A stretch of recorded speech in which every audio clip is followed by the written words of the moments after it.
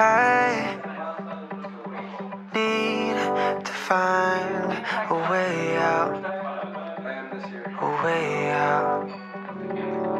I just can't find the words to say now, to say now. Still holding my breath, still counting the steps it takes to get to you. Yeah. Counting the times I crossed the line and felt judged by you. I'm not bulletproof. Yeah. Banging on your door till you finally come through. Heart is so dark, can't say what I want to. Ooh. What's a man gotta do? What's a man gotta do to get close to feeling like I'm heading in the right direction? Always find myself coming back to the question. Ooh. What's a man gotta do? What's a man gotta do to get close to you? I spend my time in the shadows looking for proof, but I can't open the blinds no matter what I do. I'm climbing the walls, but I fall and blame it all on you, and blame it all on you. Banging on your door till you finally come through. Heart is so tight, can't say what I want to. Ooh. What's a man gotta do? What's a man gotta do to get close to feeling like I'm heading in the right direction? Always find myself coming back to the question. Excuse me?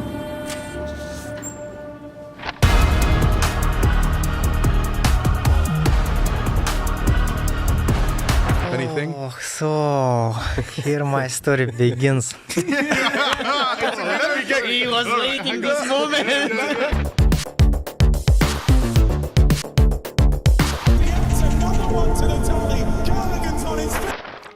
Whoa!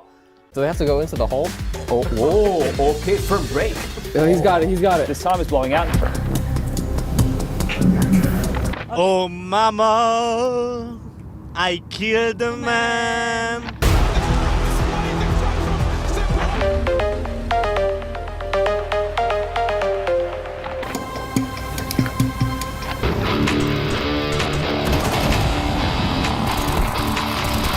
Holy absolute cinema. Hello guys! Crazy summer, right? How you doing, bro? Talk normally, man. What the fuck are you doing? Wait, we did it together on bootcamp, you remember? Yeah? Yeah. Dog. Imperial spirit. Fight. Yep. Yeah. He's passed the test. You passed the test. Congratulations. What is this club so simple? Are you serious? What is that? You can't do that simple. Full of shit, this. Full step for man, one giant leap for mankind.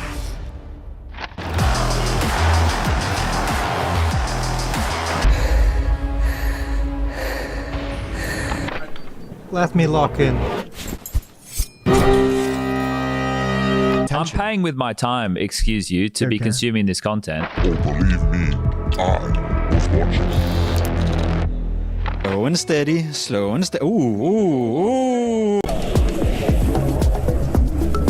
USA CS Renaissance is upon us. Cathedral might just be their tomb as Apex all five. I'm really bad in English. So there's a reaction. Let's go, Nico! Nice, Nico! Let's go!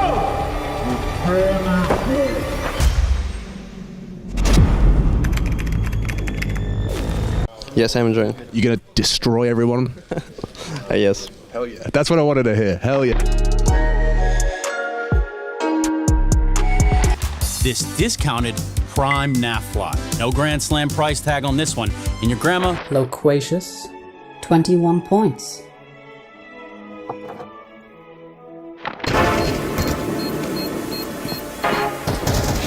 Good luck in the tournament, boys. Refuel yourself.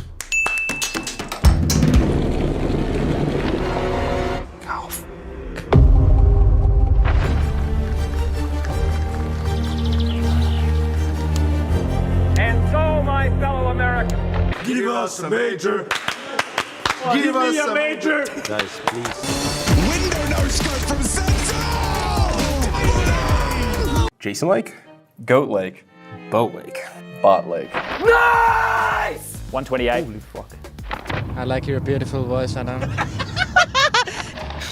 And you put it. It was so good until This one. I push, I die. I push again!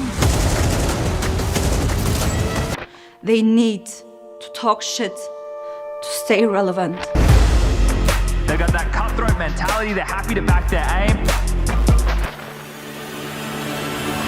Play your own game. Yes. Let's go, guys. Go. You know, he's coming in through the smoke, worried on the other side. Are they going to be ready for this one? He's coming and cutting, blazing all the way. Constant bouquet. Let's begin. Recite your baseline. A thin black reticle began to spin.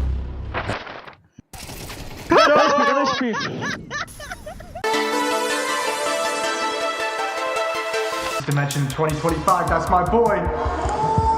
I had a 30 centimeter. I'm a criminal! So Freya's gonna read these ones off. Oh, Yeah? goodness. Oh my god. Nice! He's pushing me and no one can fucking trade. The chalice awaits. Well, buddy, you're about to find out.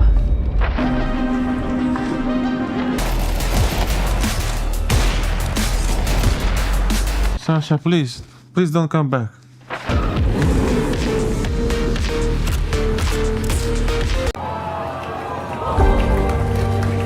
Fucking brain rot. Sheesh, Naf looking extremely handsome in that pic.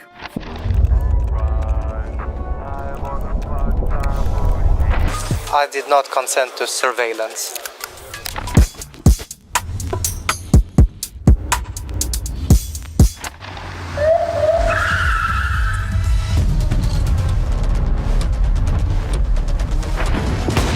Solo hold of his side, just racks him up, sends him back.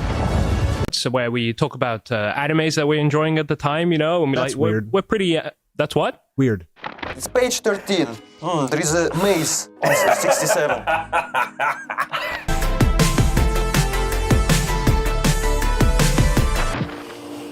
We're blessed.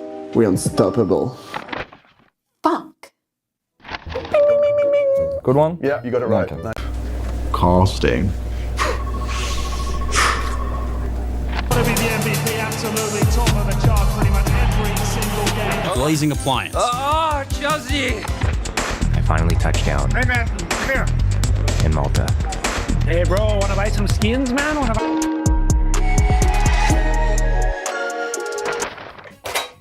Oh, that's an extra point. Eclipsing all who came before him. XD. You still doing that? Yeah. You need to step your game up, bro.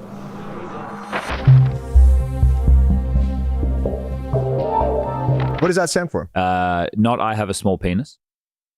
I have smelly pants. I have smelly pants. It's a famous phrase, I would say, in France. Do you want to sleep with? Say potato, you know. And Kartoshka? Kartoshka, yes. Kartoshka, cheese, What? anything. Just you're bot. What? I told you before, you're fucking bot. Hashtag remove the subtext. Okay, so my name is Miroslav Plachotya. My alias is Zontix.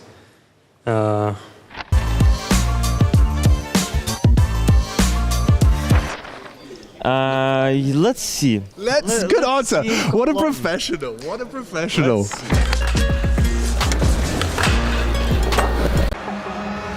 What a flick coming in, Shroud getting one of the headshot. Are you kidding me, Shroud? XD.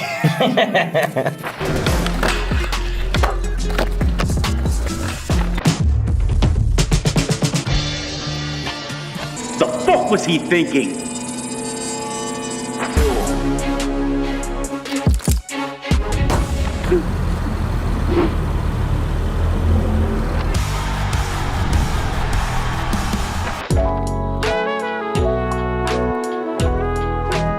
And goat blood. Shoot! On the left! Nice! You killed him. We killed him? Yes. I have an autopilot, so You have an autopilot? yeah, that's Okay. that's gonna be a lie. That's not a bad lie.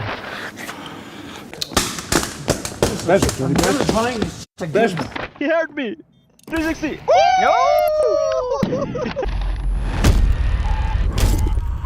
Here at ESL, we've been studying rage for generations.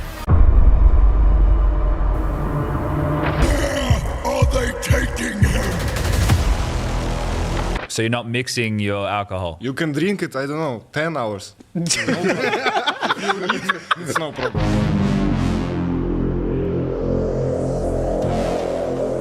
What am I doing here, man? Choose a job. Choose a career. Choose the fucking big house. Choose academy players.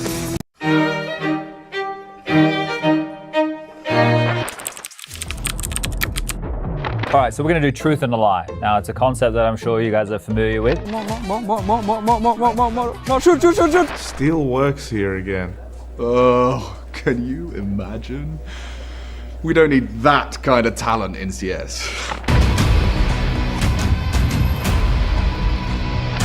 Nice. Охуел? Report. Brett player.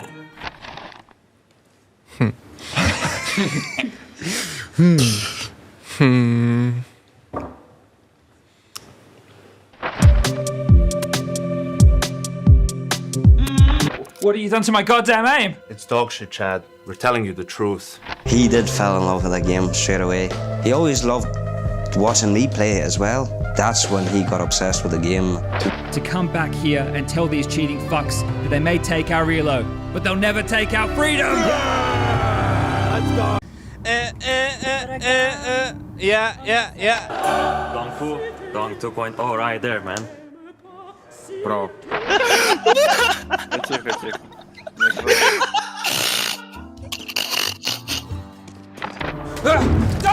Jumbo! Chad.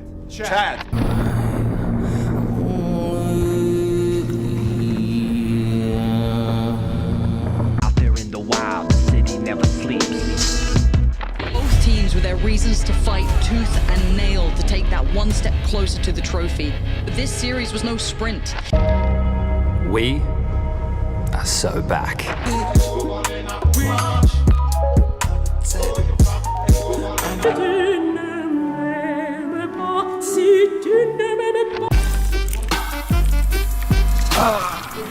Best aimer and best hair. You mean best cross hair?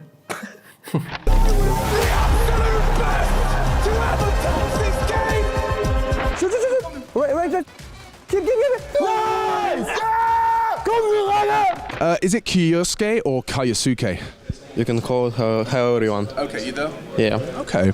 Which one sounds better? Kyosuke! Kyosuke? Actually, they both kind of work. What's next? He's walking around and just walking in a stacked wonderland. He gets it done. All right, we're doing SSD setups right now. Let's do a bit of a pop quiz. What does SSD stand for?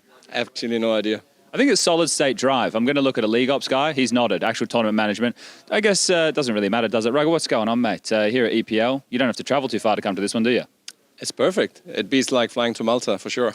Wait, mate, tell me about it. I can't get a direct from Malta to Sweden. I had to stop in Munich and then Munich to here. But it's all good. Everyone's here. Everyone's looking good. You're starting in stage one. Your opening opponent, did it get changed? Because you see Lin Vision aren't here? So same opponent. Okay. So I have a tiny little notebook. Check this out. Astralis versus Fluxer. Look at that. Look at that. I got my notes. So you're going up against the Brazilians. Arnt's in there. Lacauzi's in there. Decent's in there. It's actually a pretty good roster. People should know a lot of the names. Zevi's in there. What do you make of that opening matchup? I think it's always hard playing the Brazilians, especially in the opening game, because they tend to come with a lot of passion and power and also speed a lot of times. So, yeah, we had the experience last time in Fisher as well, playing, was it 3 Brazilian teams? So we know the drill a little bit about what to expect. Now, fair enough. And Art in the server, he's always doing crazy moves, right? So Fury are winning, but Art's not there. Anyway, that's a story for another day.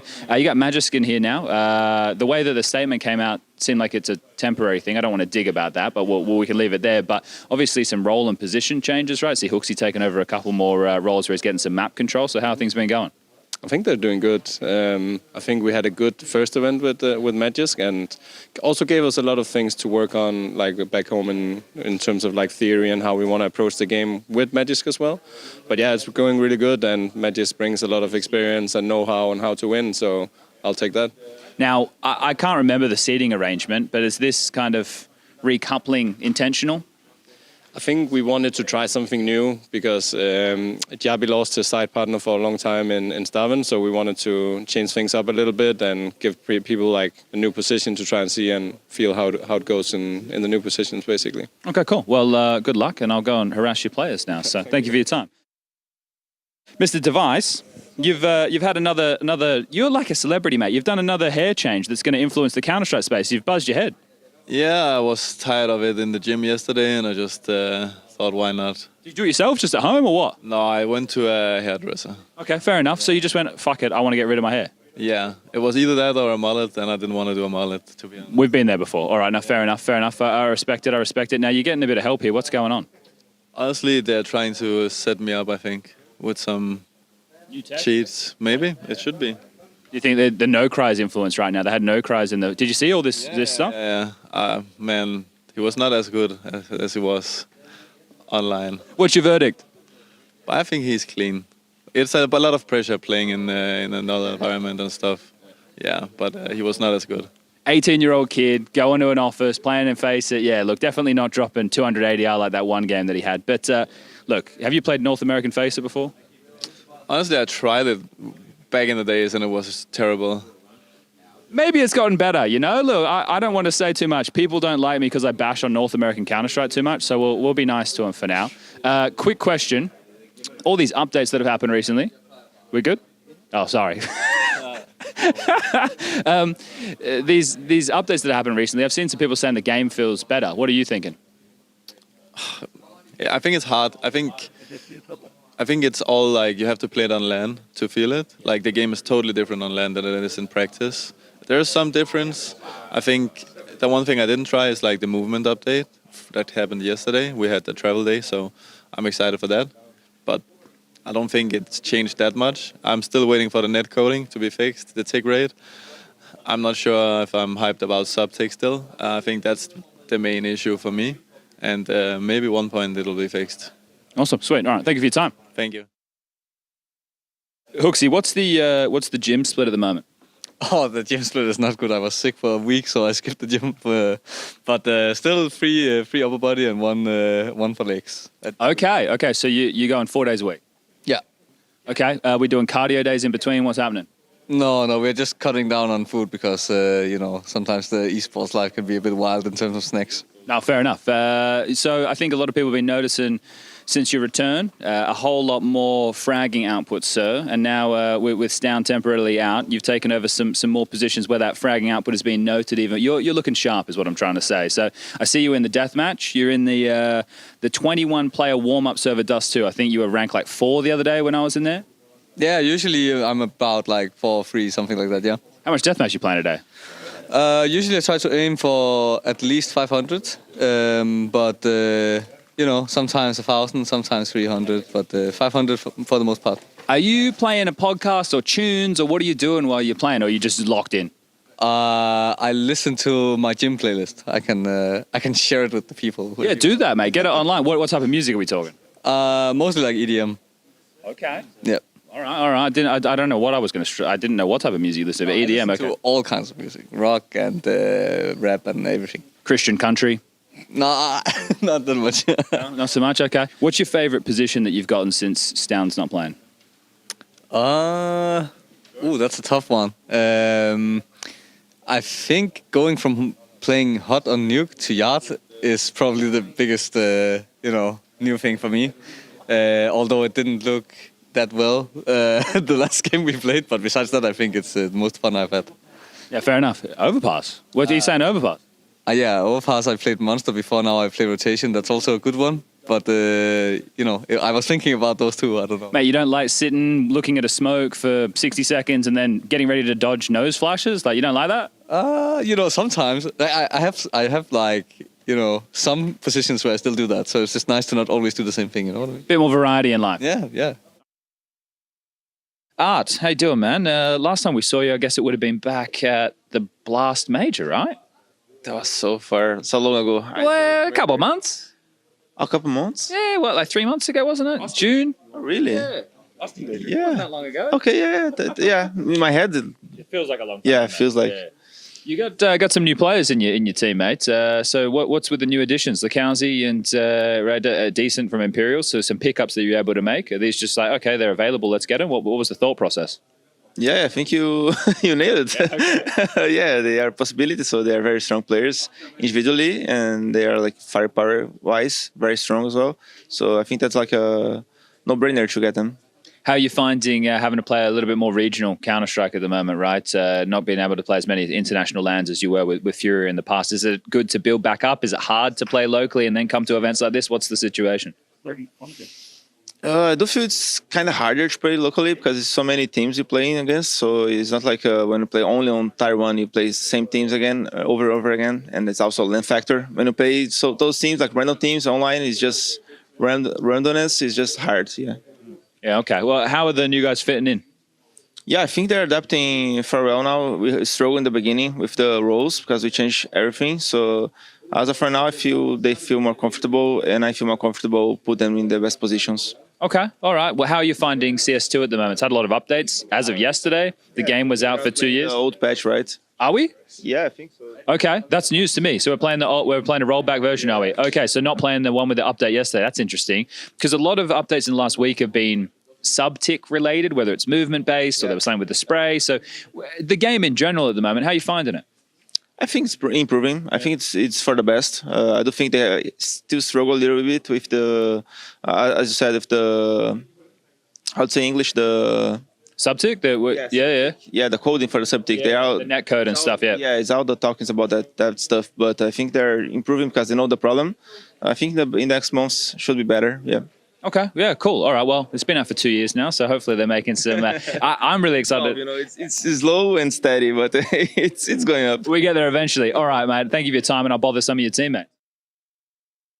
Hello, sir. Hey.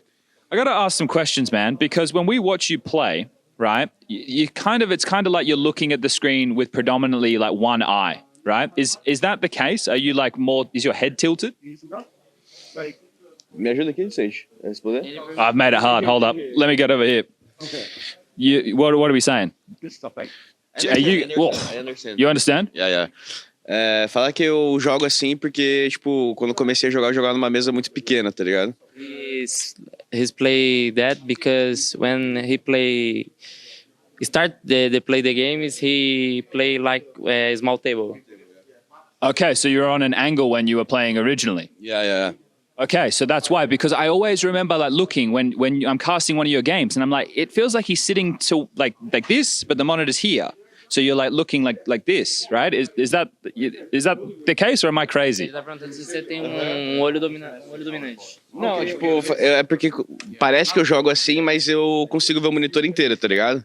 Tipo, eu deixo o monitor mais pra esse, tipo, mais virado pra esse lado, que pra mim é mais fácil ver o radar, tá ligado? Quando eu tô jogando assim. Okay. He said he's like play that, but he can look the all screen. Okay. He said, como é que fala? Ajuda aqui, fala que é mais fácil ver o radar. Three-way translation going on right now. Yeah. He says it's easier to see the minimap, the way that he plays. He angles the monitor this way so that the radar's closer to his eye. It's not really about dominance or anything. It's just the radar's closer. That's very interesting. Okay. Because, I've seen some people, like Bondic has a setup where he sits like on the end of the table and stuff. And just the way you would see it, I always thought, okay, yeah, maybe there's something special going on here. But it's okay. It is. It's so you get closer to the radar. Okay, cool. Great. Thank you. Appreciate it. Now I know. Now I understand. We've learned something today. We've learned something. Hey, look at that. Look, I'm going to butcher your pronunciation here. Let's see if I get it. Tacitus? Yeah, that's perfect. Did you name yourself after the Roman historian and politician? Absolutely not. It was a Call of Duty trailer. I just saw the thing. I was like 13 years old. And now I pretend it's a Roman politician because I like to seem smart. See, this is the thing. I'm like, okay, so I know that you did some coaching back in the day, your accent giving it away for people at home as well within North America. Then you're at Furia, then you're at MIBR. I think that was the order, doing some coaching, assistant coaching. Now you're here with Art again. And I was like, all right, I'm going to be really smart. I'm going to look up his name, make sure I pronounce it correctly. And then it directed me to a politician from ancient Rome. And then I was like, this must be it. And then now I just feel like an idiot because it's from Call of Duty. You're not an idiot. I'm the idiot. Look, man, I named myself after something that lives under the ocean, and I didn't even spell it correctly. So at this point, I don't know if gamer names are really the thing. Now, look, we got your squad right now, which is actually quite interesting, if we're going to be completely honest, because we've seen Zevi before, once upon a time in Pain with Skulls. We've got, everybody knows Art, right? Obviously from Furia fame. Lakowski recently over there at MIBR decided he didn't want to be there anymore. And then we've got Decent from Imperial, and then Kai, who also played for Fury in a short stint, but it was part of the Academy roster. So these are all known players in this constellation. So what's the expectation from this roster, mate? I mean, the expectation is that we finally had some time during this semester because we made 2 changes during the break. So we're finally getting in our groove tactically and on the macro.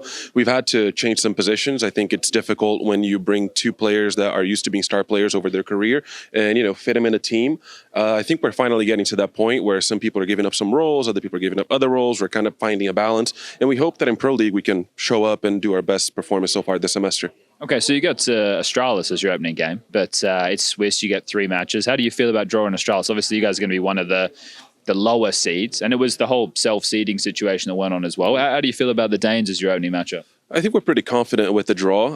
Out of all the top seeds, I think Astralis is probably the best fit for us. They're kind of a tactical team. I think they try to play proper Counter-Strike and they don't really cross too many boundaries. So I think they'll give us space to execute some of the things that we try. Whereas if you play a G2, for example, you might get disrespected sometimes. So I think with Astralis, we might find a more fair match. Okay, interesting. All right, I like that. All right, is Art still up to his old antics? Is he still going to be throwing a couple of spanners in the works here with some crazy plays? I mean, I'm sure there for full economy, he's still just going to buy a P90 and Rush or ESL presents the ESL Pro League in partnership with Intel, Acer Predator,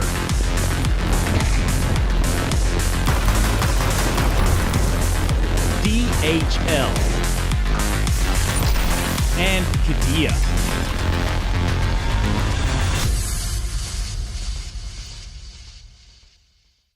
All right, let's do this.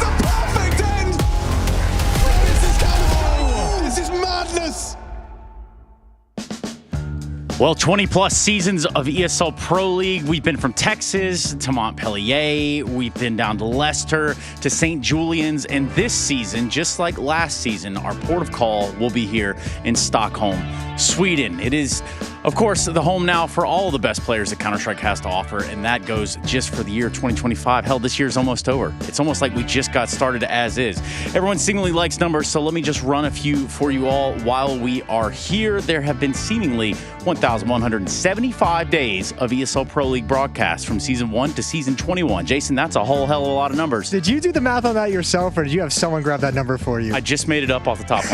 Okay. Don't worry about that. Come sit next to me. Come sit next to me. No problem, guys. Yeah, that's a lot of Pro League over the years. And I think we've pretty much all been here blessed throughout the duration of it. Yeah, we've been here in different roles. You were a manager for Season 1. I was an observer for Season 1. I was a fan. You were? No, you were hosting. You were desk Season hosting. 1? Yeah. You were desk hosting. I was there with you. That's the one where Asha walked in front of the camera and you banged your head on the laptop. Okay, I was at ESL, so I didn't feel like I was working. Correct. Yeah, okay. I was a fan. I just wanted to join in with this. Okay, yeah. That's fair. Good, welcome. Yeah, we did something, I'm sure. Yeah. Live. I think I was watching it, probably, presumably. Like that? Watching you're observing, dude. Yeah. And you were sick at it back then. Yeah, it never came up to the same level ever since. Rush was the observer. He was in charge of the POV observing. So it was basically just supposed to, when someone dies, switch off of the dead body, which kind of feels like he's doing now anyway, but... Rush, you have any thoughts? Are you going to let that slide? Can you hear me? I can hear you. Oh, yeah. Okay, well, I heard a bit. It's good. I literally just put on my headset at the perfect time, and Janko's talking smack. So, I mean, there it is. It's a long season, though. You're going to have chances to get back at him. Give him, you know, a little bit of leeway, right? Also sitting next to him was Kassad, who was doing, I can't exactly remember what, but he was my assistant. Kind of also what he's doing now, in a way, I guess. Nothing. The assistant. Shout out Kassad, you know, wherever you are right now. So, guys, yes, Pro League. I think we've gotten past that like couple of minutes where we're just in here bantering, unless we've got more. I figure Harry's real quiet. Do it like this. Yeah. Like we're bantering. Because I don't know. Sometimes bantering takes a couple different turns. Yeah, I mean, in England, banter is something else, isn't it? Banter is like, depending on how much I know you, I will push the limit right up until the point where you would feel disrespected. And that's banter. That's the banter line. That's the banter line. I think we nailed it, right? Yeah. Rush is smiling over there. He's fine, you know, everyone's happy. Yeah, as long as Rushley's happy, I think we can all be happy. I'm smiling. Yeah, I can hear the smile. Magical man. I don't know. You can feel that smile. Also, we can tell you and show you a little bit about some of the teams that are going to be joining us for this ESL Pro League season. That's right. We are just in stage 1. We have a whole nother stage, but look at the names. Ents and Gentlemates ain't even supposed to be here. There's a couple bit of that going around, actually. Yeah, we've seen two replacement teams, haven't we? In the total, am I mistaken? It was Gentlemates and Ents, right? Yep. For Lin Vision and Virtus Pro, yeah, okay, who have departed the tournament. Yeah, some cool big names in there. Obviously, the top heavy ones, Furia, G2. Those are nice to see in there. But then we get a test of some of the tier 2 squads. Who is the lowest rank? It's Rooster. Rooster coming in at 88th. Okay, on the VRS. Got them right where they want them. Well, it might technically be Gentlemates, right? Oh, good point. They have taken the seeding for the first round, and then if they lose, they go back to their own seeding. Because you can't reseed the whole tournament. Informative, that makes sense. Got you. Yeah, appreciate that. So yeah, it's probably Gentlemates or Ents will be the lowest ones. But I mean, yeah, I think what's more interesting than the top heavy ones is the teams like a Legacy or an M80. Like Legacy, we want to see what we saw at Austin. M80, we want to see you continue what you just did at Blast London with that run into the quarterfinals. So like, there's some teams that actually have some interesting things of like, what you got? Is this for real, or did you just have a nice day? I think for me, what's cool to see is we still have the opportunity to see these teams come through ECL, right, and these different leagues. So there's still a way for these teams to qualify. There's spots for teams not just only through ERS. We've also had some teams decline the replacement invitation or the straight up invitation to EPL because they don't want to ruin their chances of making the major. For paying, like you said, Harry, in the green room, they just nursing that stage 3 spot. That stage 3 spot, baby. We want that sticker. They got it locked in, you know. We want the biggest capsule, right? Let's not play anything, because from what I saw at Fissure, if they were here, be stage 2. After the next tournament will be stage 1. So maybe just stay at home, chill with the fam, practice a little bit, you know. And just to clarify, what you were talking about there is the not decay. I don't know what the official wording is, but like the points you lose when you're forced to play a lot of games here, and that could rot your VRS right before. Yeah, exactly. If you end up losing. If you end up losing a couple of games, if you're not super dominant, then you're losing points, right? The head-to-head, all these different things start matching up. And if you don't play, sure, you don't gain points. There is some decay, but with the invite cutoff being, a week from now, 10 days from now, doesn't really impact them as much. But I imagine it's going to impact us a lot for the next 8 to 9, 10 days. Yeah, okay, right. There's going to be a lot of that conversation flowing. What kind of music would you say this is appropriate for? It feels like I'm playing Bob the Diver, running that sushi shop. Like acid jazz. Yeah. Good shout. That is a good shout. Yeah.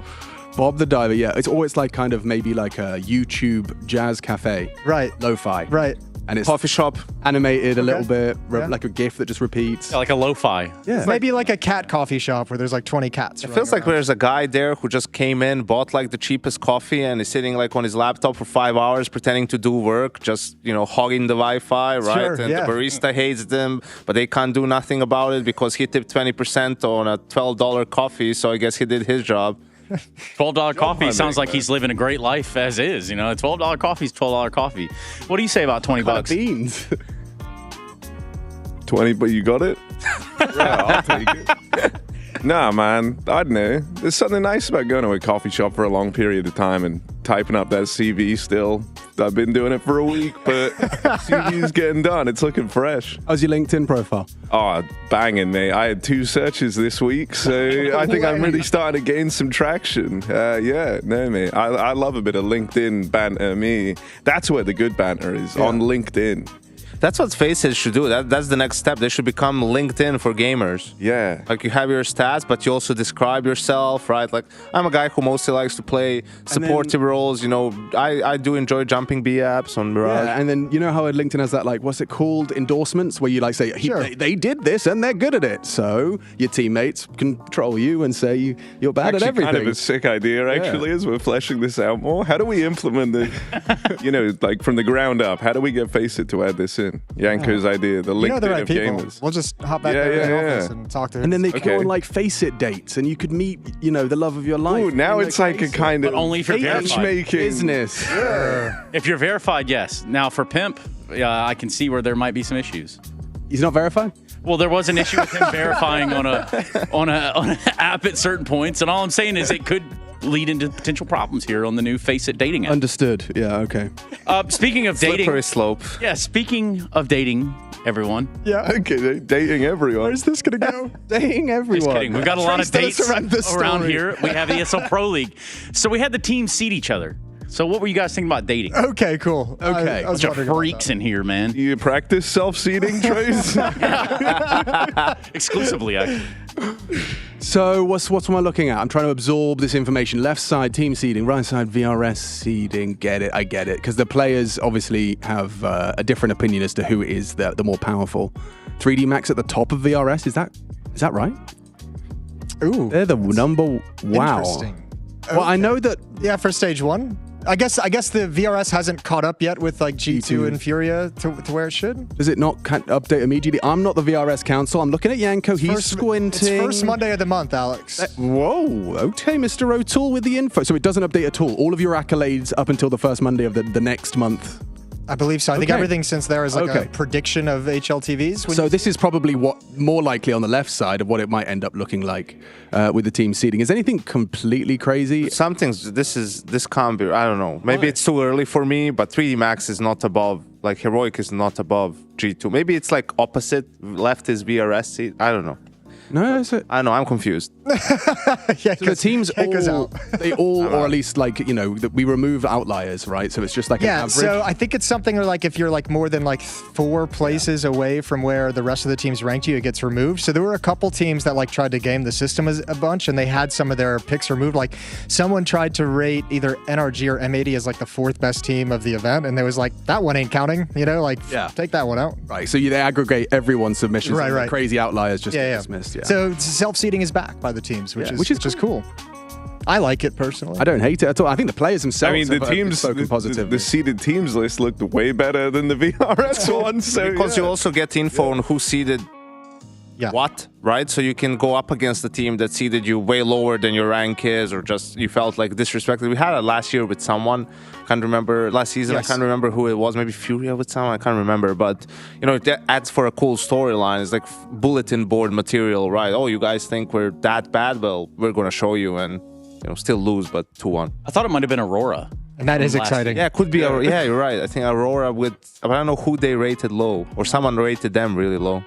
I mean, NRG can have the polar opposite version of that. They'll play versus a team that seeded them really highly, and they're like, they're hoping they'll get them in the first round. That's what they're doing. They think we're goats. NRG maybe are the GOATs, but that's a conversation for another day. Maybe the second game of the day. Yeah, exactly. Probably a good place to start. It's a good place to have a conversation for the second game of the day. Yeah, and thank you for that, Harry. We're going to put that one in our pocket and make sure we take it there. That second game of the day being Gamer Legion and NRG. So, yeah, you are correct, Amundo, on that.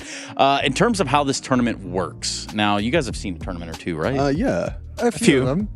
So, what is this? So, the numbers and stuff. From my understanding, winning games is good and losing games is bad. Bingo. And then the numbers I'm seeing here would suggest that if you were to win 3, you're in.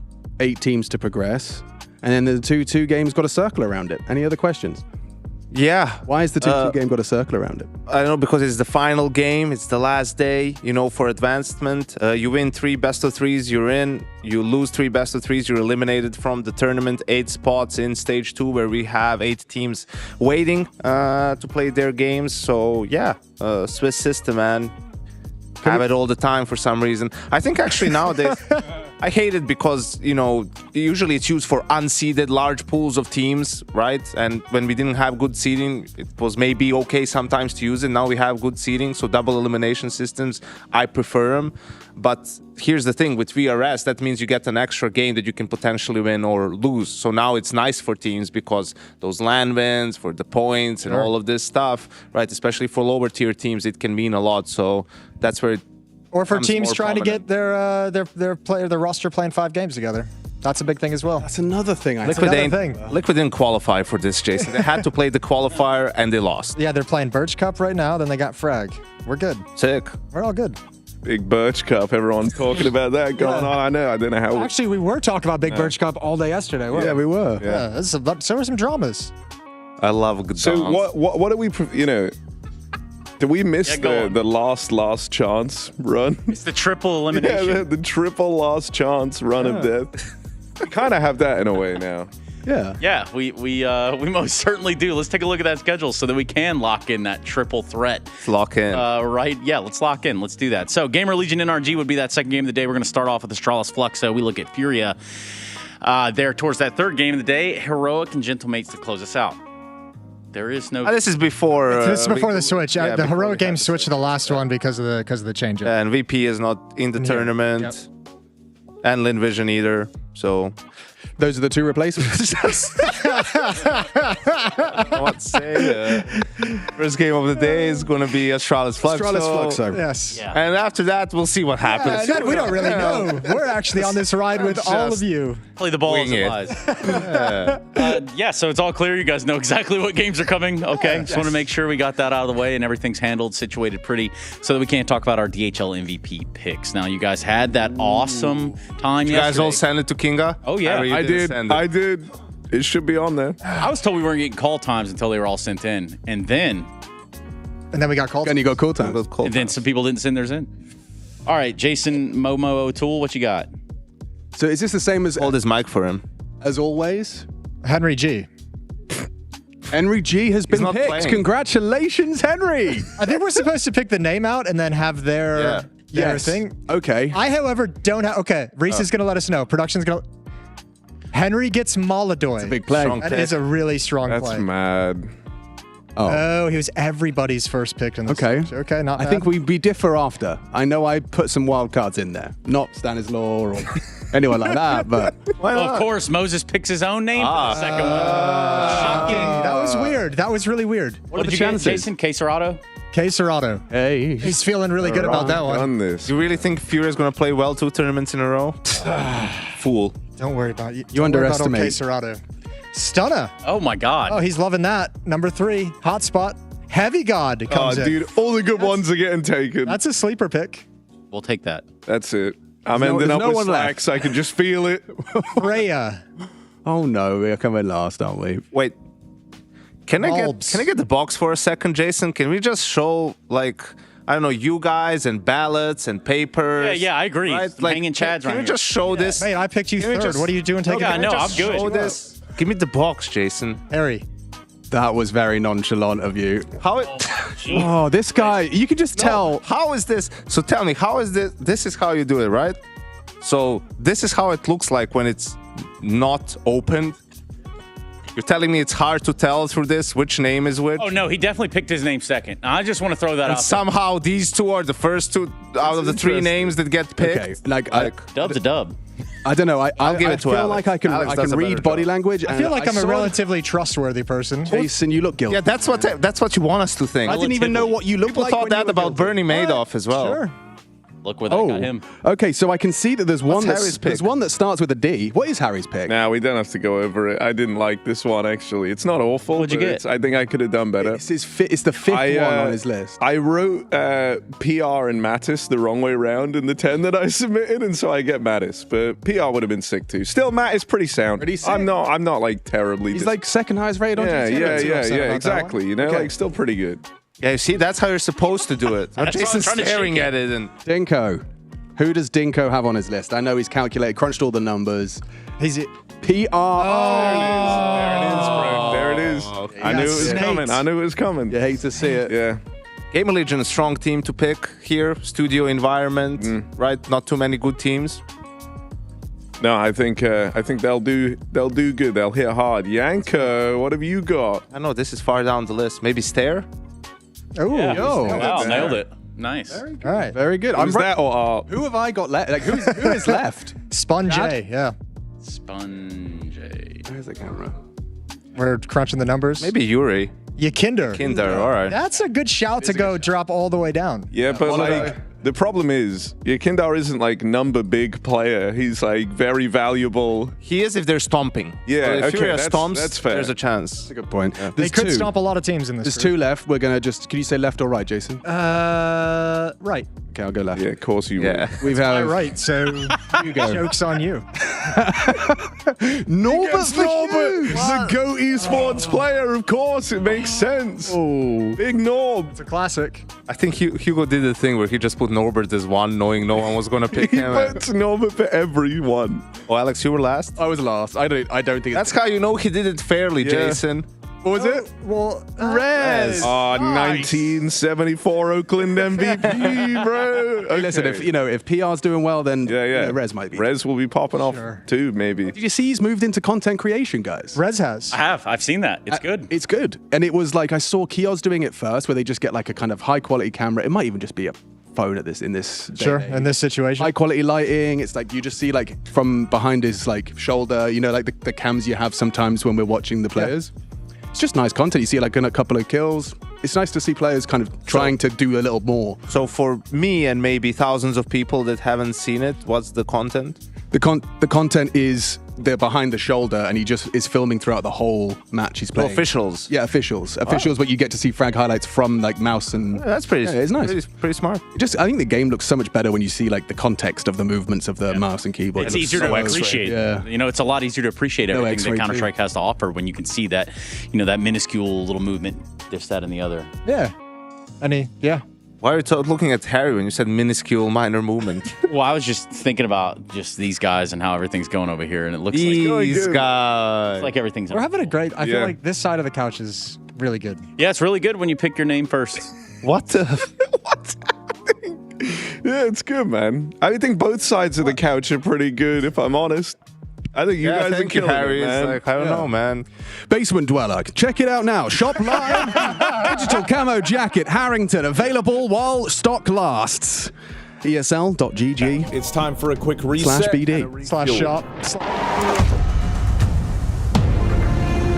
Chef's kiss.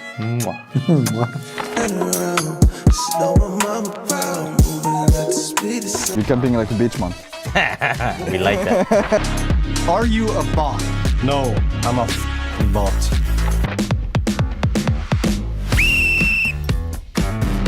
Counter-Strike Combat. Only love can bring me face to face with you.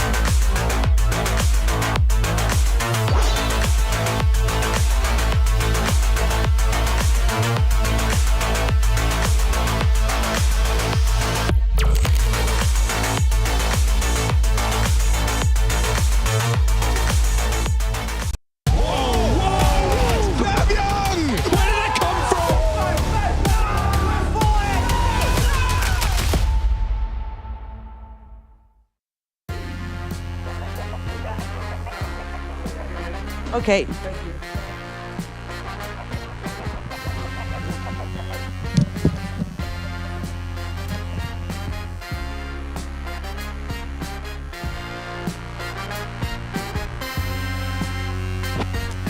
All right, let's get it on. Astralis and Fluxo. We're going to get going in ESL Pro League Season 22. Yeah. Opening day, opening match, opening game. Magic's in the house, Harry. Oh my God, yes, it's all happening. It's all going down. Chair, man? Yo, we got Big Magic in the building for Astralis. Unk's back, and let's see how he does. And he's angry. He is angry. You can see it in his eyes. Dude, I think this is great. I want to see Magic play. I think he's about to MVP this series. Okay, MVP of the series. Yeah. Massive accolade for someone of his stature, for sure. I was going to say, if you think he's going to MVP, why didn't you pick him in the DHL thing? But then you said the series. Yeah. And it's like, yeah, any one of these guys can be MVP against Fluxo. He was on my list, though, was Old Mate Magic. Was he? He made my list. I'm all in him, man. Cool. I don't know. Because we all, he was kind of pretty average at times, but I think in this Astralis, in the rebuild, coming in to replace down someone who has struggled in high-pressure moments. Magic is not that guy. He thrives under pressure. Dude, I kind of love this music. I feel like I know. Everything I say with this music sounds oh my why would they That's do that? unbelievable. That's messed up. Okay. Well, take it down a notch. I know, right? I was getting up to a groove there.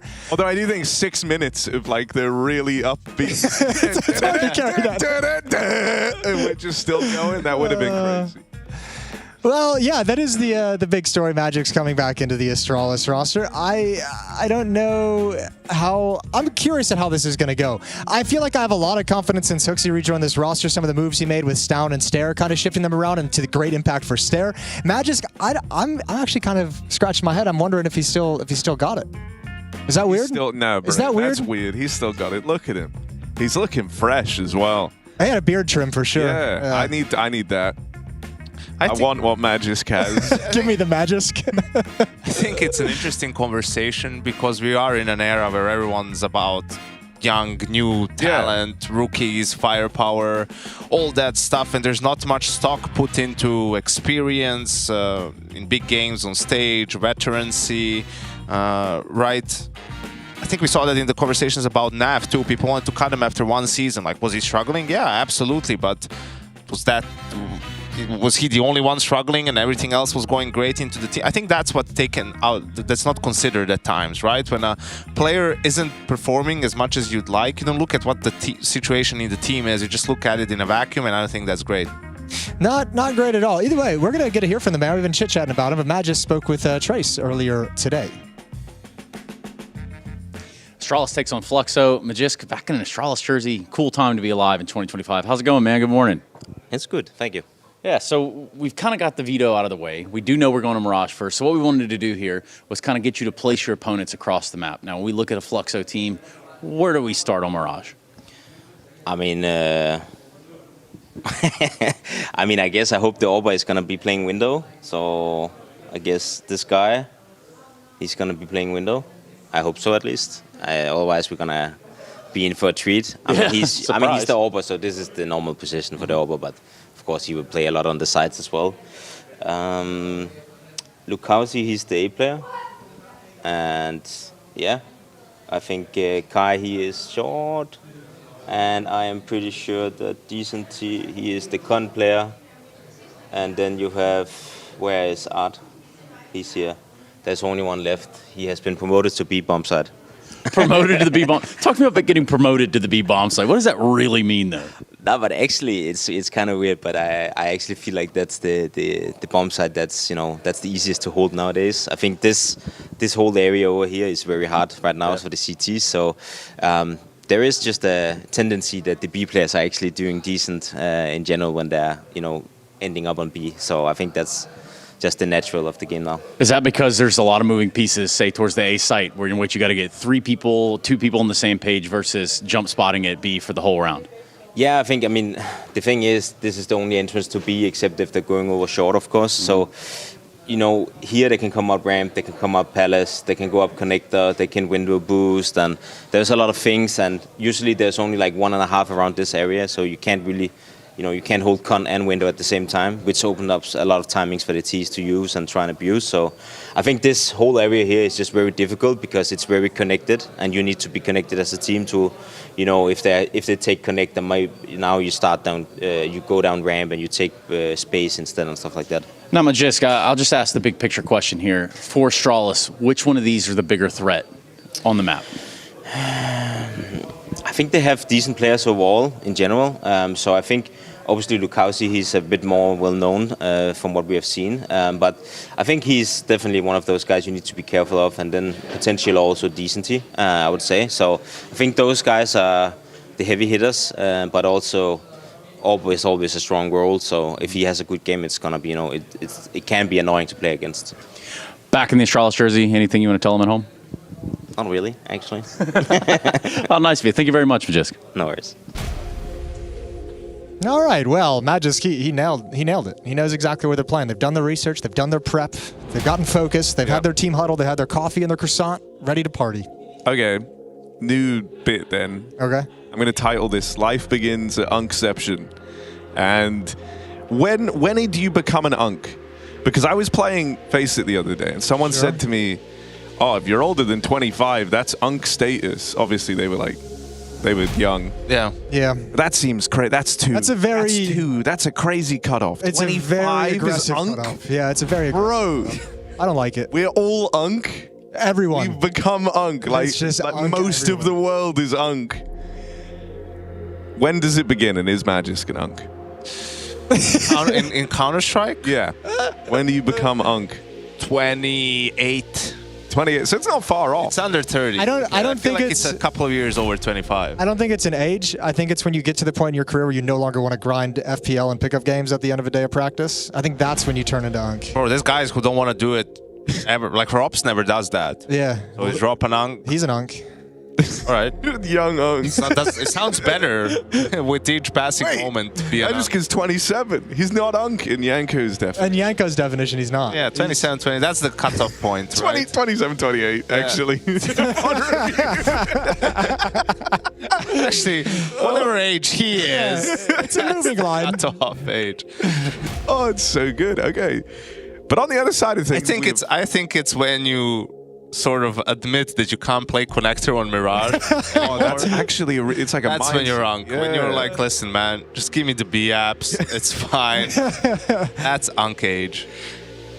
There's too much going on here. I have to smoke them. I have to throw a cheese, flash me out. I have to be here, be there, run through smokes. Listen, man, just give me some good old hold an off angle. Yeah, Brian. Throw a defensive smoke. Let me do the insta smoke so I don't have to think about him. I'll be the guy throwing the mid flashes. Yeah. That sounds way easier. I just throw in 2 rounds, basically over. Sometimes 3. Someone will drop you one. Yeah, true. Yeah. But also, there's Fluxo. How do we feel about this? Pretty good. There is. Yeah. There is Fluxo. Look, let's see what they've got. Let's see if Art can reinvent the wheel, you know? Dude, something I'm kind of excited about this season, Yanko, is that there's less of the maps you despise in the pool. This is a pretty good map pool for you right now. This is the best. This is the goated map pool. Yeah. For me, really. No Vertigo, no Anubis. We'll all play in Mirage. I swear every game Yanko ended up doing last 2 seasons were always like these maps in particular. Hey, there's a Vertigo in this series. Let's get Yanko on it. Yeah, and you know, fair enough. By the end of it, I just come, get an Uber from the hotel, come over. All right, there's a pistol round, guys, and I'm thinking Yabby is gonna die horribly. No, he holds on for one. And in come Fluxo, looking for a pistol round win. Device. Oh, you didn't need to do that. Stop him. The smoke push, a little overzealous for Kai and Lukowski, and it's given Astralis a leg up in the pistol. Oh, there we go. Get a little bit of freedom towards CT spawn, but you don't need to re-peek and go for the tap, and he set up a crossfire back with the Senti at the top of ramp. It's Magisk and Device moving on in. Shots missed from Zevi. And oh, that's a banger from Unk. Beautifully done from Zevi. And now in the 1v2, gonna fall on back, but the defuse, not done yet, but he's got no HP. And there it is, the dualies swing wide, and Astralis take a pistol. Oh, dude, Astralis are about to be good again. It's gonna happen. Magisk is gonna take this team to new heights. Listen, there's also, there's different types of uncles. Right? Yeah, true. There's like... He's the cool uncle. Yeah, he's the cool uncle. Yeah. So, do you know about women yet?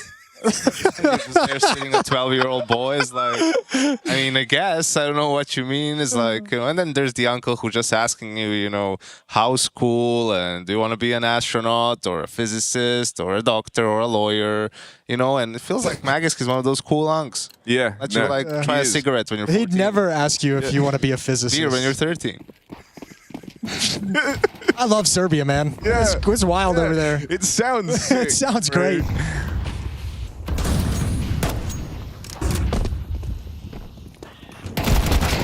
Oh. Well, sad for Hooksy, but can't win them all. And you were kind of the impetus of starting this mid-crunch as well, so even though you've gone, no way! They've pushed it a little bit too far. Hold on, though. Yabi's still in this. Could look to save the day. Kai is very low. Oh, Yabi? I don't even think he's reading this. I think he's just going over to Catwalk. This is all down to timing now.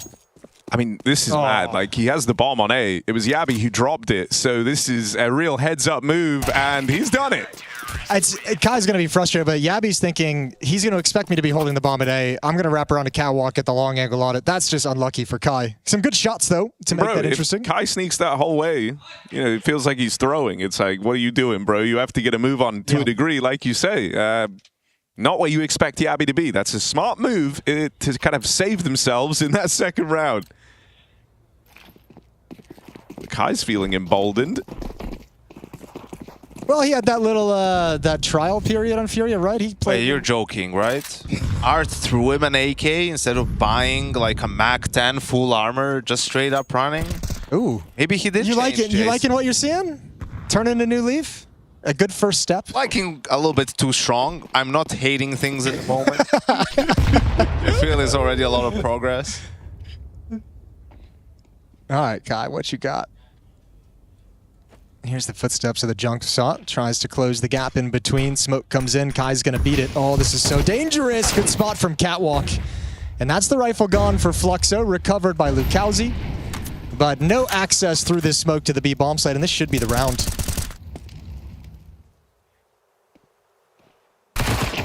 Ooh.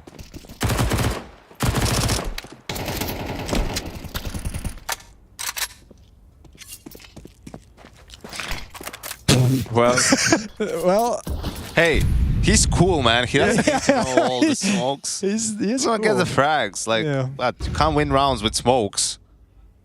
God, that's so true. If we throw 5 accurate smokes, we win the round. No, you don't. No. You need to do this. You need to shoot them in the head. He missed it. Now he has open sight lines on everyone crossing out of the apartment. And it covered him from the van drop as well. Yeah, it was actually really smart. Maybe even intentional. It's even letting them plant so they can get more money for the defuse. Wow. Dude, Magisk is so good. I'm so glad he found his way into this team. With years, you learn to appreciate the value of that extra cash and saving money, especially if you're Danish and the government takes half of it. Yeah, I'm fair. Kind of a scathing review of the Danish tax policy. Yeah, and honestly, I don't think anyone would fight you on that. Magisk won't, because he's a cool uncle. Cool unk. Oh, Device sporting a new look. Yeah, fair enough. Magisk joins the team, but Device still has to be spoken about. Yeah, it's changed the look, right? Yeah, you can't grab all the headlines. What do you make of his new trim, Jason? It's interesting. Looks good on him. Wouldn't work on me. Not a big fan of the gold-rimmed glasses. Oh. Or the mustache. The mustache is making a comeback, I think. But just the mustache without the beard. Right. That's what I was considering doing for a while. I've seen you with the mustache. It's pretty good. Yeah, and the mohawk. And the mohawk. And 20 pounds extra. God, 2017 was a wild year. Yes, indeed. Here we go. Once again, heavy B-lean for the Fluxo attack. Art in middle, 4 players looking to pick up the pace once again at Hooksy and Magisk. I feel like Magisk is just a safe pair of hands. A rock here. Hoogsy lends a helping hand with 2.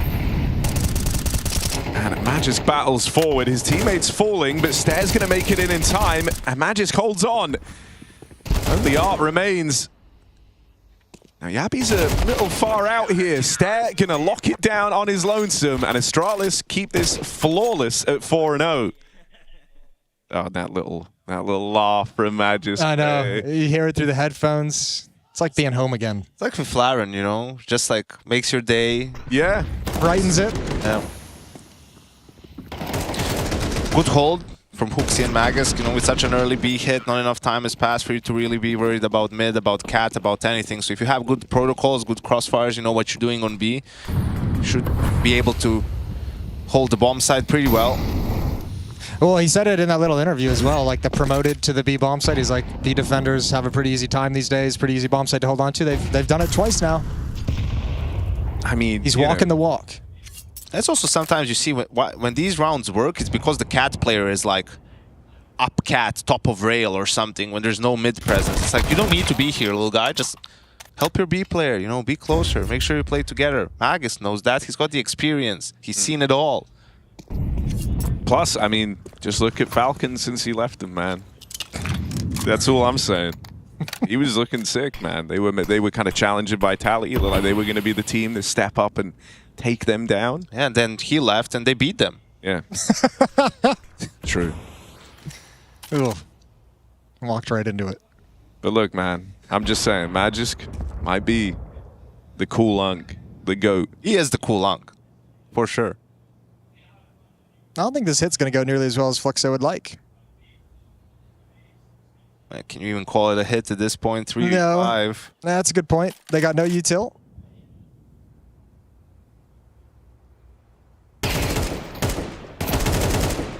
Now Art's got to activate, and he will, but still no progress to be made with devices off. I think we see this a lot in the meta. I mean, Magus talked about it in the interview. A is hard to hold because you have apps, ramp, con, and window. We see 4 gaps in a way, and we see teams a lot boost a guy up window, and then pressure connector at the same time, right? So usually, I mean, if there's one player there, you can't watch both things. We used to have a strat that was basically just defaulting, boosting fast window, and then at the same time as the guy is in window and starts pushing through the smoke, the apps and ramp player starts peeking at the same time, because there has to be a gap somewhere. You have a player walking through the con, and usually the window player is able to sneak into CT, right? That was the variation of the Hunter boost play that they've used in Crazy all the way back in the day. Not going to respect the defensive smoke. They want the timing right now. Device is going to come back, but smoked off. So really, it's kind of just Yabi off on an island. Teammates will throw flashbangs for him as he moves underneath the balcony, waiting for the flames to fade. And now a good position. Yabi's been pretty safe in these A-holds as well. No multi-kill this time around. He's going to get out with his one, but the rotates are already here. When Magisk is pushing out through the spawn smoke like this, and with Stairs backstab coming in, it's a done deal. Astralis just can't be beat here on this CT side. It's really, I mean, not in any critical way, it's really one-dimensional from Fluxo, right? Like 4 players basically hitting B hulls twice, just kind of sitting around. Now this one is all 5 players executing into the A bomb site. The mid clear from Astralis early in the round gave Stair the information that nobody was home to start a flank, which is why this comes so quick, and just getting nothing done on production on the opening kills for Fluxo. Even the kit is bad, like the scaling is non-existent, all the flashes pop, you're not really pushing the bomb side, so Yabi isn't even blind, he gets a free kill playing He didn't even get cleared. If you do an A execute, and there's one player Shadow, right? That guy has to die without killing anyone. Like if you're doing a full execute, he has to be mollied and blind, and then you kill him, right? Like if he's able to get a kill, not blind, you're doing something wrong. All right, Yabi, there. Oh, that's a nice transfer. Stairs up next. What's he got? And they line up for him. Once again, they can do no wrong. It's 7-0. Stop stealing his kills, Magus. Stairs my MVP pick. I need him to do well, Harry. He's got so much riding on this.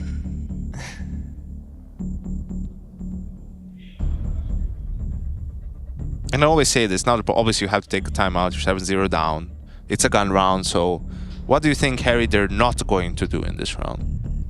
Fluxo? Rush A.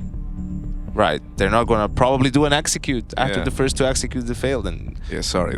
that's what like the brain. No, it's version fine. of that, It's fine. but I And meant then with you. and Astralis knows that too. So now it's an easy call for them on the CT side. Hey, let's just play to break a default, whatever it is that they like to do against that. Whether it's fight for mid, whether it's push A apps, get the op deep B apps, like something to put pressure on the extremities.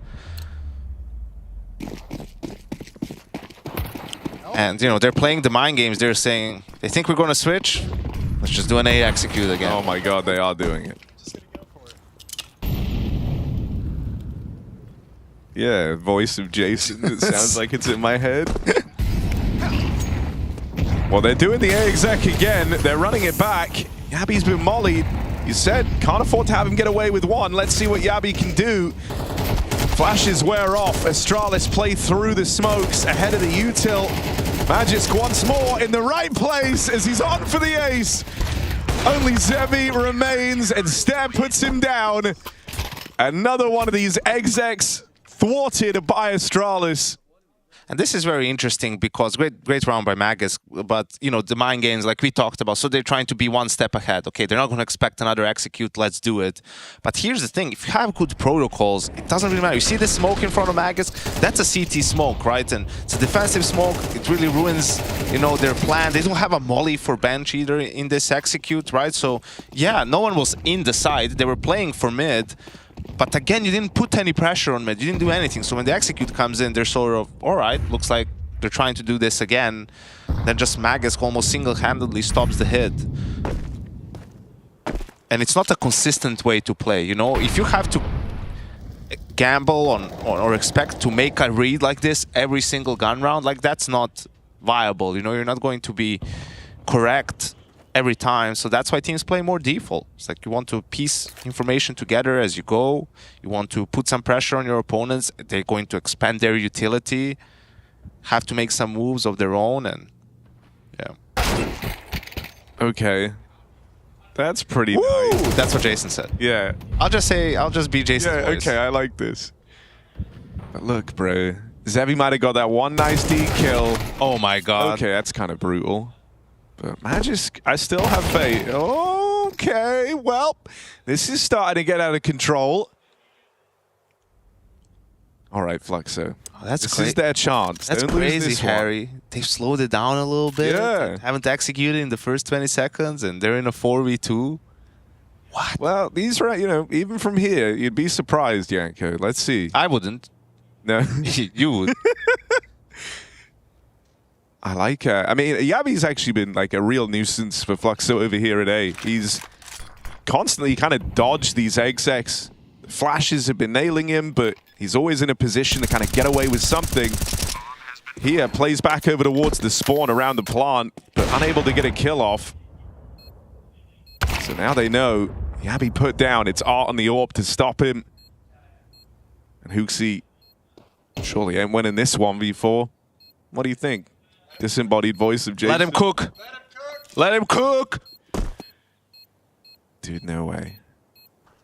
Why does it feel like something's about to happen?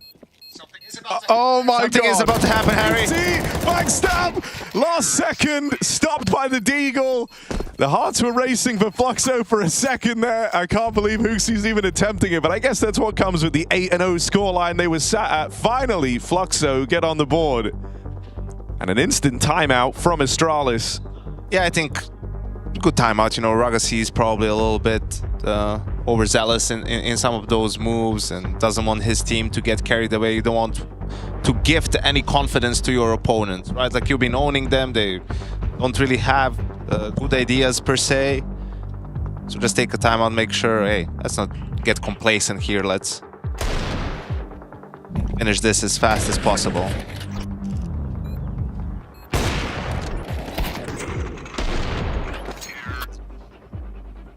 We heard you now.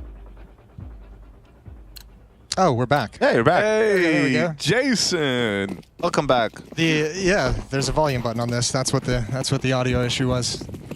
Oh no, the other one was broken. Yeah, okay. I'm back now. Okay. Yeah, this one's great. So hey, they got around. That was fun. Yeah, that's That's what you missed out on. Yeah, it was. One small step for Fluxo. One giant leap for Jason. Hell yeah. Look at this little mid-crunch being set up here. Hooksy and Magis coming on catwalk. Stare device going to break the smoke. Flash out. Oh, they're coming for this. Good flash. Magisk fighting from short. A lot of damage done. And his teammates fall. That attempt to crunch mid for Astralis is stopped. And so Fluxo not only win out the mid control, but sit pretty in a 4-on-3. Device's op is in the weird place. If you're Device, like you're kind of surrounded with so many choke points at the A bomb site, so he's calling Magisk over to cover that so that he can actually be a little bit aggressive and gather some information, but big risk has to be taken. Nails the shot onto Art.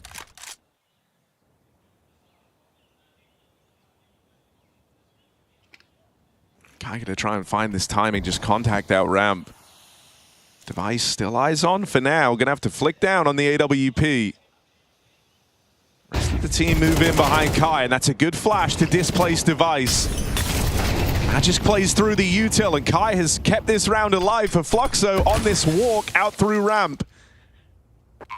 I'm really surprised Magisk stopped his rotation over in CT spawn, just kind of paused at the murder hole and let that stay open. That's a lot for Device to do throughout that whole time. So second round now for Fluxo. Good job in the mid round and a 3v3 figuring out the solution. Money starts being an issue for Astralis as well as Hooksy has to back off and save. You know, nice patience there from Fluxo in the 4v3. Astralis had a good read that they were going to default again, but lose out on the mid fight. And, you know, Stare and Yabi, they're the two A players. Once they die, it's easy for Kai to sort of just try, oh, like, two A players are dead, let's run out ramp, but you're not sure what device might be holding or where he is, so they take their time. He ends up finding good timing in the end. Here's the scope, gets a flash from his teammate, secures the round with 2 kills. So consecutive rounds from Fluxo, that's what it's all about. Well, and the idea that they can still scrape together 4. This is one of those halves where, like, because it was 7-0, 8-0, it felt like such a disaster. But if you get 4 out of this somehow, you're like, great. It's also they were getting stomped in the round that they lost. Yeah, right? So now just to get a few on the board, you're feeling like, all right, we've arrived to this tournament. You know, maybe now we can play our game a little bit better. Art special, a missed smoke. You know, like, it's making you think that it is, so, right? Oh, another one. Oh. It's never going to expect us to miss it twice. We've primed him. We got him right where they want us. If anyone was down and lower, they wouldn't be able to see anything in mid there. Oh, Device is in the window. If only there was a way to kind of have removed him from this position. To take that hang on. away. But of course, he has a smoke as well. Is that 3 mollies they threw in window? They did put a lot of mollies in there.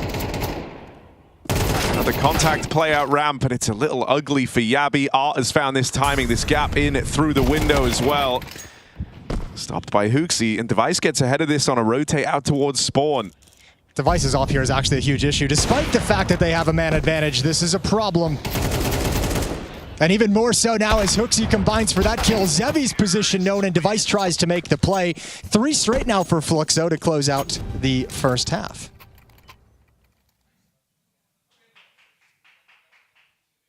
Heading towards the close of the first half. I was gonna. This felt like a. I had to amend that, didn't I? It's day 1.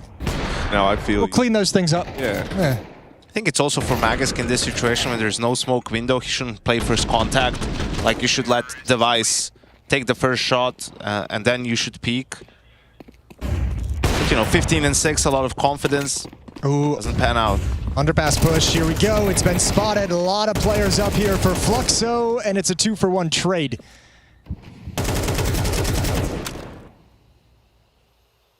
Man, when the wheels came off for Astralis in this map, they really came off.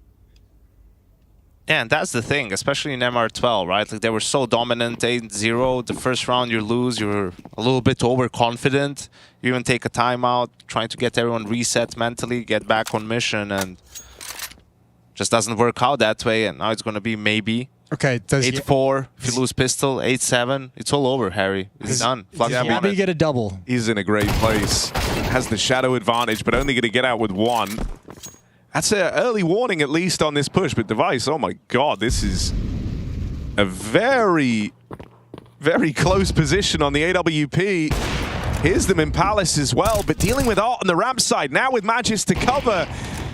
And the old duo of Astralis hitting hard here as they look to find one more for Astralis. Can Zevi stop them?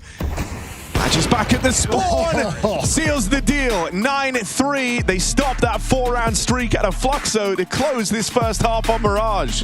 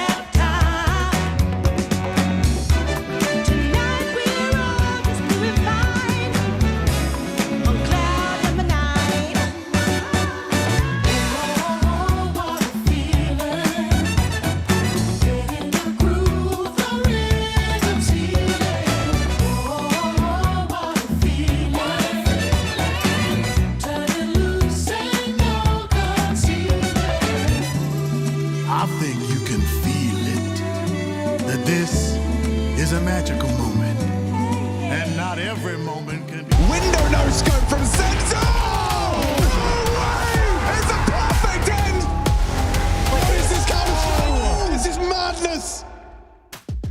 And here we go, half number 2. Astralis up 9-3 over Fluxo over at ESL Pro League on the Counter-Strike network. Magisk having a good performance. What, 15 kills, 5 deaths in the first half, maybe 16 with that final kill. 17 and 6. Yeah, something along those lines. Yeah, well, he's having a fantastic start to ESL Pro League, which is good to see as he returns into the Astralis jersey.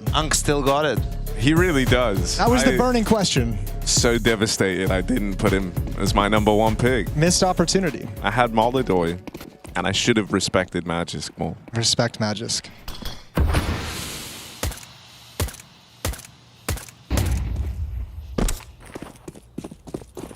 P-split coming up catwalk. Zevi's backed away from window, so no indication it's coming yet. Kai finds out right now, and protocols in place to handle it. Good push from the dualies. Descenti playing behind the smoke is going to keep this attack disjointed, but now Kai goes down as well. And Descenti still going unfound and unsuccessful. Magisk approaching 20 kills here on the back of the pistol. Go on, Magisk. Go get kill number 20. Why not? Just this once, you can be the guy to go and push in the 4v1.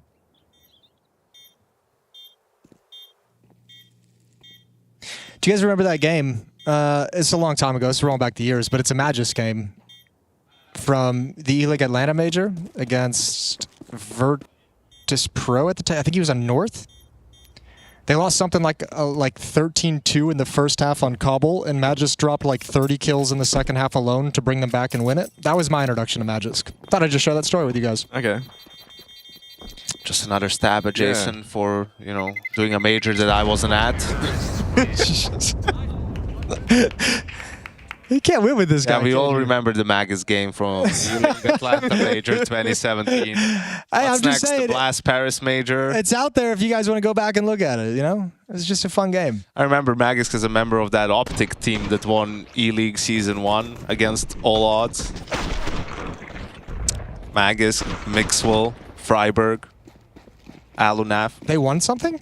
They won E-League Season 1. Maybe Tarek was No, on they the didn't. team. That Yeah, was the American Optic that won Season 2. I think. Oh, here we go again. Deep dive. No, now we've challenged each other on air. This is not ideal. For you.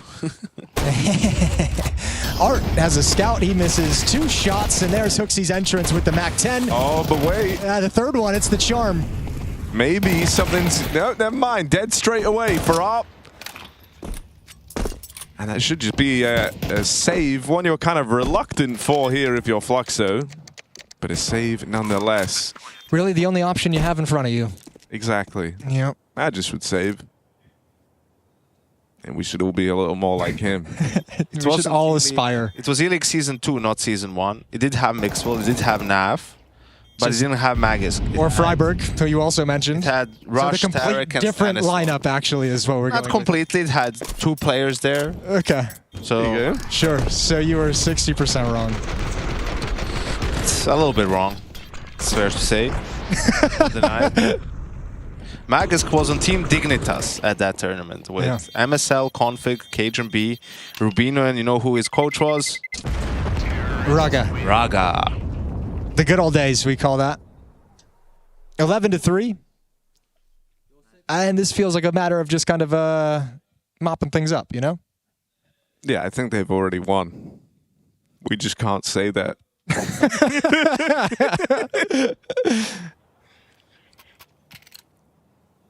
You know, what if we... I don't really know how other sports work. But in like boxing, isn't it the case that you have like like a panel who kind of, if the, not say if it's a tie, but if someone's like not knocked out or subdued in some way. By decision, yeah. Someone win by decision. Could we do that with CS? No, because we don't have ties. We just play until someone loses. Yeah. Also, we had that 12-0. Because we're real men. We don't just end all. It's 12 rounds, guys, I guess. It's over now. Boxing should be like a fight to the death. Or like, you have to take him. Dude, that would be sick, actually. Yeah, either... Because you would always get your money's worth. Not so much for the boxer, though. The only time I've watched it, I swear it's always ending in a draw. They like just dance around, stall it out. Hug at the end. Handshakes all around. And then it's like, Logan Paul won. Beat another 50-year-old retired boxer. As if that was the one you wanted to go with. Isn't it the other Paul? Maybe. This is recoverable with the low HP. To bring us back in. Oh, that 5-7 is brutal, and that's just about the round. Well, now that Magisk is dead, you know it's over. Get it step up. Dead to the Art MAC-10. One of the most feared weapons in Art's hands. And that's why you can't call the game, because now it's comeback time. Caster Curse. Harry does it again. I don't know if that's and again true. and again. No, dude, that ain't true. That ain't happening. you know. I don't know, they have money to buy Astralis, but it's not ideal. 2 Galils, 3 AKs. If they lose this one, 11-5, 11-6. The gap can close very quickly. Now Art's pushing underpass with an MP9 when he has 10k in the bank, and you don't know what's going on. That's a PTSD flashback for Yanko right there. Magis goes down in middle, and that ruins the whole tactic. They no longer have that lurk to cover the catwalk flank, to push up a little bit late to handle any defender straggling, so they have to bust things up Astralis and change the attack.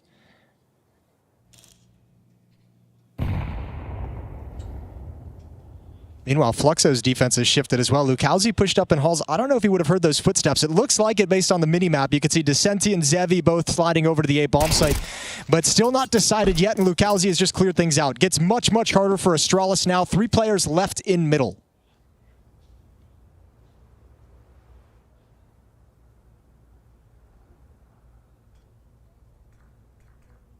I mean, that AWP is back over towards CT, and Descenti's here as well. And then you're aware of a player in Lukowski pushed up through Palace, so kind of making any headway here feels like this one's too far gone for Astralis. Damage would be great going into a save round, essentially. Going into a round where you have no money, getting a few kills, but only the one. Not enough from Stare, not enough from Astralis. So 11-5, Fluxo within 7, and they've got the economic control for the next few rounds. And what was Tacitus talking about in that the lobby with Chad, right, about their opening game? She's like, yeah, Astralis, they kind of play by the book, you know. I think that gives us some room to do our stuff, while someone like G2 might have disrespected us a little bit more. Listen, the way it started, you didn't have that impression. But now that we're getting into it, you know, it's most likely going to be 11-6. And now if you are being a little bit more aggressive, more disruptive, all of a sudden frustration starts to come in for Astralis, perhaps. You know, you were supposed to win this game a long time ago, the way it was going. And if it gets close, maybe that's the edge Fluxo needs. Yeah, when it starts slipping away. All right, Waterfall, they just want the bomb plant. That's all they care about. I don't think they'll get it. Zevi's going to be here. He's got an AWP, though. With the AWP in CT, yeah, it's you doable. Can try flood past this. You know, only one guy needs to live to plant that bomb. And it's Magis. Harry, give us a B-stream update. What's all the screaming and yelling and hollering? I'll have a look. There is a lot of screaming and hollering and hooting over there. Oh, interesting. What's happening here? Rooster tied up with G2. Oh, dear. That's good. 7-7, and now it's Rooster CT side overpass. Oh, that means Chad's probably having a good morning. Damn it. He's always having a good morning. He's such a happy person. And if you picked Mattis to be the MVP, you're having a dark day today. Only one guy needs to plant. Magisk. Ooh, not gonna happen. Device with a Glock. Oh, now with nothing. Oh, that's unfortunate. Okay. He's bought a knife to a nade fight, and he comes up short. Don't see that too often. Well, all right. I knew I should have picked TJP. I told you. I told all of you. Yeah, it's fair. You did. What does that mean? If Rooster win, let's just say they win a map. Does that... They're straight to stage 3. That's fair. I don't know. Just the first map. Actually, it does actually have some implications. If G2 don't go through to the next stage, it's a big issue in terms of keeping their position in stage. Are they in stage 3 right now or stage 2? They would get demoted a stage. Okay. That's actually pretty huge. But hang on a second. Astralis might finally break this Fluxo streak. They actually give Fluxo a taste of their own medicine with the playing towards A, but theirs is far more contact, less of a full exec.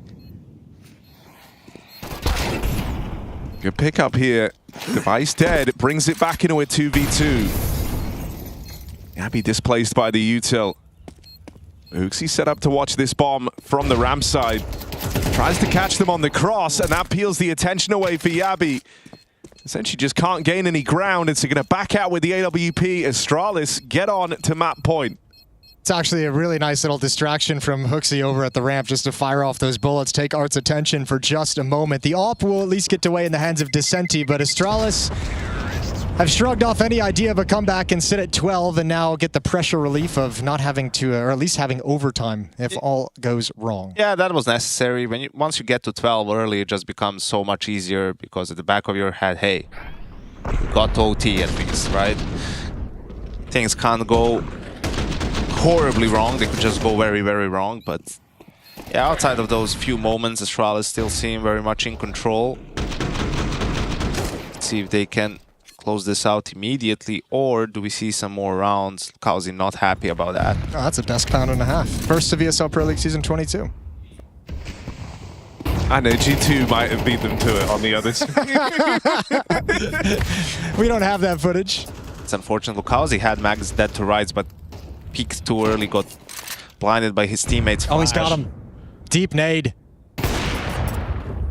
That's wild. He pulled out the nade there.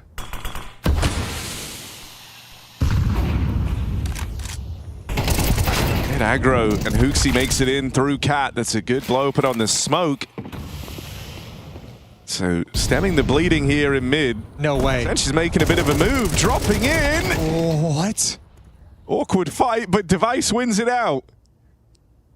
I can even almost forgive Device because you never expect that fight to fall into your lap quite literally. This scoreline either, right? Like the map point round, a dropout through the window. Lukazi's missed his timing on the flank. This is weird actually because he's probably like thinking he can gather information, but now he knows where nobody is. They think it's going to be a B finish because they haven't seen anyone go middle. They haven't seen anyone up con. They have the right read for the moment.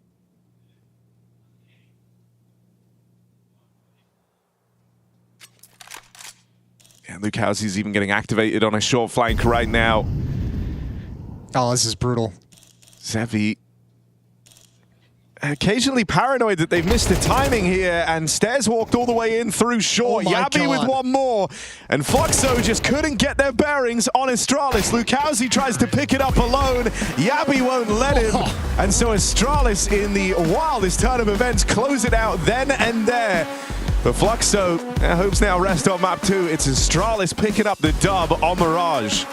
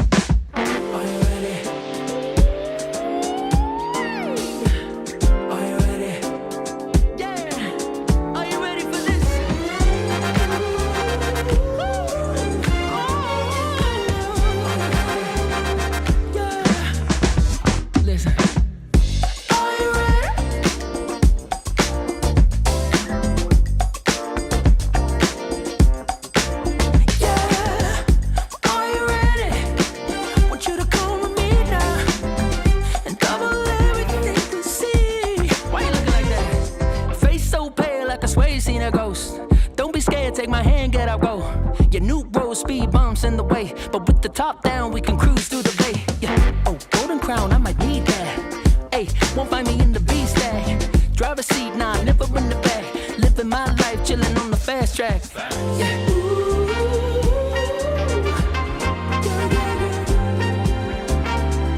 Feels like a bullet, better use me right.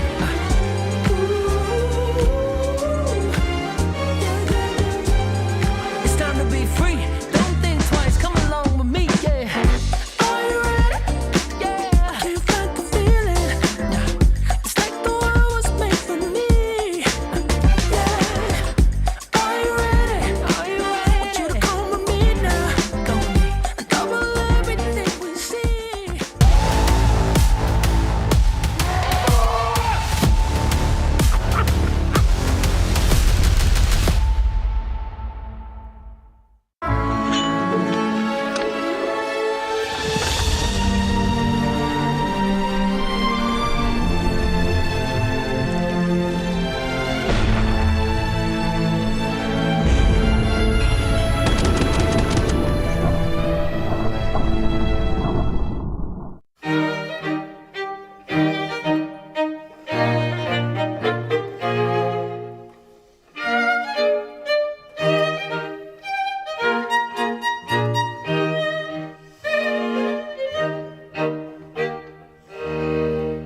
Something happens in our heads when we reach quarterfinals. Yeah, you should ask Mouse to borrow their fake stage.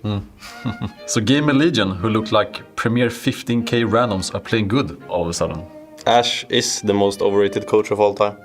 Bald fraud. Also, Thousands hair is gonna get him kicked. ESL TV needs to post another couple of articles about how amazing Ash is. Overpass, Nuke, and Inferno. I've never seen such a brainless veto from a team. CTR and Ash together don't equal an average human being. 3 rounds in, and GL has already lost 4v2, 3v2, 3v2. Damn. Unacceptable. How a professional Counter-Strike team doesn't know any flashes to set themselves up for kills. True.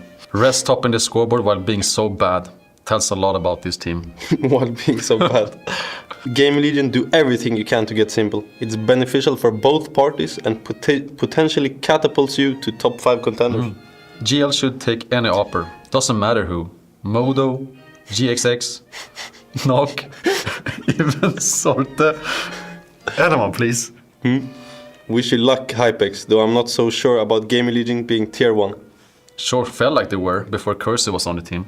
This is GL playing like a bad tier 2 team. God damn, I have to follow them again. They looked so good when I picked their enemy. Maybe if I pick them the next months, they manage to get down to tier 3. Yeah.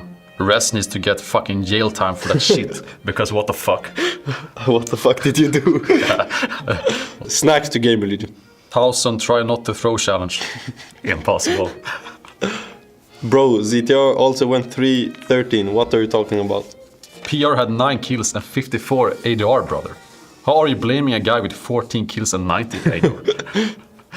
Nice try, 1000. You clearly didn't watch the game, Lamau. 1000 threw hard in the second half of Inferno. Hard. Yeah.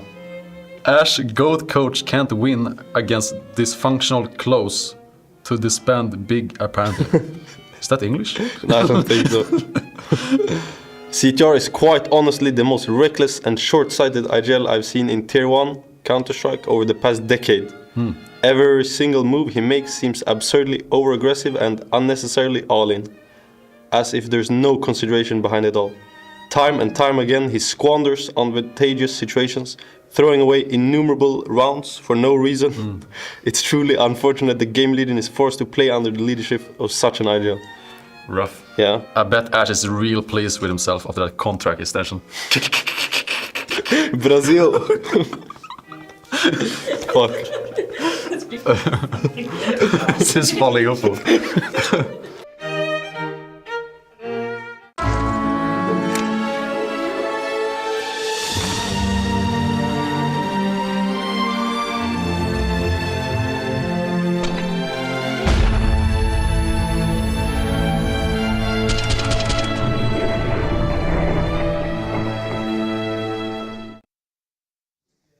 Fluxo, Tacitus, and what is in front of us is an Astralis. You guys have a big matchup here today to start ESL Pro League Season 22. So let's talk about Fluxo. How's it feel over there in the camp?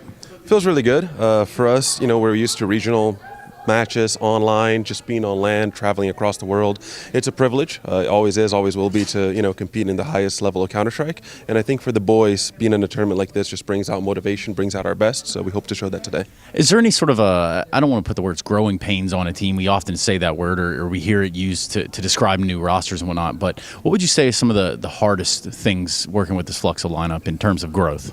I think we brought in 2 star players, right? Desenti and Lukauzi from Imperial and MIBR respectively. And when you bring in 2 star players into a team that already has star players from a previous roster, you kind of have to balance out the roles.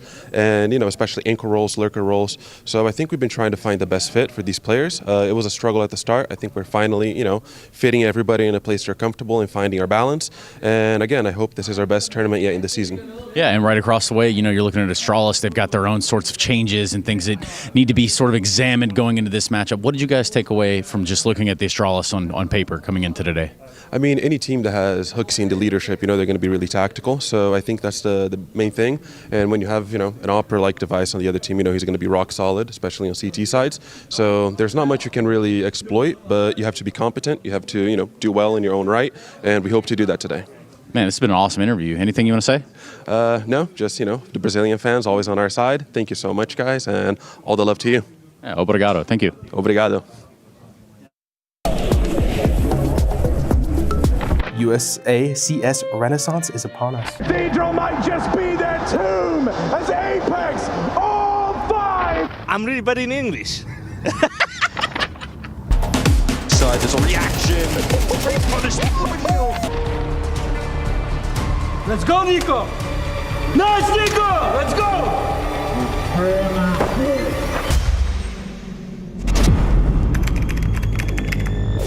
Out there in the wild, the city never sleeps. Both teams with their reasons to fight tooth and nail to take that one step closer to the trophy. But this series was no sprint. We are so back.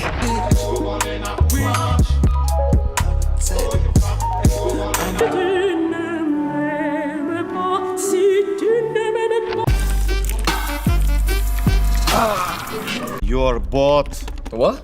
I told you before, you're fucking bot. Hashtag remove this update.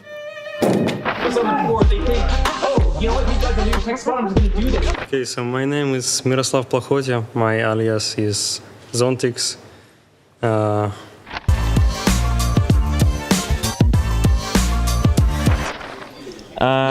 Let's see. Good answer. What a professional. What a professional.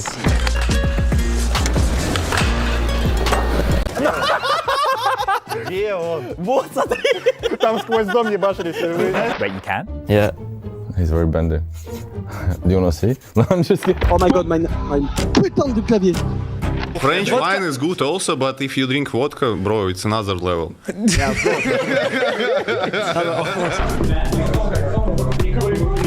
Jim.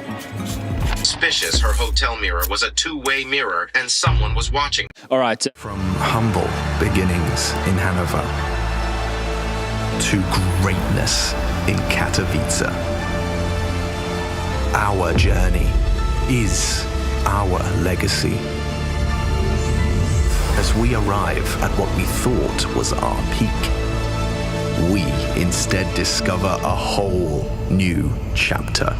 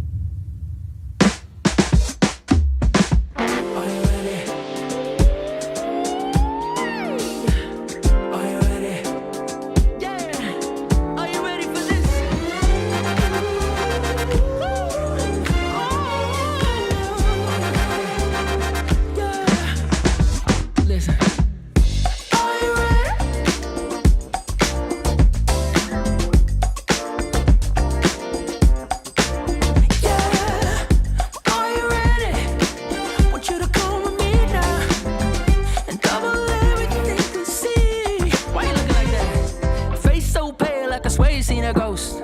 Don't be scared, take my hand, get out, go. Your new road, speed bumps in the way. But with the top down, we can cruise through the bay. Yeah. Oh, golden crown, I might need that. Hey, won't find me in the B stack. Driver's seat, nah, never in the back. Living my life, chilling on the fast track. Yeah.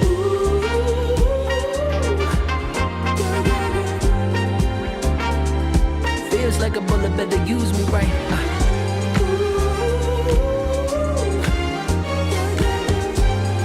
It's time to be free. Don't think twice. Come along with me, yeah. Are you ready? Yeah. I can't fight the feeling. It's like the world was made for me. Yeah. Are you ready? Are you ready? Want you to come with me now. Come with me. And double everything we see.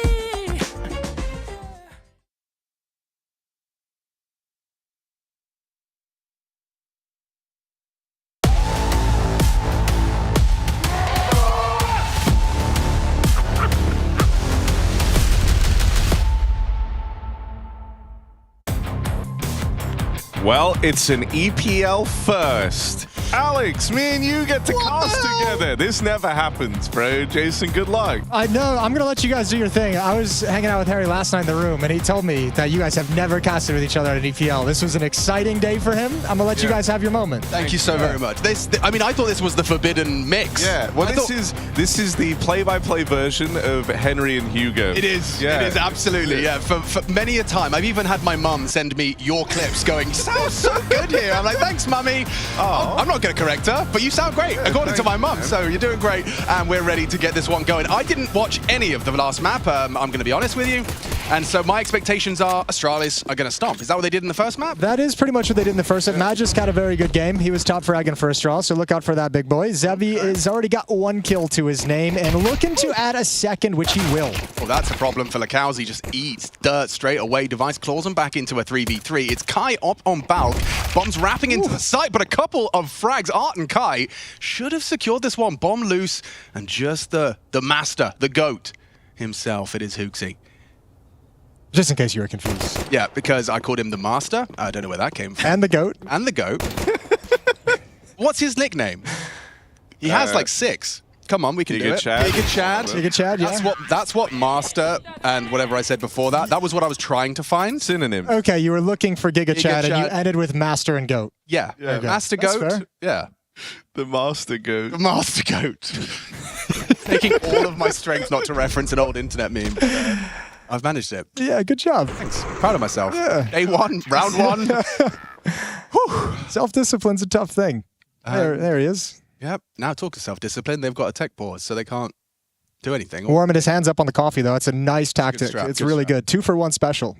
Yeah. When we eventually go on that hike that we talk about, Jason. All the time, yeah. Yeah, we keep talking about it. Eventually we're going to go on it, and Harry's going to come with. I would like that. He's big into his rucking right now. I am. Are you? Yeah. Into some rucking. I got into rucking for a bit. Have you rucked before? I've rucked before, yeah. Yeah. Do you remember when you first rucked? Yeah. Never forget your first ruck. You know, because it was quite recently for you. Yeah, bro. But like you, I don't know. The thing is, because I like did the classic where I was like, oh, it's a weighted bag. I'll get something really heavy, like naturally. But actually, like you should start lower and work up. It builds up over time, doesn't it? Yeah. I just hurt myself. The first like month of doing it, I was like, oh, this is. But now it's really fun. So it is essentially kind of what Americans would refer to as hiking with additional weight. Yeah. Yeah. And I mean, it's good, man. It works. And like, don't ever travel around the world with weights. What was that? Sorry, don't travel around the world with weights. So it's like explosives. Lighters are bad. Yeah. Weights. There's not explicitly any rules against it, but airline staff don't believe that. When they find a dumbbell just in your suitcase, covered in clothes and socks. I had a very nice. Is a word. Yeah. Here we go. German airline guy tell me that I can't, and I said, where does it say that? And he said, I'm saying that you can't. That's very judgmental. Did you have a response to that? Because that's a good line. No. And then I said, okay, I guess I'll throw it out. And then he said, no, you can't do that. And then I said, well, what am I supposed to do? But now we're at an impasse. Yeah, because I have a flight. Okay, guys, this needs to be talked about. They just took a genuine 20 seconds to do what I think was attempted to be a silent boost, but made a lot of noise. Okay. And they invested their money into this one, so maybe Astralis' Forced by Woes could begin. Haven't set themselves up for success. Looks like this is a little set piece here. Let's see if they've been in the lab. What we got, like a little Tech 90 app split through boiler? Not a lot of bodies and apps, and none of them really close to any kind of an attack position. It feels no posturing for the pounce. Yeah. Now that smoke fades, they make a move. Harry would get this one every time. Oh, this is a nice fight for the Deagle. Like you're fighting sight as well, like that library line. Yeah. Yeah, I have a good feeling about Yabi here. Oof. He's also lobbing in flashes, so everyone else on the Tech 9s plays first. It's Device, who we should have been keeping an eye on. His Tech 9 makes it interesting, but only for a moment here. Magisk, now towards the spawn side, had a great opening map here in the Astralis jersey. Won't be able to do it here in the 1-on-3. I'm hearing whispers that the UMP is better than the MP9. Have you? I've been hearing this. I feel like I've been hearing that like in and out for like the past 2 years, though. Well, the MP9 did get like a categorical It did get a slap. nerf, yeah. It does feel it's significantly worse. But I don't know, like you still get that kill that you need with the MP9, right? Just running, strafing, spraying. Yeah, it's reliable. I think if you've got the put some aim, trust in it. like if you've got the crosshair and the aim, I think you could probably the UMP like little burst is probably more. I think the UMP is probably really nice to have against like armored weapons in like the next round. You know, like it gives you a little bit more juice in that kind of a fight. The real GOAT SMG is the MP7. Yeah. But because it's slightly more money, no one wants to buy it. Yeah, it's like a But it's spoke. like good in mid-range fights, and that's where none of the other SMGs. And it has the easiest spray pattern. It's like the Krieg spray pattern, but smaller. It's just like a drag to the left. So I hope we get some more MP7 gameplay. Yeah, yeah. Nertz is representing. Nertz is a big MP7 user. Yeah. And that's going great over there, so. Yeah, it's gone really well. So you should certainly buy all your MP7s. Yep. Yeah. I miss JL. He was buying the MP5 for a while. He did. He was really championing the cause of the MP5. I think the MP5 would be used more if it didn't sound so gross. UMP, let's see it shine. 2 for ARP. It's fine. Magisk AK though, he has got a way into this site. Zevi under scrutiny, clean for the first, but it's a nice jump in. Needed the second, hang on. Bomb goes down, plenty of time to set himself up. Yeah, winnable 1v2 as well. How does Magisk want to play it? Does he want to get aggressive and try and pick one off, or is he just going to sit back and wait? Gets himself in behind backside. Chance at a 1v1 there. Gets the lineup. It's real close for Magisk. He even sits back in his chair. He knows he could have won that. They lined up for him out towards the spawn. They really did. I thought it was going to be like that Alexi B moment. We saw some similar position, just like 2-in-1 spray. Really close to going wrong. Nice try from Magisk, but 3-0 scoreline. Fluxo, they're starting strong on map 2. Yeah, but that hurts a lot in terms of economy when you think 3 kills in the previous round with the Tech 9s. Now you get 4 in this round. Their money's already on the verge of being broken. So Astralis have set themselves up nicely going into this first gun round. AK-47's being picked up. Galil on Hooksy for the utility. For Fluxo, you've invested pretty much everything. Only 1 rifle saved forward, so Lukowski gets extra cash in the bank. But a critical round of Fluxo want to keep up the economic lead they have.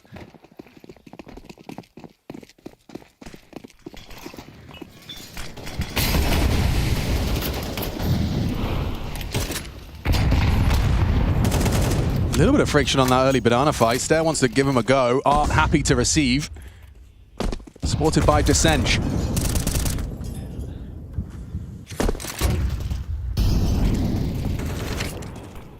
Astralis are really looking for this banana control, battling through that early wave of util. And they're moving pretty quickly here. A little gimmicky boost. Ooh. Everyone's fumbling their movement right now. Now blocked. Okay, so looking a little rusty on Inferno to start things out. Astralis, it is their map pick. Opening kill for Device as Art goes down, challenging behind the smoke. That's going to bring over Zevi in the rotation and support. Towards the other side of the map, Astralis starts to turn their gaze. Yabi holding on towards Halls, going to call the team back, but Kai in a tough position. I mean, he is backing himself, and his aim and the placement of the crosshair bang on. A quick click. Magisk dead and traded. Yabi, an important clawback. Should be into the A site now. Just that one man on site. Lukowski slips into sight just in time. Yeah, here's the footsteps, but he's got a lot to do here. Teammates caught by the util, and Device never even gives him a chance. Spam connects, and that's enough to win the round for Astralis. The guns come out, and they get on the board early. Rocking hell. That's what it was for you, I imagine, when you first started. Yes. I did an hour of cardio for probably the first time in 20 years. How was that? What was that? I thought I was going to die. I played some paddle. Okay, sure. It's quite a small court. You're not doing much running, but I thought like maybe 3 or 4 times I was going to die. Yeah. Just, like squatted down, like struggling to breathe. And I realized I should probably move my body more than once every 20 years. Yeah, it's probably a good idea. Like once every 10, I got to get you guys on the golf course grind. There's no exercising. Golf is so... No, you just sit in a car and... No, you walk the course, bro. You walk the course. Yeah, what about the yeah, buggies? yeah. Is that like an American thing? Well, like sometimes we'll get them. Oh. It's a treat. A treat. Like... Also, I think walking the course get is your better. steps in. Exactly. You're getting the all steps day in. You're out outside. there, dude. Like I'd love to. Like 40 quid, but you're out all day. Yeah, valid. Like 5-6 hours sometimes. Yeah. Have some bevs with the boys. Some bevs after and during. Yeah, lovely. And most important. I mean, I understand that like once you get to our kind of age, that's when golf does start to have the appeal because it is. I'm not gonna lie, it's just hard to make time to see your people. Everyone's so busy, everyone's doing things. But like, hey, every Saturday we're gonna go to the green area and drink some beers and talk. That's pretty valid. Or go to the green area of Ancient and play some Counter-Strike with the boys. Who That needs works. golf? You're right. Yeah, who needs it? New Ancient. I can't have a cigar while I play Counter. Yes, you can, Harry. Don't let anyone tell you otherwise. Art, getting a little bit aggressive, is going to find the opening kill onto Hooksy. Good start here. And things slow down after that as Banana still in the control of Fluxo's defense. Not a single HE, so Art's going to be allowed to get away from the potential shrapnel. Top Banana. That smoke won't last forever, though, on half. Well, the question is, do you want to be fighting for Top Banana, or have you done enough? As far as util goes, the CT stretched thin. 2 smokes is all they have in a full 60 seconds for Astralis to just pull these teeth, pull these defenders out of position. Sure, you got a man advantage, but how much can you leverage that? Look how passive Fluxo's playing. 2 players in CT spawn seemed a little confused about where they wanted to lean to. I think Art may be trying to swap positions because of his low HP. Lukowski's going to end up coming over, but no more utility. So this hit is dangerous, and it's underway. Flash. Here it comes. Art, hopefully, looking to get something out of the low HP, and does. Magis caught 2 committing in. Yabi and Magis, Device spamming the smoke. Yabi trying to hold on to the coffins, push in the smoke, gets through. I like that play, actually reveals his presence. Will slow them down on this retake. 4 versus 2. You can actually still win this. This is still very, very doable for Astralis. Big fight is going to be Kai on this flank coming up Banana against Device with low HP. Had a tiny bit of time to try and get comfortable here, did Astralis, but there's an awkward timing out of Device. Yabi cut down, and the 2-on-4 won't come through for Astralis. Fluxo stick the landing on it. Going slow into that retake. They give some time there to the backstab up through Banana, and they move in together, just playing a numbers game. Got to give my respect to Art. I mean, getting the output of the second there was really, really impressive after contributing with the opening. You saw him fight this half-wall fight, just jumping around, doing Art's things. You know, he gets the info on that double jump and picks himself up an opener. Not only that, swinging out on that supportive flash from the coffin side. You can see Lukowski, I mean, just pre-bloom, moving a step too soon. And it does work out nicely for Fluxo's 4th. Yeah, and that's a big kill. If Stair doesn't go down there, he might be able to take over the bomb site, maybe able to get some extra space for the post plant. That's a really good find from Lukowski. That was a very winnable 2v4, you were right, yeah.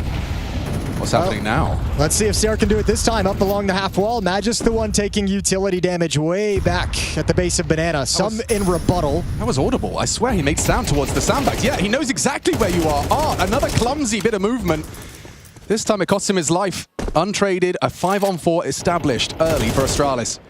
Feels like Astralis is super happy to open up these rounds this way. And Hooksy, after last round loss and losing the opening engagement in Banana, was like, I don't really care. Still feel like this is the best option for us. Yeah, and I mean, it's obviously, you know, you gotta take some CT aggressions. You need info, you need map control, but it's always going to be a luxury for the T side if they know, well, the fights are going to come. You know, they are going to make a move, and as long as we're ready to react, we're going to get the fights we need. We're not just be sitting there with 30 seconds in a 5v5. Stair just spams Lukowski through a smoke. That's lovely. You'll take that, and it might even be a commitment behind it. At least they're implying as such. Molly missed, but it missed bad enough to know that it missed. Not ideal. This is, though, Stair just stampeding straight for a head-on collision. Jasench overlooked, and just like that, Fluxo's defense has been revealed. Just Zevi back and burning and cooked. What's your favorite on the Brazilian barbecue? You know, do you like the skewers? That's kind of all they do. It's just like big skewer, like kebabs that they walk. It's kind of like they walk around with kebabs in a way. Yeah, in a way. Alex has just done a whole thing. Yeah. I mean, I've went to Fogo de Chao a couple of times. Every time I've eaten too much too quick, and then everyone's like, "Oh, have you tried this?" And I'm like, "I don't think I can." The GOAT was like the GOAT establishment was when we were in Belo Horizonte going to Baby Beef, if you remember. Shout out to Baby Beef. That was the one, man. That was so good. In fact, take me back. Yeah, Belo Horizonte. That was a nice catch from Step. In fact, what's that? Yeah, he's second and third frags, and they are round defining for Astralis' second. I'll be happy with that. What's your read on the Astralis? I mean, it definitely feels good to see the return of Hooksy to the ranks. It makes a lot more sense than cosplaying IGLs. I think it'll be interesting to see how this Magis thing plays out, because I think what it's toward the end of the major is technically when it's kind of like it was announced as sort of a temporary. So he is thing. a sub. Stown took some time away from the game. Yeah, that's kind of the theory. But I mean, like, look, if you play well, like if you let's say you just win an event. I mean, Device had his most success with him by his side, right? And you'd already seen a little bit of like Stair taking some of Stown's more active and playmaking roles already. So like, I don't know. There's some weird conversations that Astralis might have down the road. But that's if things are going well, which they'd be happy to have those conversations at that point. Yeah, I think it's like with Stown, you can argue he has a high ceiling or whatever, but the consistency was just never there, right? And what is this? Yeah, I don't know what I'm watching. But hey, you won the banana fight. You won the round, Astralis. Good job. Ugh. Yeah, it's like with Stown, there was just never really like that consistency, right? And the one thing you could say about Stair is even though maybe he doesn't like consistently have like the same high highs, he was just a more consistent player. The lows are higher, right? Yeah, exactly. You kind of knew the mileage you get out of him. I like that he got given more responsibility in amongst this. And now you bring in Magisk, who, as we were talking about in like map 1, so experienced, feels like a real safe pair of hands. You've kind of upped the floor of this Astralis squad a lot, which felt like their biggest pitfall at times. Well, because for a while, we were framing it as, like Yabi and Stown, they show up, they're going to be a real threat. These guys have got such talent. Yabi, it felt like for a moment, kind of was doing it on his own. Stair has managed to match the output. And I just think having a consistent presence, especially like a nice anchor CT, like Magisk is just... It doesn't matter if this is a playoff game or a first day of groups, he'll still be that consistent thorn in the enemy's side. He's going to be playing his life when he needs to. Those things, those decisions, those micro decisions that come, with time, with experience. I think for me, the big question is just like, where is the ceiling going to be? Like, how high can this? Like, are they lifting trophies? Like, I'm not so concerned with their floor. Like, yeah, they do kind of sometimes have some boneheaded losses. They also have some good wins at times. They're a little bit inconsistent and up and down in that sense. But I'm just like, at your best, what are we thinking here? Are you going to be contending for trophies, or is at your best, are you the team sitting like 5th, 6th? You're going to make a couple semifinals here and there, but you're never going to actually contend for anything. And that's what I'm curious about this Astralis is like, leading into the major for me is like, the major kind of sets with the time that you would have had with this roster, sets really, I think, how high you can go with this roster. Yeah, I mean, you can't just keep waiting. Bit of a fire lit beneath Yabi now, because he knows Dupree will just come in to replace him if it's true. He struggles. Yeah, he's like, oh, they're bringing all the boys back. Starts licking his lips.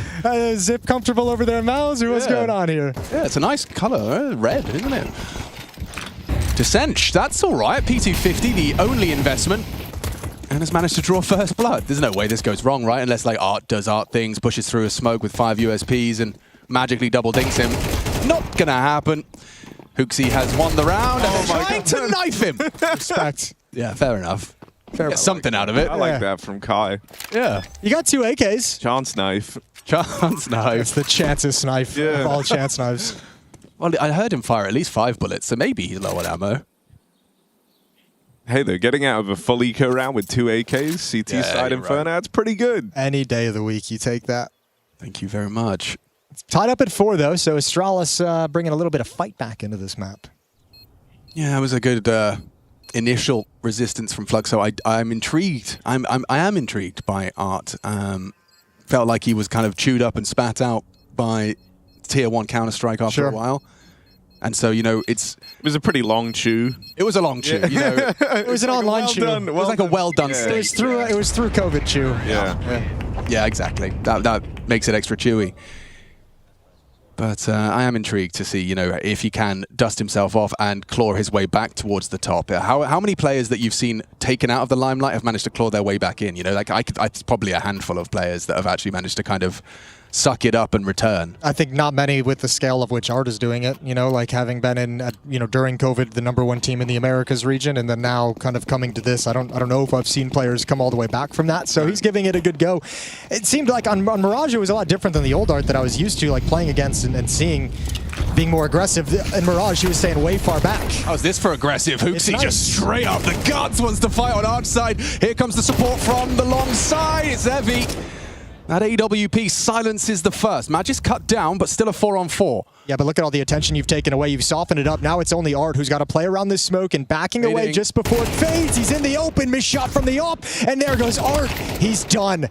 And Astralis with some aggression, a change of pace from Hooksy. They pick apart the map. Hello, Kai. I wonder now. I think Kai suddenly wants to give this a go, and they're still kind of hunting him here. This is info, such good info. Stead's saying he's coming CT if he's having a go. I know. Zevi Orb is quite tempting. Yeah, it's fair. And Zevi is at the top of the tables right now.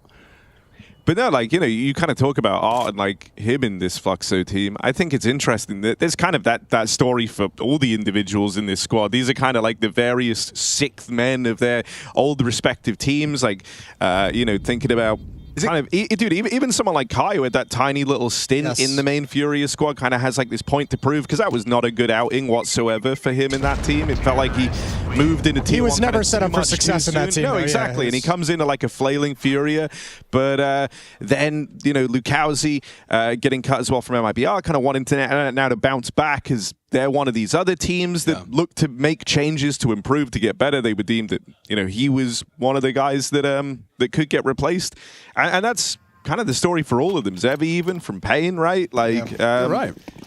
They're all in this position, and now they've banded together. So it is kind of a story. It would be a story of redemption for the Fluxo roster. Yeah.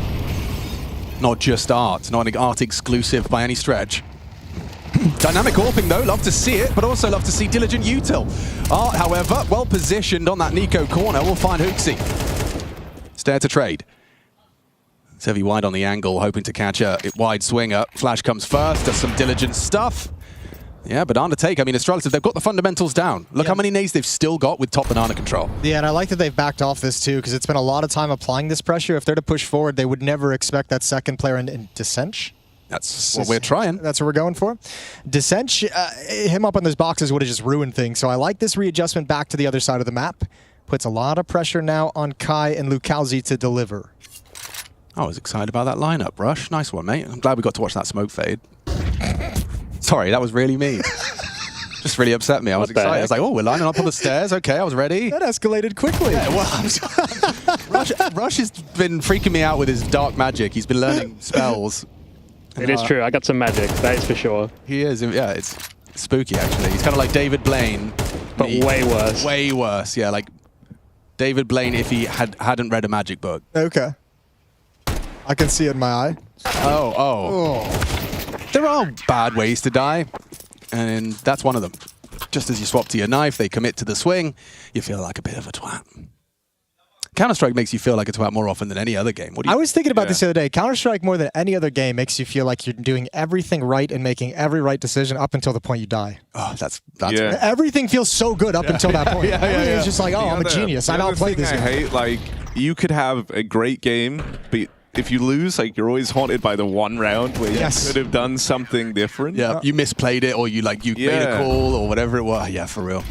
But that's why we keep coming back. And that's why these players are trying to claw their way back into this best of three. An opening game, Fluxo losing out on Mirage convincingly. That was their pick. This is Astralis' soil, and actually a more competitive game. See if they can end this half with a lead, though. This is a very telling round. Round 11, everyone's equipped, everyone's got the bells, whistles, and flashbangs. Starting to utilize that for that top banana control. Not been given away, though. Yeah, this late, both teams have played banana a little bit more passive. Fluxo not dedicating any players over towards sandbags, and Astralis not that typical barrage of utility and manpower we've seen thrown at the problem. So different approach is going to call a stalemate and bring this into the mid-round stages and a 5-on-5. Plenty of utility for both teams. And just now, Hooksy in tandem with Magis gaining brackets control. So they've applied pressure to the B bomb site, forced a rotation of that third player. Now they've taken brackets where they can exploit that rotation because Rap side is wide open as Kai slides over to try and cover it. Here's the hit. Util lobbed in. Kai going to try and stifle them with his smoke of his own, and that poses a bit of a problem to Astralis. I can't believe how long Lucalzi's staying at B. Yeah, they're all very stubborn. Nice catch from Zevi. Don't know if the smoke covered him on the cross short side. Kai and Zevi, this two-man hold of A. Astralis ramming their way in eventually. It's Magisk and Yabi to pull down the defenders. Should see the bomb go down for Astralis. Still a numbers disadvantage and setting up this post plant. Pit seems like a valuable asset, going to be occupied by Magisk. Lucalzi's got Molotov, HE, and Flashbang. Art has a flash as well, so they've got some utility to put into place. Lucalzi's going to be mauling the back of the bomb site. And here we go. Okay, that limits some options, makes the clears a little easier. Magisk forced to reposition. He's played this very well, but they find him. It's just Yabi on site. What's he got? 2 of the 3! Just 1 to go! Lucalzi chasing him down, and Yabi can't hold on. Comes down to the wire, just enough HP. 18 left for Lucalzi. Fluxo takes 6. Oh, that's a really hard-fought retake. Nice try. I think Magisk made the mistake there, going into the open. Like I feel like he didn't need to make that. Was he forced that wide? Not that wide. No, he wasn't. I think he wanted to cover the player coming into small pit so that Yabi wouldn't have to be concerned about that. But he took a little too long getting into the actual, some kind of cover to protect yourself. Very nice attempt from Yabi, but that gives Fluxo 6 a chance to take a 2-round lead into the second half as a timeout is called.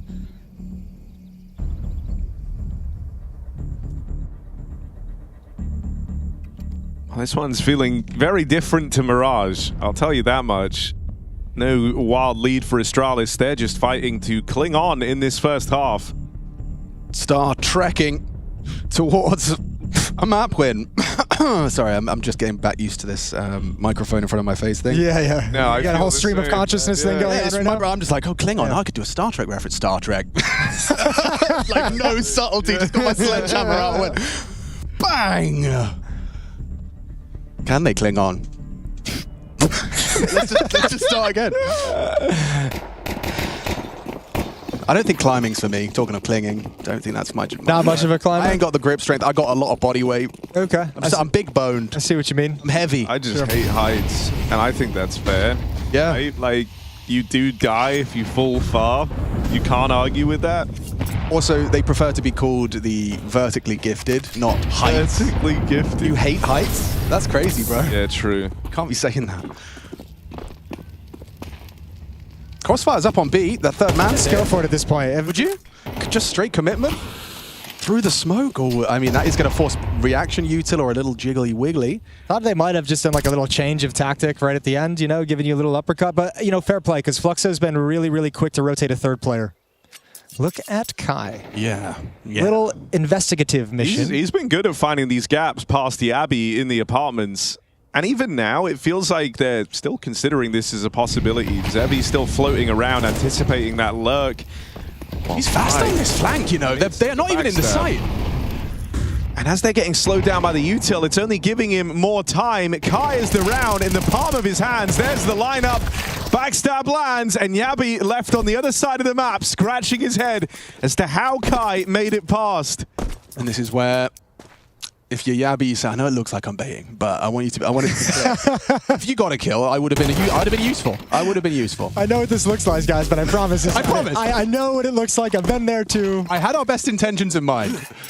He did walk past me. Yes, he must have. Oh, no. Don't do it to him. Oh, not with 15 seconds. Yabster, he's got 9 bullets in the M4. He's got 5 seconds to find a kill. Zevi locks it in. 7-5. We'll be right back. Grab a drink. Pro League's only just getting started.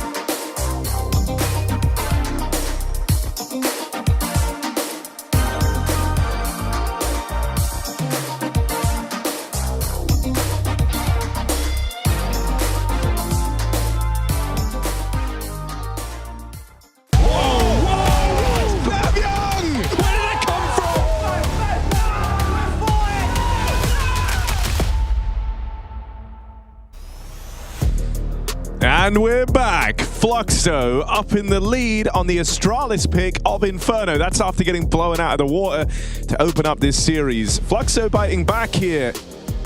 And they put together a decent looking CT side. The revenge of Kai.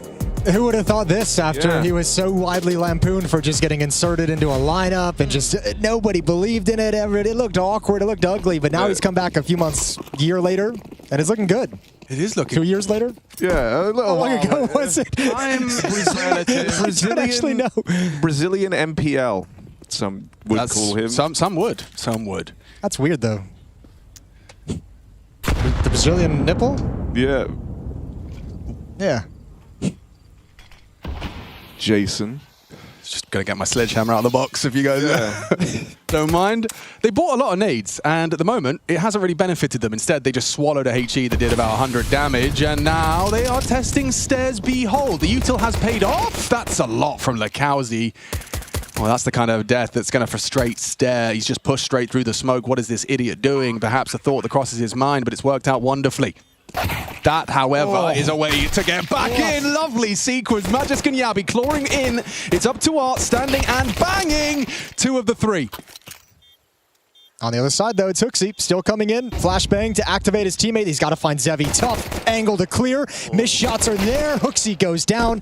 And Magisk, you got nothing left to do and no time with which to do it. And he's looking sharp as well. He's hit a couple of great headshots on that USP, and a third asking too much as he flips around, turns face into his demise. 5-8. You guys want to play some CS later? I do. Yes. I would. I finally have my luggage. Yes. So I can play now. Okay, that's exciting. All right, meet us in the matchmaking servers. Yes. Queue up around whenever we get home. I want to face it bad, man. Okay, it depends on the FPS. I've been... Can we do a day of matchmaking to get back into the groove of things? Yeah. And Jason needs to remember, relearn that 4 smokes that he learns every time we start an event. I still know one of them. Oh, good. I still know one. I've got a head start. That's good. I've been taking an Unk-like approach to CS, like positioning-based kills. You know, where it's not about aim. I'm just getting behind them. I too have realized that it's actually, it really benefits me to not take ego challenges every round. Yeah. Where's the fun in that, though? Well, because you know how there's this percentage, as they be talking about playing the percentages, many a death segment. Sure, you know, Astralis, that was the team. Do our death segments swing out in your head as you're making decisions? Well, I look at it, I go, there's probably a 50-50 chance I win or lose this fight. And there are some fights where it's much more like 80-20. I think I'm going to try and just find as many of them as I can. Sure. Fluxo have found a way back into the B site, and this one rather seamless as we babble. They've got quite a lead in this game now, 9-5, but you also have the economic advantage. This round is a full investment for Astralis, so now they've got really nothing to play with in the next round. Actually, Fluxo have a really strong commanding lead here on Inferno. This could go 3. What was the third? Nuke. Oh, yes, please. Art on Nuke. That was some of my favorite Art moments. Some of my least favorite. Yep. Well, that's because I get to talk about it and you have to analyze it. All right, guys, how do we make a plan against Art? Oh, well, what's he like to do? Oh, he basically just jumps through 3 smokes with 5 flashbangs with a MAC-10. Oh, so as long as your yard player watches 6 Art demos, you're fine. So just be ready for a push through every smoke and every door at all times. Yeah. Yeah, easy. And I think Art's Furia was the one that couldn't land a smoke wall for a couple of Yes, yes, it was. Yes. So that's fun. We'll see if they've tightened it up on We Fluxo. did have some pretty egregious missed smokes on Mirage already. True. Yeah, Miss Smokes. It is worth noting as well that this is not the current patch. We are going to be playing this on the previous, so the movement changes that were recently made are not in the game for us. Okay. Yeah, they changed some of the bunny hopping. You know how you can bunny hop, string together hops a bit better now? That's not currently here. So if anyone was expecting the players haven't realized that bunny hops are sick and you could use them on the pistol rounds and stuff like that, it's next tournament perhaps. Next one. Yeah.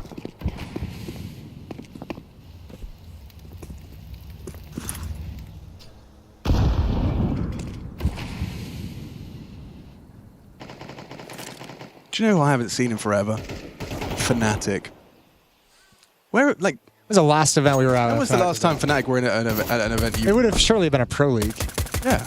I mean, I Could have been last Pro League? Were they in last Pro League? I don't think... I actually just cast them. Did you? Good for you. How is that? It was nice, Jambo, Cypher...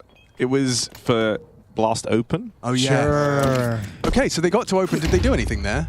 Yeah, they were actually good. They ended up a game shy of making the London run, I'm pretty certain. Shout out to M80. Yeah. I'm going to double check that. Yeah, they did. 1 game shy, losing to M80. But that's fine. M80 looked really good at that event and were like super switched on. They retired Electronic. Yeah, they did. They did kill VP. Which honestly, awesome. Dude, there's actually very few feelings better as a team than when you just destroy a lineup. Yeah. And you're like, we just beat them so bad that they just stopped. There's no coming back from that. No, like literally. You feel like such a badass. Well, because if you remember, while they were playing that event, they were also playing Dracula, and I think it was something like that. at the exact same time, and they won that. So they did that while they were grinding also away. doing Blast, trying to grind the VRS. How's Crims looking? He had some good games in there, bro. Yeah? It always felt like him and Blame F at first in Fnatic, like, had some crossover in terms of how they like to move and play, like... But that's largely ironed out. I actually really liked watching this Fnatic team. Cypher was also good in every game, apart from the one that mattered. Which is a shame. Yeah. That is a shame. He's still not recovered from Vertigo being removed. Oh, nice finish. Clean clear. 10 for Fluxo. Nuke looking increasingly likely. Astralis' Inferno has not necessarily filled us with confidence as to their map depth. No, it's not been the prettiest in the world, has it? I feel like they probably wanted that T side to be a lot more effective. They felt like they probably could have gotten way more rounds of the emphasis on Banana that they did. Couldn't quite get the success in production there. Stairs had a quiet game as well, who was taking point on a lot of those Banana fights on the T side as well. So some of that going in the direction of Art on defense. Yeah, I do. There was some good notes from like the Fluxo first half. I like that Art also wasn't like staking the whole round on fighting for Banana. I feel like that used to be one of the cruxes for him on Inferno. Full commitment. Yeah, right. Like there was way less to that. They'd play group. I also think Kai deserves a lot of credit for finding so many gaps past Yabby on these app slugs. Yabby barely did anything in the first half, and a lot of the times Kai got past him. Now the roles are reversed and Kai puffs up his chest, shows presence on brackets, and now goes asking potential questions of Device's long AWP. Won't be going there immediately. He has some support, and we have first blood. It's also second blood, I should say, as Art and Zevi in unison. You see Device peeking into the AWP. Well, Device felt like he had to take that peek because he wanted to get information because he's the guy who has to shift over to the B bomb site. So he wanted to at least make brackets were clear. But man, that timing right after a B defender goes down is just, it's obvious. Yeah. It's read very well by Zevi. It's exactly the kind of reaction you're hoping for. Of course, the credit to Art for the conversion, leading to that reaction.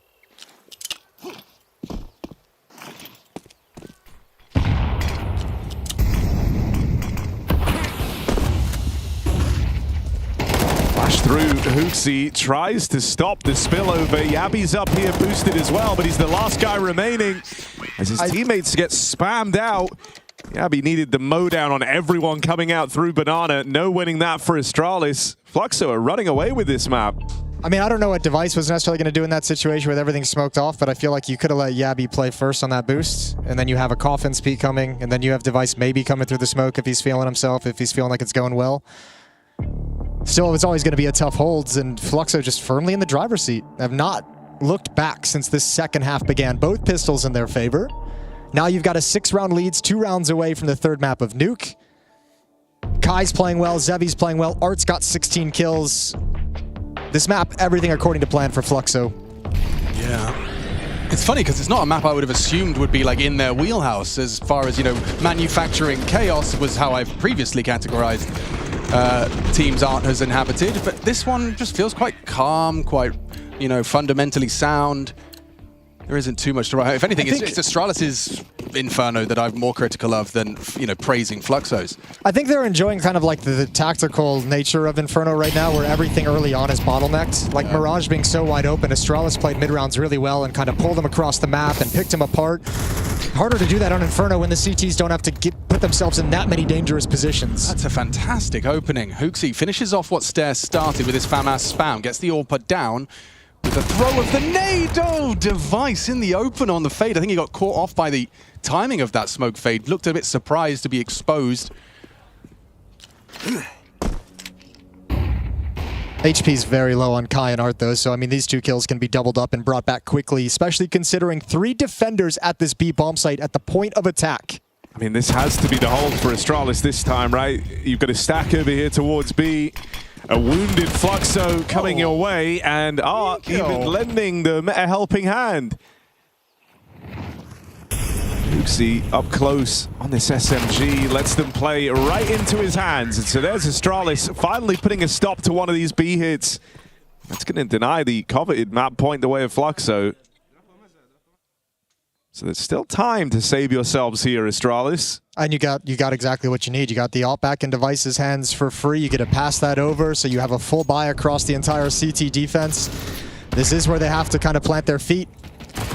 Claw this one back into contention. After this buy, Fluxo is out of money, so the opportunity is there for Astralis. The door is opened to stay in Inferno. Starting 3B. At Device AWP wants to try and find a cheeky pick at the start of things. Smokes and Protocol Util arrives. A second replenish of that smoke on barrels as they do silently boost Kai into apps. This could be a nasty fight for Yabi or a lot of space for Kai. Yabi's fallen away, so they will concede. It is just this now 3-man A defense. Huxi cheats back over as they block abs. Positioning Devices opt down Banana as the smoke clears as well. Bring that 4th rifle to defend this A bomb site. Things are looking good. Device has a smoke in his back pocket as well if he gets pressured. And Fluxo, it seemed like they considered the idea of back to Banana, but Art calls it off. It'll be a Hulls pop with Zevi and Art playing brackets. Still, it's another well-placed stack. Astralis ready for this exact move. 2 players with a pit crossfire. And Huxi even here as that 3rd piece to lend a helping hand. Becomes a bit of an awkward funnel out of the apartments for Fluxo. And this one stopped in its tracks. I mean, just the decision to call the defense to have Device as the op at Banana just wins this round blind. Even with the kill onto the pit player, you're just not ready for the next body. It's going to be there so quick with another crossfire setup. That's just a brutal call blindly into the defense.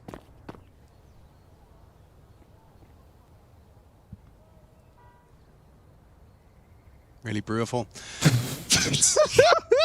Did I say the word wrong? Did I say the word wrong?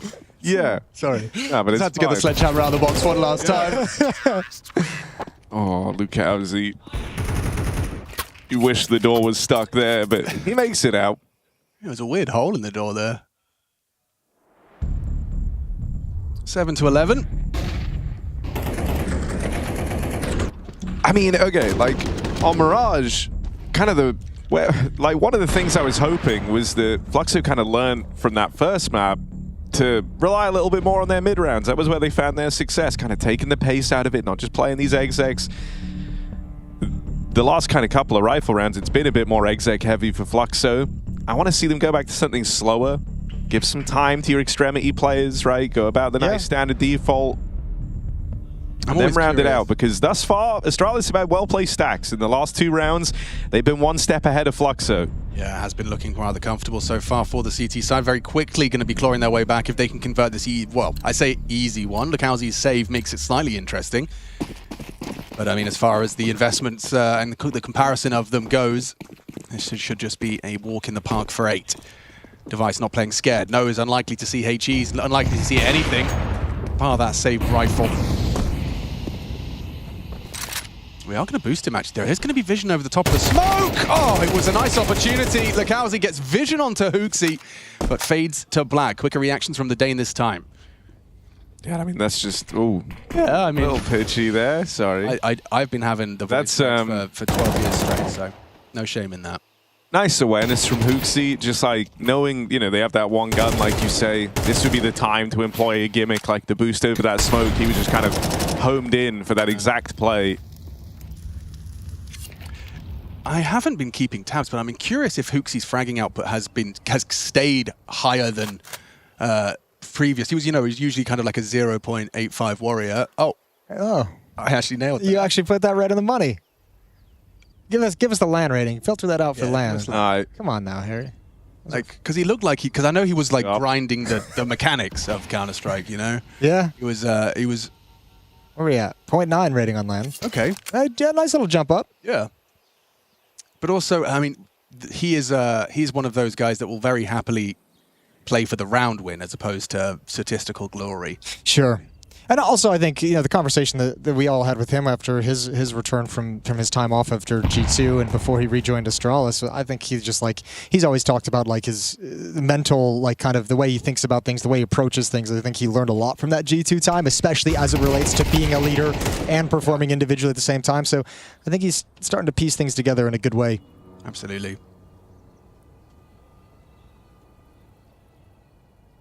Counter-terrorists win.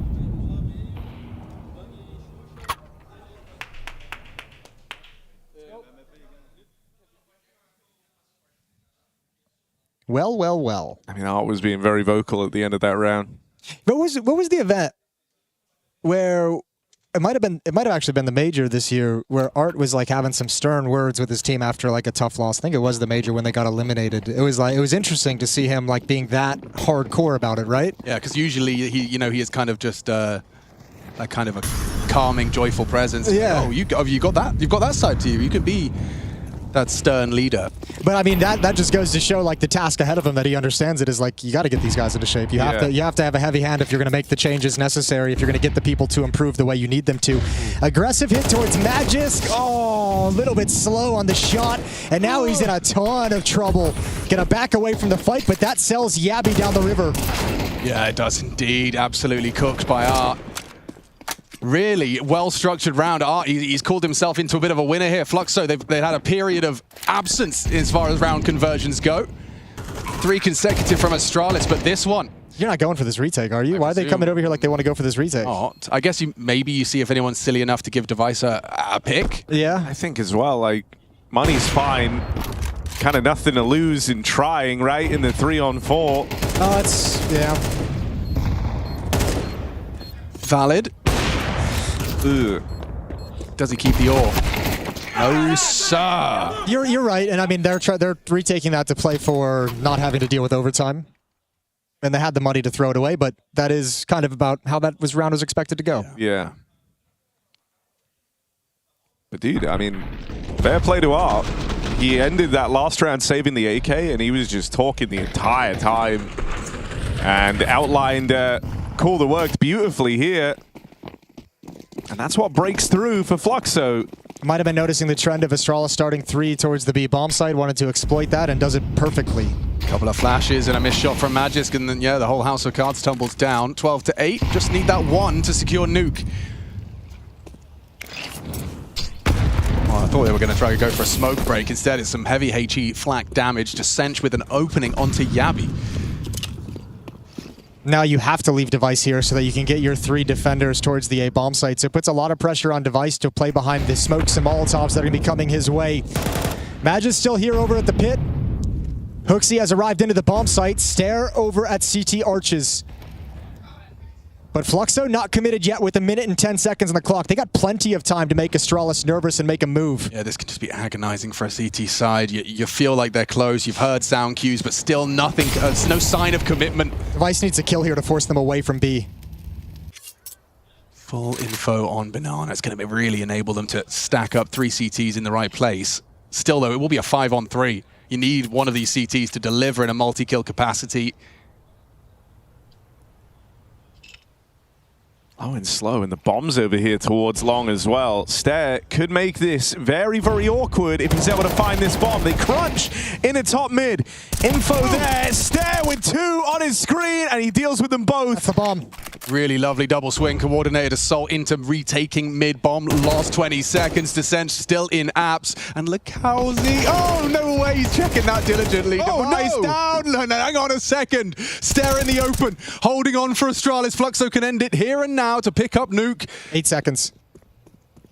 Oh, there was a moment of indecision there. They were going for the bomb, now they're going for the kill. They need this on Stare right now. And just by staying alive, he locks this one in. That was pandemonium for Fluxo. No, the music off. The game carries on. It was confusing. It was. Decent didn't leave apps. I don't know why. No, that's what I'm thinking. I think everything gets scrambled there because the Lukowski goes for the bomb, runs back, then goes for the bomb again, then runs back, and it's clear, like, you know, if you're doing that, there's a lot of confusion in the ranks. Desench never moves because he's waiting for Lukowski. It all happens so probably late. get all the dead players coming as well. That was baffling. I mean, Astralis do hold on, but just by the skin of their teeth.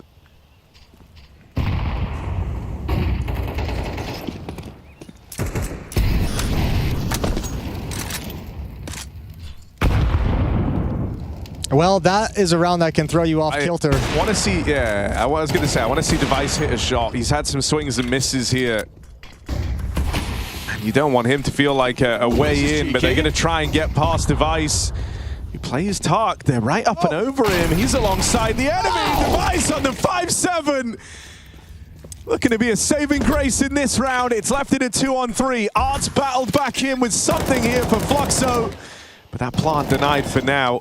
Yeah, but when this goes down, I mean, again, this B-bomb site really difficult to retake. You've got plenty of utility on the CTs to make it happen, but they're going to have to wait out some of these smokes still up in the choke point. So a great chance for Fluxo in a 2v3.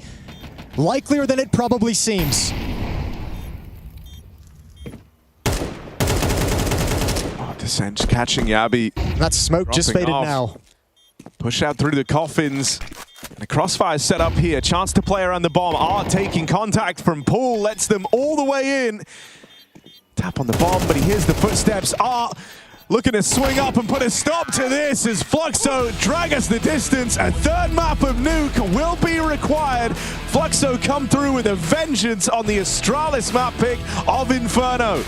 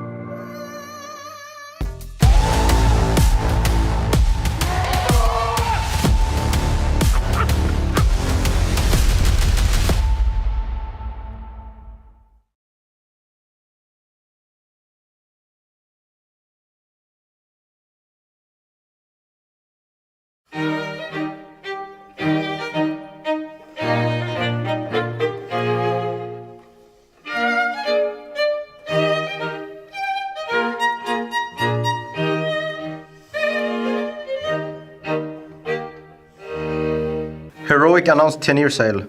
Can't you just stick to one roster, like chill the fuck out? After all, if there are no results, 10-year will have nothing to do in a week. Roster and will leave as soon as the opportunity arises. I miss the Danish Heroic led by Kadian, when it was actually a team with a desire to win events. Heroic management saw Atom plus Trash, minus Trash after 2 official and got ideas. LNC is still in team, so good luck being top 50 AGL. I hope that Heroic will be able to resolve this team crisis. I would not want to see another organization fade into obscurity for years. Their vitality of game legends. Zoomer a moment. Alcaran wants to show that I'm not mid. He was Alcaran. I know he wants to show himself, but he's just mid-level player now. I hope he will improve better himself. He is mid though. Probably even bad, to be honest. 4 months max. And what about Nilo's debut? Weren't his results even worse? Currently they are not qualified and they're not attending those small VRS lands. Did they just give up? Dog shit management. Keep selling every decent player you have and hope that substitutes will carry you. It's sad, really. Heroic could have been top 10 easily. They probably made more money than the major stickers by selling Tierney and some PayPal without even speaking about early year core transfer to Falcons. They need to go 3-0 in EPL Stage 1. Toby actually killed the team. Yeah, that's incredible, to be honest. No saw, no win. This youngster who showed a huge cock was dragged for Tierney for not throwing.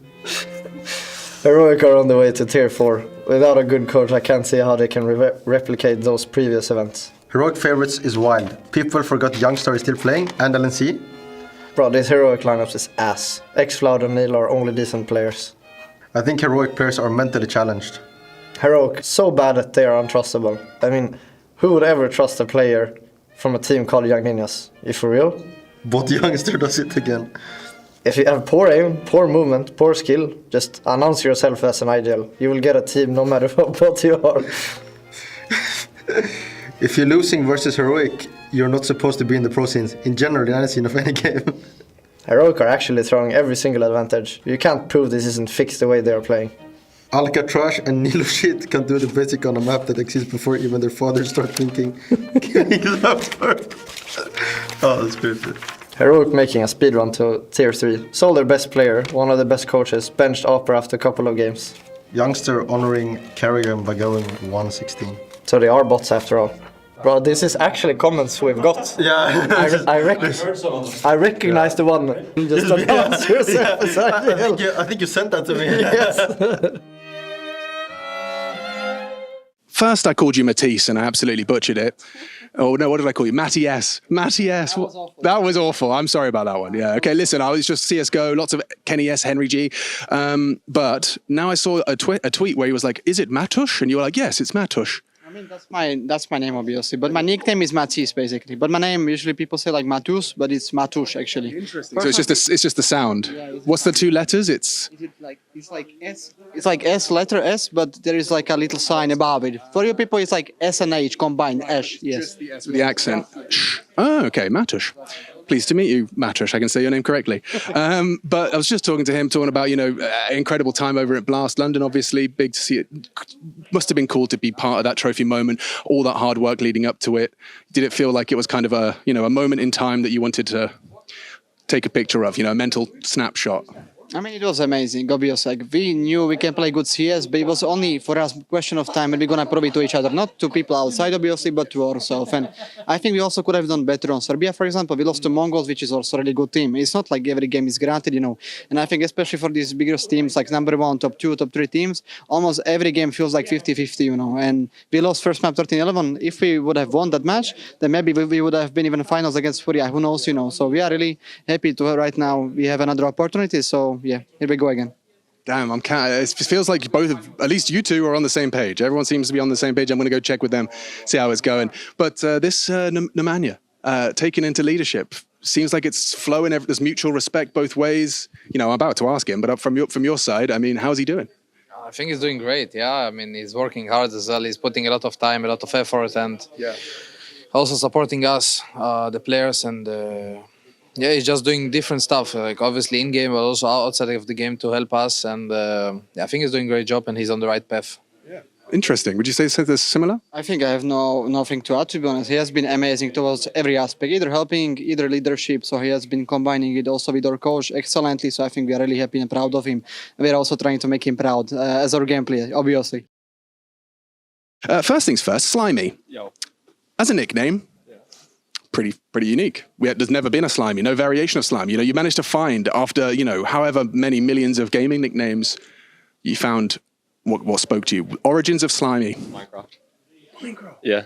Yo, you were like deep into you got deep into the Minecraft. Yeah? We're talking like those big servers where there's like thousands of players open. Yeah. School holidays, you know, just the vibe, stuff like that. Not a lot of Minecraft players moved over to CS, so no, yeah, that's actually probably why. Yeah. No, legitimately, like quite a unique like entrance path. Did you do any of the PvP? Like, yeah. So like that, you got into the kind of the shooting movement correlation, and then found CS and were like, oh, this is like this on crack. Yeah, basically. Interesting. A while ago though, like 8 years ago. No, I'm just catching up on the lore. Yeah, interesting. Okay, so moving into Counter-Strike, I just had a quick look at like your history of teams. Yeah. It had 3 teams listed on there. There was one at the start, which is escaping me. Your first like official HLTV team registered. What was it called? I think it was Kanga. Kanga. Yeah, that's it. Of course it was Kanga. So from Kanga to the Roosters, but it was a mind freak moment. Yeah. Very Australian of you. Yeah. Respect. Hanging out with the Rooster boys. How are you feeling about your ability to have impact with them in the matches? No, I think especially for me, I think I'm very confident in my ability. I think we all shoot really well. Yeah. Like genuinely, like I think a lot of people, when I was like, it's a bit of a brain rot region, but I feel like everyone like in the pogs, they all shoot amazing. So like if everyone here's on, we're on, and I think we're a very very smart team when we're on from a comm, and I think especially for myself, I think if we're all playing together, I will be shooting. Terry's over there, I'll be shooting. Yeah, just Terry shooting. TJ will be screaming. Yeah. Hopefully, definitely. Yeah. That's the game plan. Just tilt G2. Oh yeah. Yeah, of course. The tilt is a very real weapon, you know. As soon as you get in their heads, like, oh, we shouldn't be losing, and then suddenly they lose the next one, and then you usually, oh my god. Yeah, exactly. Yeah. Okay, so you're running with that. I like that a lot. What's going on? Who the fuck is it? You know, they're checking your profile. You know, that's like, who the fuck is it? Okay. So that's there's no doubt that heads will roll, but it is going to be that extra layer. TJP was talking about that little 1%, 2%, those little like, you know, these fractions of timings of I should have swung a second later, I should have called it out. Yeah, and it all starts with having good communication. Like, how would you say because not to generalize, but most of the people that shoot head the hardest tend to not talk very much. I think our upper level, our comms were really good. On the upper level, but that's when we're on the upper level. Yes. And I think when we lose games we shouldn't, it's because of our comms. But when we win games like upset games, it's because of our comms. Yeah. Okay. So now so a general metric for your success is going to be how tight are the comms on the day. Yeah. Interesting.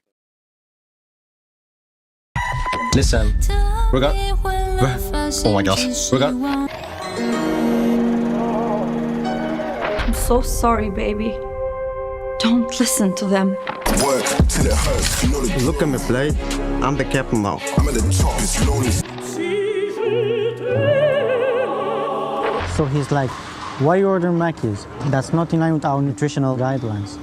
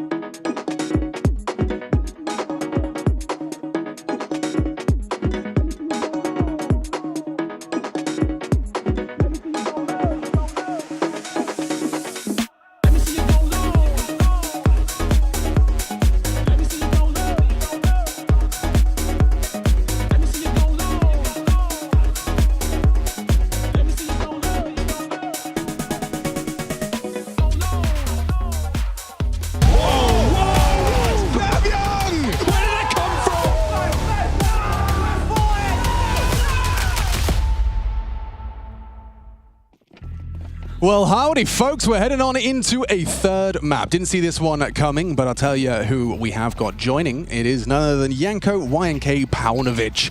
Usually find him on the analyst desk, but Pro League, we get to steal him here at the commentary booth. We've got 3 voices going to be filling your eardrums for this intense 2v2 knife round in the preceding nuke. Hey, who wins? It looks good for the CT side. Who was that? I actually wasn't paying attention. No, that's always the problem. It ends so quick. You I never can't read the name in the feed. Who gets the kill, but it's fine. I think Astralis, they're fist bumping, so I'm going to say they had they're starting T. I'm going to say Fluxo won that one.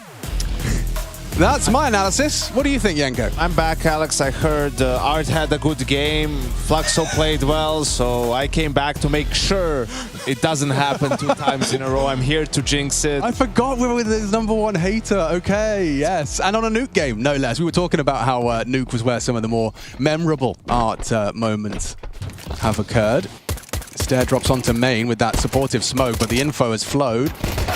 And that's a quick one from Zevi. Put down, nice into the top side. Yabi and Hooksy have pretty much opened up and closed down the first round of our third map. Descent with an opportunity. Julie's has to be instantaneous, but Magisk is even holding it. How diligent do you have to be? Lovely lobby setup. And Lakowski and Art trying to fight their way back in. Good tap onto the head of Magisk and announces his presence, but Device is committed to this fight. One quick click could put it all to bed. He's only got 18 points of health, and so it looks like Astralis' top site hit has been converted. You can definitely tell Alex hasn't casted for a while. He's so excited. What about a pistol round? I'm just kidding. I'm just happy to be here. Yeah, exactly. We had some time off for the first time this year. Yeah, I'm feeling a little bit of like, I don't know, what is this, joy? You sound fresh. Yeah, I'm feeling good. Fresh AF. I feel good. Meanwhile, Harry sounds super jaded. Like, no, doesn't want to be here whatsoever. No. I'm just from the luggage situation, and like you have your own clothes and your own toothbrush. And the bad. I have it now. Yeah, I have it now, and I have a third bed in my room. Like, is there wood I can touch? I think this has probably got some composite, but I have never. Oh. I have never not had my suitcase come around the belt. I crazy? Is that crazy? It is crazy. How often we've been traveling? Yeah, it is crazy. It's maybe the third time ever for me, and it was on a direct flight. That's mad. That's the mad mad I was part. at the airport for 5 hours. Right. So I arrived super early. I was really keen. So there is absolutely no explanation other than like some dude didn't drive your bag to the plane. Yeah, no, they told me when I was boarding the plane, they were like, just so you're aware, sir. We didn't like your bags luggage. are not on the plane. We heard you put dumbbells in your suitcase, and so we've done an extra 16 scans. Yeah. Here we go. Oh, it's very chaotic. Stair is burnt down in Magisk's molly, but still just kicking open the top site. This force buy from the CT side has fallen flat as a pancake. And, you know, we all know Hooksy. He loves a good A-pop, A-rush, whatever it is, upper bomb side to nuke. Even during his time in G2, that was one of the staples of their T side and hasn't changed in Astralis.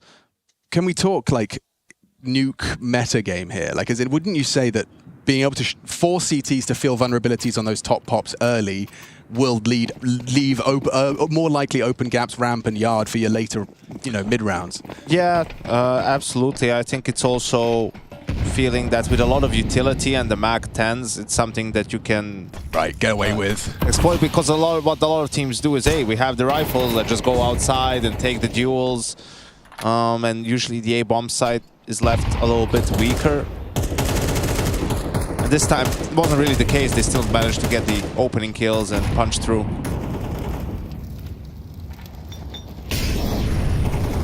But that's why Nuke is my favorite map. You just have so many options on the T side, right? You never feel cornered, never feel like, oh man, there's nothing we can do. Even with a half buy, even with a mixed buy, a hero AK. Yeah, which is, directly contrasting with, say, an Inferno, where sometimes there is nothing. The best thing to do is nothing. Whereas a nuke, there's always something. Well, would you disagree? I played versus a Finnish 5-stack in my day or so, and sometimes it does feel like there's nothing you can do on the team. Yeah, that's real. That's real. Very real. No, but that's just a bit. I agree. Yeah. I like nuke. This is a great map. And that's why it's not a popular map in PUGs, because you need to know a lot and you have a lot of options, but you need to be coordinated and people need to be on the same page. And you can't have that much coordination, you know, necessarily in a face-it pug. Harry, did you just say yeah at the same time as me, or was that just me? Wait, you said yeah as well? Yeah. Okay. Okay, that's that freaked me out, bro. I said yeah, and I was like, why did I sound like Harry? That was so crazy. Okay, that was you. Okay. That was you. It wasn't just like I did a perfect Harry impression. Yeah. A cool thing to have. Yeah. Yeah, you're an octave lower or something, I think. Yeah, only on that one word. Yeah. And then when I speak normally for a longer time, if it's just the word yeah, it is like I actually pitch like, down. and I don't want to give you an example of this, but I actually think I'm like, if I was good at singing, which I don't think I am, I think I'd be one of those like, you know, high voice. What's it called? Falsetto. Maybe not falsetto, but one below that. You're like giga high. I can go really high. Oh, okay. Yeah. Like I can do the helium voice. 3-0. It's time to get the guns back out, though. So let's do some musical stuff, man. Did you bring your mixing deck? Nope. Yeah, that's fair enough. But you know, there's ways around that. Yeah. We know enough podcasters, surely, to be able to track down a micro. A mic. It's all we need. Us. Jason, that's who I would ask. Jason's always got a microphone. He's gotten better with the technical stuff over the years. I'll say that. No, I watched him doing it the other night. And he's a whiz on the computer, that Jason kid. Sound like his parent. Oh, he's a real whiz, our boy. He's a real whiz on that computer. Think he even...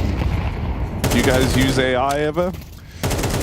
I've been trying to find use cases for it, and the best thing it's done so far is make an Excel spreadsheet for me. For my taxes. Yeah. Yo, that's like pasting stuff in, and it was like putting it into columns. That was nice. Saved me a lot of manual labor. I don't use it the way you use it, Harry. No. How do you use it, Harry? Mine's my biggest confidant, I think is how you say it. Yeah, all confident. I mean, yeah, I mean, it's very confident too. They tend to be. What a fantastic idea you've just had there. Yes, you should start your own religion. Oh.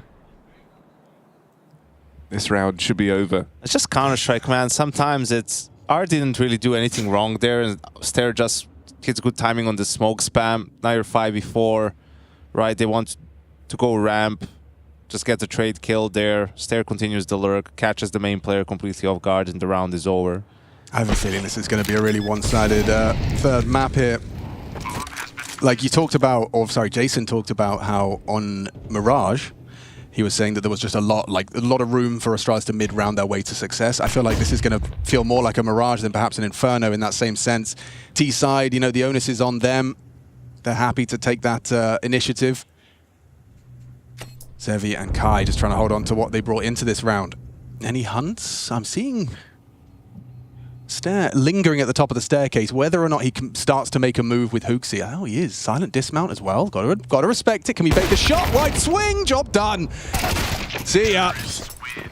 Hooksy's cracked, man. Yeah, man. He's been on the DMs every day. 1,000 kills. Play a DM, get a duck, go to the gym.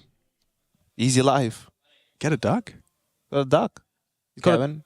You know about Kevin? I didn't know about Kevin. You don't follow Hooksy on Instagram, man? You don't know about Kevin? Hey. Yo, I'm going right now, actually. I'm checking this. I don't know if it's on his post, but it's on the stories. I've always wanted a duck. I had some, like... Because I've started following lots of homesteading accounts. So now recently I've seen that there's like a conversation that actually ducks are the better bird to have on your land. Chickens allowed, and duck manure is really good compost. That's the end of my duck segment. Homesteading is building homes in the wilderness? Just like as in more self-sustained, not just like a lawn, you know, you've got like your vegetables, your herbs. See, we all arrive at the castle in France eventually. We do.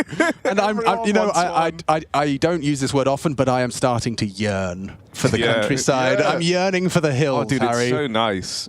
Like, if I go and lay in my garden at night, which I never do. No, but if you were to. If I did, I would have a great view of the night sky. Yeah. Because I'm in the middle of nowhere. And I don't ever lie in my hammock at night, but the stars in Malta, because there's not much light pollution, you really see the whole night sky. It's beautiful. If I ever did it, I'm sure it would be. Play games instead, obviously. Yeah, right. Yeah. That's what my night. Harry, weren't you telling me you were passed out in your garden the other night?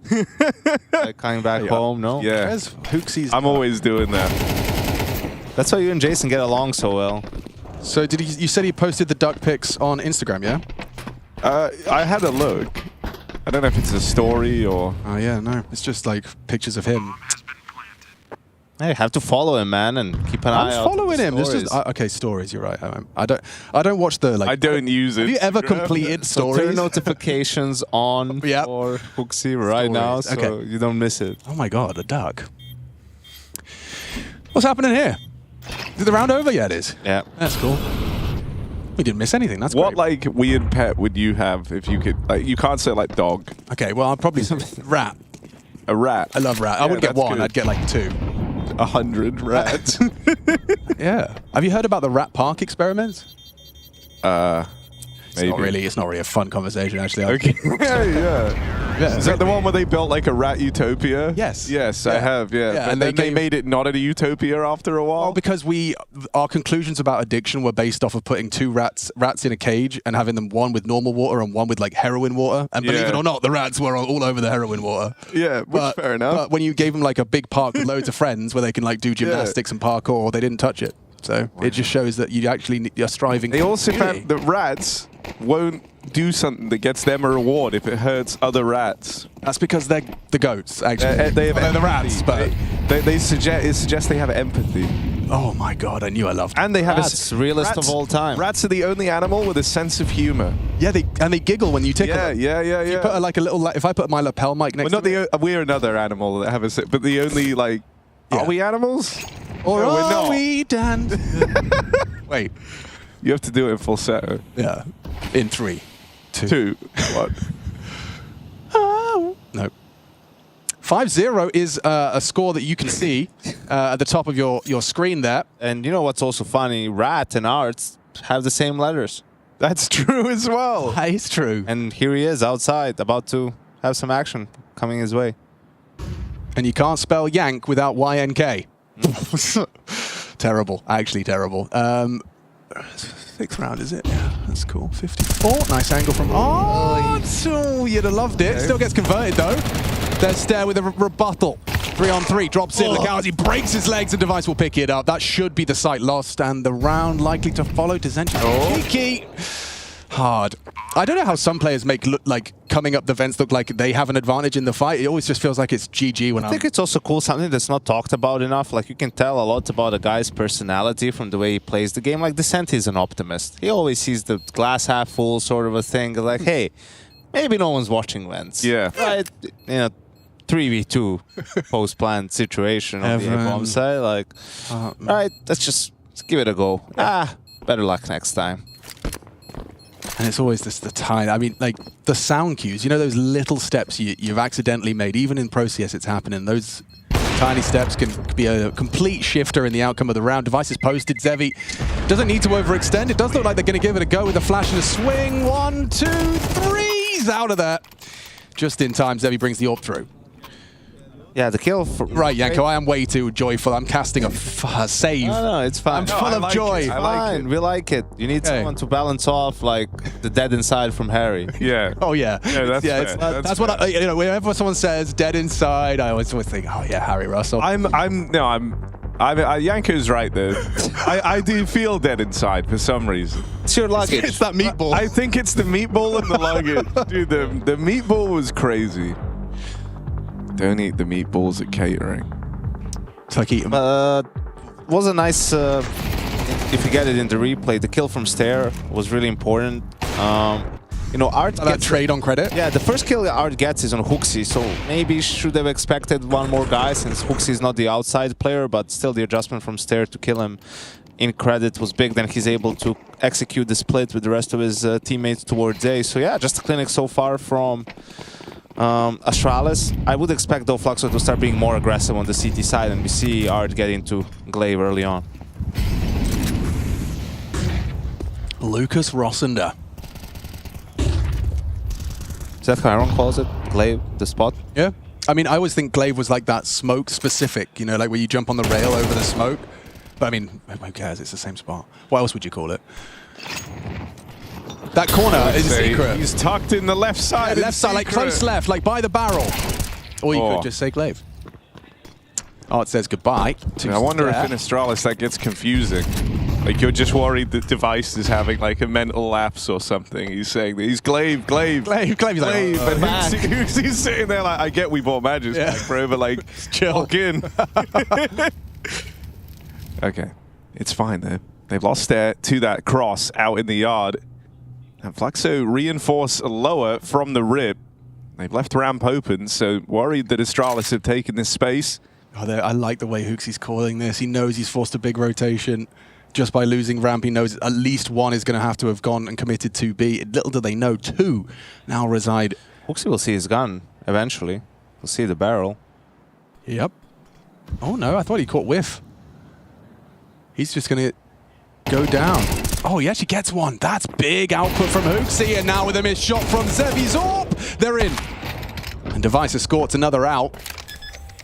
Kai and Descent, just Descent on the retake. No luck here, and he's actually got to go back. All right, how optimistic is he, Anka?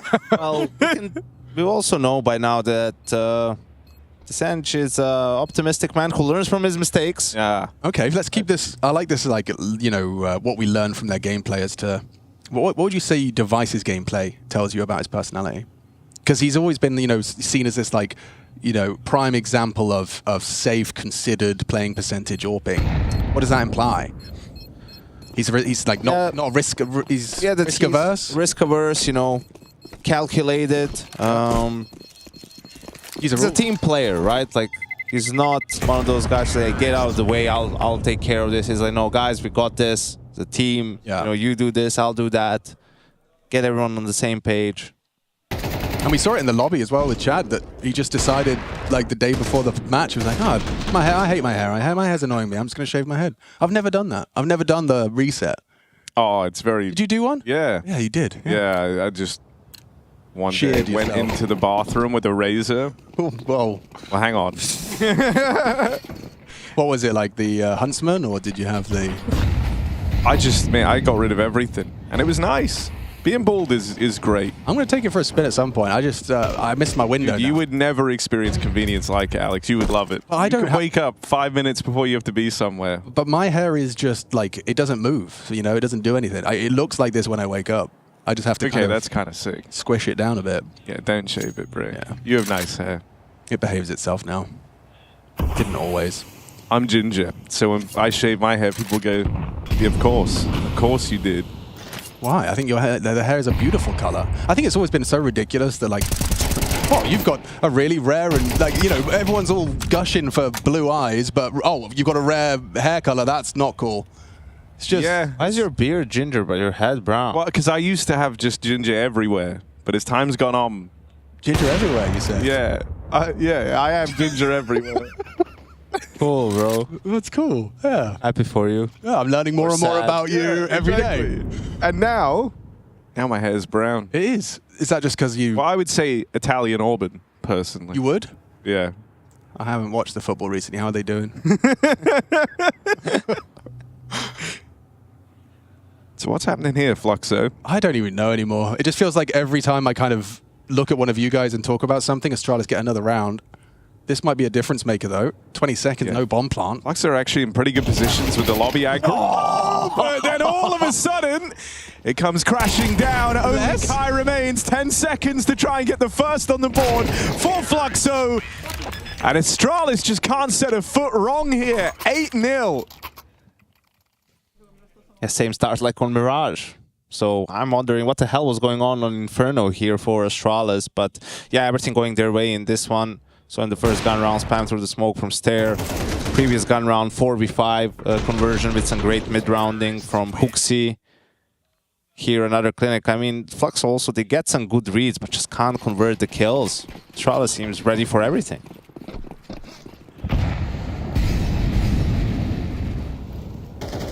Looks like we're going to get more yard-centric assault. Got that sightline on top blue. We'll be able to spot the cross red. Zevi and Lakowski going for a CT aggress. Maybe this is the change-up. A bit of a pace change could be a welcome shift. Art reveals his position. Angle spots out one crossing red.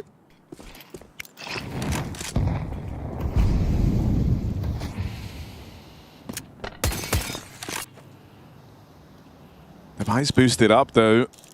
Looking for this incision out in the yard, and he's got the spot on ARP. Doesn't go both ways, still Device departs that boost. And Astralis sit on the yard control. They're not looking to make it across in a secret. They know that Art's out here somewhere, and that represents an opener for Astralis. They're going to go looking for him. Ooh, looks like it could be two. It was a dink onto Stair. Decent output from Art. Fluxo, I mean, this one is compulsory, right? Sure, it looks silly, but an 8-4 half and a pistol, suddenly we're right back into a competitive game. Just as I start to plant that seed, actually it's been uprooted. Astralis pick up the extra kill. Now just contributes and now just waltzing towards B as Decent looks to leave. Nice shot from Kai, changes things. Oh, it's weird. I need Yanko and Harry's support here. We've got Heaven from Magis. No, we don't. Okay, that loses its potency. Astralis plant. Oh no, this is not a good round for Astralis. Missed shot for Stair as well. Chance to deal with the vent drop. Leaves him in a 1-on-3. And Fluxo aren't jumping the gun on this. They're taking their time. They'll be rewarded for it. Kai given the room to work with, and they deal with Stair before he even gets to fire a bullet. Rough ending to the round for Astralis. They get kind of strung out. The bomb's separate from the rest of the pack. Magis dead up in Heaven. And they lose so much ground so quickly. That round gets away from them. Yeah, that kill was huge onto Yabi, right? If he's just able to stay alive for a couple more seconds, it buys time for Magisk on the flank to do some damage, but once he dies, they're able to shift their focus over to Magisk. Then it's just Device and a low HP Stair, not known to be an AWPer. So Fluxo on the board. See if they can get a couple more. They desperately need them. Yeah, I mean, is it going to just be another top pace? Looks like it has intentions to do so. Descent in a good position to receive. Yabi goes down and traded. That's a big one from Kai. Up on Hart and gets two. More required, but there's the support. Zevi up in Heaven, and this pace change does not land. Vice. Oh, wow. Tracks him nicely, but Fluxo will find that second consecutive. How are the Astralis funds? They can buy until the end of the game. End of the half. Okay. Plenty of cash.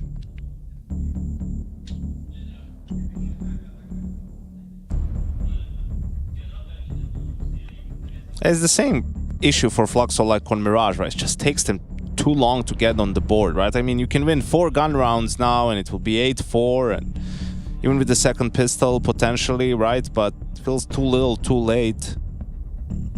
Yeah, we'll see. I mean, I'm not ready to write them out yet. I will agree though that Astralis' start, it was like 5-0, where I blinked and it was 5-0. You know, pistol, quick conversion on the second. Little resistance from Fluxo. They dug themselves into a bit of a hole by force buy in the second round. That kind of slowed them down.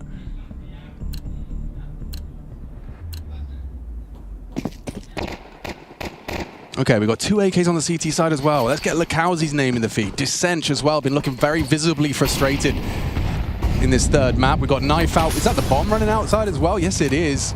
So Yard tested once more. Yeah, managed to make it down secret quickly. Really on quick. Stair, who's just gunning it, but everyone else sneaking in behind him. Then Stair is a space taker, and he's going to get Art back turned on the drop down through vents. He was worried about the vent drop. The smoke up. Sowed enough seeds of doubt for an easy backstab. And they've killed the outside player, so they speed up immediately. Oh, but Yabi's, this is where he starts licking his lips. Such a lovely little lurk on Squeak, catching those vent rotates late. Ooh. Don't fancy their chances here. The CTs are so disconnected, and Yabi's still got nothing to report vents, so all focus is ramp and secret. Lakowzi and Kai, they are going to give this a look in. Oh, they hear the molly tag. They know a player's up close. Going to go looking for Hooksy. Finding him gives you a bit of a leg up into the retake. Yabi's lurk now just turns into a post plant as he links back up out towards the single door. Stair left full blind, but on for the backstab. And any hope of winning this round robbed away from Fluxo. I really like that reposition through the smoke from Stair. Like, it's a calculated risk. I mean, what are the chances that in that moment there, they're going to be staring at the smoke as opposed to what the bounty of other options Calculated move pays off 9, so that denies the chance for that potential and discussed 8-4. Oh, yeah, that's a little unfortunate on the timing there. Probably was a teammate just saying could go vent, and you naturally are going to react to that information. Obviously, they could have gone vent before that, and they could go after. Just unfortunate timing into when that message was relayed. I will continue to be optimistic if they get the last one. If not, Yenko, I'll join you on the This Is a Stomp third map. Until then, even though it is 9 T rounds, Astralis have shown the capacity to capitulate. Yeah, I mean, dude, it's weird. Like, I feel like ours actually had some pretty good mileage outside. Not in all these rounds, but this is very it's been like one of the little rays of hope for Fluxo. It's another strong starting position for him. And an advantage found from Art. Ram taking the downtime. Sevi just burns to death. Lukowski dead as well. And this advantage so quickly gets away from them. Messi, Descent though, still present, and he's holding for the AWP peak. That's Device, an easy pickup for him. Still, Art has made his way down here. Device being low, but the main fight's up there on the rafters. Quick adjustment. Art's playing this well. Buys time, jiggles out, transfers into Device. That low HP converted. Now a 1v2. Hooksy, what have you got? What are you made of? A clean headshot onto Kai, and one more! It's stunning! Quick tap to the face. Astralis storming through the last map.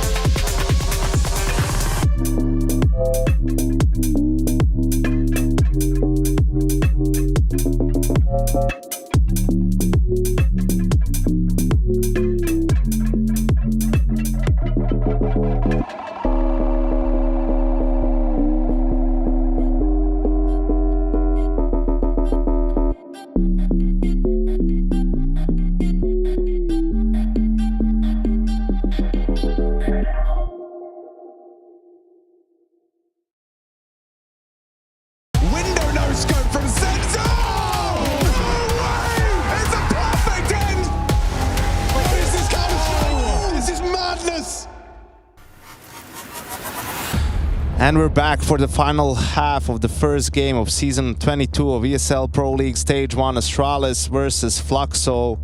And it's not looking good for Fluxo after taking Astralis' map pick of Inferno, Decider on Nuke, only 2 rounds on CT side. Going to take something truly remarkable to turn this one around. Yeah, just an impeccable little bit of a masterclass from Hooksy. Both in the fragging department, the calling department, really had Fluxo's number. Felt very comfortable, very pedestrian for Astralis just walking this one across the line. Mr. Russell joins us. That I do. Do you have any faith left? Will you give me the honors of believing for a moment longer? I'm not so sure, man. Like, this is already off to a bit of a rough start here in the pistol. You haven't seen that kill from Lakalzi. All right, that's some more faith. They're not going to check him, are they? This is going to be one of those. I mean, why would he be here? Why would Device be here? No! Torn away. Device lies in wait and springs the trap. It's only Art left, and he had some good rounds in that first half. Because why would he be there? Yeah, yeah, it's fair. That's valid. There with the USP, right? Like, why are you tucked in a corner? Why are you not fighting? Yeah, that's valid. From that spot, long range, and but it's not baiting if you win the round. That's the as the adage goes. And Art not baiting if he wins the round. 1v4. God, that is a scary looking little trap here. Won't even get a chance. Fires a single bullet and the mosquitoes come out of the woodwork as they tend to. You know, those damn mosquitoes living in the woods. Yeah. 11-2. Up in the trees. Yep. With other flying animals. Bats. Birds. Birds, bats. How many other flying creatures can you name? First person that can't name a flying creature loses. All right, okay. We've got birds, bats. Are we allowed to just say birds? That's like a catch-all. That does kind of. It makes it quite a quick game. Yeah. I know, bugs. Bugs. Oh, well, that's GG, I think, actually. What else is... wings. Pegasus, obviously. Pegasus. Yeah. Penguins, if they try hard. It probably is considered a wing. Like not being lazy. Yeah. Unfortunately, that does fall under the bird. We kind of... No. Penguins They're not birds? I don't know, actually. What are penguins, Harry? They lay eggs like birds. Are they mammals? Outside of cold. Are they the only mammal that lays an egg, maybe? I don't know. I think that's something else. I think that's the platypus. Wow, I got my mammals down. They are mammals, yeah. They are birds, you're right. Yeah. They're flightless birds. That's it. Oh, the kiwi. The kiwi. That's my favourite. Then now we're just naming birds. That's how this enthralling this game has become. What's your favourite bird, Yenko? An eagle. I don't know anything about eagles. Are there specific ones? Eagle. Is it just called an eagle, or are they like, this is the lesser spotted wren? Yeah, there's wren eagle. There's a bald eagle, the golden eagle, white-tailed eagle. And there's a deagle on Art in this I'm a last-ditch effort. Thank you. For Fluxo. But it's the AK from Lakalzi that does the early work. Yeah, Hooksy's gonna fall there. Oh, well, this one's going to be fought and lost out in the yard for Fluxo as this series looks to come undone. Only Descench left to stop the inevitable here. It's a runaway success on map 3 out of Astralis. Little quiet on their pick of Inferno, but they more than make up for it across the other 2 maps, starting strong on Mirage and closing with a vengeance on Nuke. This one proves to be too much for Fluxo, who dropped down into that 0-1 position. Rough day in the office. Certainly some chances for them here on Nuke. With some nice attempts, but couldn't get it going in that first half and left themselves with absolutely no runway. Good showing for Magisk as well in the Astralis jersey. We were excited to see him. And he made a good impression here. Unk still got it.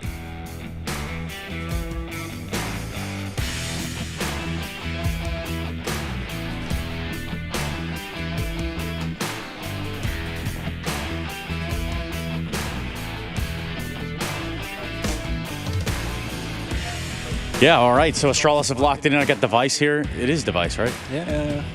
Device, man, I heard some rumblings. They said you woke up and you cut all your hair. What happened? I was in the gym and I was like tired of the hair, and then I just cut it off. It's just interesting. I mean, you don't often hear about that a lot, but does it help your CS performance, or tell me what that does for you in game? Honestly, man, my head is hurting right now from the headset. I think the headset is like I have like a bump here. Try to feel it. Yeah. Like right here. You can, it's crazy. Actually, that's crazy, right? Yeah, that seems like a little more in the skull. It's not good. No, that's not good. But I mean, you guys got the job done, so at least for another day. Tell me a little bit about this matchup today. Tell me about Fluxo. Oh, I mean, I feel like we started out comfortably on Mirage, and then on Inferno it was like a lot of momentum from their side. I think that we could have closed it down. They won the pistols and we lost the force buys. So it's like 6 rounds for them. I mean, we had to reset going to the third map, and Hooksy did a great job with the calling, and now we're 1 up. Yeah, 1 up starting in stage 1. And Device, tell me a little about some of the guys you're playing here with today on your team. Tell me about how they showed up in the server. Oh yeah, I mean the new guy Magisk is I know him from before, and it's always a pleasure to play with him. I think that in general we have a good team chemistry right now. I mean, it's also quite new. We didn't have that many weeks to practice yet, so we're just taking it 1 game at a time here. It's a lot of games with Swiss, so just building game by game is going to be good for us. But Magisk, up and coming talent in Denmark, you're saying? We call him the young dirty Santa. Dirty Santa. Yeah, young Dirty Santa is up-and-coming talent. Okay. Yeah, he's doing good. He needs some more experience, but he's doing good. Yeah, we'll see if we can get in there. Thank you very much, Device. Thank you. Cool. All right, well, that's Device with some nice words of victory out of the series win over Fluxo to start the ESL Pro League campaign. Nuke, nice and easy for a third map, pretty straightforward. Yeah, something that's really uncharacteristic about this Astralis roster, seeing as how Magic's only joined recently, is they already played all 7 maps with Magic, right? And they have a 7-map map pool. So I think definitely with all the position changes and role changes that Magis has had to undergo, it's not as easy for Astralis to pinpoint their strengths at the moment and weaknesses when it comes to the map veto and the map pool. I think that's why you see them being able to win their opponent's map pick, then lose to their own, and have a good third map too. So I think that's why Pro League will be great for them to get a lot more reps. Yeah, grinding games. Exactly, and sort of get a clearer picture of where their map pool is at. Yeah, sure. Do you have something on? Too serious for you guys? No, I was just confused because Trace put a firearm in my hands, and I was trying to work out what I was like. Where's the ammunition? Yeah, I was thinking that too. I was like, it's kind of a waste there. But Device cut his hair. The whole thing with the indention thing there. Yeah, did you hear the news? No. Yeah, no, it was worse. I don't know. The headphone indention is a topic that's not normally discussed. Just as a balder gentleman. It puts like a full-blown indent into the skin of your head. Oh, okay. Because you wear a headset all day, as opposed to headset hair, you get headset head. And it's painful, not just like a goofy-looking thing. Like, it hurts. Yeah, I believe it. Yeah. So there is some sort of cushion aspect of the hair. Okay. There is, yeah. How do you combat that? I mean, like, what is the alternative? Like a sponge. You put like a nice little kind of padding, extra padding. Better headset. Some of the players also do the duct tape. Seen that, yeah. Duct tape strategy, yeah. Duct tape and a sponge. I myself just take the pain. Yeah. And that's why we like you, Moses. Yeah, I just feel like it's growth and development. It's kind of like when he hit you with that cream pie and it was basically just punched you in the nose. Yeah, he didn't really hit me with a pie, did he? He just kind of punched me and there happened to be some cream. On camera. He gave you a creamy slap. Yeah, that was all it was. That's for that one time in Dubai. I told you I'll get you. Took me a couple of years.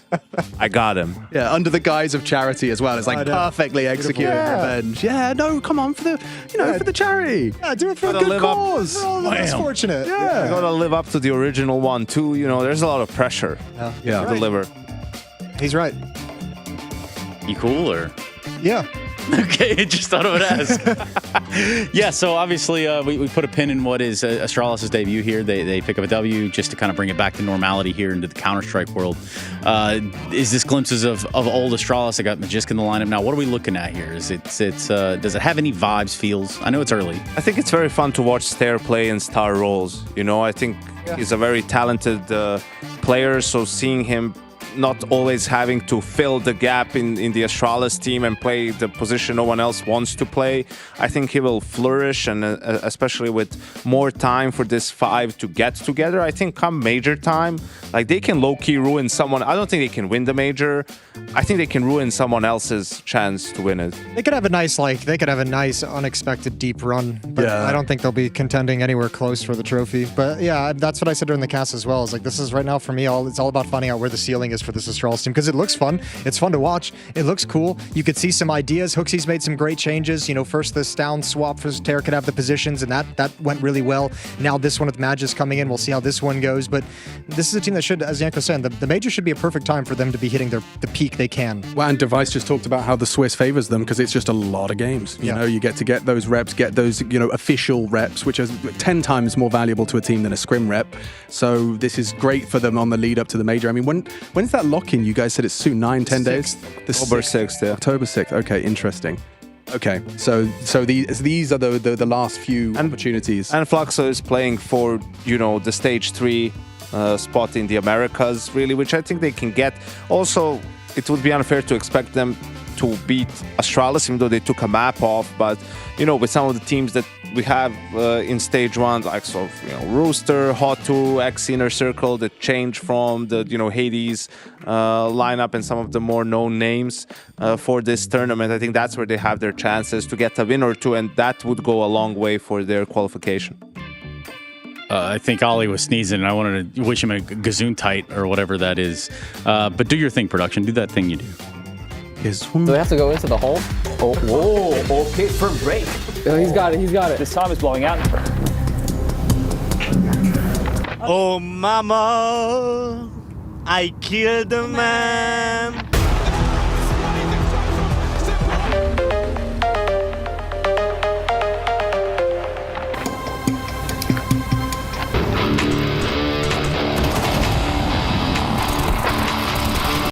Humble beginnings in Hanover to greatness in Katowice. Our journey is our legacy. As we arrive at what we thought was our peak, we instead discover a whole new chapter.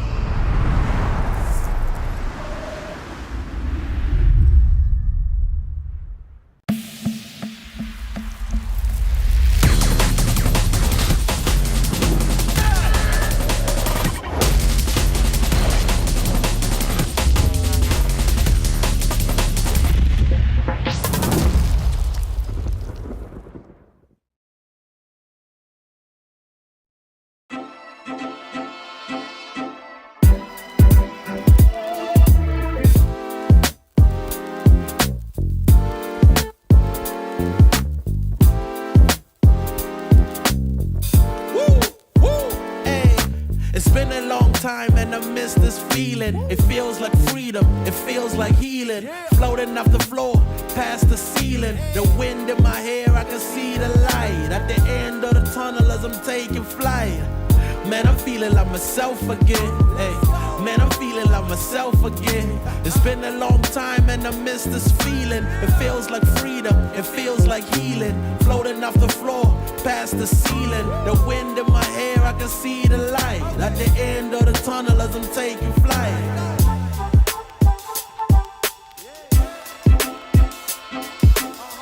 Man, I'm feeling like myself again. Hey, man, I'm feeling like myself again. Angels fascinated, reporting back to the maker. I'm emancipated, blow a kiss out the neighbor. Saying bye to Felicia, saying hi to Miss Parker. I was in the darkness, didn't stop me shining though. I was at the bottom, but it didn't stop me climbing though. Talents, we ain't hiding those. Cookout, I'm providing flows. Homie, you invited, getting reunited. With the real you no longer gotta hide it. They love to see us fighting, love it when we are divided. Yo, we about to make a man. Food on the table, big stacks in the bag. Drink in my hand, watch me do a little dance. Take a little chance, kick it with a queen. Chilling with my mans, going with the flow, mixing up the plans. Listening to jam, stresses out the window. Kick your feet up and relax. Ease your foot up off the gas, and if you're going through it, this too shall pass. Woo! Hey. Hey, I'm feeling like myself again. Man, I'm feeling like myself again, yeah. It feel good, don't it? Woo! I love it. Hey, it's been a long time and I miss the feeling. It feels like freedom, it feels like healing. Floating off the floor, past the ceiling. The wind in my hair, I can see the light. At the end of the tunnel as I'm taking flight. Man, I'm feeling like myself again. Man, I'm feeling like myself again. It's been a long time and I miss this feeling. It feels like freedom, it feels like healing. Floating off the floor, past the ceiling. The wind in my hair, I can see the light. At the end of the tunnel as I'm taking flight.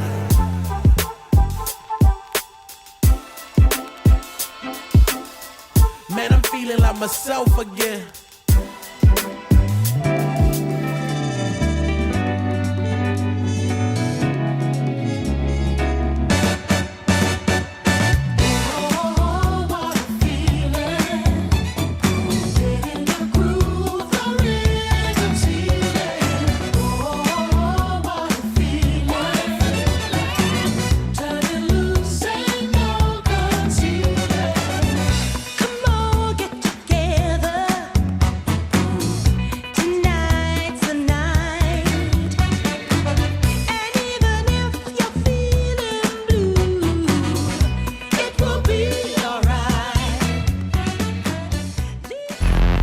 ESL presents the ESL Pro League in partnership with Intel, Acer Predator,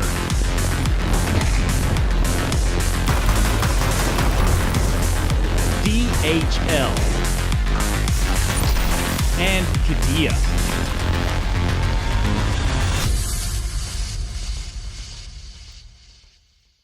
Window no scope from Senzo!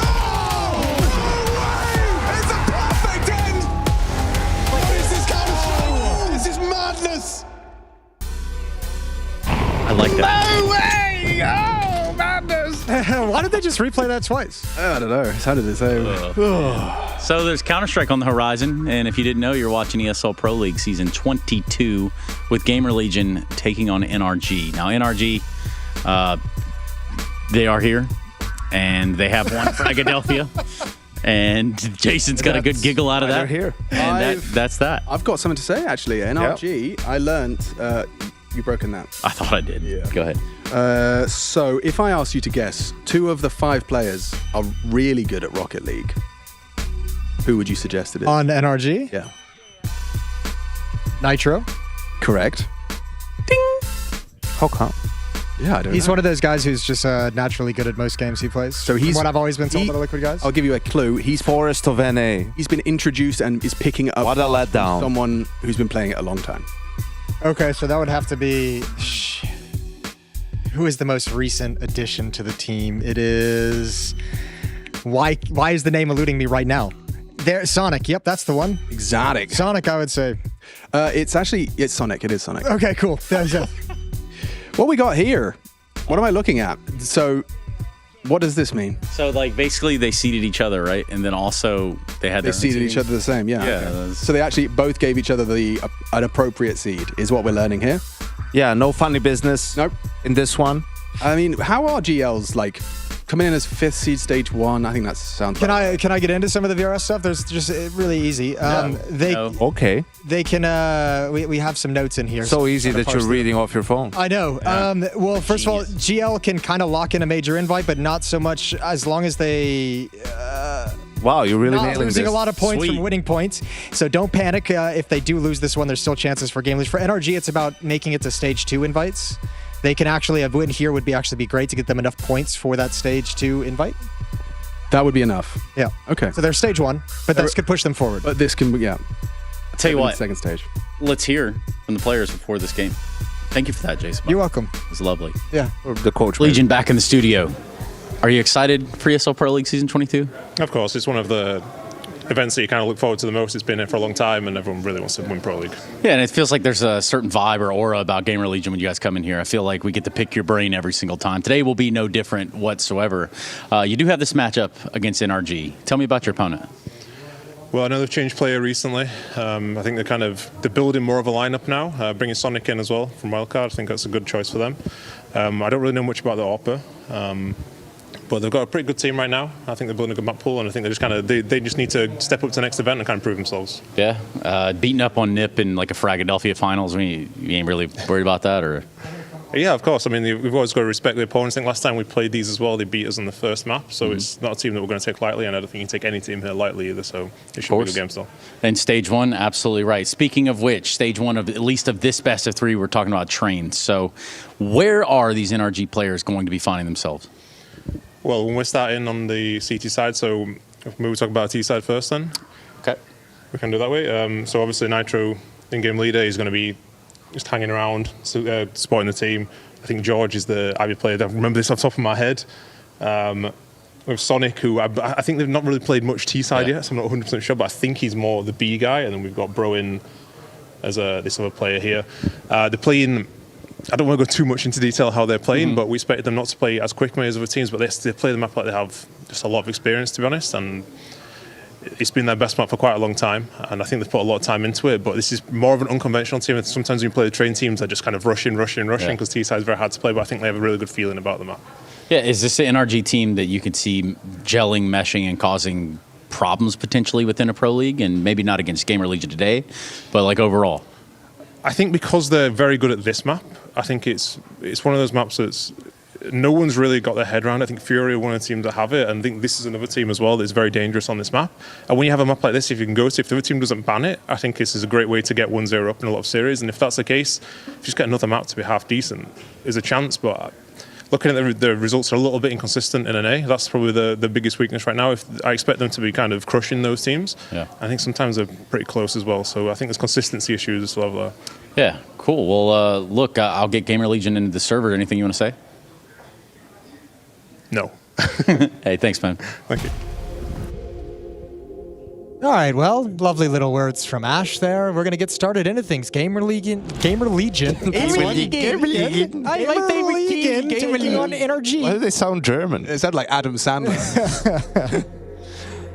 Well, yeah, I stumbled over the intro, so now it's all done. It's all done. No, That was it. We're just, we're all remembering how we do our jobs. Yeah, we are actually. A1. Train overpass nuke as the decider if we need it. NRG taking this to Train to open things up. That's exciting. Yeah, and Ash giving them some kind of what seems like genuine props. Yeah, for their performance on this map in particular. It has been where we've seen NRG do some of their best work. However, I think Ash also, doing the death segment for us, tells us that they have had some inconsistencies at home, which is not what you'd expect if you're supposed to be king of the castle. You're not supposed to worry yourself about those less than. Let's hold the phone. Let's get through this pistol so we can start talking about. Oh, that's nice. That's very nice. Hypex picking him out of the sky, and Telson's got a double with the dualies. Yeah. Gamer Legion have been trying to hype us up about Hypex. And he starts with 3, just like that. What an introduction.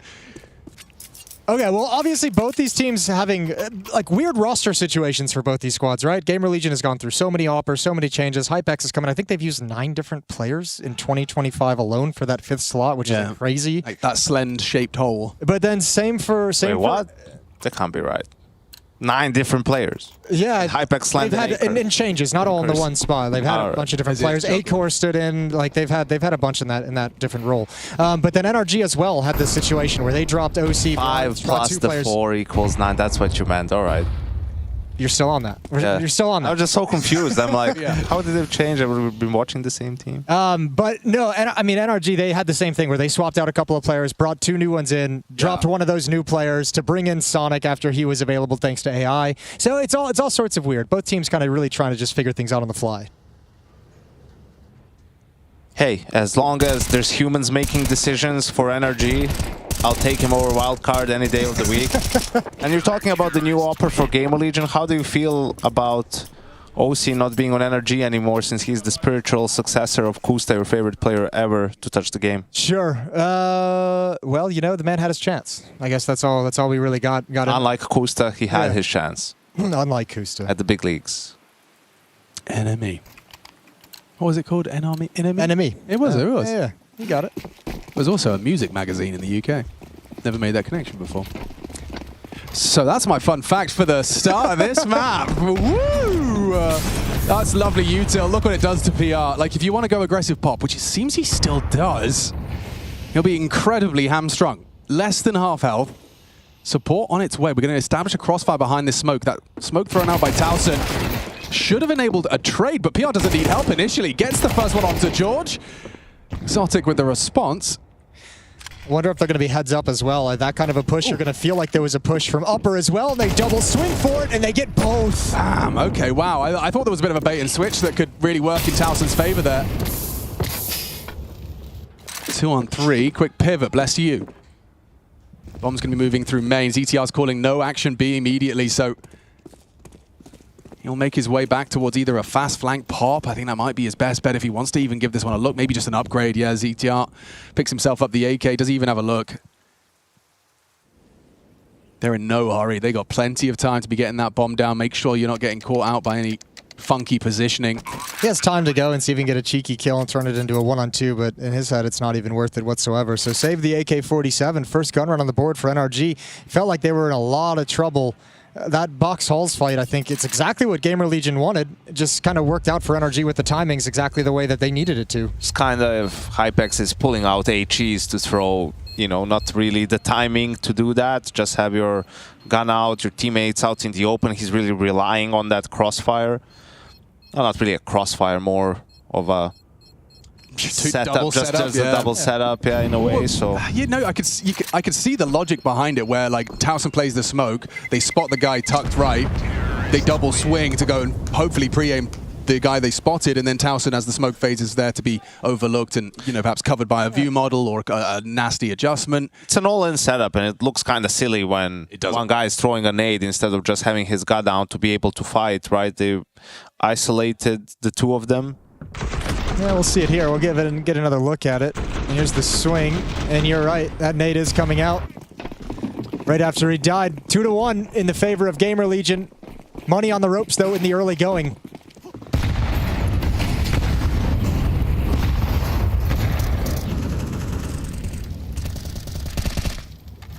This round, yeah. Luckily, the anti-eco was flawless, so they have M4s across the board to save the AK, a lot of utility.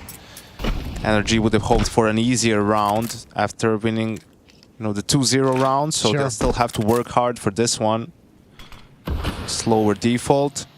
Yeah, which is interesting. They got a lot of space really early as well. Some like fast openings. George got control of Box Halls really quickly, even peeked towards the underpass really early on. They haven't done anything with it quite yet. So Nitro pulling most of his forces over towards Ivy. All right, let's see. 3 players to attack. And ZTR just tucked. With that AK-47. Yeah, it should be at least one, if not a multi-kill here. It'll all be down to the utility and the clearing. Actually, ZTR's going to peek in. He looks like he wants to actually get some answers, gets ahead of the punch and gets away. That's dreamy from ZTR. Gets the info, gets the kill, and his teammates informed. Finding another double from Rez. This one's going to be fizzling out for NRG. It's just going to be Bro. Nothing to really gain out of this one. I suppose the best bet would be taking as many of these CTs out as you can. Good luck with that.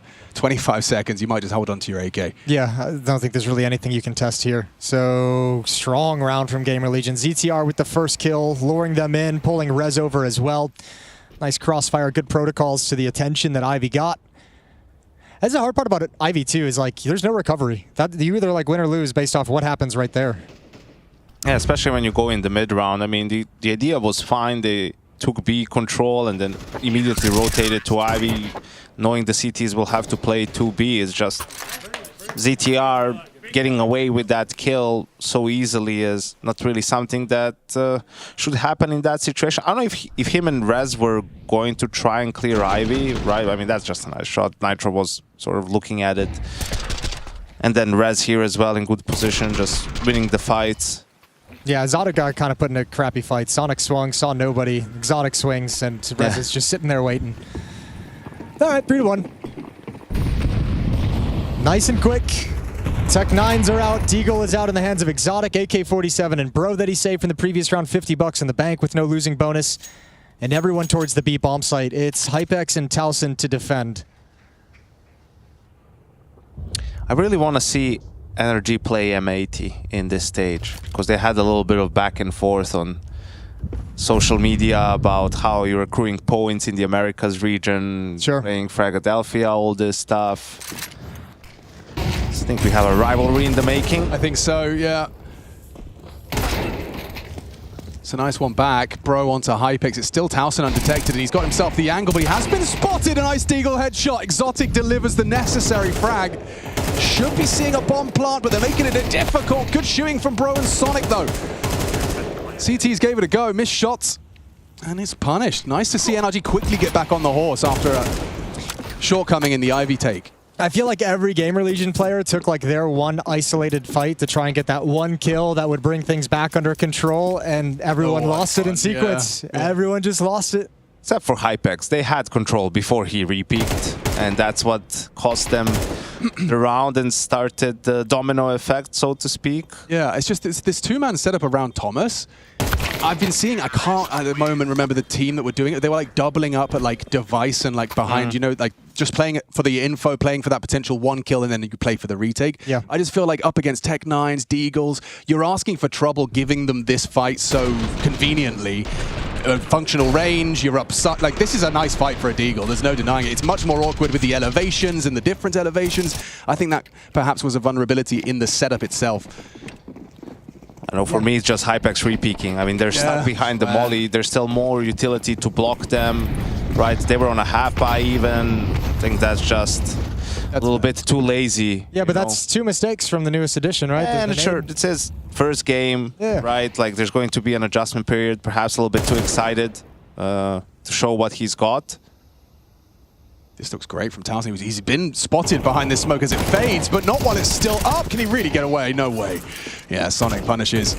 Hypex is in a lot of trouble. He dips in a very audible bomb drop from Sonic. Hypex will be begging for backup, but I don't see any immediate moves. Yeah, they're just trusting that. They're just calling the bluff and saying, you're not actually going to continue this attack towards the B bomb site. That'd be a little bit crazy at this stage in the round. So trusting that NRG isn't going to fall into it yet immediately.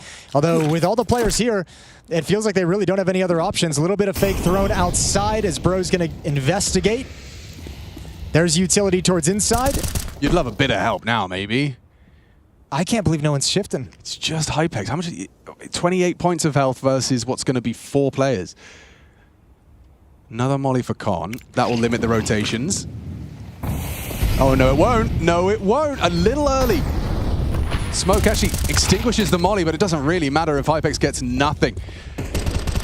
NRG flooding into that B bomb site. Sonic, rather.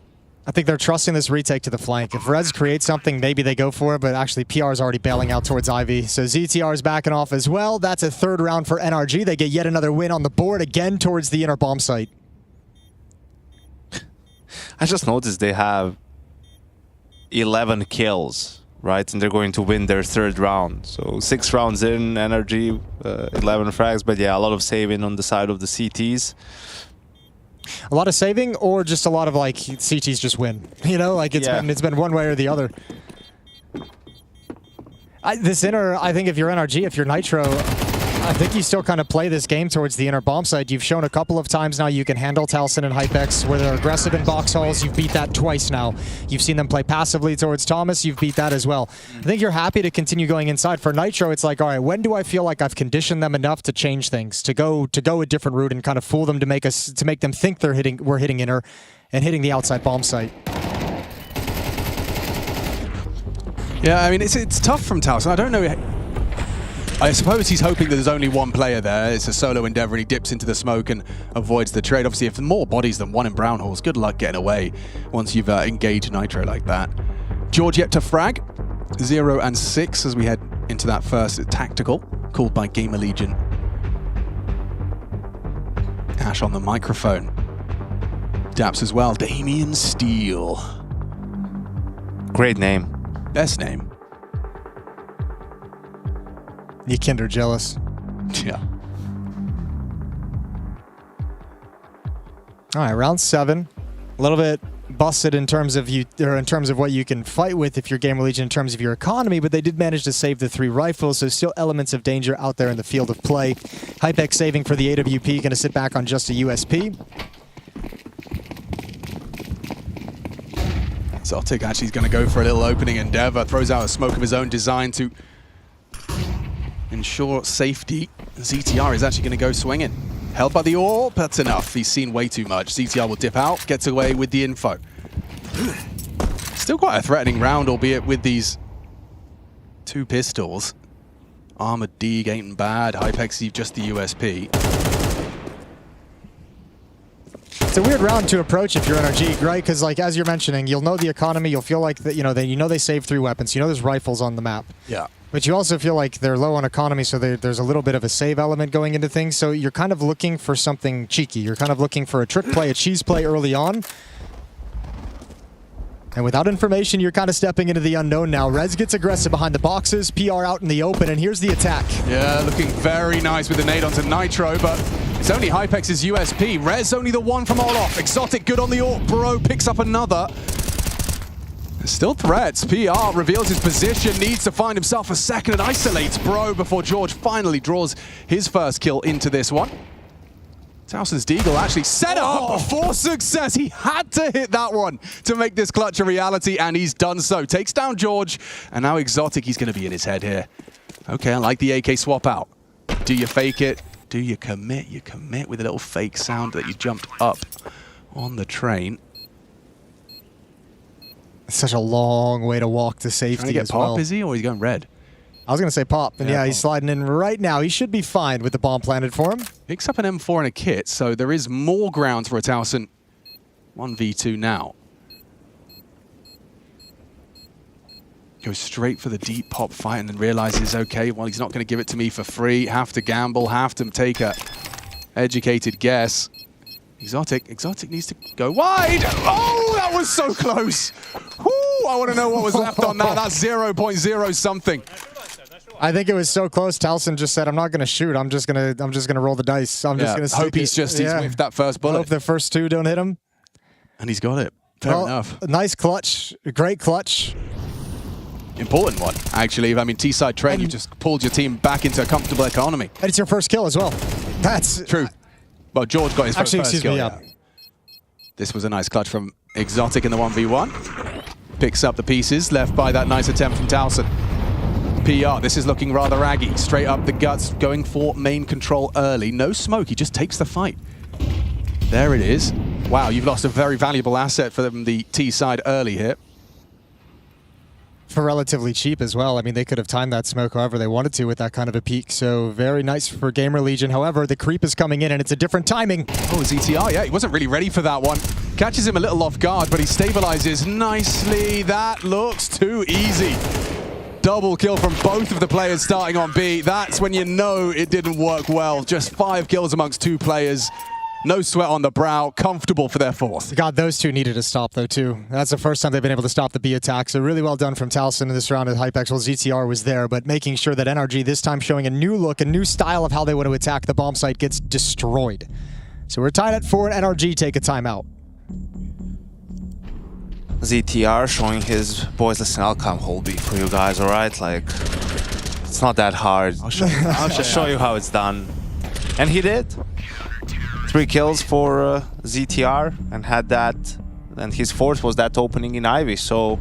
Did they start 2B or did they quickly rotate that extra guy in once they had main? I wasn't watching the They rotated him very quickly. I mean, it's very alarming when you're like, why is main free? Why do I have a free main here? I've used no nades. That's the giveaway. PR's like, oh, nobody's home, huh? Yeah. Weird. Okay, so Ivy guy says, yeah, it's clear, and suddenly it has to be B. Oh, has Hypex got a different, like a lineup from a different spawn for this? This is, take notes, everybody. Okay. That was easy. Write that one down. I could do that. You could. 2 buttons at the same time.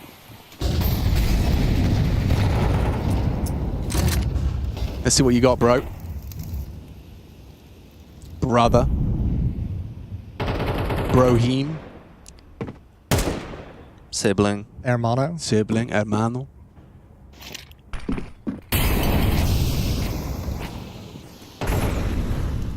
Rez on Olof. PR up close. They are going to give him the fight, and Bro's quick on the trigger. Oh, God, attempted trade. PR goes down as well. Same fate. ZTR, though, I do think this yellow train, it's certainly an off angle. You're not pre-aiming that on the way out the pop dog. Hoping he could punish Bro, maybe trying to pick up the pace, maybe get a little cheeky, try and take some space off the double kill. Not going to happen. Then, yeah, he's got to give it up because it's too exposed. 5-on-3 for a minute, though, for NRG to work with. Some would say this is unlosable. It's pretty darn close. Seen Falcons lose plenty of these. But a good call from Nitro. They're going to go over to the B bomb site with the C4 while Bro and Nitro are just drawing some attention to themselves. Picking up extra the bomb is waiting because they're not seeing anyone, right? Like they're clearing B, no one's here, they have no contact on A. Where the hell are these guys is what they're coming right now, but... Found him. And you blew the gun away from Nitro. He's got no gun to play with any longer. So now they know the last person is as well. Towson's been spotted. Nitro will get the final kill in a 5th round posted for NRG. Nobody goes down. Oh, I love it when we get a little bit of comms. That's the first time I've caught it. Yeah. Very solid T side so far from NRG. You know, pretty basic, but very strong fundamentals. And you can see here, this just the CT smoke. There's no flash, there's no incendiaries. They had the utility, they just didn't use it. Gamer Legion perhaps being a little bit too greedy in the way they wanted to take that main control. And I just think it was the speed by which Bro killed Rez that trade was a little late. And that's very early. Towson holding W. Gets the first, and they pick up a lovely second as well. Attention drawn one way. Rez profits. This is that classic round that you talk about with an underdog where you're just like, man, to lose this round after everything against pistols, like weaker weaponry, there's a few M4s, but you lose that first one to the MP. Like, you're all of a sudden in a situation where you're like, if you could have just converted this. And you know, you also probably could have assumed they have MP9s and they might have to do something aggressive. My next point was like, think of it 6-4, NRG just win this round, no money left for Gamer Legion. You've laid out the red carpet to an 8-4 half, and now it's gone the completely other direction.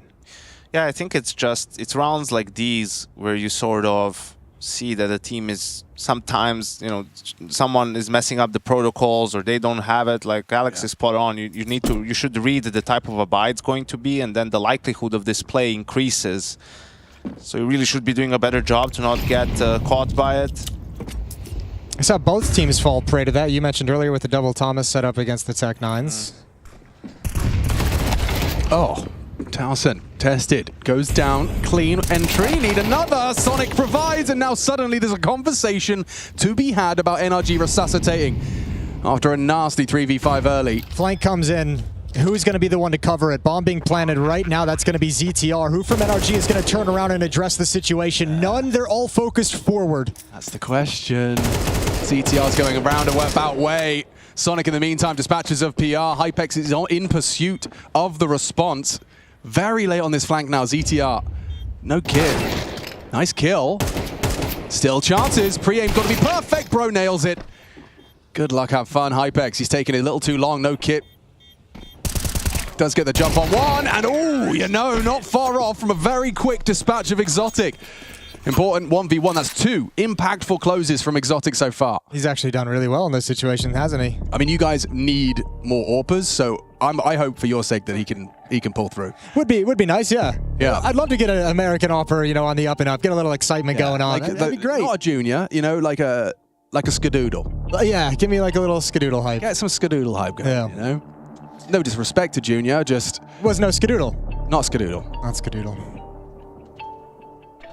Skadoody. Pretty bad round, obviously, to lose for Gamer Legion. I mean, you're 5v3, right? And I get it that Towson has an MP9 and whatnot, but you're playing in an all-in position with an advantage where sort of, yeah, of course you're not expecting both players to die without getting a kill, but... Ooh. Switching it up perhaps a little bit so that you can let your teammates be a factor in the round. I mean, you just died and it turned into from a 5v3 to a 3v3 post plan. That's a problem. If it were, you know, 2v4 and they plant the bomb, it's fine. You still have the numbers, but that was very poor from Gamer Legion. They're going to invest fully again. Not the worst, not the best. And Rez has saved the day with a lovely FAMAS double. What's going on? So they won the round they should have. Now they're going to lose the one they... Maybe not. George finding Rez. He's going to walk through the smoke. Oh, he's ready for that. Through, yeah, no. Might have heard those footsteps in CT spawn, though, so might be able to tell Exotic exactly where the last two players are, although he seems really cautious about Khan. Yeah. So he's got the two 1v1s. He's 100% so far in clutches. Has he got the 1v2 in him?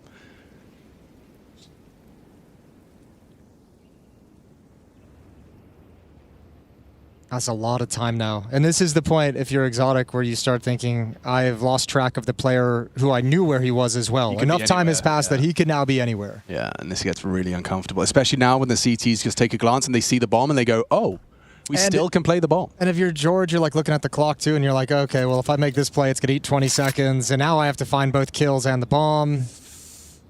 Ipex. Oh, quickly taken down. Nice reaction shot. Now he knows, or at least has a good idea as to where that last may reside. Towson maneuvers around back red, slips towards hell. 25 seconds. Exotic, he's playing this well, and he's done a good job of keeping his position unknown, but you're going to have to start running now, unless you just go for this kill. Yeah, okay, he had the assumption, now reveals his position. Another nade picked up. Towson should have him. Gamer Legion, a necessary one there. Rez saves them initially with the double kill after it started. Just, I mean, it was easy street. Bit of team kill action, even trades. Rez the difference maker. Nice attempt from Exotic, though. It was a nice attempt. Probably one of my pet peeves is seeing like players play themselves out of a clutch, sort of by running out of time. And he played so well in the first clutch, right? He immediately went to a bomb plant, you know, no funny business. And then it was the time that was his ally. There was his nemesis the second time around. So Gamer Legion, the risk pays off, and let's see if they can make this an even half. Struggles against the low buyer, allowing Gamer Legion to keep this close as possible. Flashbang in this time, but PR does not clear close left. That's lovely. Rogue really is sharp as attack here on T-side train. I guess he just assumed no one had gotten there. Like, he felt like he had the timing to see if someone had gotten there. Sound cues, but I mean, if you get yourself your ear pressed to that close wall main, you are going to get a lot of a mental picture as to the setup, little sounds, ladders, steps, even just the pin of some of these new util sounds. Wait, was that the recent patch? They don't have that. Is this? I've lost track of the patches. Have it. Okay. That's so the new nade sounds weren't the most recent patch. That was the movement stuff. Okay, so the new sounds are in. High fidelity. Whatever that means. Well, over towards the B bomb, so we go. Gamer Legion have downloaded and figured out NRG. With the opening kill on Bro back to the inner bomb site. This is exactly how they played it last time when Bro got the double kill in A main. This time ZTR's got his boys a step ahead. A staunch defense to get through. I like the preemptive incendiary. Just buys a little more time for them to dig into the setup. Angle from Towson, just the one. Good trade. Exotic into the site. NRG knocking on the door. Sonic, he's found ZTR. Keeps him humble. It's up to Hypex. They're softened up for him, but he gets nothing. Zero out of that FAMAS. I think they might start playing double device after this half as well on their CT Yeah, side. it would work a little better, I think. At least favorable fights. Hang on.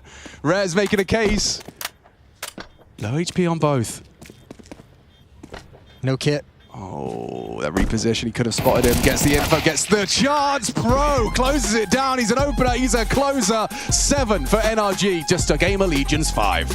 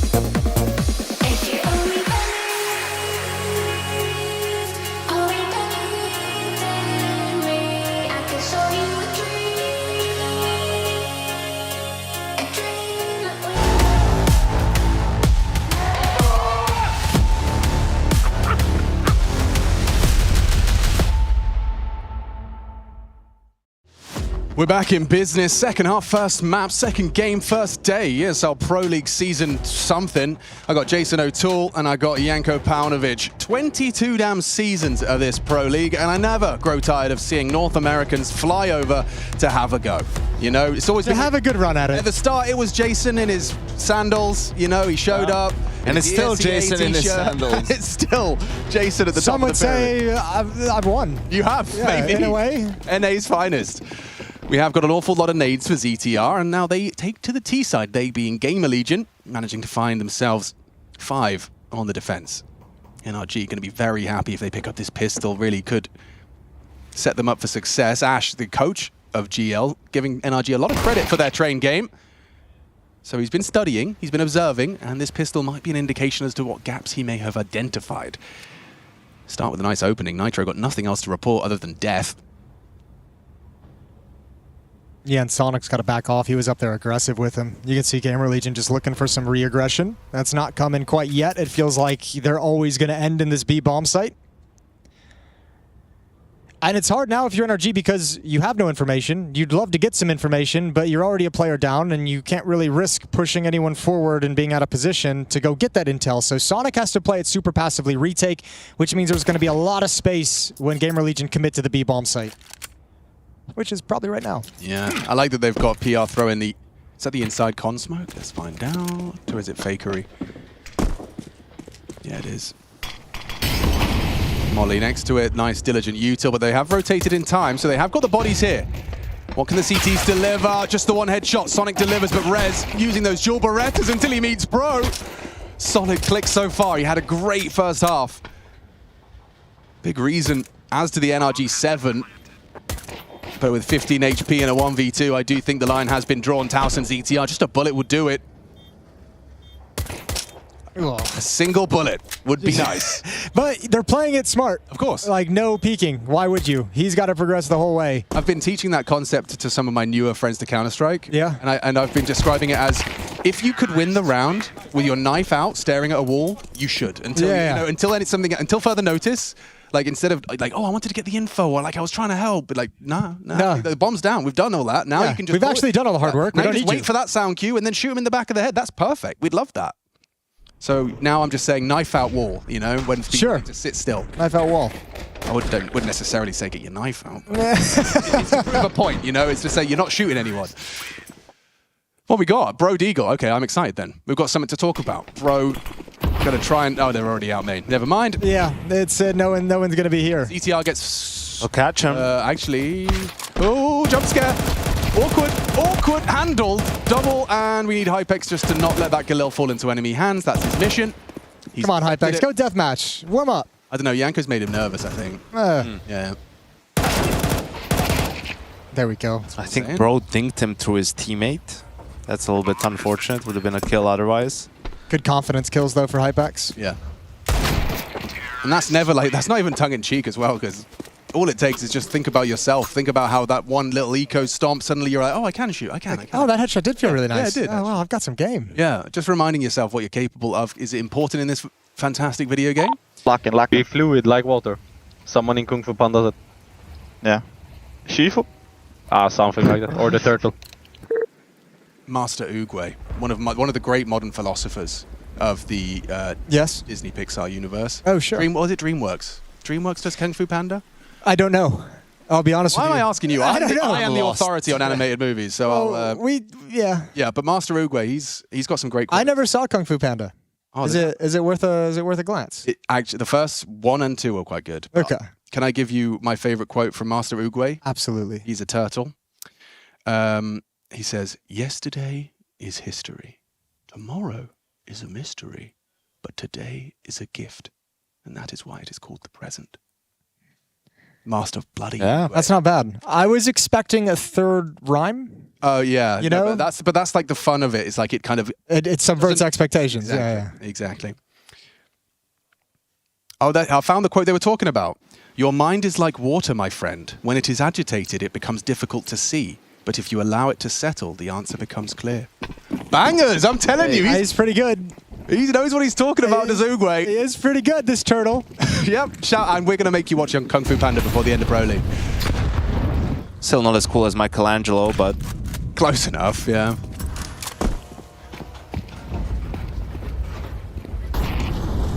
It's more of a Leonardo fan myself. Of course, you were the leader. He's the bravest. Swords, I think, is what did it. I liked Swords. I think was the selling point. What was their rat master called? Splinter. Splinter. I had Shredder in my head. That's the bad guy. Shredder's the bad guy. Big fan. What are you going to do then, NRG? What's the play? Sorry, not NRG. I forgot roles. We've swapped halves. Yeah, we've swapped What are you sides. doing then, Gamer Legion? What's the finish? It's looking a whole lot like a B finish, but the CTs have got a bit of a rotation ahead. It's down to utility. The utility is firmly in the favor of Gamer Legion so much. Oh, that's a very well-placed flashbang to punish that forward position of Nitro, who's trying to spot legs. Gets nothing. Put a bullet in the eyes. It's looking very comfortable. Bro and Sonic with a chance. Maybe something to be done around oil. As Bro goes looking for that upper fight. Can't track in the smoke. And Sonic gets nothing done. Oh. There you have it. That's a convincing one. I feel with Nitro, I also felt the flash should have popped by the time he turned back to watch lower. I don't know if there was maybe a second flash coming over that popped just a little bit delayed. So you don't, yeah, because the underhand, we've seen players turn and get their crosshair back in time, but he did seem to just have a white screen the whole time. It's a cool angle. You can see their legs well before they see you. All right, lead for Gamer Legion on the scoreboard. Lead in terms of the money. Very scary situation for NRG. They'd love to return this round if they can win this low buy, but the next round's going to be all important. This is the play we all want to make when we say we're going out main early. Straight through the sandwich smoke and clearing new box as Rez finds Exotic.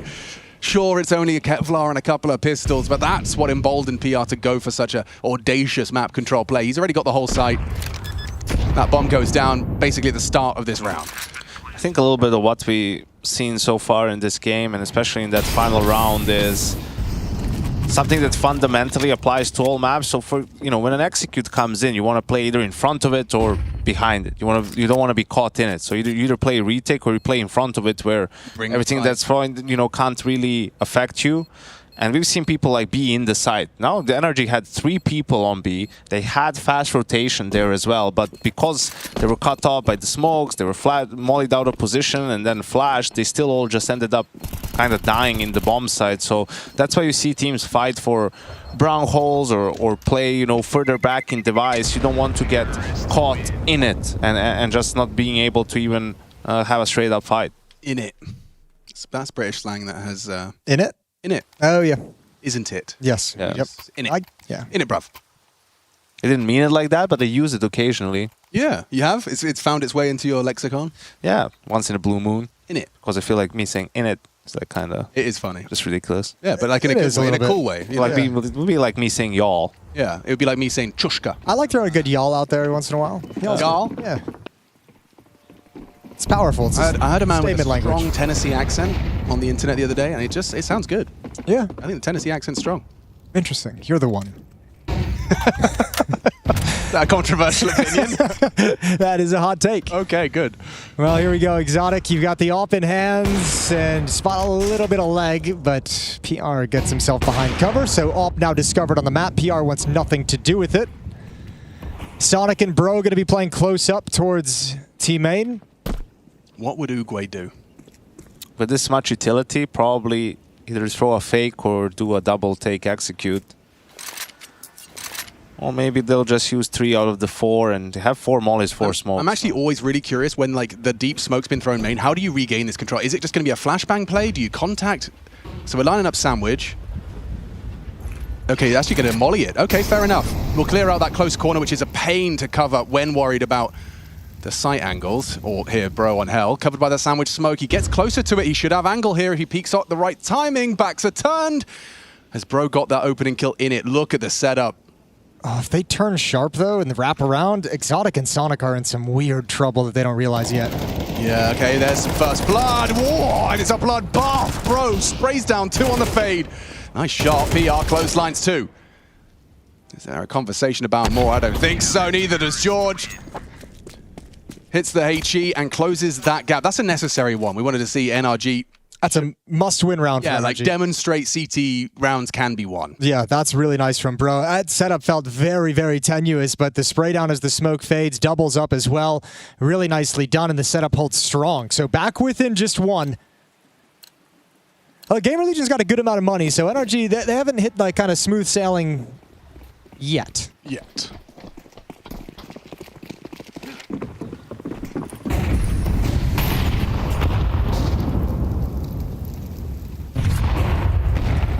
Ooh, okay.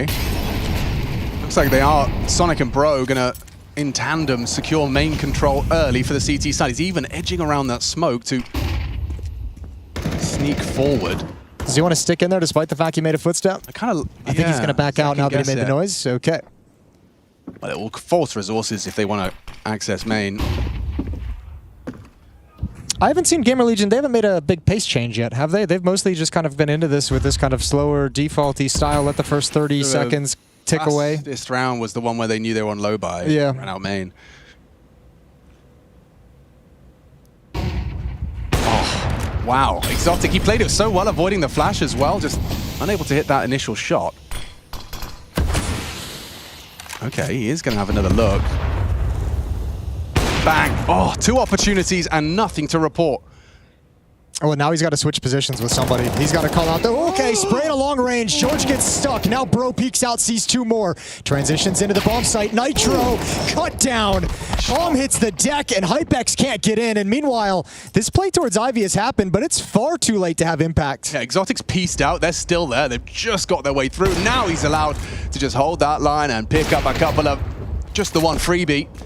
PR, very nice trade. On that tight line, finds that wallbang headshot. Good luck breaking this one, and he realizes his best bet is a financial gain. Will save the most expensive gun he can get his mitts on.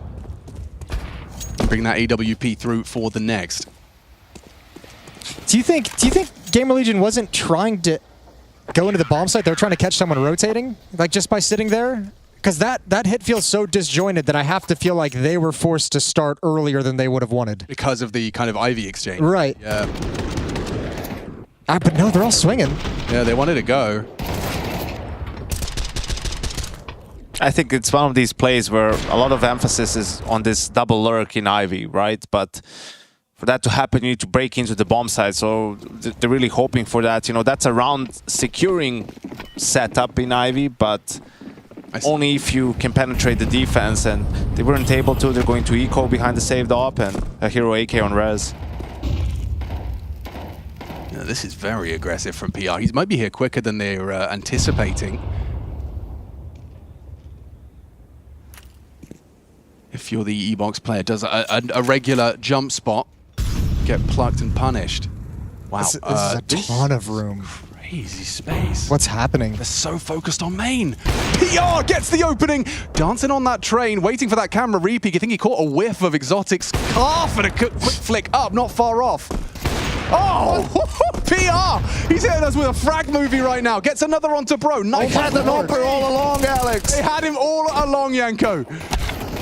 A sniper and a rifle save brought through, and that's enough to crumble a whole CT side. Let's see what Zotic can do. Nothing. PR, you cheeky man.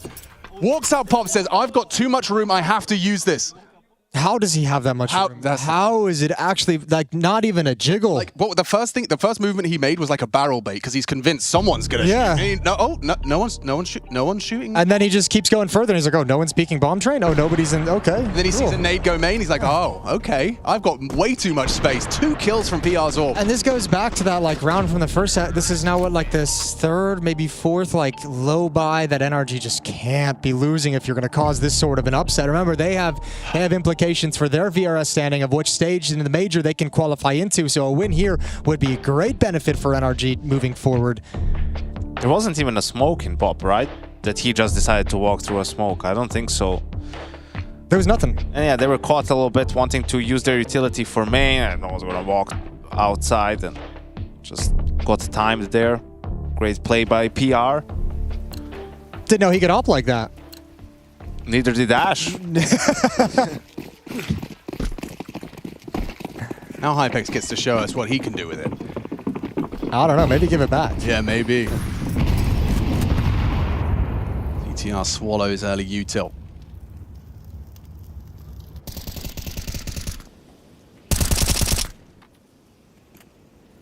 This is a no-fear position from Bro. Perfectly timed little self-take on main there, just flashing for that close player, and Sonic picking up the potential for a response. It's also going to make Gamer Legion have to consider those positions, perhaps use utility to molly them out when they come back in. Talson and Rez going to be joined up by Hypex towards the inner bomb site, towards those box halls. Nade bounces off the wall, misses its mark, wouldn't have done damage regardless. It's George and Nitro to defend this B bomb site. PR and ZTR over towards the trash bin look like they're going to be here to keep attention, to set up a little bit of a fake, a little utility outside to try and pull some attention away. But Sonic has got all the information. That's fantastic. George even getting the first blood as well. Dips away, removes Rez, and Gamer Legion left wanting. And now everything's been spotted. They spotted your 2 players in middle. They've spotted 2 players and gotten a kill towards the inner bomb site. So Gamer Legion, this is now about improv. Yeah, let's see how far they can get. Nice find, Bro. Looking the wrong way. He thought Sonic had it. Okay, Exotic relieves the pressure that was building. Just for a moment, though. Here's the fight. Big from PR. Despite the FAMAS putting him on 10 HP, it doesn't matter. 3 alive versus 1. George had a tough time on train, and it's an opportunity for some form of redemption. Gets info on both of them. A missed shot from the AWPer. Nade lands, but so do Towson's bullets. Gamer Legion will steal away 11. It feels like NRG losing their grip. Just that outside hold. What was that setup? Yeah, back-to-back rounds. Just the miscommunication, not being aware of who holds what and where the gap is. It's going to end up costing them this map. Oh, yeah, and Bro's been having such a good game as well. I think he's just operating under the assumption main is held, or he'll get info at least. They can't just walk out. Sonic electing to play for like a kind of delayed off-timing jiggle that is punished. It's just the same mistake as a few rounds back with PR's op, just at the other choke point, right? Like, just you have the players there, just no one really jiggling it. The comms obviously not coming in to a degree that everyone feels comfortable and knows what's being watched. Just elementary mistakes taking the legs out from beneath NRG. It's a shame, because it's been such a close affair for them. To lose it off rounds like that is so deflating. One way to turn to the tides of battle is to win one of your own. They're going to be pulling out a couple of CZs. Nitro, a CZ Enjoyer. And 4, 5, 7s. Just numbers. 8, 9, 10s. Just numbers. What you got for us then, Hypex? He is going to have a little look. An opening jaunt. And has to pay a little bit of a price from that well-placed HE. Oh, this is exactly what you want to see. Early map control forced by and taken by the CT side who need this one. NRG, have you got it in you to convert your own? Oh. Yeah, and this round should play out pretty slow. We're going to have some time to just chit-chat and fill. 2 more smokes for the NRG side. They're going to try and just delay things as much as possible. Try and make this in a late round to where the clock can be their ally with a couple of cheeky kills. And Gamer Legion on the other side is going to be happy to let them kind of use those smokes and just wait till they have the overwhelming advantage in terms of utility. It's interesting to see Bro hold his smoke in main, right? Is he just doing it off of timing? I mean, they have a 4B setup, or he's waiting for a sound cue. There it was, or there it is. Uh-oh. Cools his toes off in the smoke. And they're hoping that this sound cue of him being close main is going to say, all right, like, we don't need to do this against pistols. Gamer Legion enforces them into B, but there's a 4B stack. It seems like they will just go for that A split. There's a world where Bro gets 2 here. We're not living in it though. PR, quick click. Should see this one tumble over for NRG's attempted half investment. Yeah, I mean, time's sensitive for the plant. Is there anyone that can disrupt? George can. George, covered by ZTR. Should be done. Here comes the retake. Hypex backs away with the ult, lets the AK-47 take control of the situation. Exotic has gone down, 12 for Gamer Legion. They've got 3 chances to close out this opening map of train, steal away NRG's pick. Just a distinct absence of those 3, right? I mean, you got 2 players closing in on 20 frags and then 3 chasing 10. Just a real nasty discrepancy in the contrast. You look at Gamer Legion, that's a full team effort. Yeah, it's been very, very nice. And a lot of that comes down, I mean, Yanko mentioned the first half, all the saves that were coming out, a lot of kills coming out for Energy. But you're right. It's been tough for them to find impact down the roster. 12-9 NRG. We'll get the guns back out, but it has to be perfect for the remaining 3. Yeah, it was a very good shot. Bro's been sharp, but PR sharper in that exchange. That slow-mo bomb sound got me. Boop. Oh, we've got these these are live player cams. I've only just clocked it. Yeah, we got them. You can see these players all the time. Yeah. That's nice. Nitro just itched his head, in case you're wondering. Maybe do some play-by-play off the cams. Staring at the screen. Headsets on. Talking now. Communicating. They are communicating, and they keep doing this. This is such a valuable asset to the squad. It hasn't led to... I was going to say, it hasn't got them anything. You're right. Maybe they need to do something different with it once they have it.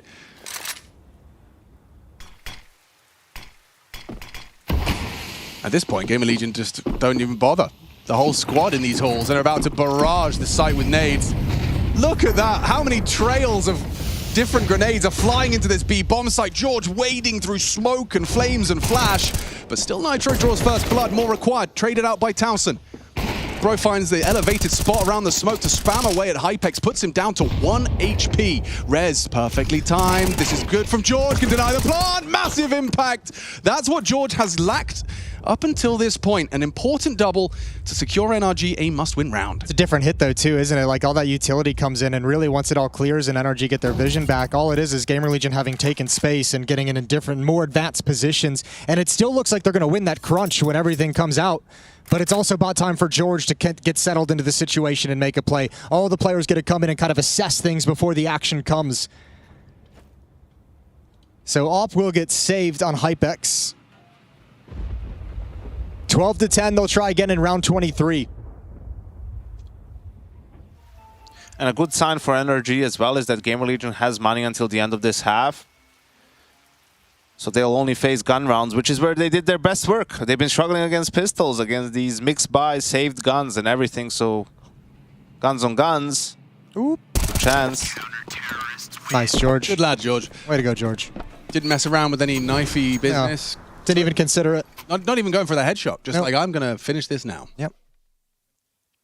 Okay, first of the 3 trials. Test completed. And actually a lovely little gift here from Gamer Legion for NRG. They've used all their timeouts, and so Gamer Legion calling one. Ash wanting to get on that microphone does give Daps an extra opportunity just to give those boys the pep talk, or even if it is just some insight.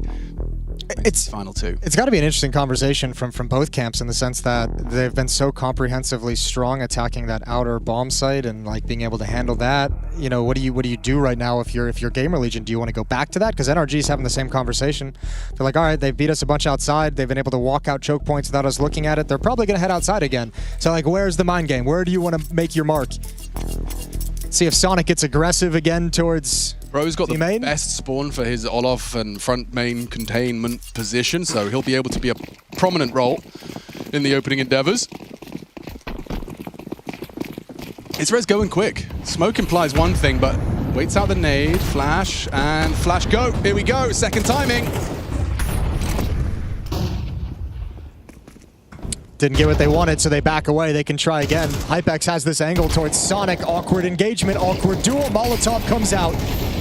It's Sonic who's got to back off, and clothesline as Bro swings in for the fight. Another one from Hypex. Didn't even know if he was aiming at Bro, but it looked damn snappy regardless. An attempted pre-fire, and he converts. Double kill. Here's a little clawback from Nitro. A 4v3 instantaneously becomes a level playing field. If anything, actually favoring the CTs and the health department. Yeah, Towson tried to make a play through the smoke in lower and almost caught Nitro, but was able to adjust. That would have been the round game-winning play, really, from Towson if he was able to make it happen, but back to a 3v3. Still a decent amount of time on the clock. I'd like to see this. Okay, yeah, get into some safety with this AWP. You know, and with time passing, NRG gets paranoid. They could have gotten back Ivy. That's why they're clearing that. ZTR made sure no one pushed B, but looking like another A finish. There's the spot as well. George sees one in main. Coming out now. Flashbang, that was the bomb as well. Nitro hasn't budged yet. And Exotic is going to try and get involved. Nice shot. That's the bomb. Yeah, really awkward with only 19. It's going to have to be ZTR's responsibility. Teammate trying to jump down. Rez doesn't have the health. He doesn't have the teammates. 13 seconds. He can run at George. Knife out. Easy collection. Another multi-kill from George. And another round survived. NRG, 2 out of those 3 tests. I cannot believe they recovered that after the Hypex kills. Yep. That's a 5-on-3 for Gamer Legion that they just let slip away. That's the map right there. Instead, we got to go to round 24. Overtime potentially coming up next. A beautiful second kill. Getting 2 where it felt like 0 was the eventuality. And I don't know how Ash feels about that play from Towson, right? I don't know what their philosophy is in those moments. Still go for it or play the percentages, but would they really use that extra guy for the finish? Give Scoots a call, get that bat out of the box. Dust it off.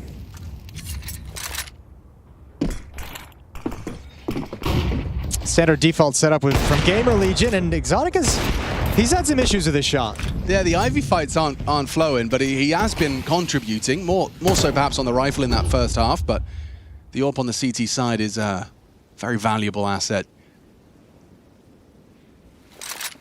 It's not the first time we've seen him struggle to land those shots of the players just swinging across the back wall, so Gamer Legion getting a couple gifts of throughout this half in that sense. Sonic gonna look behind the smoke, trying to see what he can find, any kind of information he can gather. Still no clue what Gamer Legion is cooking. Towson and Rez looking like they're gonna be poised to come through pop towards outside. PR, ZTR, and Hypex looking like they want to attack through main. So a split outside towards this yard.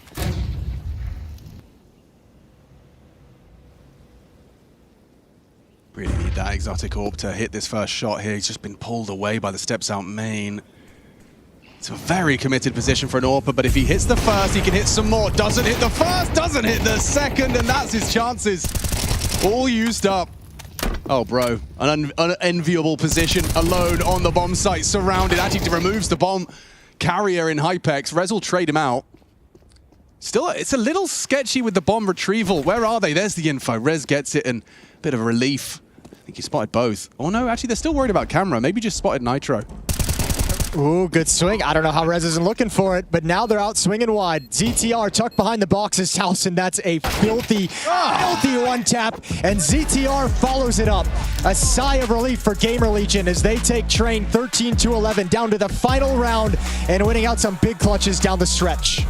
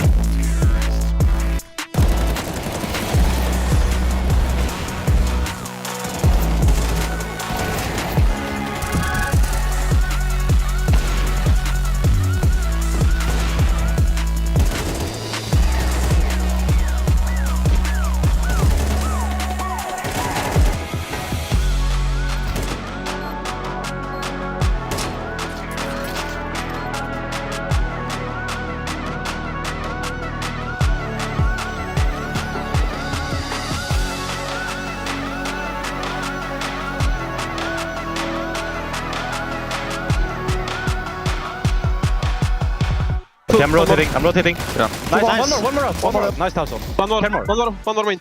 Yeah. Out. I'm flashing above pop. Dead. One more, I think. One more. Reloading. Dead. Nice. Easy, boys. Flashing. He's back pop. Back pop still. And top pop should be, I think. LG. Back pop. One more is close somewhere. Careful 2 lane. Swing. 2 lane, kill him. Kill 2 lane. Nice. 2 lane and one back Z. I got bomb. Molly killer if you have. Killer. One cloud. I got a plant. Both killer. Nice. Tagged up. You're all low, careful. He's low. He's gonna save. He's gonna save. Killer. One more con. Careful. Out rusty. I don't know. I cannot peek. Out rusty. I don't see oil. Can you win to collect that one? Oil. Nice. Let's collect out. 3v1. Nice. Let's go, guys. I'm getting Ivy. I'm coming bomb train. 46 guys. 3. I'm coming Z. More. 2 more. I can't. Peek sack. One down lower. One more lower. One was Ivy. Hold CT. Hold GZ. Hold GZ. Hold GZ. I have C. Careful backlane. I have it. I have lower. I have backlane. You guys are good. Z dead. Last was brown hold. Hold up a sec. Hold up a sec. Z. I have it. I'm flashing him. Play alive. Play alive. Play time. Bombs on back foot. Picked up op. Saving up. I have up as well. Yeah. Let's go double over. Nice. Be ready Nice. to play soon. Yeah, wait a bit more. Let's walk. Okay. Walk out. You can walk. You can call it. Call it. I'm walking out. Go first, Yeah. Milan. They smoke from. Let's walk now. Let's go. Let's go. I'm out. Should be called. We're out. Let's walk. Device. Double link. Low HP. And call. Call out. 10 HP device. Device low. Device down. Kill him. Device down. Nice. That's a spam. That's a spam. Yeah. You did the spam? I did a spam. Hey. Oi. Low. CT out. He's linked. Nice. You have up. Nice. Yeah, we have up. Window No scope from Senzo! It's a perfect end! What is this Counter-Strike? This is madness!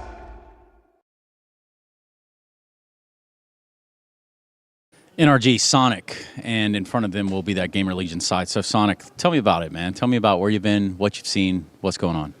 I've just been having fun with a new team. It's been quite a journey.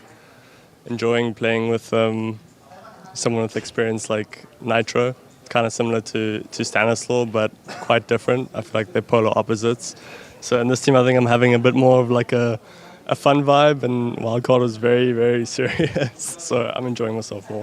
Well, let me ask you a little bit about that then. Tell me a little bit about the differences in leadership qualities in the server when it comes to Stan and Nitro. I mean, because as a North American myself, I'm just curious. Yeah. No, see, I'd say Stanislaw is very process-driven. He's very logical in his step-by-step process. So it's like kind of like to get from point A to B, you kind of have to do like this step, then that step, then that step, and you can't really like skip steps. And I guess in this team with like Nick, Nitro, he's a bit more free-flowy. He's got a bit more like trust, I'd say, in the people around him and the experience they have. And even in the play style we play, like in this team, it's a bit more free-flow. So yeah, I'd say there's less pressure to get it right in this team, if that makes sense, than in the last team. You know, so I don't know. I kind of enjoy playing CS more so this way. Yeah, and you know, I get it. You know, right? I understand that, rightfully so. So let's do this. Let's talk a little about what happened at Fragadelphia. You go there, you have a good series, you play against Cold Zero and company. Talk to me about the experience in Fragadelphia where you guys came out as champions. You know, it's funny. Like we didn't really like set any expectations for ourselves, like for that LAN. You know, I think. We obviously knew like a lot of the teams going to that event haven't experienced an event like that, like Fragadelphia, where it's kind of like, it's like a BYOC LAN, right? Like you can expect to run into a lot of tech issues. It's noisy, it's people screaming at each other, your desks are shitty, chairs are shitty. Shout out Fragadelphia one time, by the way. PCs were good, but the vibes were immaculate. So yeah, I mean, like we went there and we were having fun, you know, we didn't really have a lot of practice and we were just kind of playing off of our own intuition, maybe a little bit of practice, a little bit of strats. I just kind of like told Nitro, like, give me the strat talk, I'll study, you just call what you want, you know? And yeah, it just worked out. We played really well and won the LAN. So last question, you going to beat Gamer Legion today or what's up with that? Yes, sir. All right. Well, thank you very much, Sonic. Thank you. But they recovered the statistics. You're lying! I'm absolutely cracked! I'm absolutely cracked! Clock's ticking away and nothing. He's playing this smartly. He's using it against Get Right. 10 seconds, nothing comes up. He gets the kill and triple and nothing. Are you tired of overpriced, underwhelming, un-American produce? Hi, Alexi Pop! So you didn't leave. Were you actually going to leave? I was trying to leave, but they said I can't leave yet. Well, yeah, because we need you for the lobby content. Yeah, unfortunately. So we're going to put you under the spotlight right now with this most recent roster change. So, people are questioning. They were like, Ash made this tweet about Kersey, and then they changed him. So what happened? I mean, it happened with the major was looking like it was in doubt. The form was down. I think it was kind of...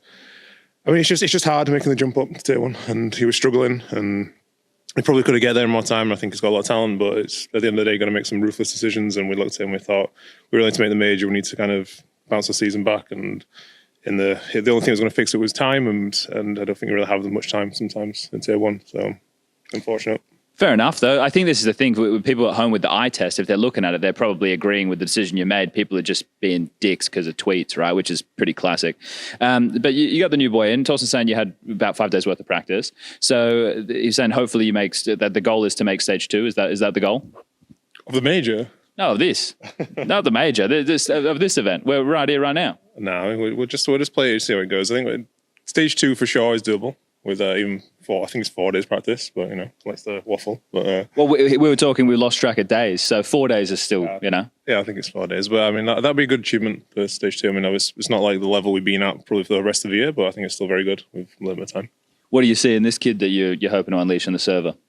Oh, his UK accent. Have you heard it? No. Oh, he sounds very UK. And when you hear someone like that, you gotta give him a chance. But I think he kind of connects the team a bit more. He's kind of understanding of what everyone's trying to do. He's got a bit more experience with the decision making. It's very good, to be honest. It kind of connects. It's above his age. I think he's only been playing for HL3 for 1 year or something, which is crazy. But he kind of understands where he needs to be, how he should be rotating, communicating. I think that we just kind of need that connection a little bit more, people on the same page, and hopefully it'll make us click again. How do you scout that, though? I'm curious, right? Because you can obviously watch the demos, look at the games, right? And then you can talk to people around him and the team that he's a part of. But when you're, especially those things, like connecting the team better, how are you able to glean that from mainly watching?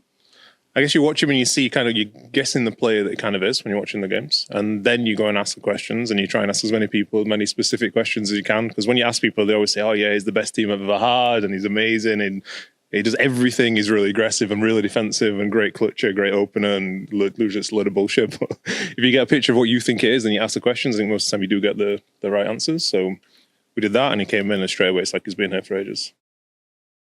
What a flick coming in, Shroud getting one another headshot. Are you kidding me, Shroud? XD.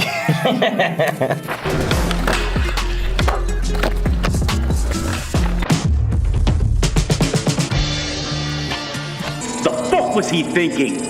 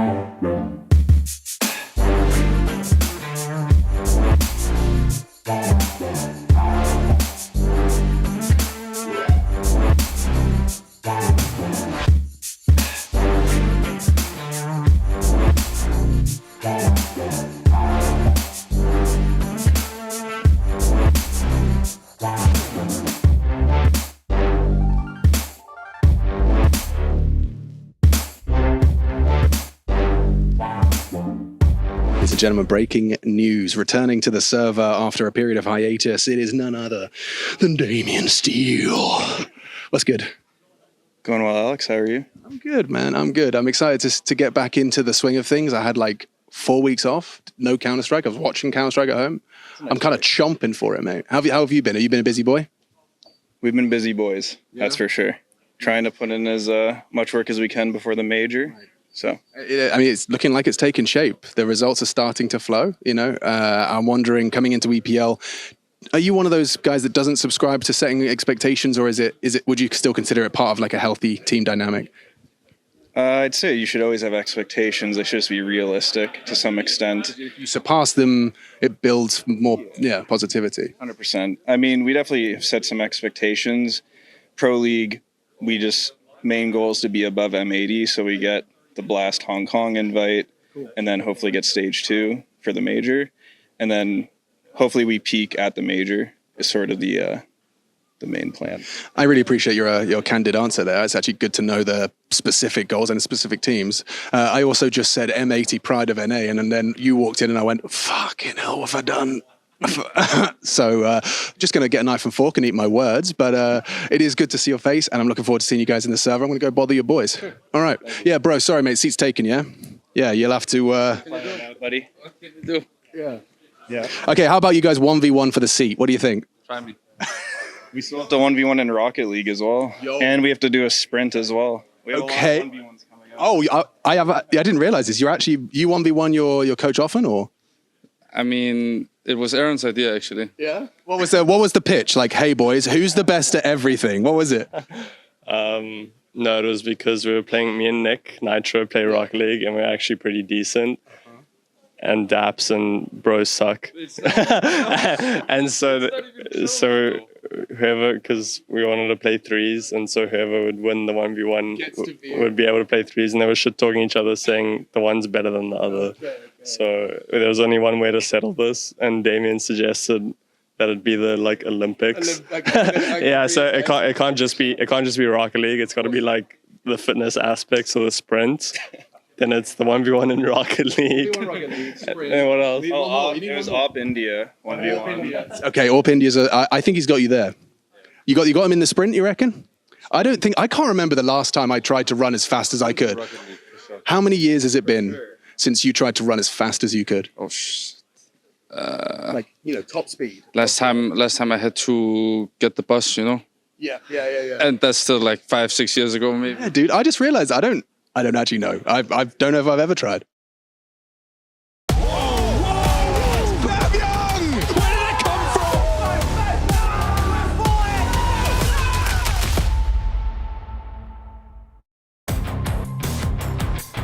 Well, coming off that close victory on Train, Gamer Legion all set as we enter Overpass for the second map in the series. NRG, their opponent on the other side, just barely falling short. Couple of disastrous rounds down the stretch. Might have been able to turn that one around, and they're probably thinking hopefully we can do the same thing on Overpass, minus all the mistakes, minus all the silly losses.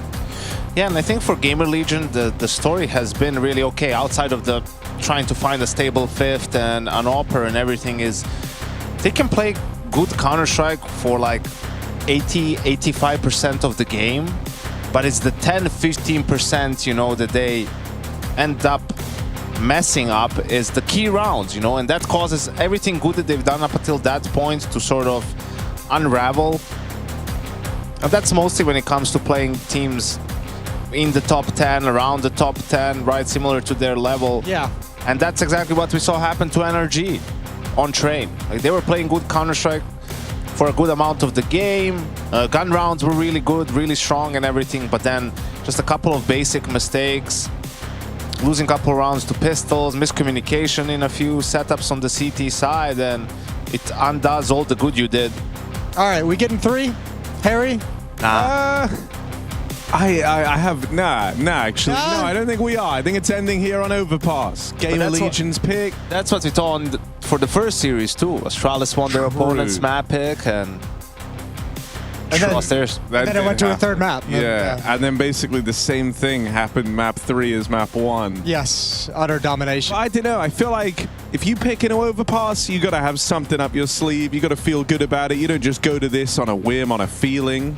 Especially not in a matchup where Gamer Legion are kind of the favorites, right? It's like, I don't think they pulled this map in if they're not feeling that they can do some damage on it, JMO. Yeah, I know what you mean. It's not exactly like a pug map. You can't just hop in there and play the game and have a good time on Overpass. You got to have things set. No, you'll have a bad time, in fact. Sure. So big, it's like a Battlefield 6 map. Yeah, this and Nuke are on my list of things when we play. I'm like, can we not play these 2 maps? I don't want to have to deal with the organization. No, I love Pug and Overpass is easy. Yeah, you just say, let's just go. You are playing against other pugs, yeah. Yeah. I think just don't go B. Just don't go Overpass, B. Okay. Man. It's like the only hard site. Go A. Sneak bathrooms. No one plays bathrooms past a minute. No one likes playing bathrooms. Exactly. Yeah. Well, going to be interesting to see what they've got. We'll see what Gamer Legion is geared up and prepared for after their 13-11 victory on Train. Pissed Around here on Overpass is going live. NRG Gamer Legion. Big match for both of these teams in the context of jockeying for position of the major, of which stage they begin in. A lot of implications of being able to drop or jump up a stage based off their performance at Pro League, and this is a big match for both squads.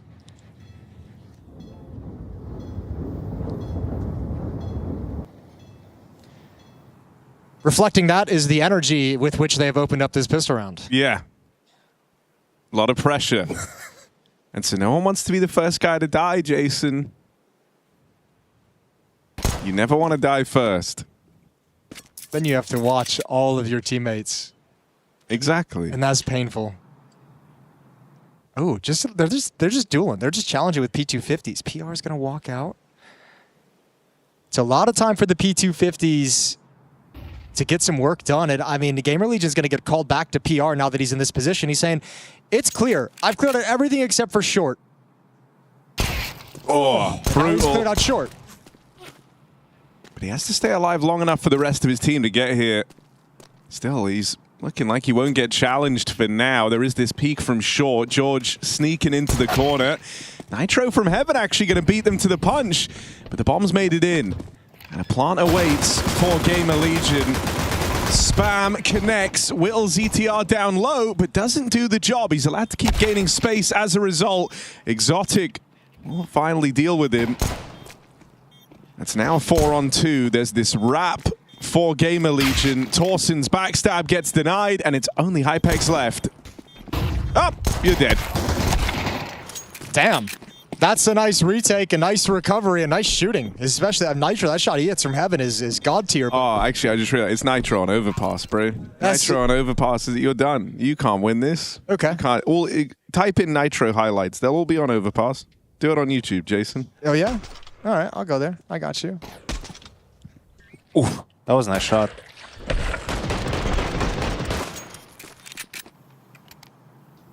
Yeah, this is like Gamer Legion in a microcosm, right? Like, it went so well. PR found good space, got the entry kill. Then Raz plays too fast on the lurk, right? He dies. Nitro hits the shot on PR, and all of a sudden you're 3v4. They know where you are. They're converging on you, and the round falls apart. They are all on Overpass. They are all on Overpass, aren't they? All of his highlights are on Overpass. Every single one. Right, you can think about them just AWPing behind the dice box, the long sequence. He's had some great moments here. Well, that's not enough from Sonic. That actually might be a disaster. Exotic, you got to be careful. Bomb at least stopped and delayed and slowed down, but Exotic, in a tough situation, sticks around for the fight, adds a kill on top. This is really sketchy. Yeah, still, the bomb now cut down, though, and anyone that was actually thrown up in towards the site for Gamer Legion removed. Leaves these two late players, PR and Hypex. PR goes fishing, but won't be able to find anything. It's going to come down to this rifle taking next contact. The attention all on PR out of the long side. There's the swing. The aim punch means he can't convert, and so PR... Okay. Well, this, at the end of the day, expensive, right? Like... Yeah. It's just been an odd round. This has still been going on. PR coming in with 10 HP. Position noted. 25 seconds, and NRG is going to let him step into the bomb site. They feel no reason to challenge the Deagle, for good reason. And we'll see what PR can do.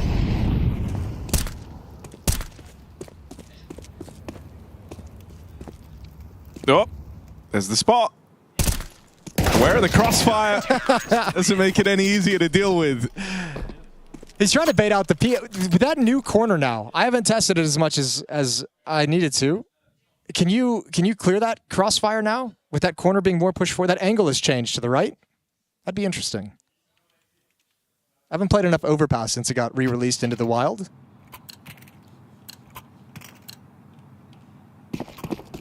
I should know. I've played. Yeah, no, I feel the same way. I'm like blanking. It's because nobody's been playing there anymore. They don't like it. It's too shallow. Oh. It's a great shot from PR. You love that, especially with the hero gun. And Gamer Legion do this all the time. You need to be ready for this, right? They always drop an AK or drop a Galil when they're supposed to have a Glock eco, quote unquote, right? Like they won't invest in too much utility or upgraded pistols, but they will give one guy a rifle, and they do a good job of doing damage in these rounds. Sometimes even outright winning them, because all it takes is one guy to make a mistake, right? And then you're in a 4v5 and you have more ground to cover, especially on a map like Overpass, and the rifle is still in play.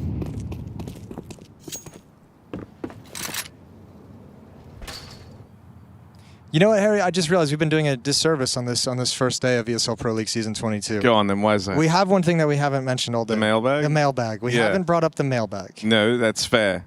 But Chad is the one with the login, so we can't. We can get him started flowing in, right? Yeah. Good point. Yeah, we can get him started moving. So, if you guys have been tuning into Pro League these last few years, last few seasons, we've got the mailbag going on. So you guys can send us emails of questions you'd like us to answer. That can be related to Counter-Strike. Doesn't have to be related to whatever you want, really. And that email would be dhlmailbag@efg.gg. And also new this year is the ability to send in actual physical, tangible mail. I feel like that's very dangerous. It is, and I want it. Dude, I want this to be cancelled after this season. Not because it's bad. I think it's really good. But I want to receive such crazy shit that we have no choice but to cancel. Like the weirdest things. So that we just say, you know what? We enjoyed it, we just can't. Yeah. Like a full... Go on. But hang on. Yeah, no, go on. Just first thing that comes to your mind. No, like, I don't know. Send us some bondage stuff. Why not? Okay, sure.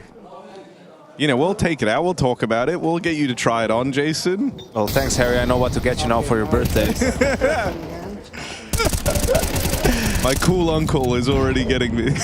Probably 2. 1, 2, 3. Okay, well, this is 5-on-3 in the favor of NRG. Does everyone hear Ollie? I hear Ollie singing, and I hope it's on stream. Yeah. I hope it's on stream. Okay. I do as well. Oh, lovely. That's nice. Open Well, it's Twitch good to know chat. the mics We don't are even have working. Twitch chat open, man. What are we doing? You're right. Harry? This whole show's really fallen off. Let me get Twitch chat open. Ooh, we're getting a fresh remix. Yeah, we are. EVS machine. Yeah, we're all cruising. Okay, Twitch chat is open.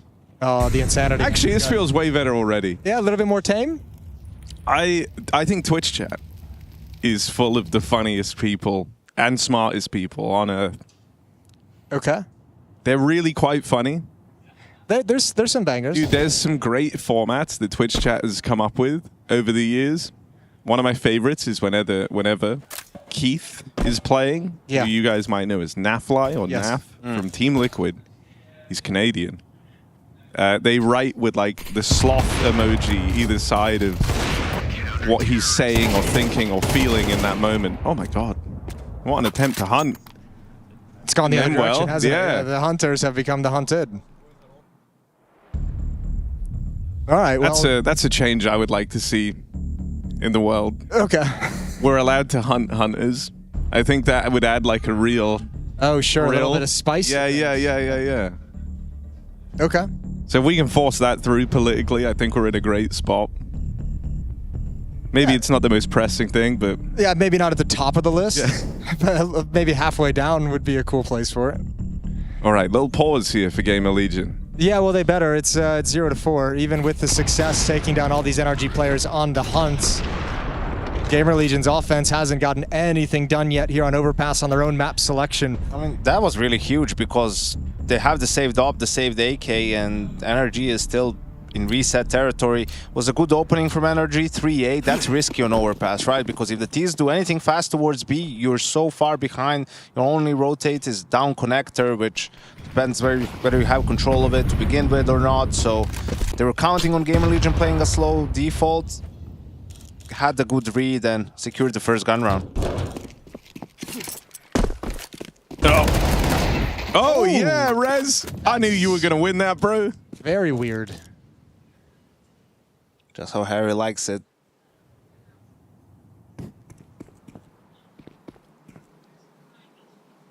All right, I like the re-aggression from Sonic. He's going to tuck himself. I didn't want to take that anywhere. You know? No, but he was talking about bondage stuff. And I was like, why are you talking If about? I'm honest, like, I'm not weird. I have like no working memory today. I didn't. I forgot I was talking about bondage, yes. But I was. And here's Hypex with an orb, firing off over towards long. All right, the first of the train rounds. This is what this is. The first of the disappointing train rounds that are just like, why did we lose that one? I think a little bit of why they're losing it is that hunt from the end of the last round. Oh, you are in some trouble, my man. I think Rez has him right where he wants him. I mean, deceptively. There we go. Yeah. There we go. Don't ever sleep on the Oakland MVP. I was thinking Rez had him right where Towson wanted him. Watching them just creep up. Oh, this is cooked. If you're Bro and George, just back off and save, because like Yanko said, due to that hunt, you're in reset territory. Sonic needs a drop, Exotic needs a drop. George has no money. You have to have these rifles in the next round to have a full buy. So back away, and Lifeline extended for Gamer Legion to springboard right back into this game, or into this map. See, and look at how hunting the hunters has already changed the dynamic of this game. It's a good point. Just as it would in real life. That should be the argument. Yeah. The political body is show them this game. Yeah. Like, could we ever go for content reasons? Could we ever? Have you seen like in Top Gear where they drive across the Arctic? Yeah. We do something like that with you, Jason. In the States, yeah. You and Trace. Me and Trace. Yeah. American road trip. And you have to drive from the North Pole to the South Pole of America. No, the world. Ah, okay. That might be a little bit more tricky. What's the furthest you can go? Like, road-wise? Well, like, just across all land masses. Oh, I think there is one that's in Europe to Asia somewhere. Is it Cape Horn that's at the bottom of... Oh, sure, there is, yeah. Like, or it's one of the capes. Horn of Africa? Yeah. Cape Town? Cape Town, that's a town. I've been led to believe. I was afraid that joke was going nowhere, but you really saved the day. Thank you, man. Yeah. Look at this. They're going to try and come out here in towards the toilets, but NRG playing strong in this position. They a little crossfire on the pistols. Gamer Legion aren't going to walk into it. Will this be kind of the start of the unfurling? The other two rifles, these saved guns, are here, out in the bathrooms, ready to play. They made kind of an interesting decision with their economy, right? They didn't drop the weapons and kind of force up into this round. They sort of said, we'll at least stop the bleeding. If we lose this with the two saved rifles, we'll buy in the next one. What are they going to buy? Sonic's going to have 3,300. Exotic's going to have 3,400. George, 3,400, unless he saves the gun. Like, their buy is not... They're going to have buy. I don't know what they'll do. Bro could just drop an op, so maybe that's what they're banking on. Like, but I don't know. The B players will have to maybe get MP9s. Well, it helps if you save these M4s again, right? Like, all of a sudden that conversation changed because you can drop those over and get some utility. So at this point, yeah, that's got to be the only objective. Even picking up a third rifle would be nice. So 4-2, Gamer Legion creep a little bit closer, but now come the buy rounds again in the next round.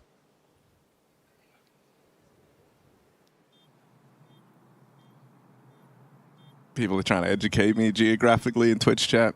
Someone wrote the Cape of Hope, but that sounds like an item in Minecraft. Sure. Sounds like. What about, have you seen Cape Fear? The film? Yeah. Maybe. The name rings a bell. Robert De Niro. Let me look up. Plays a great villain. Cape As in, he does a great job of acting out the role. Not that the villain was a great character. That you identify with and terrible agree with human. Oh yeah, I just read the synopsis. Yeah, let's not conflate these things. No, synopsis is the full thing. You read the summary. Synopsis is actually start to finish, with spoilers. Wait. Synopsis, though, is like the general, like the roundup of everything that happens. Right? No, wait. This is a real battle of the minds over here. Yeah, man. Shut up. 4-2 as another timeout is taken. NRG's first. Nursing this lead, but been put under some pressure. 3 saved weapons helped the buy in this round. Exotic's got his AWP. They got cash in the bank. Not a bad position to be in at all if you're NRG at this stage in the half. Yeah, the plot summary is what you're talking about. It's just like summed up the main plot. Plot synopsis, it tells you everything, right? Like sort of with spoilers, how the movie ends. You don't want to know that when you just are Googling it. Or general survey.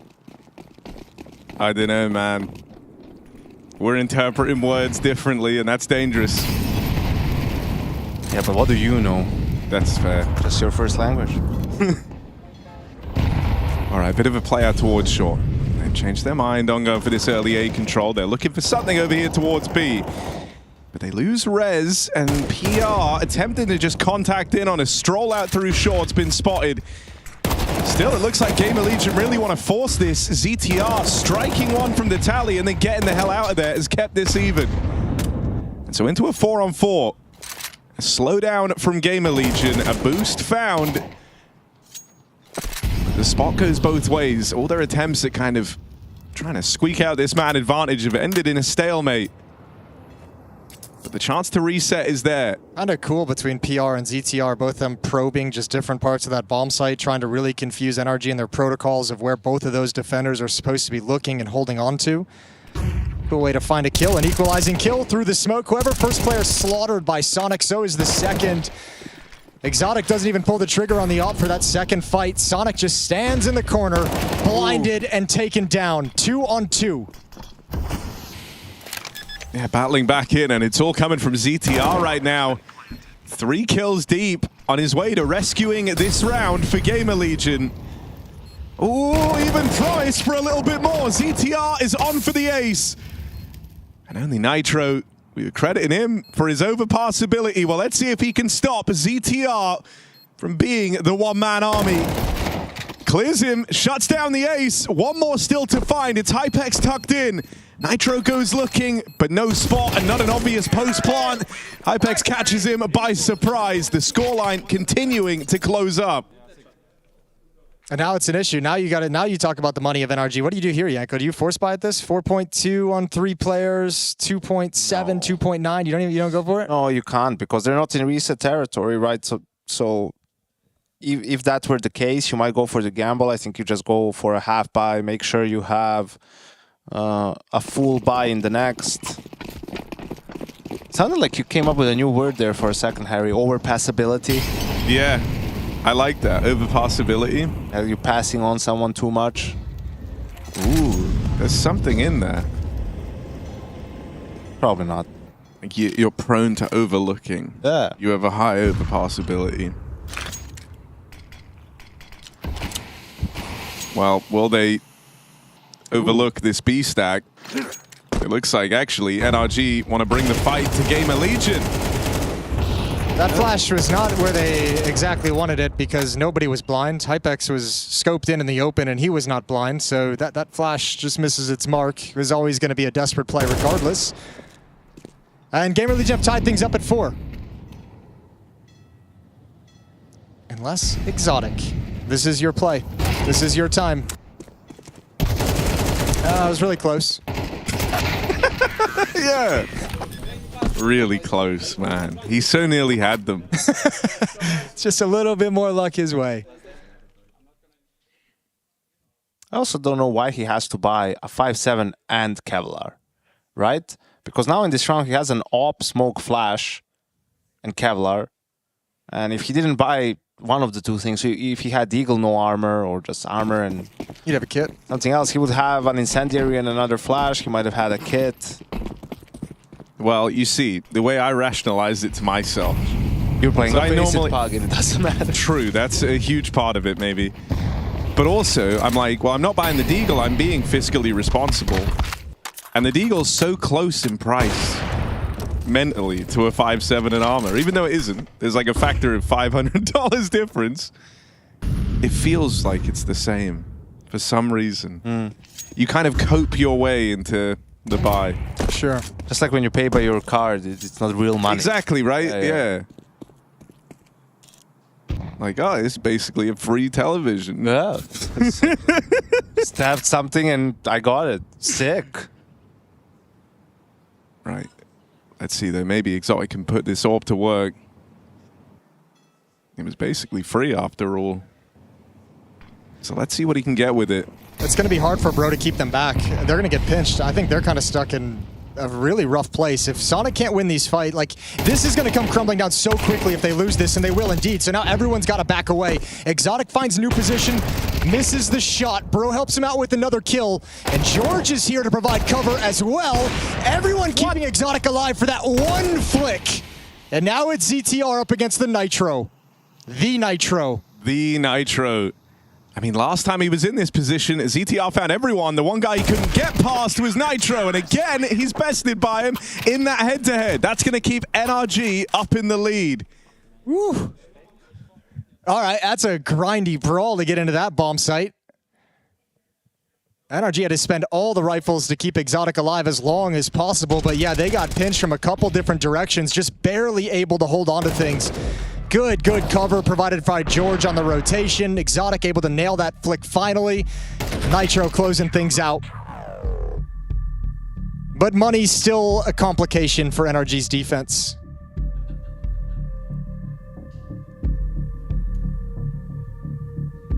Yeah, finally NRG putting a stop to that streak.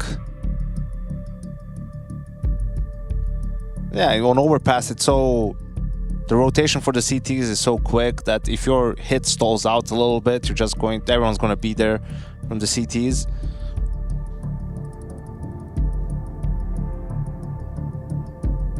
All right, round 10.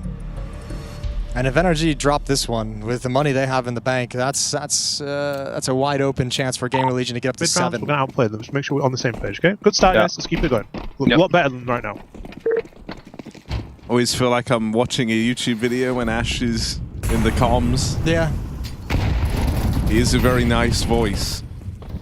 And if this whole coaching thing doesn't pan out, a real career in reading audiobooks. Oh, Sonic nails two as they come around the mid corner. There's an important trade out of Hypex on this orb. So that keeps the round more than alive for Gamer Legion.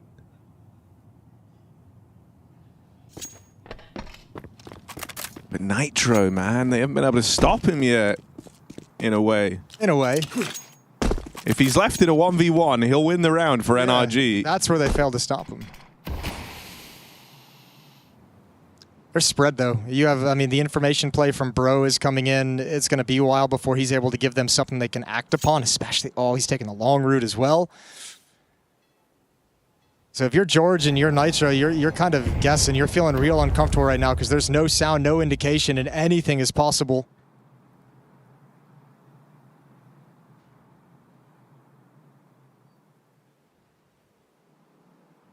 Oh, this is weird.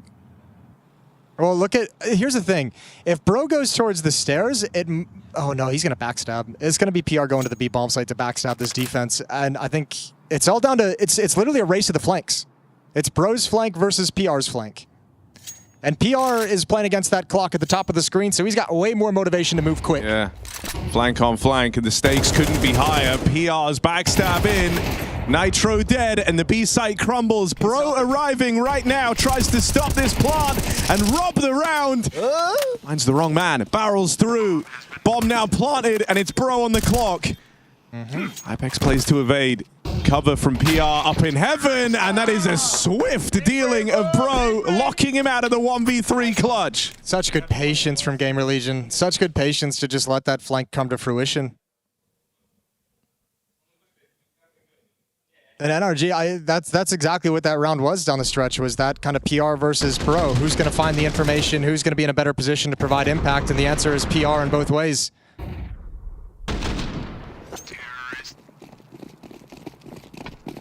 And that's the money completely ripped out of the hands of NRG. They've got no cash to play with. Few upgraded pistols mixed in there, not even armor.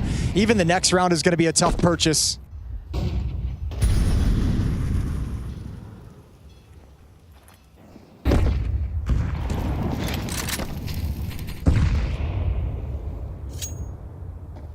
it still just feels like, you know, you've kind of been, it's crazy to think about, but like that one hunt in the save round, like still having those ripples as the game's gone on. Money now fully away from NRG.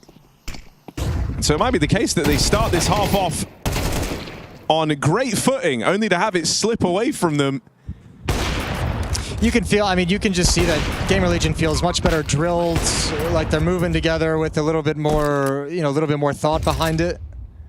And I think that's kind of what's eating energy up this deep into the game, is just so many rounds where Gamer Legion is tactically just working the map and working it, and they found a solution finally. And as much good things as we've seen in the fight backs from NRG's defense, when you don't have the money, there's just nothing you can do. So Zodic is going to be back on the up finally now. It's just so strange to see a hunt like that in the first gun round, right? Like that's the issue, really, in a way. Yeah, that was at 3-0. Yeah, exactly. So until you build up your own economy a little bit more, that was always the rule in our teams. Is, you know, we only do it if our money is safe. Sure, they can get reset, but so can we. We're not doing it. That's unfortunate. Sonic found no real estate without fire.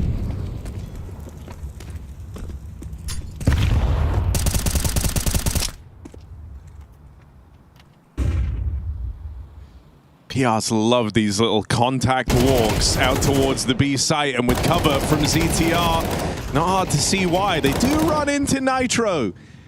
It's going to stop them for now. Can't fully contain that spillover. And so eventually, brute force is the answer for Gamer Legion. It's only Exotic left. 1 versus 3 on this AWP, and a lengthy road to run before he's even ready for a retake. And no one's playing ahead of the pack here for Gamer Legion. They're all within the site playing around this bomb. It's going to be hard for Exotic to kind of get the kills necessary to make this one happen. Should be impossible. He needs a clear hard left and basically stick the defuse inside the smoke. There's the flashbang out. Exotic making his move. Down. First bullet by Towson. A recovery from Gamer Legion. They're up 1-0 in this series. 7-5 going into the second half of a map that could conclude it all.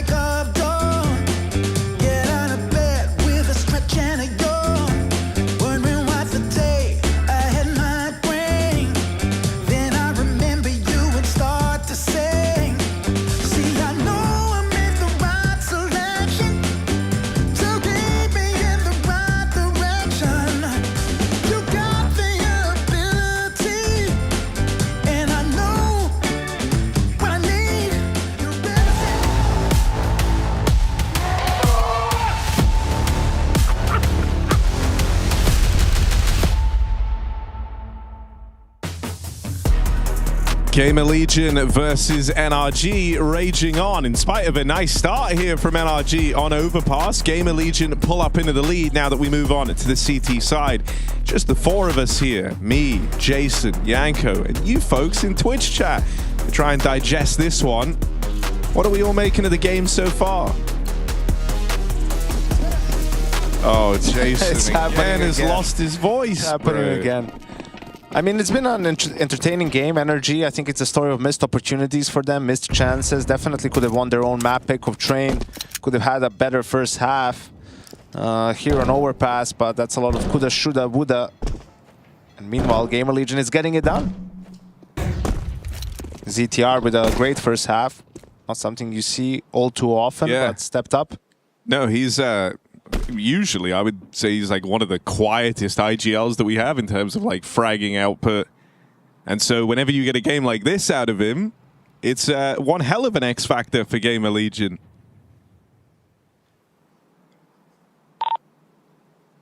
Guys, really, really happy we played there. Really, really nice. Let's keep it going now. I don't want to feel the fear of losing, yeah? I want to feel the taking the opportunity. There we go, that's Ash. We like hearing from him. Thumbs up from Jason. Oh, yeah, Jason approves. I mean, I have two former coaches here with me. Oh, ZTR. He loves a bit of praise from Ash. He wants Ash to know he's a good boy. He listens. ZTR, even more accomplished in this pistol and the knife pull. Oh, PR, you ruined it, bro. Rez was going for the knife. Rez was not happy. He would have had enough money for an op even, for Hypex, get him going early.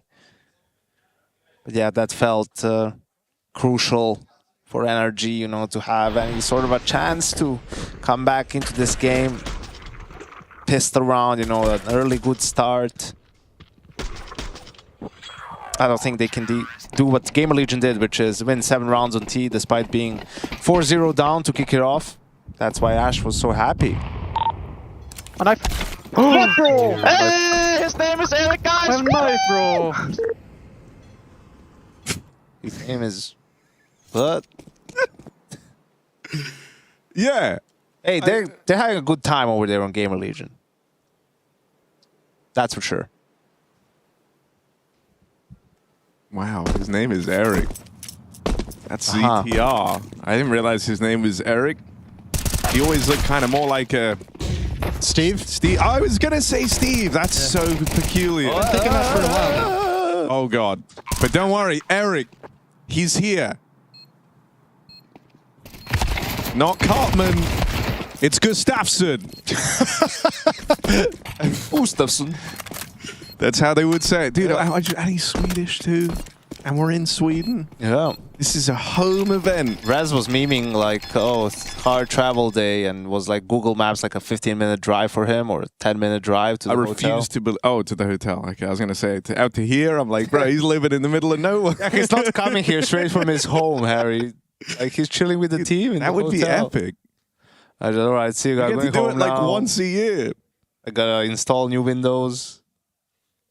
Like, because you just did an event in Serbia. Were you at home? Yeah. Was that weird? Yeah. Was it good weird or bad weird, though? Good weird. It was, then also the venue was 5 minutes away walk from where I live. So it was like, couldn't be more convenient for me. No, that's crazy. I've never gotten to do an event while I'm staying at home. Listen, Jason, I'm just saying, next season, a little local land that Jason puts together, 20K for around the cutoff date. Just for North American teams? I am Grand Rapids. You know Dinko's going to be there with you. It sounds like a theme park. It does a little bit, doesn't it? That'd be cool. I'm down for that. Me and Harry will come. Yeah. To do just the desk. to hang out, or are you guys going to work? We'll work. We'll work. You'll have to pay us. For food. Yeah. And old fashioned. I know all the tricks and negotiations. I can handle that one. Nah. What's vermouth, Jason? I don't actually know what it was. Okay. It's, I mean, I don't really, what do you mean by that? A liqueur? It's a liquor. How does it actually taste? I know I should know. I had it. I can give you a sip later. Problem is, once you have too much of it, Harry, you tend to forget how it tastes. Okay. Yeah. It was really, at first, I tried to make my own. It's a bit sweet, no? He was a bit off on the mixing ratios. What's the one where it's whiskey and vermouth? It's a Manhattan. A Manhattan? I tried to make one. It was more like a vermouth, like a Michigan, bro. Something different. Like it was a lot of vermouth. Sure, it was bright red. Here we go, 9-5. Couple of good kills at the very least in that Glock Eco bomb down. So goodbye here for NRG. They need to get rolling quick to close the gap to Gamer Legion. Oh, and that's arguably the worst possible start. Just a random dink onto George. Nade damage onto Sonic as well. You're already softened up on 2 players who very pleasingly still have 100 health added together, which is nice. This route from Bro is quite nice, though. He's gained some front bathrooms control and now going to work himself out towards long. You do still have Hypex to contend with over at the divider, backing away just now. Good find from Sonic. That's PR to fall. And the push in towards short and a man advantage for NRG. Oh, Bro, here's this jumping. That. Oh, no. It's all a fake, so they should be fine. Yeah, but Torsen, man, I don't know. I feel like, oh, never mind. Nade's pulled. They know where he is now. Charge him down on the back of that smoke. And Exotic has opened up the path into this B play. Just don't all die to ZTR up here in heaven. Good shot from Sonic, and they're going to try and attack into Bro, who goes down as well, and it's just Rez left in a 1v3, other side of the map, wrong bomb site. Going to just save the weapon. So NRG get on the board. 6-9, keeping things as close as they possibly can. I mean, that's a really cool route for Bro to run. There's risk, right? It just walks through that kind of front bathroom smoke, but once he gets the access out towards long, he's kind of there, hidden, unseen. And I think that's key to playing overpass T side, right? You just need to, the players on the extremities, both on A and B, they need to be willing to take risks. And sure, sometimes it's going to look a little bit foolish and you're going to give your life away, but the thing with overpass, like we mentioned, is the rotations are so quick for the CTs between the bomb sites and so slow for the Ts. So for you to expect to, okay, we're going to see what's going on A, and if it's too many of them there, we'll just go B. Well, by the time you do that, they made that trip 2 times. So the players individually need to be capable of poking and prodding and finding gaps and taking space, right? And a lot of the times, like, those players will have a 1v1 duo potentially that they'll just have to end up winning to cause the movements from the CTs, and then you can exploit them a little bit. So a great play from Bro in that round.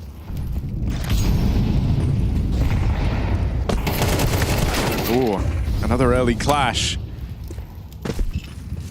Bro gonna get out ahead of it, and that's not only the advantage, but one of these guns gone for Gamer Legion. More aggression all across the map. And it's all kind of going the same way. They're doing a lot of damage, but the kills firmly belonging to NRG. Oh, Towson. A little bit greedy there, my man. You wanted that second peek.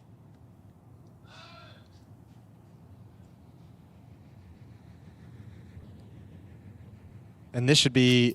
Ooh, when does Bro slide out a little bit further? Easy kill to the side of Hypex, and now it's just ZTR. Once again, unwinnable situation, so saving the M4 is going to be the only option available. The way he's been playing on overpass. That's fair. Who knows, maybe not. But yeah, Raz a little bit of a slow game. I think should be mentioned that even during his NIP time and all those horrible rosters he was a part of and the lack of results and everything, I mean, he was still up. Overpass is probably his best map, or where he was able to find the most impact. Like Overpass A side, that's where Rez, you know, like we used to talk to about Rain or Fur or some of these names that were just household on the A bomb site on the rifle. I feel like Rez, you know, considering the teams he's had, was doing a really good job in that area, being aggressive on the CT side in the mid-round, finding information. And it's looking like his team will need him before this game is over to do some of that poking and prodding. Starting to have some issues. I'd say the past 2 rounds we've seen with these gun round wins from NRG, like they're getting a couple of their first kills have been from aggressive plays, the aggressive push towards Monster, aggressive push towards in the short. The last round, they haven't had to really like go and earn that opening kill. It's kind of been delivered to them. So let's see when Gamer Legion, I would imagine next gun round starts to play the openings a little bit more passive. See if NRG has some tools that can create the opportunities as well.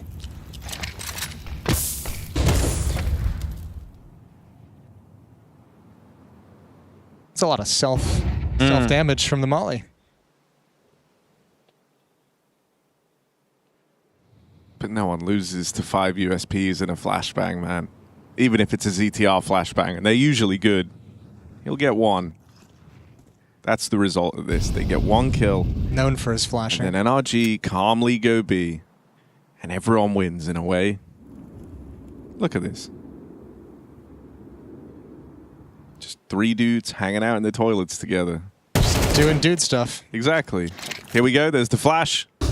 Not the greatest flash, I'll be honest, actually. Nitro Ace, though. Another one for the highlight reel, Nitro. Go get it. Oh, that's a shame. Well, I said they'd get one. And everyone wins in a way. We can still add it to the highlight reel. The 4 kills were nice. I don't know. Anti-eco USB kills. I think, like... It's not going to be at the climax of the song. If you're not, like... unless you're, like, 1v4, then it's fine. But, like, 4K is the worst number of kills. I never clip them. You only want aces. Dumbest thing I've ever heard. You only want aces, man. Like, if you get 4, you may as well have got 5. Nice. Nice. Ooh, Cristiano! Cristiano! Good. All right.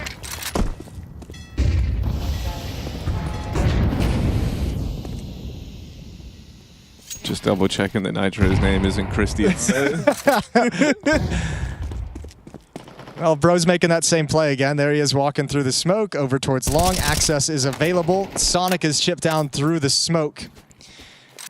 This round, Bro's going to have a clash with Rez, who's creeping up along the wall. He'll get tucked in.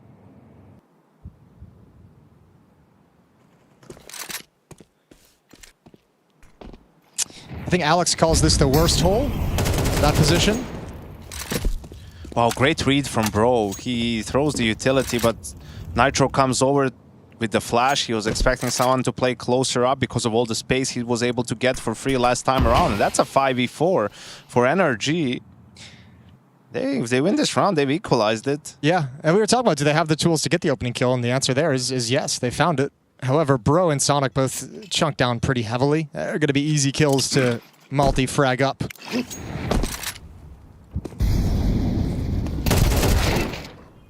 All right, there's something reclaimed in low HP on a bunch of these players here for NRG. That's 2 kills given over. Torsen in their face, shuts down the monster push. And things might have been looking good for a moment there for NRG. So quickly, it's gone the other way. And that could be another one of these kind of back-breaking rounds. It ends up costing NRG everything. Yeah, that one hurts. That's no fun, especially when you get no production from Nitro and Bro over at the 8-bomb site. They needed one kind of a kill. And it's problematic because I think it was a good call for both teams, just a little bit better executed from Gamer Legion, right? Towson had an extra smoke, he smokes Monster, and they play 3A, and they were going to try and find some info. They weren't just going to stay like that forever. And the fake comes in, you get some information, you were going to cause movement if you're NRG, but yeah, failing to get a single kill, and then after the 2A players die, you have to go to not lose timing towards that B bomb site, but Towson just in the perfect position, playing close to the smoke. Shuts it down. Daps is covering his lips now as well. He's hiding the timeout tactics. Dapstan. Dapstan. Do you buy into the covering your mouth so they can't lip read? I mean, I think if they're reading your that lips, it accomplishes the goal. I think the argument is how much of a problem is lip reading at the moment. They deserve it. If they can lip read the strat, Sure. I think they deserve. Yeah, you've worked hard. You've developed the skill. Bro, and imagine if during your timeout you're not even listening to what Ash is saying. He's there like, oh, bloody good job, lads. And then, like, the whole time, your ZTR, you're actually, like, just staring at Daps' mouth. Guys, they're going to go B. And then Dap looks at you and smiles and winks. Yeah. And the whole time he knew. There'd be a whole new level of mind games. Sure. So we go into the reset round, and it's another 5v4 for NRG. You feel like they really need to convert this one. Oh, Raz is so deep.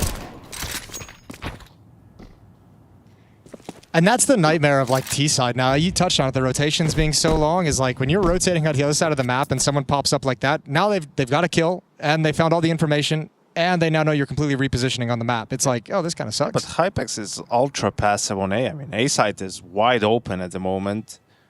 NRG don't know it, but Rez is the A player, so him being deep in connector, I'm surprised they aren't rotating more people towards A. Gamer Legion. They do now, but there's utility in play. Yeah, the plan must be to just play the retake, kind of like stay situated and safe and let the flank do the work where they least expect the action to come from. Good kill from Nitro. Still one more player to find inside those smokes, and it's Hypex. There's one. Bro goes looking for him, but this is awkward around the smokes. Makes it happen. I don't know the whereabouts of both players on this wrap round, but Bro just keeps on going. ZTR now arrives.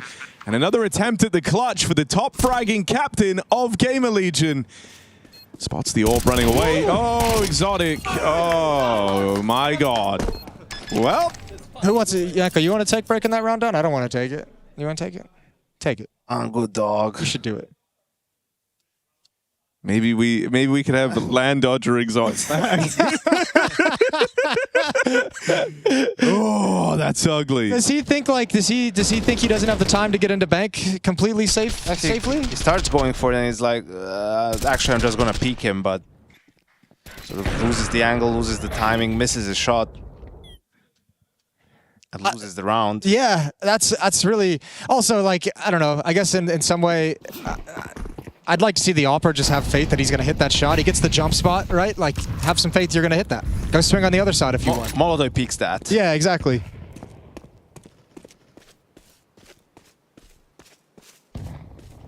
Well, hey. I don't know if this is just anti-strat or something, but Bro has been taking so much space in such an aggressive way.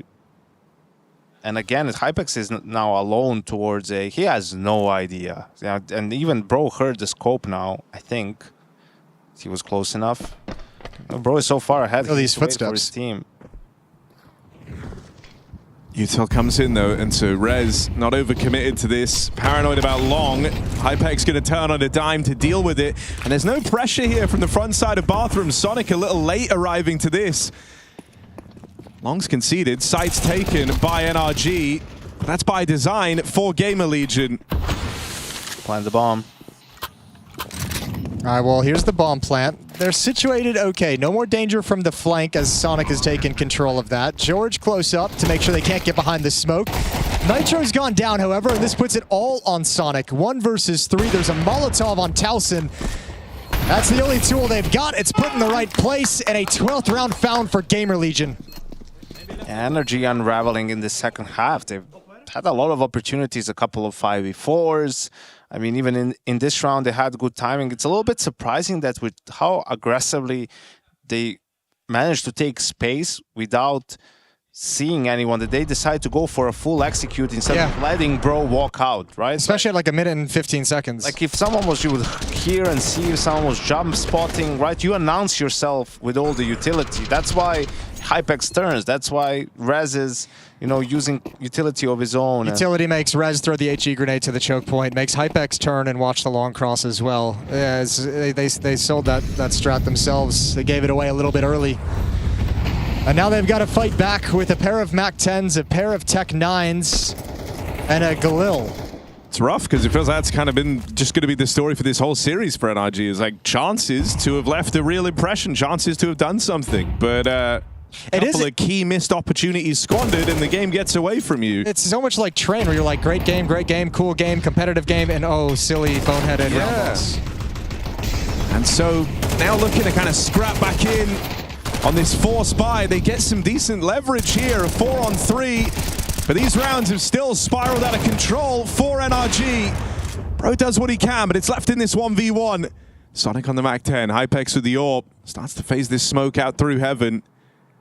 Holds his ground for a second. Sonic seems aware of this chance. The timing. They both missed each other by very, very thin margins here.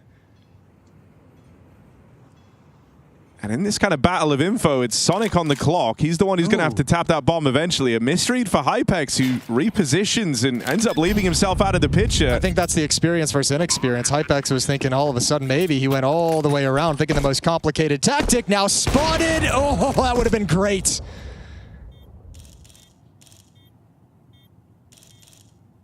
I mean, now it's awkward. Hypex, I think, thought he just won the round there and there. Missed shot second time around. That's an awkward series of misses to hand over that clutch. NRG still in with a chance. Low econ round picked up. Sonic keeps his cool in the clutch. Yeah, and man, what a desperate round to actually win, too. Trading your way all into this bomb site. Really scrappy, really chaotic. Gamer Legion sending everyone to fight as soon as they get there. Hypex not able to convert the one-on-one. Nice first shot with the smoke break, but from there could never get comfortable in the fight against Sonic, and it's a timeout taken. Ooh. This one by Gamer Legion, their third and final as they talk things over. 3 rounds remaining to close out this series. Graham Pitt came through with a message just now. Yeah. Grammy P? He said, "You're laughing, but we actually used to watch teams a lot during timeouts and figured out loads of stuff." So, there you go. Yeah. Covering your mouth is well and truly worth it. Okay. Thumbs up. I think talking to Dustin, the reason he was doing it isn't for necessarily tactics. It's because like people in the CIS community were really criticizing him for and dissecting like what the coaches were talking about, and then using it to just sort of attack people in a way. And so that's why he was not necessarily that the other team was seeing what they're doing or what he's saying. What if you really over the top like mouth pretend calls? Ask Graham what the best thing they ever discovered from lip reading timeouts. You just asked him. Yeah, well, I know. That's so it's kind of a Graham, what Jason says. All right, NRG, come on, golden chance. You can make amends for these missed opportunities here and now. Find this round, break the money. You're right back in on Overpass.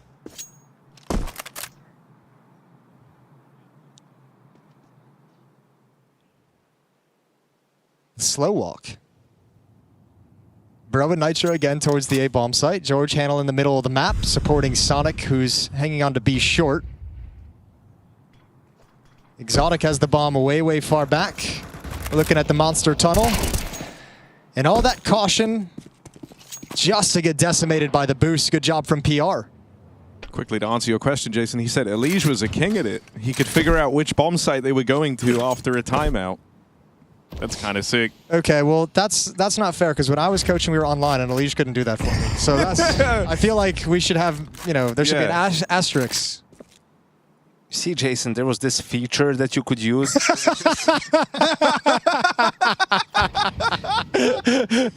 Oh, that's good. Apparently everyone outside of you. I know, we were the only ones. Oh. Exotic leads the charge on this B play. Flashes. What? Oh, what? ZTR blind, but the shot still connects, and that might cost NRG everything. A shot from the Deagle, and this one is stolen away. Gamer Legion with the 2-0.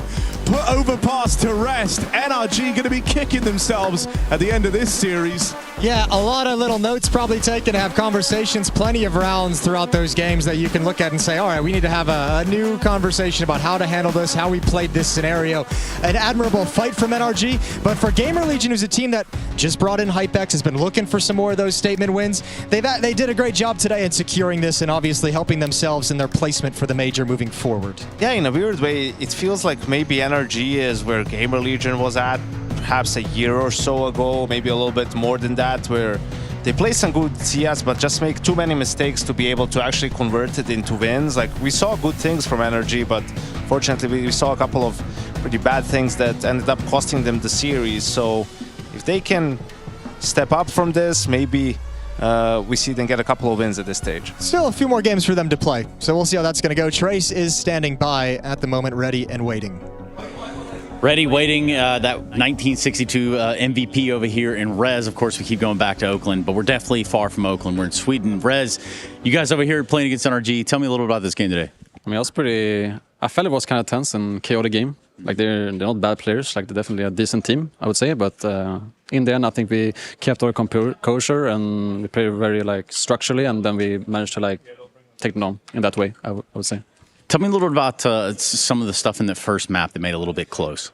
Yeah, like I said, I think mostly because of the chaos that happened, that kind of broke us down in the comms. It was pretty chaotic at times. So, yeah, like I said, we managed to close it because we took some tacks and just talked it through and just tried to like calm ourselves down and be more chill, you know, and then everything came together. Well, it's always about being more chill, especially when you have to problem solve together. Tell me about problem solving with your team. Problem solving, I mean, it's mostly Ash trying to like make sure what we like keep us on the ground kinda and make sure the ideas and the game planning is set kinda. So I mean, he's just keeping us on our toes when stuff is going bad, and I think it worked out really well today.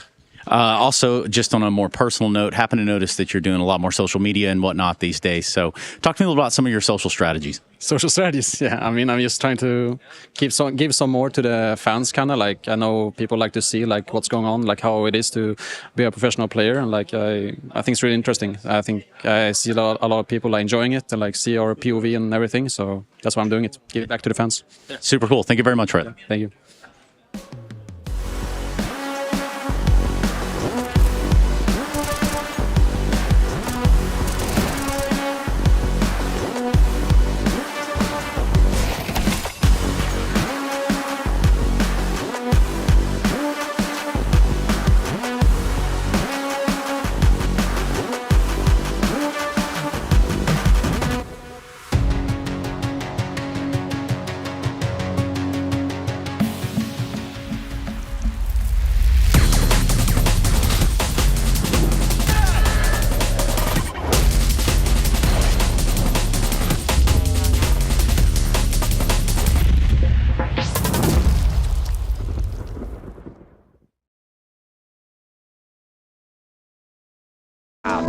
Never sleeps. Both teams with their reasons to fight tooth and nail to take that one step closer to the trophy. But this series was no sprint. We are so back.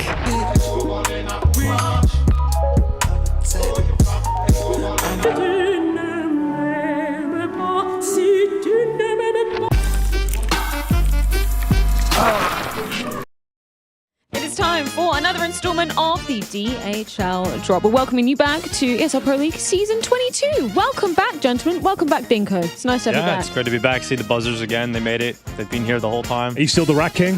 No. I got demoted from that position. Okay, It's nice. done. It's done. Prince. It's over. Yeah, maybe I'll have to climb back up to it, Henry, but I'm hoping to take a different approach this time. Oh, I'm good. Glad to have you on the team. What's our team name? Well, I've just moved to Malta as well. Do we get to have another? This is a very Maltese setup we've got right now. Oh, that's true. Maltese Falcons will stick with that name. It's a classic name. Okay. Yeah, Maltese Jokers over here, Chad. No, I was thinking Lord Byron and Butler Birchall. My butler. Quite a long team name. Right, before we get into it, we just want to make sure that there's some good sportsmanship. Can we shake hands before we start? Of Is that okay? course. So look, We've already discussed. We've discussed terms. Wonderful. No, I'm kidding. Well, big hands you have. Oh, he got him in the old classic. He got him in the old classic. Everybody want to test that they've got fingers on buzzers? He's Lovely. very quick okay, about it. that's excellent. Known to be quick. Rules, Wait Henry. for Got it to new reset, rules. wait It's for kind it of to reset. Give it a little tap.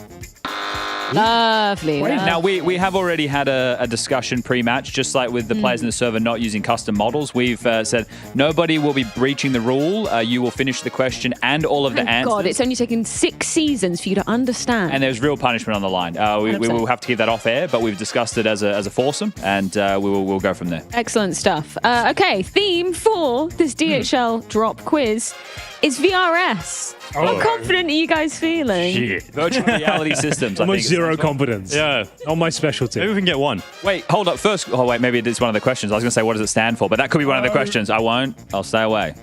It's the Valve ranking system. We all know it. Gotcha. We all know that. Are we ready? It's a Valve ranking system. Yeah, that's what it is. Okay, we'll start off potentially easy, maybe. Question number 1. How many slots are available for the Star Ladder Budapest Major 2025? Is there an A, B, and C? Don't we have to wait for the A, B, and C? It's coming, it's coming. Okay. Oh, dear. Is it A, 16? Is it B, 24? Is it C, 32? Or is it D, 40? Of course. That's work, Chaz. The answer that I believe is correct would be C, 32. 16 was the original majors back in the 2013s, 2014s, 2015s. We obviously progressed to 24-team majors, and hopefully in the future we don't reach an odd number like 40-team majors. I'm going to lock in 32 teams, please, Freya. That is indeed correct, and I'm going to give you an extra point just for the context that you added to that. Thank you. Very system. studied, Yeah. yeah. Interesting information. Okay. As long as it's educational, guys, that's what we're here to do. I would have said 24, so I got that wrong. So I'm just going to put that out there. I would have said C first. Wouldn't have had the explanation, though. We have get invited to many majors these days. Four stages, all right? So it's 3 Swiss stages into an 8-team single elimination bracket with an unfortunate best-of-3 playoff. There we go. A final. An extra point. Give him 3 points. Yeah, Take all the points. Everyone's just giving points. You chose the best teammate you probably could have. I didn't choose him, but I'm very glad he chose me. It's like family, you know? Yeah, blood. Excellent stuff. Okay, question number 2. Which region will be represented the most at the StarLadder Budapest Major 2025? Is it A, Europe, B, the Americas, C, Asia, or D, other? I would like to just lock in the obvious one, Chad, if you're happy with that. I would like to go for a nice European conglomerate. I think the other regions have been raising the roof. Asia's been coming through, but in terms of quantity, Freya, you got to go with European These are Counter-Strike. very educational answers. Thank And it is right. I read the room. Well done. Well, what is other? Just curiously. South Africa, countries, isn't it? Antarctica, Hawaii. The other ones. Great Counter-Strike regions, of course, yeah. I feel like this buzzer's broken. Do you want to swap buzzers? Yeah, I'd like to. Let's swap That's buzzers. okay, yeah. That would be great. Swap buzzers. We're going to come back into this game. Swap buzzers. You choose this side all the time, Henry, Exactly. right? All right, okay. Okay. Points follow the team. Right, switch hands. How many points you got? 4? Well, if we got Just bonus in and points, out? yeah, look. Yeah. At 4 least points. four, at Sounds great. Okay, question number 3. How many slots have Asia got for the StarLadder Budapest Major 2025? We have 4 possible answers. A is 3, B is 4, C is 5, and D follows along as 6. Well, that buzzer is better. All of a sudden, right? What's the question? We said we were going to do this. I was so focused. I'm gonna go with B. Okay. All right. We've had better performing teams at the majors recently with the Asian teams coming in. They used to have only 2 spots, right? But it's wrong because Chad's already hit his buzzer. Yeah, that is wrong. Excuse me, I would like to interject here. So for Buzzer the work, though. upcoming major, great performances from Asian teams in the previous, that is Blast Austin Major. The Mongols, gentlemen, they were in the grand final. Yes. They have earned the Asia region a spot in stage 3. Tailua Linvision, I forget, earned a spot in stage 2. And there are 4 spots in stage 1, making a total of 6. Locking in D, please, Freya. Excellent. It's so cooked. We're getting flattened out here. We got the good buzzer though. Oh, it is true. That does. See, that's proof that I would have got the first 2. Yeah. With the buzzer, you can thin out our options. quicker. It's going to be fine. I got this. How many more questions? That depends on how quickly you get through them. Oh. Question number 4. Okay. What is the cutoff for the StarLadder Budapest Major 2025 invite? So we're looking at a date. In true Mean Girls fashion, we got October 3rd as A, B, October 4th, C, October 5th, or D, October 6th. I do know it. It's October 4th. It's October 4th. I'm pretty sure. No? Oh my God. No, you were so confident. I believed I read it somewhere. All right, Chad, what is it? Or 6th. The date will be October 6th. Yeah, that's what I read. That is what I read. I could have been. It's all coming back to me now. Yeah. Where did you read it? The context a of website, this, maybe? A website Or maybe somewhere. on a toilet wall. I don't know. I'm not sure. The context of this, just for everybody playing at home, is stage 1 of ESL Pro League's 22nd season will count to the VRS. Stages 2 in the playoffs will not. And all these smaller events like Birchland, Draculand will all be taking place before the 6th of October. Virtual land. Yes, yeah. In Poland. Looking forward to it. Another bonus point. Thank you. There, Chad. I'll take all these I don't even points. have enough fingers to keep count of all these Normally points. gold stars, but we'll do points. Question number 5, if it even matters. How many slots did the Americas have for the Blast TV Austin Major 2025? Answer A is 8, B 9, C 10, or D 11. I would like to jump on that and go with option A, being 8. I have no explanation. Are you agreeing? I'm happy to get, like, if he gets it wrong, it's fine. I They can can lose have a a crack. point for us. I think It's that's wrong. okay. And for all the points. Oh, no.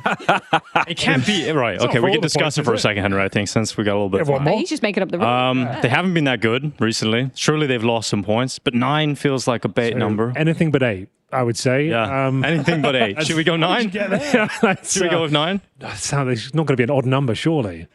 Could be. All right, yeah, go with 9 then. Could be 9. Go with that. Hold on, there's 32. We haven't hit the buzzer yet. I knew it wasn't an odd number. No, you already locked it in. You said we're going for 9. Okay. 50-50. That would be. Chad, any strong thoughts on this one? Two options. Look, I'm just going to try and base this off. We had Furia, we had Pain. Both of those teams made the playoffs. Team Liquid was North American at the time. I think let's go. Let's go quite high here. Let's go with. I want to say. I don't actually know the answer. Let's go all the way. Oh, I feel like odd number is risky if we've got 2 options. So that's my logic. Europe.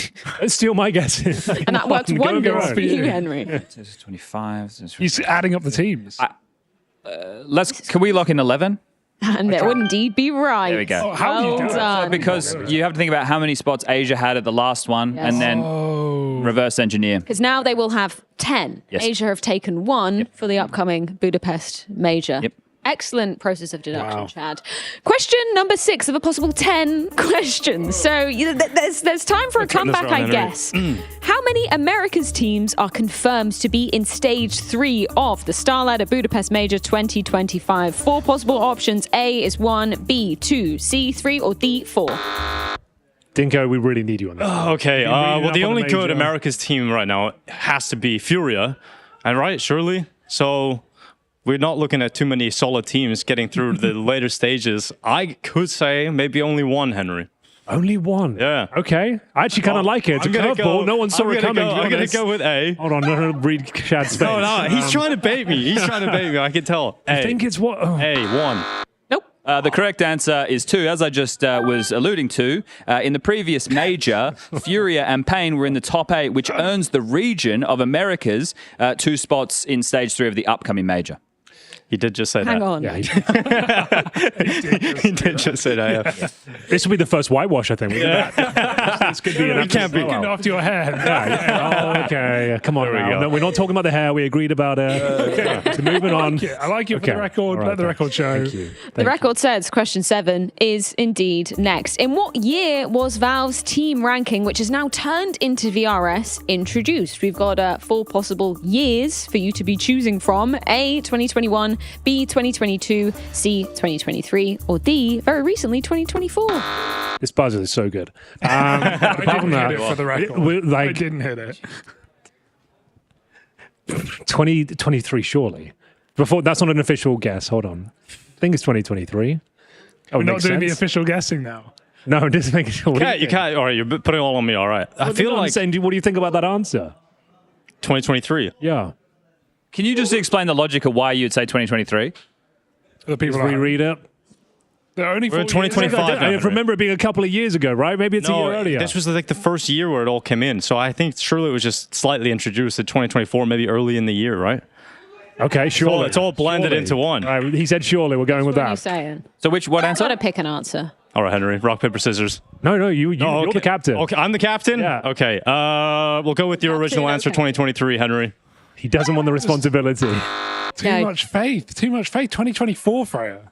No. So this is where I think it was. It's an interesting question. This is where I think it's a little bit of a trick. Introduce. Yeah. So if we go way back in the time machine, remember we were in this very studio where LNZ was playing with Device on NIP, and there was it was broken up into different regions. Remember? So we had like Europe, all that type of stuff going. It wasn't. It was. I think it was 2021.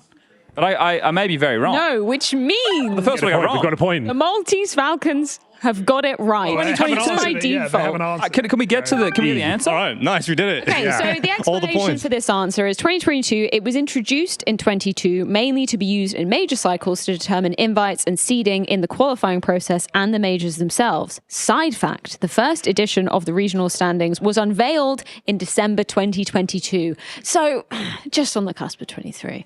Okay. Don't remember that. No, I don't either. No, me neither. Maybe we'll get this one fact Huge checked. points for Team Falcons. Yeah, that's fine. They're on the board. Point singular. They're on the board. One off the board. A point. Okay. And a chance for the comeback to be on if you can get question number 8 right. Over what period of time are results tracked for VRS? We've got 4 possible options for you to choose from. Is it A, the last 3 months? Is it B, the last 6 months? C, the last 9 months? Or D, the last 12 months? Hit it, Chad. Hit it. And this is winner takes all, by the way. Oh. Worth hitting. Get it wrong.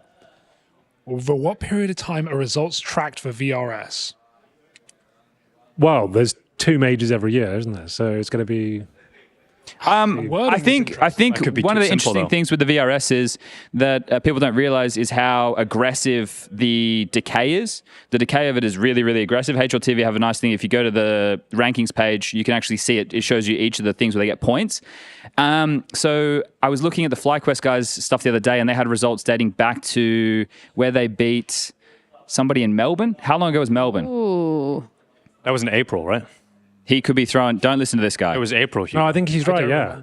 April 1st. I want to. Right after. Major was May to June.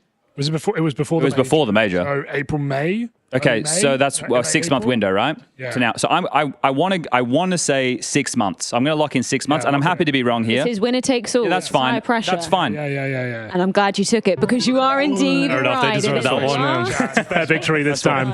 Nice work. We'll be back, though. We'll be back. Because this wasn't our specialty subject. GG. Yeah, we'll be back. We'll be back after this. GG. Oh, that's not good sportsmanship. I have a sweaty hand, but I would like to shake regardless. I only did what was done unto me. Pre-game, it's okay. Oh, but post-game... Yes, you're going to destroy everyone? Yes. Hell yeah. That's what I wanted to hear. Hell yeah. This discounted prime NAF fly. No Grand Slam price tag on this one. And your grandma? Loquacious, 21 points.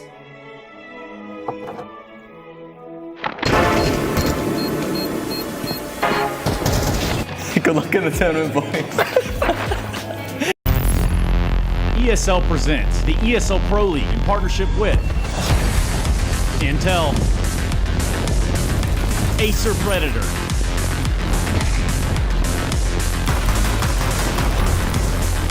DHL, and Kadia.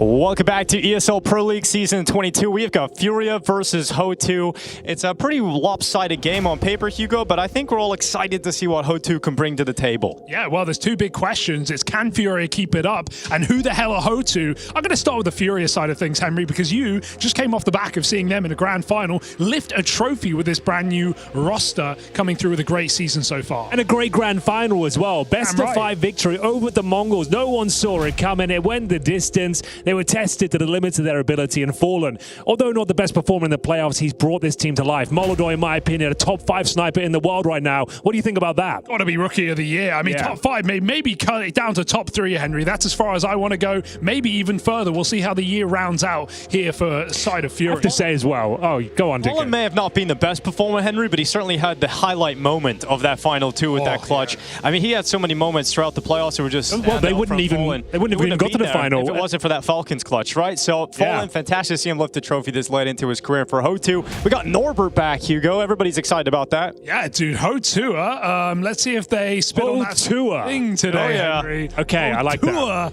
As they take on Fury. Got to get one in early. Do we know where Hayley Welch is these days? Have we heard where she's gone to? Is she on the run? On the run. We'll have to find out, Henry, and maybe people can let us know if they've seen her in the mailbag. That's the DHL mailbag. Do you have the email to that to mind, anyone? You would think it'd be on this computer open up. I don't think they used it once in the previous broadcast, which is a massive shame. I'm going to guess it's something like DHL mailbag at ESG.gg. It's a new address, and I think that's pretty much it. So send through your mail. Let us know where Hayley got up to. Let us know if she's still spitting on that thang as we get into Ho2 versus Fury. We're talking about Ho2, though. Who the hell are these guys, right? This is a team that we actually saw the core of which at Astana this year, managing to win over in their region.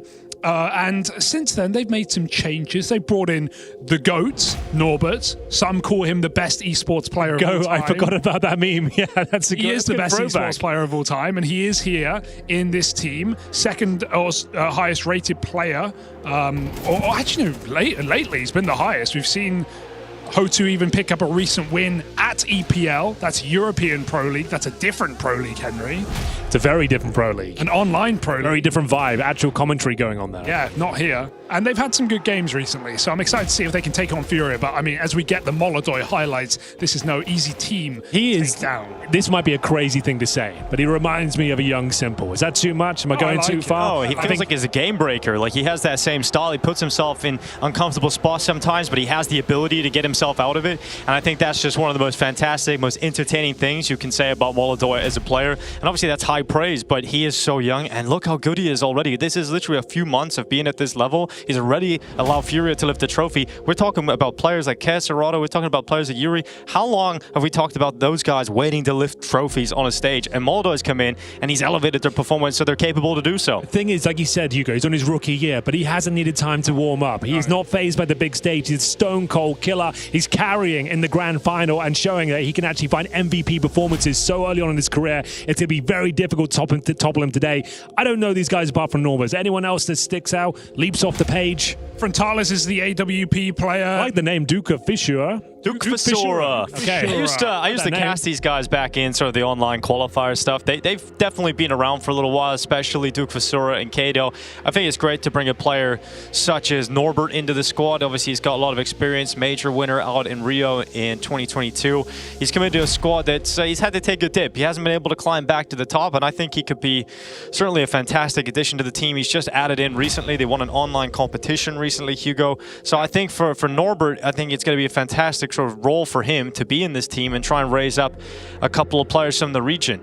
And we've got a lot of Kazakhs on the server today. 3 of them. Yeah, it's going to be... So I'm excited to see how this game's going to go down. I think they're going to give Furia maybe a more difficult run than we might anticipate. Yeah, on top of that, we got major winner Mo behind Hotu, I'm presuming also in the studio as well. A lot of major winners going on. Back on the scene and back coaching this squad as well. We saw him even in their run to make it to Astana, which is a previous event in the year that Hotu qualified for. They got 1 win there. They beat Gamer Legion. They went out 1-3 in the Swiss. It wasn't anything too miraculous, but since making these changes, since bringing in another major winner in the form of the Norberts, I think Hotu could have something to show today. Let's find out as they take on Furia. Oh, lovely setup there, Hugo. Ladies and gentlemen, it's the big game of the day. Furia coming here fresh off the trophy over in Belgrade. Surely the favorites going into this one, but we're hoping for a strong performance and a great game. Let's get into it. And we're kicking things off on Overpass, a map the Fury have only played twice. It's 1 win, 1 loss. They played against G2 and the Mongols, so tough opposition on the map. We'll see if Hotu can really test them on the opening map here. The B bomb side looks pretty open. We've got Caserato playing up towards Heaven, and Hotu going to be hitting B pretty hard. Second most played map here for Hotu, so they're not just counter-picking, they are comfortable here. They know what they're up to. Quick Heaven smoke comes in, and the B rush on a retake setup. We'll smoke up to Heaven's going to keep Caserato back for the time being. And now the connector flood of players in Furia has arrived around the back. Frontalis looking to the backside instead this time, and he's got 1 and then traded by Molodoi.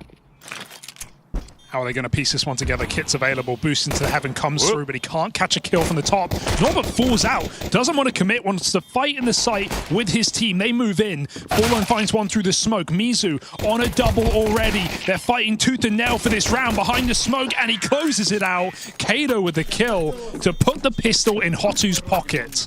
Feels like GG already. That's a very convincing pistol. What can you do after that one? The full B exec? The 1v1 clutch, I've seen enough. It's done. Fury, I think that's on their feet. They made the wrong stack. Honestly, yeah, this is it. This is the unraveling of Fury. You're watching it right before your very eyes right now. They peaked in Belgrade. They peaked in Belgrade, and that's what happens when you win a trophy. The team's cursed. It's only downhill from here. Well, this is a guaranteed 2-0. How do you recover from this? Well, 2-0 in the map. Yeah, so on the map so far. Against the Felico. 2-0, that's what they call them. Nice. Oh, we got Overpass back. What have you all thought of it so far? Hugo, you must have been grinding that. I don't like playing at solo queue. It's very hard. It's very hard. People. What do you play in solo queue? People are lost. CT side. B or rotator. Okay. Short or rotator. You want to just like be all over the map? I'm not a monster guy. Do you have the util locked down? I've got all the grenades. Okay, can you give me a tutorial this week maybe? Yeah, we can go over it. I think it's a very fun map to play when you have good comms, because you know, if you have a 5 and you're moving together, but if you're on your own, it's just like a complete mess, of course. But I've only played some Prem games on it, and it was an absolute nightmare. It was. It is, yeah. It takes some adjusting. It takes, yeah. It's like you've played it before, but all those memories don't exactly come flooding back. Norbert, though, they're flooding back when I see him on the server. He's got himself the triple kill, shutting down the pistols. We're going to see Hotu go up 2-0. It's nice and comfy. It's a fun map. I was actually getting bored of Anubis, to be honest. I thought it was pretty RNG, and this. Yeah, the B-bomb side sucked. Yeah, so, you know, change is nice. Norbert's looking for an ace. Some have called him the GOAT over the years. Yeah, I think Harry and I started that like 3 years ago, and it was like, maybe he is the go now. Maybe he's like being like Hooksy in the gym, on the deathmatch, grinding, and now he's ready to be the next go. I'll never forget Norbert having to come back and play the RMRs with VP. Oh yeah, when they flew him in for the... When they kicked Cairo mid-event. Mid-event Paris RMR. Story said he was on the treadmill at the gym, and he just gets a call. He's like, we need you to leave right now and come to get Copenhagen. On a plane. Get on a plane. Yeah. They were the defending major champions at the time as well. And he's back. Obviously a dip in level of team for Norbert, but he'll be pretty happy with the start he's got at the moment. Sometimes you got to take a step back in order to take 2 steps forward. Sure what I'm trying to say is Hotu are winning the Cologne 2026 major. I think you might be onto something. Honestly, this is looking very impressive. Bit of a bonus situation here as well. You're using the Galils, you've got the Mac 10, you're confident. You know you've got the upper hand. Fury are choking. Is there anything to be said about this one? Look how passive the CTs are right now. They're scared to take these duels. Molodoy's even playing passive. Yeah, he's scared, isn't he? Let's see if he's able to get the Heimlich maneuver going. Let's see what he can do with his AWP. Can he save the Fury choke to kick off the map? He's got himself Duke Fasura. The Duke is down. Pretty convincing kill, actually. Fair play. Yeah, not bad at all. Falls back into the bomb site. Minute 10 left to go. Here comes Mizu. It's not a measly weapon for him, but certainly a measly performance as Yakindar topples 2 and then tucks himself back in behind the sign. And Furia, they've recovered from the choke, Henry. It was a short-lived one. I remember a Fallen Flash, that's what I will say. He is the GOAT of utility right now. He's just the best Flash player Counter-Strike has ever seen. Yeah. A flasher. You're not wrong. Well, Norbert, time to step up and prove he really is the GOAT. The 1v5. He'll start from long. And the Galil, let's see if it's strong. He's got himself 1 fight and Fallen destroys him. It's going to be all 5 players stand up for Furia to kick off their first buy. Well, it was the bonus round, so with plenty more action to come. Won't be the best buy in the following round, however. There's going to be a few AKs, but some concessions for sure in AWP. I'm seeing come in the mix. Speaking of which, Molodoy stepping up with his. Yakindar, I sort of spray down. Couldn't really ask for much more here. Well, we've only got to see Fury play Overpass twice, but I am excited to see Molodoy as an AWPer on this map. You know, obviously he's risen up as a player in the time when Overpass wasn't in the map pool. Yeah, he's been rising up the server, that's for sure. And I'm excited to see what kind of performance he can bring to this server on a map like Overpass. I only got to see it twice so far for Fury. 1 win, 1 loss. Maybe hoping for them today they can have a winning record on it. Good damage done to Duke Fasura, down to 27 HP. Say that again, Duke Fasura. Duke Fasura. Sounds like he'd be in sort of a 70s spy novel or something, Henry, you know? Yeah, no, it's not a bad shout. An international man of mystery. Going with Frontales as well? Yeah. Frontales. So, Frontales. Cadeo. Mizu. Hado. Molodoy. Got a round to recover here. Yakindar is dropped with nothing. Done some good damage, though. He's known to be the most aggressive man in all of Counter-Strike. You won't see him shy away from a fight. He likes to get stuck in each and every time. Would you say, Hugo, that he's shying away from his monitor a little bit, though, Yakindar? I feel like he's at least a centimeter further away than he used to be. I need to see. I can't see right now. He's dead. But I'll have a look. Yeah, well, the official verdict will be coming in. Oh, Molodoy. Another cracking shot onto the Duke. Flash. All in flash. Molodoy repeat, but a missed shot as they get closer on long. He's got to be careful. Norbert with a crisp entry, and that's full sight control to Hotu. I don't think he can go for this. It's going to be a very difficult retake. Serato, he's already called it off. 3-1, they are back. First gun round lands in their favor. Is this the team that's winning Pro League? That's what everyone's trying to work out. Well, Fury or Hotu? Hotu. Yeah, that's true. It's been a question everybody's posed coming into the event. Hang on. And Fallen, he's got the AWP. Yeah, I remember him in this position, Henry. I'm sure you do as well. Oh, you're throwing it right back. Yeah, I definitely remember that. Managed to win himself quite the interesting round. Iconic, some would say. Just cast a save. Just cast unbelievable. A save. That was Alex and I, wasn't it? What event was that? New York? Couldn't tell you. I was at high school. Yeah, I think it was New York. Can't save there. Can't save there. No. Can't save there, mate. Those are my favorite videos. That's good. I love watching those compilations. Can't park there, mate. Do you ever see the British guy in the bin as well? He's like, he's like bathing in his own bin outside. He's like, if I want to have a bath in my own bin on the hottest day, baiting his own bin, bathing. Yeah. Yeah. Okay. I do know what you're referencing. All right. Yeah. You want to play darts? Darts. Anybody want to play some darts? Hugo, are you a bit of a darts player yourself? I played some darts in Malta. I played a bit of darts here and there. I've not played darts, have you? I mean, it's in. Oh, here we go. Oh, you got other friends. This is scandalous. You've been playing darts without me. You know our favourite pastime location for playing sports and other games? Yes. They have darts in there. Yes, they do. But who have you been playing with? I have other friends. You have other friends? New information. This is kind of tilted me before the start. I think that's killed the camaraderie immediately. Yeah. Well, Yukindra is quite far away now. Hey, moving on. What is your favourite bar game? You got pool, darts, air hockey. I like pool, actually. Pool? Dude, Henry is the most vicious air hockey player in the world. Henry was injuring people. Yeah, I mainly yourself. Injured myself, Harry. You injured me, you injured Connor, you injured yourself. Connor had like bleeding knuckles from it. You're hitting air hockey pucks out of the stratosphere. Yeah. No, those tables, though, at that place, it's what is it, the Eden Play Center or whatever it's called? Shout out Eden one time. Yeah, why not? Whatever that place is, yeah, they just have those tables are whack. If you are listening, guys, replace your air hockey tables. I really don't enjoy them. They're low quality. For a high quality establishment as well. I do like the building, but don't like the air hockey tables. Great pinball. He's avoiding the ban. A lot of it. I want to make sure. I love the establishment. They've got slush puppies there as well. That's my favorite drink of all time. It is. They let you do whatever you want. You can mix whatever you like with them. Bowling. We did a little bit of bowling. Hugo didn't enjoy the bowling. No comment on the bowling. Didn't enjoy it. He retired after one game. That was enough for him. It was a great golf score. I tried to play without the shoes. Yeah, they did not like that. I almost got thrown out of the establishment. I almost got banned then. Yeah, it's safety first, Henry. Playing in the Reeboks, they didn't like that at all. Well, shoes on, gloves off here as we get back into another gun round between Furia and Hotua. Frontales on the AWP here. Send us your thoughts on Henny Welch. Kindar is as close as Keep it coming. ever. Yeah, there we go. Okay. He's locked Hair's in. even touching. He's locked in. And now he's unlocked. He has got that lovely sunburn, on the face. Relock. It's because he's rotating right now. He's not in a fight. When he's in a fight, that guy's going to be inside of the screen. Oh wait, I've got the cams here, boys. Yeah, you can see. Oh, we have everything here. But he has. Look at that. He's actually given a good 10 inches more. I think it's normally nose on the screen. Oh wait, he's not. It's because he's look at him on the map. He's not playing right now. He's just jumping. He's just when he's in a fight, it's going to be a very different nose in. Kettle of fish, Henry. Boiled trout. What's your favorite fish? Favorite fish? Boiled trout. That sounds gross. Surströmming.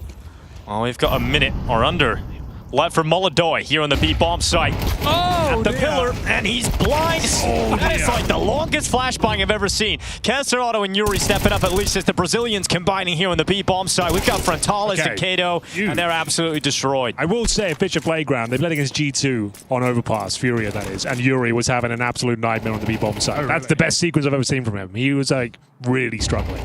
He looked lost. So that's awesome. Really enjoyed that. That's not bad.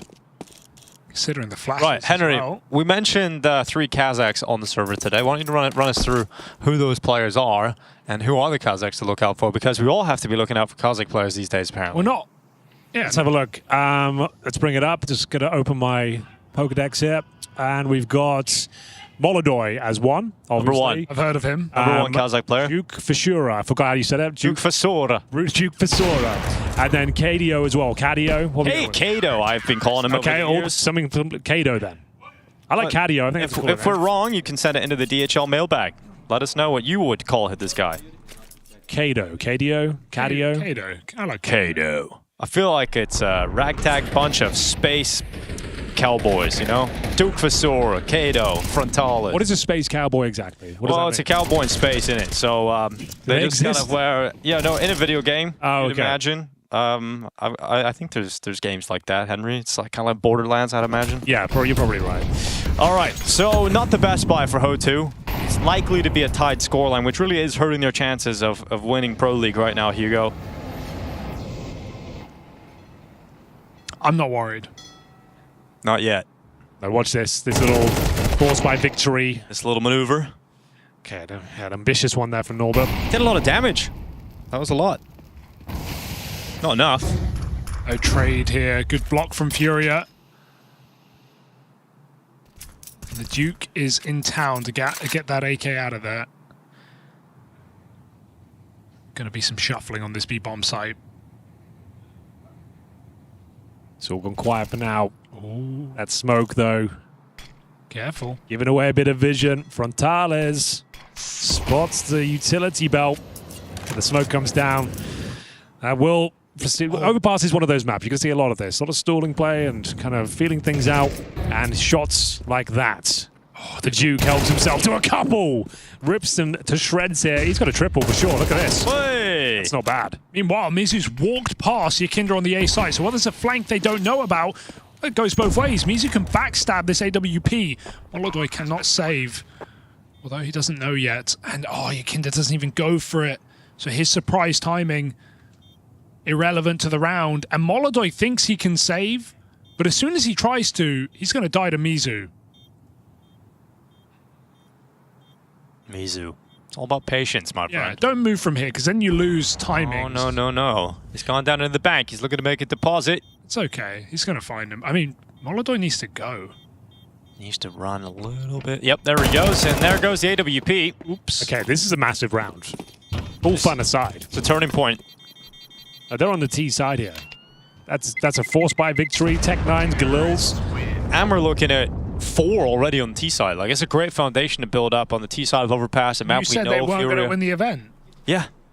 Yeah. Did I say that? You did say that last round, actually. You said it was going to might hurt their chances, yes. I don't think it's helped us. Boost now they've helped their chances, but by the Dukes, absolute stellar performance here.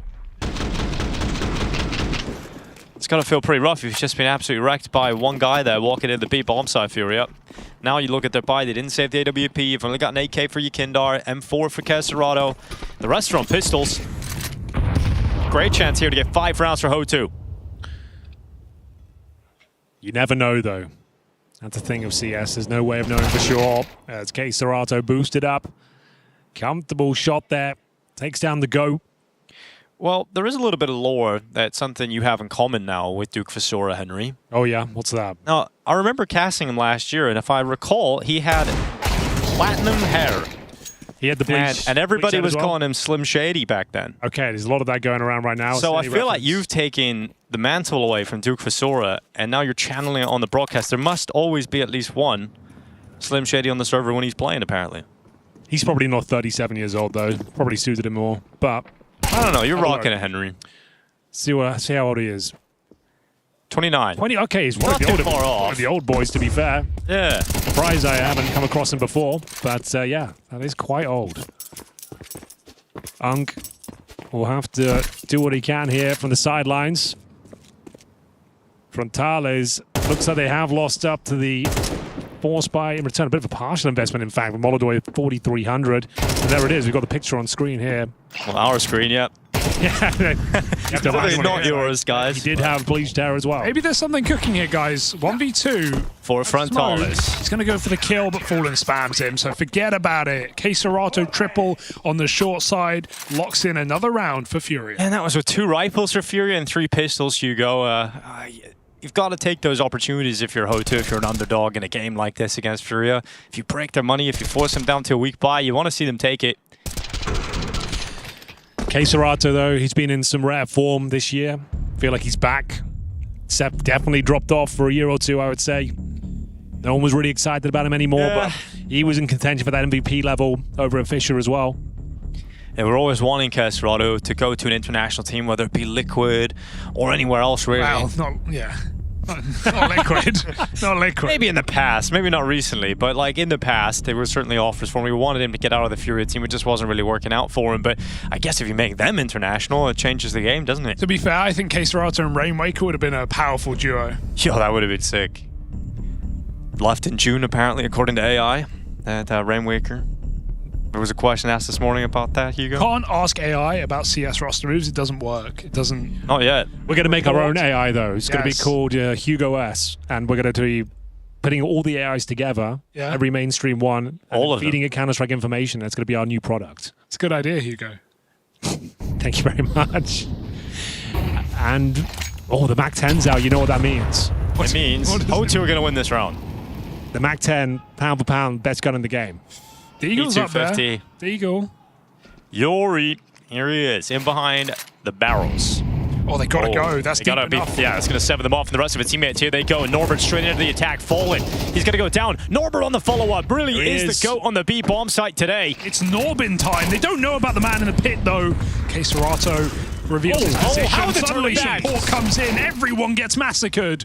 But Mizu, 1v2. He's got Yakindar incredibly low, Molodoi in the AWP. Let's see if Mizu can pull this off with the Tech 9.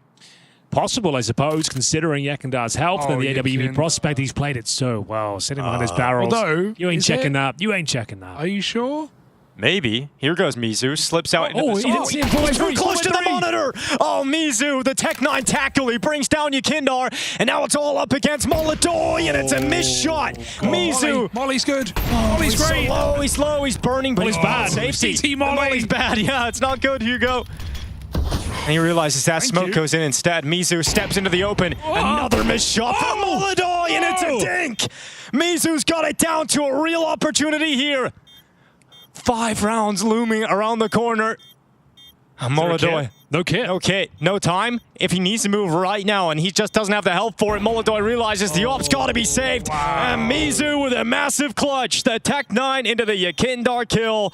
And a 5th round picked up for Ho2. And Yakindar's not 4x3, by the way. That might actually be a IRL 4x3. Of too close to the monitor. Yeah. It's finally come back to haunt him. He saw it clearly. It was there. And that's one of those ones your teammates are probably going, he's there, he's there, he's there. And then all of a sudden it falls apart. If he did just stay behind the barrels. And every aspect of that clutch was crazy. The molly, the CT molly that doesn't spread to his position. He has a slither. Oh, no. I'd love to see Yakindar's POV. Like, was he behind the pillar when he turned? Was he on his screen? I don't know. It's pretty close. Like I said, this B bomb site has been a nightmare historically for Fury and the 2 maps they played. Yeah, that's a real disappointing finish. A 2v1 recovered. It looked like Furia had done enough after losing the first 2 kills towards B, and now they're on the back foot once again. They managed to win with a few pistols before. They still have the Molodoi AWP. But my God, that one's going to hurt. That's a real heartbreaker of a round. You hate to see it almost. I love to see it. It's crazy clutch. Mizu. All right, smoke goes down into Monster. Gonna force Ho2 to consider going short instead. They've been fine playing no map control in this game and just kind of sitting outside of B and executing. Furion know it's coming. They've got to be able to stop this. Molodoi's moving in time to be that 3rd piece. This is the bomb site. Let's see whether Molodoi can things up. A missed shot, and they're all blind. They're all dropping like flies. Fallen with the MP9. We know he's good with it. Oh, yeah. And he's one of the best. He's going to give it a go, but he switches out immediately. Tosses that shit to the floor, and now uses the Khalil instead. And yeah, this could be good. Get Yakindar up on top of those sandbags. With the smoke, Tall just spotted the reposition. Oh, they're done. Yakindar goes for the jump in and just not getting the chance they were hoping for. Told you that B bomb site. It's going to be a real issue. I love the way they're playing it. They walk out short water. They make no noise. They have a guy throwing util and monster to keep that double monster setup looking their way. And then just great flashes over the top, all out short. Yes, Molodoi misses a shot. That is consequential. But that monster setup was wrecked by the utility. Got an update here, Hugo. The mailbag is confirmed. You were correct. DHL mailbag at efg.gg. So please send in your answers, your questions. Clothes. And yeah, well, clothes was a physical item. Send them in. Send them in via email, I suppose. Yeah. Oh, you mean a picture of the clothes? Yeah. What kind of clothes are you looking for? Well, the ones that you might want to wear, Henry. You know, like the ones you've been saying you have wear. Got a physical mailbag as well. I thought that's what you were referencing. Maybe you just want to see pictures of clothes. I don't know. Jeans haven't made a huge comeback this season. They kind of fell off last season. I'm wearing jeans. You're wearing jeans. What are you wearing? Not jeans. Those are just what, pantaloons? What are they made out of? Trousers. Trousers. Slacks. Sure. Yeah. Look, guys, it's important to remember, even though you might be surprised that Ho2 are winning, both these teams have an even amount of major winners. Actually, sorry. Technically, Ho2 have more major winners. With their coach behind? With their coach. Yeah. So, 2 majors versus... Okay, 2 majors, but... It all makes sense now. B-stack, by the way. Fury are all here. They're getting shredded. They can't hold on to it. They're shredding. Yeah, well, we got Molodoi and Kesserado trying to step up and pull this back. Piece it back together for Furia. The bomb hasn't gone down yet, and there's still a good bit of utility left for Molodoi. And some extra damage from Kesserado.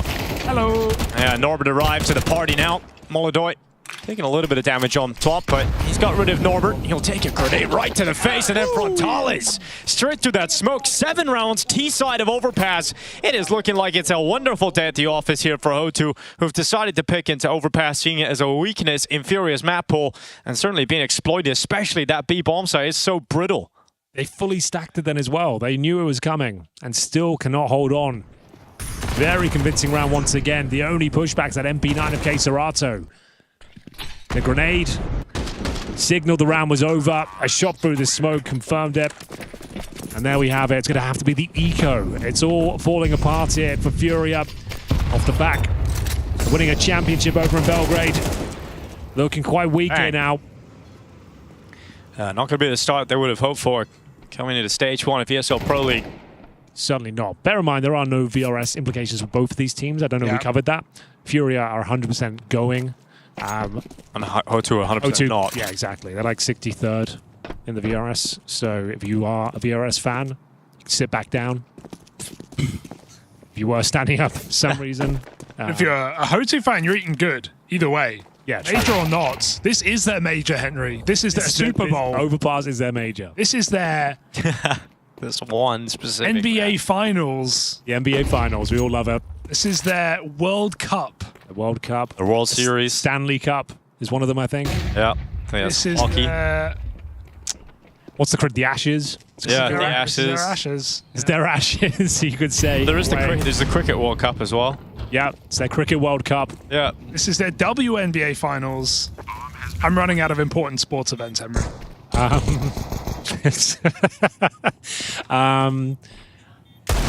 What else? There's got to be something else. The Grand National. The Grand National. Sure. The Six Nations. Six Nations. What about golf? Golf. Oh, the Ryder Cup. It's on right now. Yeah. Ryder Cup. Yeah. Check it out. Yeah. Tune in. Available somewhere. All right, they're getting wrecked, Furia. Have you got a 4th round on your CT side? I want to again remind people at home that Furia haven't been playing this map. 2 games logged versus 15 for Ho2. Sure, it's different opposition, but this is their 2nd most played map. You want to know what their most played map is, though, Henry? Oh, I'd love to. It's Dust 2. It's Furious picking this series. It's coming up next. Why have they done that? So the doors are open. They could have picked Train. Well, the Train was open. The thing I was thinking coming into this game was, well, Ho2's best map is Ancient. That's Furious permaban. Yeah. So that's going to really remove upset potential, but little did I know. They've chosen Dust 2. They've got it in them. The beggars believe. I mean... Too much swagger in the veto, potentially. It's going to come back to bite them here.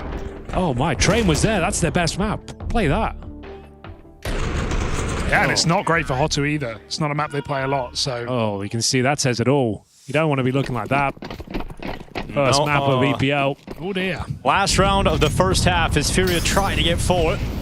Yakindar, little gap at the side of the Flames. He's going to go forward. Cheeky. Takes a bit of damage, but he's realizing a risk is needed. And he's the man to take it. And he hasn't been able to get away with it because the flash has forced him back. He'll start taking steps all the way back to the bathrooms. And Yakindar gets out of dodge. Just about. He had no teammate there to help out. Molodoy now moves in from long. Molodoy, he's been hitting these shots at least, but... as they get closer and closer, they take the long control that Molodoy has departed from. No info here. It's just timing spots for Ho2. They have yet to be seen with all 5 players congregating in middle and the bomb. With how many contact plays they've gotten away with. Look at Fallen, he's uncertain. Towing the line between the 2 bomb sites. This is going to be a 5-on-2 for the moment as this hit comes in.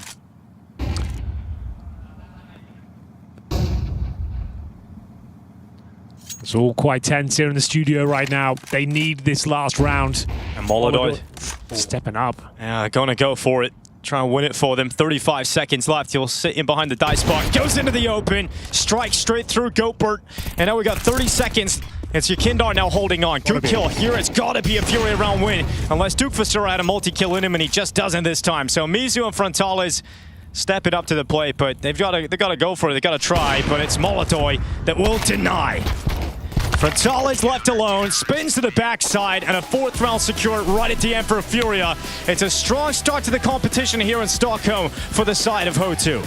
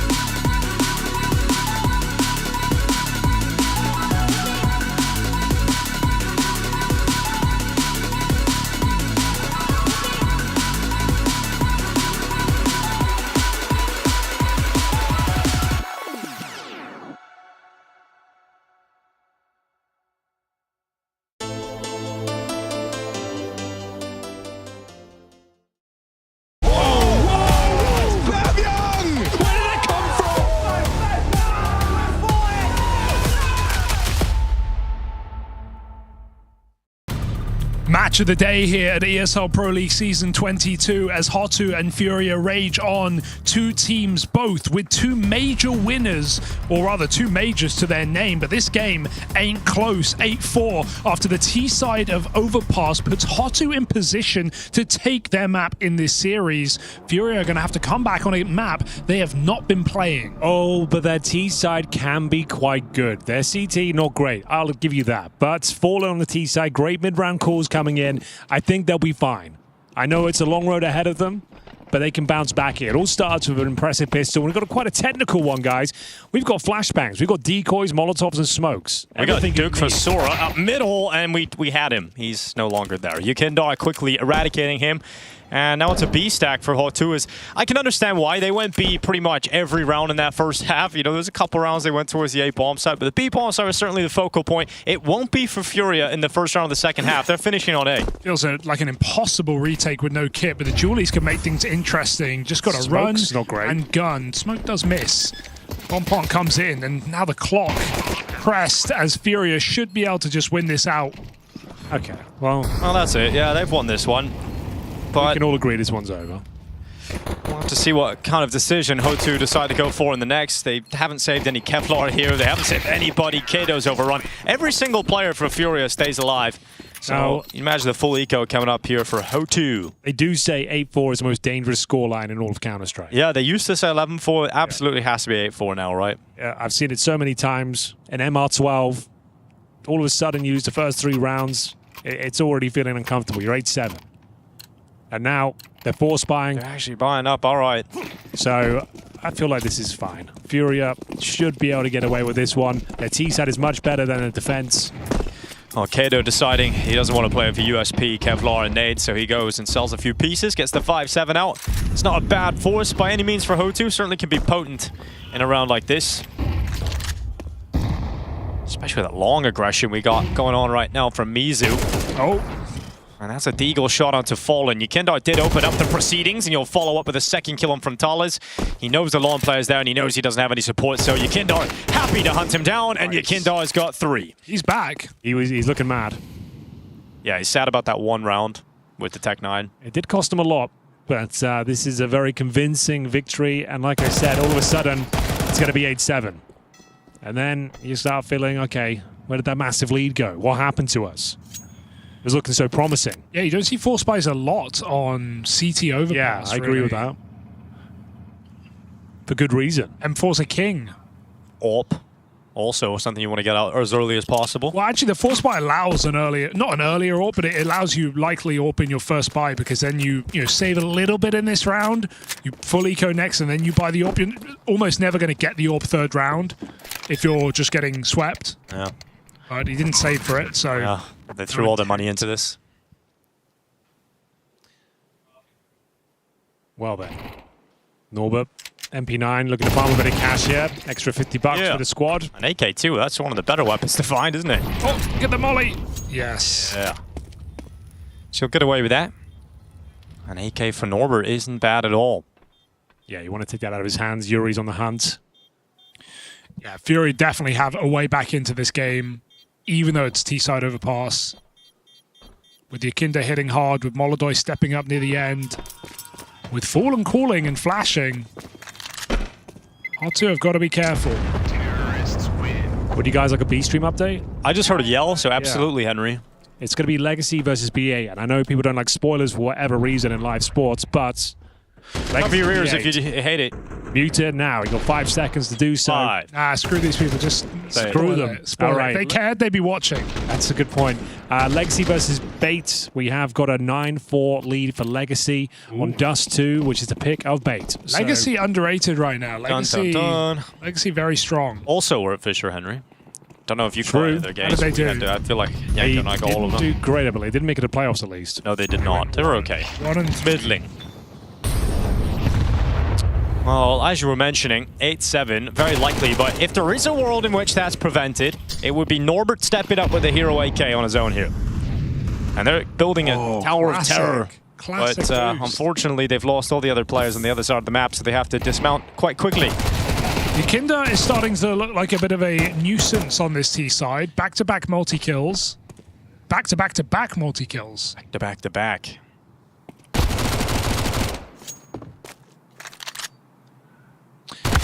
Oh, another kill on the 5-7. Yuri to make a quick trade of it, and we've got Norbert once again. The goal to save the AK-47. You'll have money in the bank as well. If he does save this AK, you can get that AWP out straight away. It's a really good point. Huge storyline here in the second half. Will the AWP be seen early on? My guess is yes. We'd imagine it will make an appearance. Is Yikinda going to find his third triple kill in a row?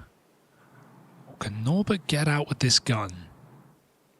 Oh. Oh. Oh my God, how has Norbert not won that? Yep, Three triples. That will be Yikinda. Very happy about that. He looked over. You know, remember, Norbert was the guy who replaced Yikinda on VP, going on to lead them to a major victory. Wild. Yep. Don't forget that. Yikinda went to Liquid in May of 22, and Norbert joined this squad, or that squad, and went on to take the biggest of trophies. The big Brazilian one. Now he plays for Fury. It's all come full circle here. You know, we've got everyone kind of intertwining. And we've got an 8-7 scoreline that could very easily be tied up with the way Fury are playing in this second half. We'll see what Ho2 bring to the table here with a boost up from Kato. Look at the applied pressure down into Khan. That grenade nearly catches the ass of Yuri. Or toilet side. Molodoi. May just find it, but Frontalis looks for Yikinda first. That's very tense. Ooh, good catch. Walked into that angle, didn't really know anyone could be there. Frontalis going to provide a way out with that smoke. Fallen, big frag to get some vengeance on this A site. That was crisp. That Galil, the lack of helmet.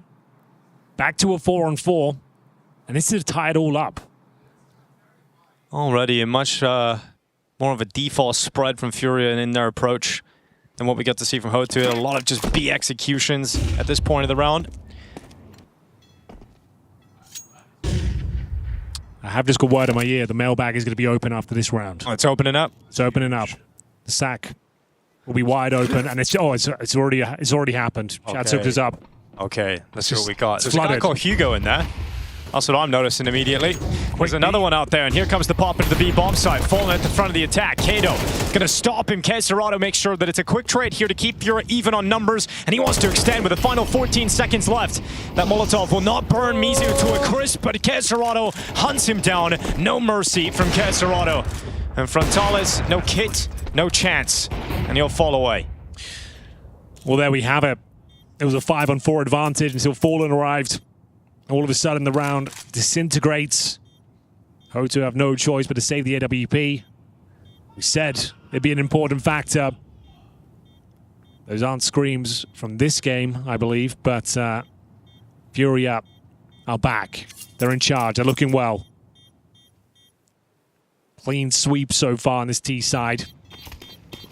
Let's go into mailbag, shall we? Shall I just Yeah, have a look. Have a look. Shall I just one-shot one? God, it's not too many great stuff in there. I'm gonna see nothing that's really taking my fancy. Okay, Rooster will take it. I can't do any drawings, but I'll tell you. Not only does TJP have the pipe to him, he's been pulling out all the stops. Rooster will take it. I can feel it. What do you think about that, Rooster? They already lost.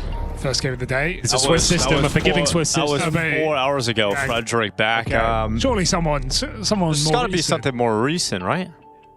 This is from 1 hour ago. Hello, mailbag people. I hope you're doing well. I wanted to ask which CS pros you think would be best at real-life hunting, animal and human hunting. Human hunting. All right, well. Who's from the elite, I guess? Lean forward for this one. He's given his thoughts based on absolutely nothing. Personally, I think snacks, because his literal IGN is snacks, so he must be hungry for adventure or just food.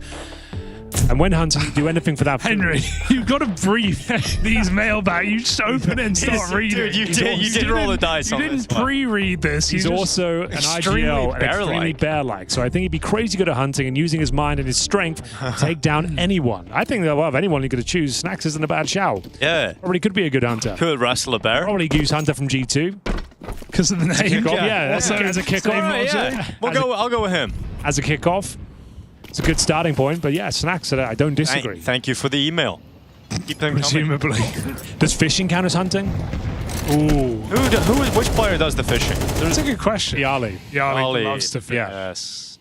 Well, he's not exactly active these days. Well, Molodoi, he's here we go. Thrown his rod into Molodoi now. Well, we got Yakindar in the toilets, and Kato's managed to upgrade into an AK-47. Molodoi needs this trade if they try and escape, but Hotu still stick toilets. 3 strong here. Potent setup. Or maybe that's just the smell. Oh, good volley. Kato's got to go, but he can. Fury getting stalled out here. Another strong Molotov lands. Molodoi will hit one, but look at the cost that it's come at. MP9 out long.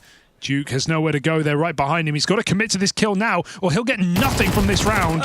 Not so clean. Still going for it. Out of bullets. Now the flank. He's stuck between a rock and a hard place, but the rock's actually protecting him right now. Dude, guys, hello. Look at Duke. They just let him live. Yeah, well, the rock just had his back turned the entire fight. I think that's like you think your teammate has it, or you think there's a setup here, but you just caught a guy on his own and you let him kill K-Serato. 20 seconds. Mizu's not letting you go back to B. That's a rare, weird round from Fallen, who doesn't even attempt to find that kill. I think the comms are off there. He didn't even like look into the fight. He didn't turn whatsoever. Each other. They're both shooting. Yeah, true. I couldn't tell you why. That's very odd. What? A mind-boggling finish there. You can see that. You can see Fallen's there in the background. Just hanging out still after his teammate went down. That's when he... It's like he's looking for a teammate trying to bail Duke out, but no one's even close. All right. Well, it's the first round on the board for them. The B execution coming in real fast here from Fury. It's ferocious, in fact, towards Norbert, pulling in behind the barrels. The Molotov has not reached his intended mark, and so Norbert is able to stand and fight and then drop down into safety. So an opening kill here for the defenses of Hotu. You've missed the barrels, Molly. That doesn't seem like that's part of the game plan. Nuh-uh. K-Strato's stuck here, and Cade will not let him out. Looks for a little bit more. They're all fighting side by side. It's a shooting gallery. Oh, God. Not looking good for Fury here. That's 10 rounds now on the board for Hotu. No bomb plan for Furia.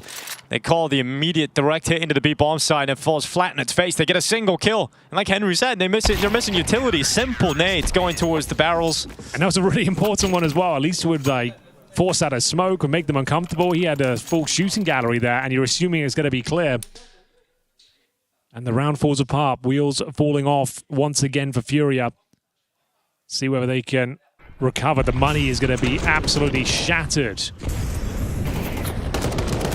I don't even know if they can buy this one. So they can purchase into the next round. So, yeah, they've got an eco coming up next. Miss volley allowed them to have a solid B defense. The rotations came through. That's my goat. And we have got nothing to really speak of here in terms of the weaponry. A few Deagles and Glocks otherwise. One flashbang. It would have to be one hell of a flash.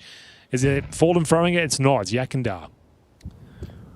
If we do get the upset today, I would like to request the Norbert interview officially. Okay. Freya could make that happen. Or maybe we get him on the couch. Let's see what happens. Have we had any couches yet? Yeah. First of the day. Well, Kato, not the best position, but they don't have the best weapons, and so you get away with 2. We've got Duke Vasura now next on the line. Ooh. He's gone on the chopping block. Chill. Serato, all right. There's 2 players flanking, and he doesn't know that, so ends up going down to Norbert. But good bit of damage there for Serato. A couple of nice deeks, but we've got 11-8, and this is the last chance now for Furia. Yeah. This comeback was happening. They broke through with 3 rounds in a row. Now, I will say the rest of the series, I don't feel any fear for Furia, but this one map of Overpass has absolutely paid off so far from Hotu. You got to take this chance now. You got to finish it, right? CT side, Overpass, 11-8 lead, full money. Don't really have an excuse here. You've come this far. Time to finish the job. And it's off the back of team play, off of a great game from Mizu. Some strong setups here. Some brutal B-pops in the T side. We said they had the game tape on this map, and it showed through. They've looked very comfortable. They're even starting to make moves now. Mizu moves through on the short side. He spotted Yuri's legs on that jump as well. Kindar with a free kill on top Oh, a couple of them. Double. Oh, yeah, all right. AWP out first. Okay. Well, Took the AWP in toilet, and then he killed the guy close. Castrado went outside the nightclub. Mizu. That's annoying. Yeah, okay, well, that's what Overpass is all about, trying to find those gaps on the CT side. But it's still a 3v2. It's Wait. still a 2v2. No. They've somehow pulled this back. 5v3. How has this happened? How have Ho2 found themselves in this position? The bomb's been picked up again. Castrado has recovered that. And it's going to be Yuri and Castrado trying to recover this mess at a 2v2 when it really should have been, no question, should have been Furia's 9th round win here. Okay, into B they go. Kado needs 1 kill. His teammate is so far away. Even 1 only opens up the chance. Do they hard clear Monster? I think they check it. Dude, this is a good angle, but they do. They clear him. Castrado has a look. He's down to 5 HP, and it's all on Norbert to step up to grab map point here for Ho2. Some have called him the best esports player of all time. It's time to see. Of this generation, for sure. Norbert with it all to do, and they know his position. Set up perfectly. Castrato's so low. Norbert's got timing. He could shoot them in the back here as his smoke fades. Norbert needs to clear this position. Look up, and he looks right down the barrel. What is going on? Map point has been found. Ice cold in the clutch. Norbert takes it. They line up for him. Low HP on Castrato and a 5-on-3 given away there. Feels like the final nail in the coffin. Money's going to be absolutely destroyed. 4 opportunities to get it over the line. How do they lose that? It's wild. 5v3? I don't know what happened. Norbert happened, apparently. Norbert happened. Too many 1v1s coming through. Nice little burst of the smoke there. You can't fake experience, guys. You just can't. Yeah, that's got to be so frustrating for Furia. Well, it might just be all over here on Overpass. Yeah, Galils are out. Tech 9 for Molodoy. The B hit did not work earlier. When they tried it a couple of rounds ago, they got absolutely destroyed trying to come into the B site. And look who's here. Gilbert. That smoke's not going to stop him. Flashes could be a problem. Norbert up close. Right into it. Norbert just shuts down 3. He stops Furia in their tracks, and finally he's removed. But the rest of his teammates should close this one out, and we've only got Yekindar left. It'll be a 1v3 for Yekindar if he's able to pull this one off. But he's taken so much damage in that first engagement. Duke Fasora and Frontala left to try and clutch up to close out a 13-8 win in the opening map of Overpass. And it has turned out to be an incredible decision to pull out Overpass versus Furia, the top team in this stage of the competition. And Ho2 have taken them down in the opening map. Ho2 upset on that thing.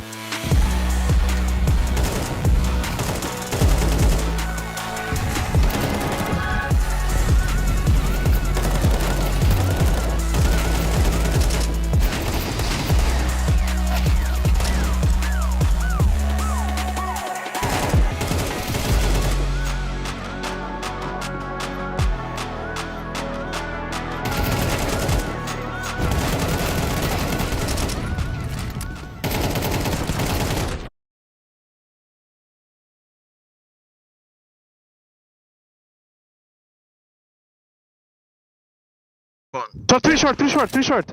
I'm coming back. I'm monster. I block short. Okay, I block monster. Short out. Go out. Flash inside, they're crossing. Pillar left side one. Yeah, Dead. One more. Smoke short. Smoking short entrance. Monster dead. One more. I'm crossing heaven. Pillar dead. Nice. One stop guy. He was short with up. He was short with up. He's short. Before, but maybe he's He's great, Tunnels. T-small. I'll take Deno up. Monster. One more. Last monster 3. Side already. He's behind pillar now. Side. Super low side. Side dead. One more side. Left monster, side. Shoot monster. One short. Short. I play PC right side. You can flash left side pillar for Castrato. Pick. Flash left side pillar for Castrato. 5. Pillar, balance. One HP pillar. One is low.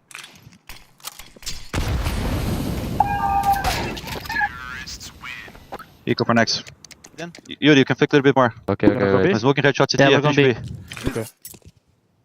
Device flash. Yeah, do device flashes. Device flash for me. Flash twice.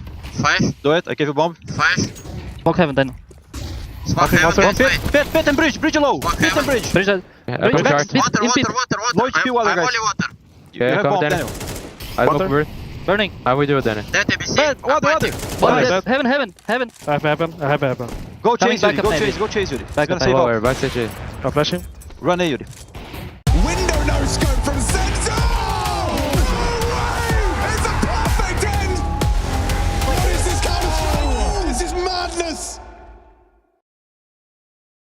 We got Norbert from Ho2 live here in the studio today, where we're going to get to know the team a little bit more, both inside the server and outside the server. So I'd like you to give me one word that would describe each of your teammates. Let's start off with Mizu, if I'm pronouncing that right. How would you describe him inside the server? What's his playstyle like? I would say he's sometimes aggressive, sometimes not. Sometimes he can win the insane clutches, sometimes die like an idiot. But, like, you know, I can say that he's half aggressive, half passive. Okay, so he's like balanced? Yes. As a player, balanced. Let's go with that. Lovely. And is that the same outside the game? What's he like? Like, I don't have a lot of time to know them outside the game, but like for 1 month, I can say he's NPC. Like after pracs and some other stuff, he's going in his room and he's just chilling. Okay, I love NPC. Let's use that. Let's use that as a personality trait. This is great. Okay, what about Frontales? Play style, what are you saying for that? Frontales, he's not experienced. Like he's playing professionally, as I heard, like from the beginning of this year. Wow. And sometimes we need to say to him to find like some frags. He's an upper, and we need to push him to do some stuff. So I don't know how to say it, but he shoots good. Okay, so he's still kind of finding his play style. Yes. Yes. Let's say exploring. Yeah. Let's say that. That's a good word. He's not quite there yet, but he's almost there. What about personality-wise? NPC, or is he got a bit more? not NPC. He's doing something outside the game, but I would say he's just funny guy. Okay. Funny. We love that. We need a vibes man on every team. What about Duke Vashura? IGL. Good IGL. And, you know, he's like fragging IGL. I would put like this, fragging IGL. Fragging IGL. We love that. Fragging IGL. What about outside the server? He's like outside the server, he's a quiet person. Okay. So like very calm? Yes. Calm demeanor. But sometimes, you know, when they're playing Faceit, they're laughing like I don't know who. Like in Zoo. Okay, so outside the game, we got a nice, calm personality. Inside the game, though, I expect to hear some reactions from him today. What about Kato? Am I pronouncing that right? He has passive playstyle because he's anchor, and he's just doing his job as an anchor. Okay, let's go with passive then. Equally as passive outside the game, or? I know him long time. Since K23 we played with him together, so he's a good friend and very funny guy. Okay. So I can write as well funny. Another funny one? We have good vibe with him. Lovely. And what about your coach? Was he a major winner as well? Yes. What's he like in terms of how he likes to help you guys inside the server? What's his coaching style inside like? the server, he's sometimes aggressive because when we're losing some stupid rounds and some losing comebacks, he's sometimes being aggressive because when you're losing some stupid rounds, crucial rounds, of course he's being mad because he's looking, you know, from other POVs, I mean, in spectators. So I think sometimes he's aggressive, but he's also doing good job. Okay, let's go with aggressive then. No, half aggressive. Half aggressive? Yeah. Half aggressive. Wonderful. What's he like outside the game? I had the pleasure of having you and him on the interview set the other day. Yeah, You've got a very good vibe together. I know one good thing about him, that he loves Chinese food. And That's so niche. yeah, and because of him, I started eating Chinese food as well when we was in K23. And I don't know, like. I mean, maybe like cultured. Sounds like he's got a cultured personality. You know, he's got good yeah, taste. maybe. Yeah, maybe. Lovely. I have learned so much about Hotu today, Norbert. Thank you so much for your time. Good luck in the game. Thank you, Matt.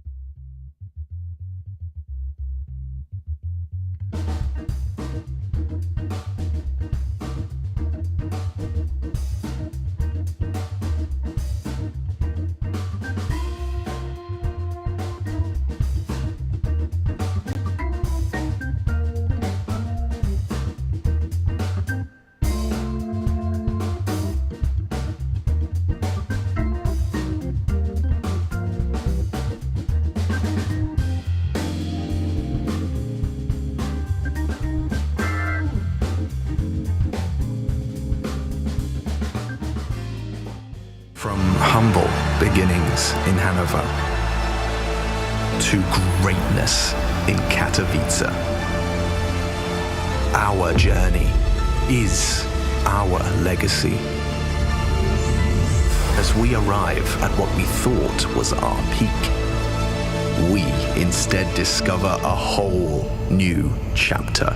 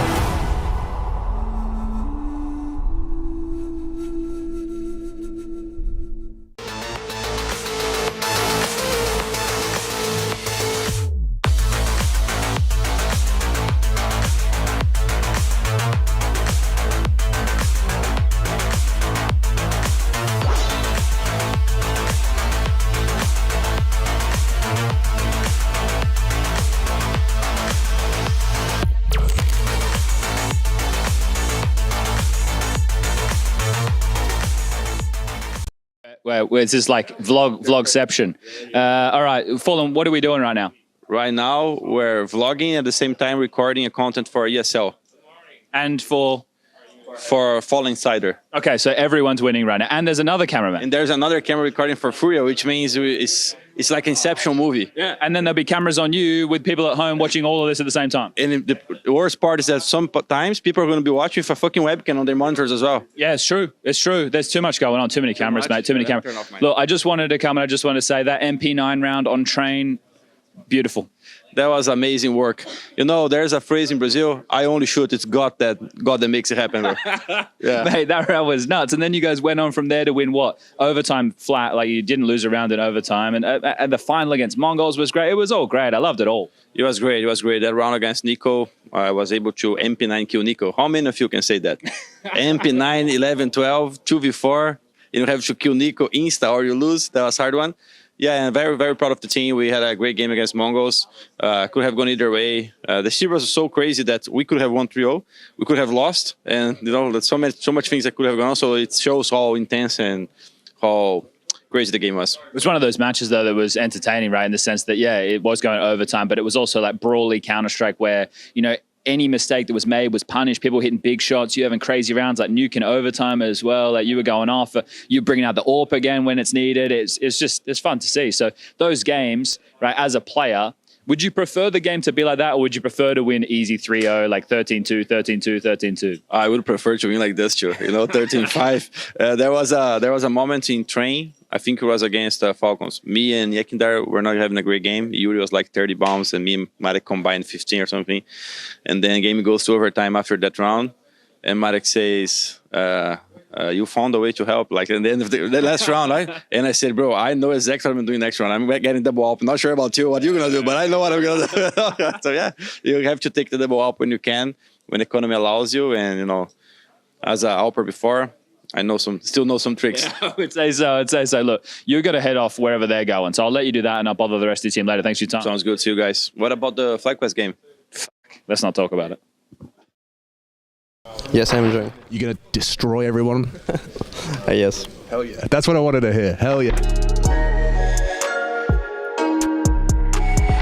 This discounted prime NAF fly. No Grand Slam price tag on this one. And your grandma? Loquacious, 21 points.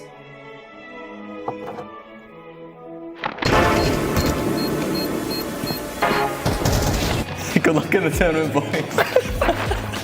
Coming into this, you guys play Furia in the first round. Yes. Right, so that's a pretty tough game. Furia, one of the best teams in this stage. What do you think of that matchup? You know, everything can happen. But, no, maybe they're, you know, coming from one event to another event, only Vitality can win 7 in a row. But we'll see what Furia can do. Well, that's the thing. You look at the group stage, though. I would say there's maybe 5 teams who I would think from this group stage who are like, I'd be confident would make the next stage. But I think there's a few spots that are definitely open, and I don't see a reason that your team couldn't be one of them, right? No, of course we can be, but 8 teams going to stage 2, right? Everything can happen. I don't know. Maybe we can go to stage 2. You guys going to be a loud team? You're going to be shit talking, yelling across the studio? When I was at home watching the games, I was thinking, what if I will be on the seat? Will I scream or what? And right now I'm here. Maybe I will scream. I don't know, but not on Furia because there is a Kinder, Molodoi, we're close friends. So maybe to other teams like 3D Max, I will scream.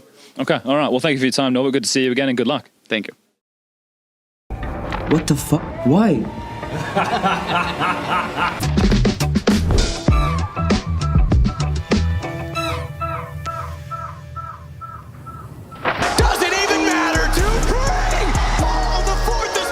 I killed my cat. I killed my cat.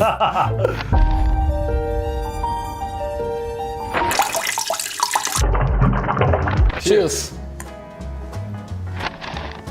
Window no scope from Senzo! No way! It's a perfect end!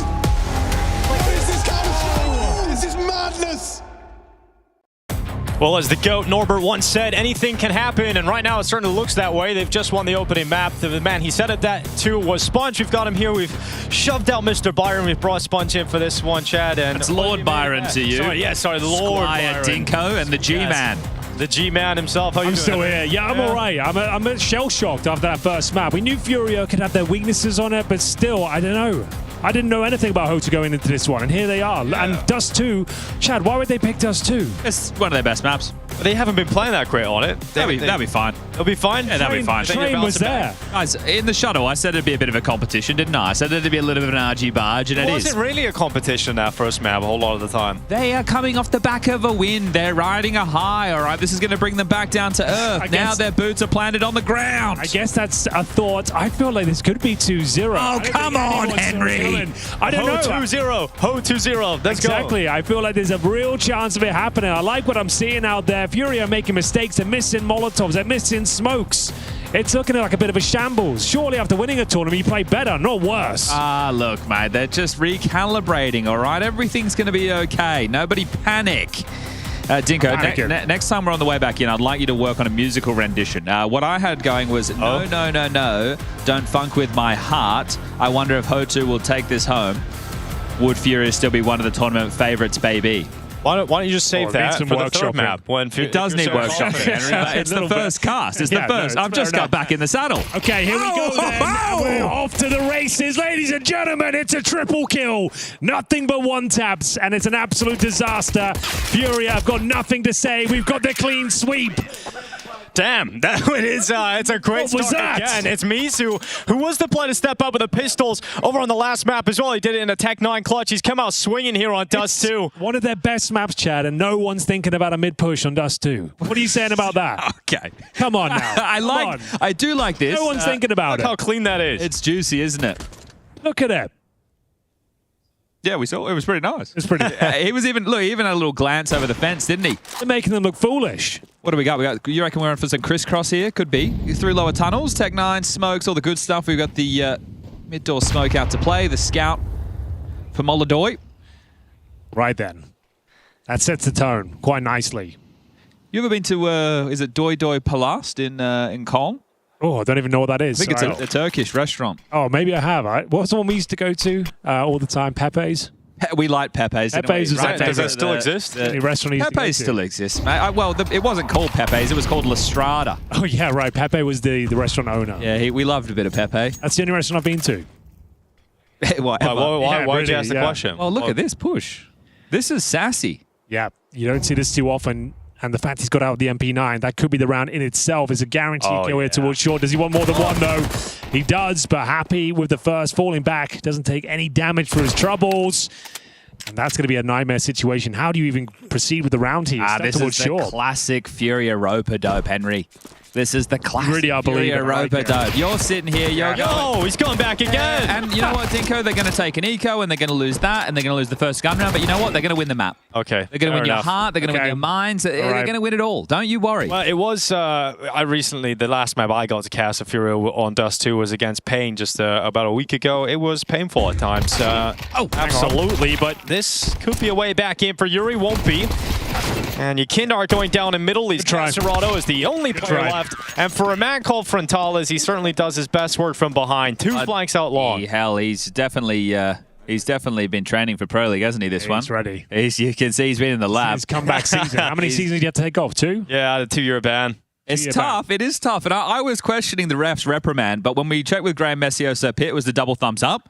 Yeah. And, you know, Graham's fair enough. I had to wait till he was unemployed until I come back. You know, the complexity thing. As soon as he was gone, I was able to come back in. Well, there's an AK right now, gentlemen. Okay, in the hands of Yakindar. Bit of a hit and miss map for him in the previous one. Once upon a time, this would have been a Glorp situation, but right now it's a bit more of a Chompers. I forgot about Glorp. Yeah, don't forget about Chompers. I missed out on the Glorp season. Chompers. Chompers the new one. I don't know what that is. Or is it just Chomper? But we're going to... That's the new... Do we have the mod installed? Oh, I'll get it sorted. Don't worry about that. Okay. All right, Poppy out long. Got the control on second timing. They don't know the AK's in play just yet. There are no smoke for the cross. And nothing for the car either. This could be a real tricky one to navigate. We've got Yakindar with no real space to speak of. They've got some basic long control. Got a park up Yuri. Oh, look at the CT setup, Mr. Grid. This is a nightmare. This is even a Source classic, right? You don't have long. You don't have short. You're just kind of playing right now for info. So you can get really quite pummeled right now. I don't know. I feel like it's looking quite nice, actually. This flashbang, that's all they've really got.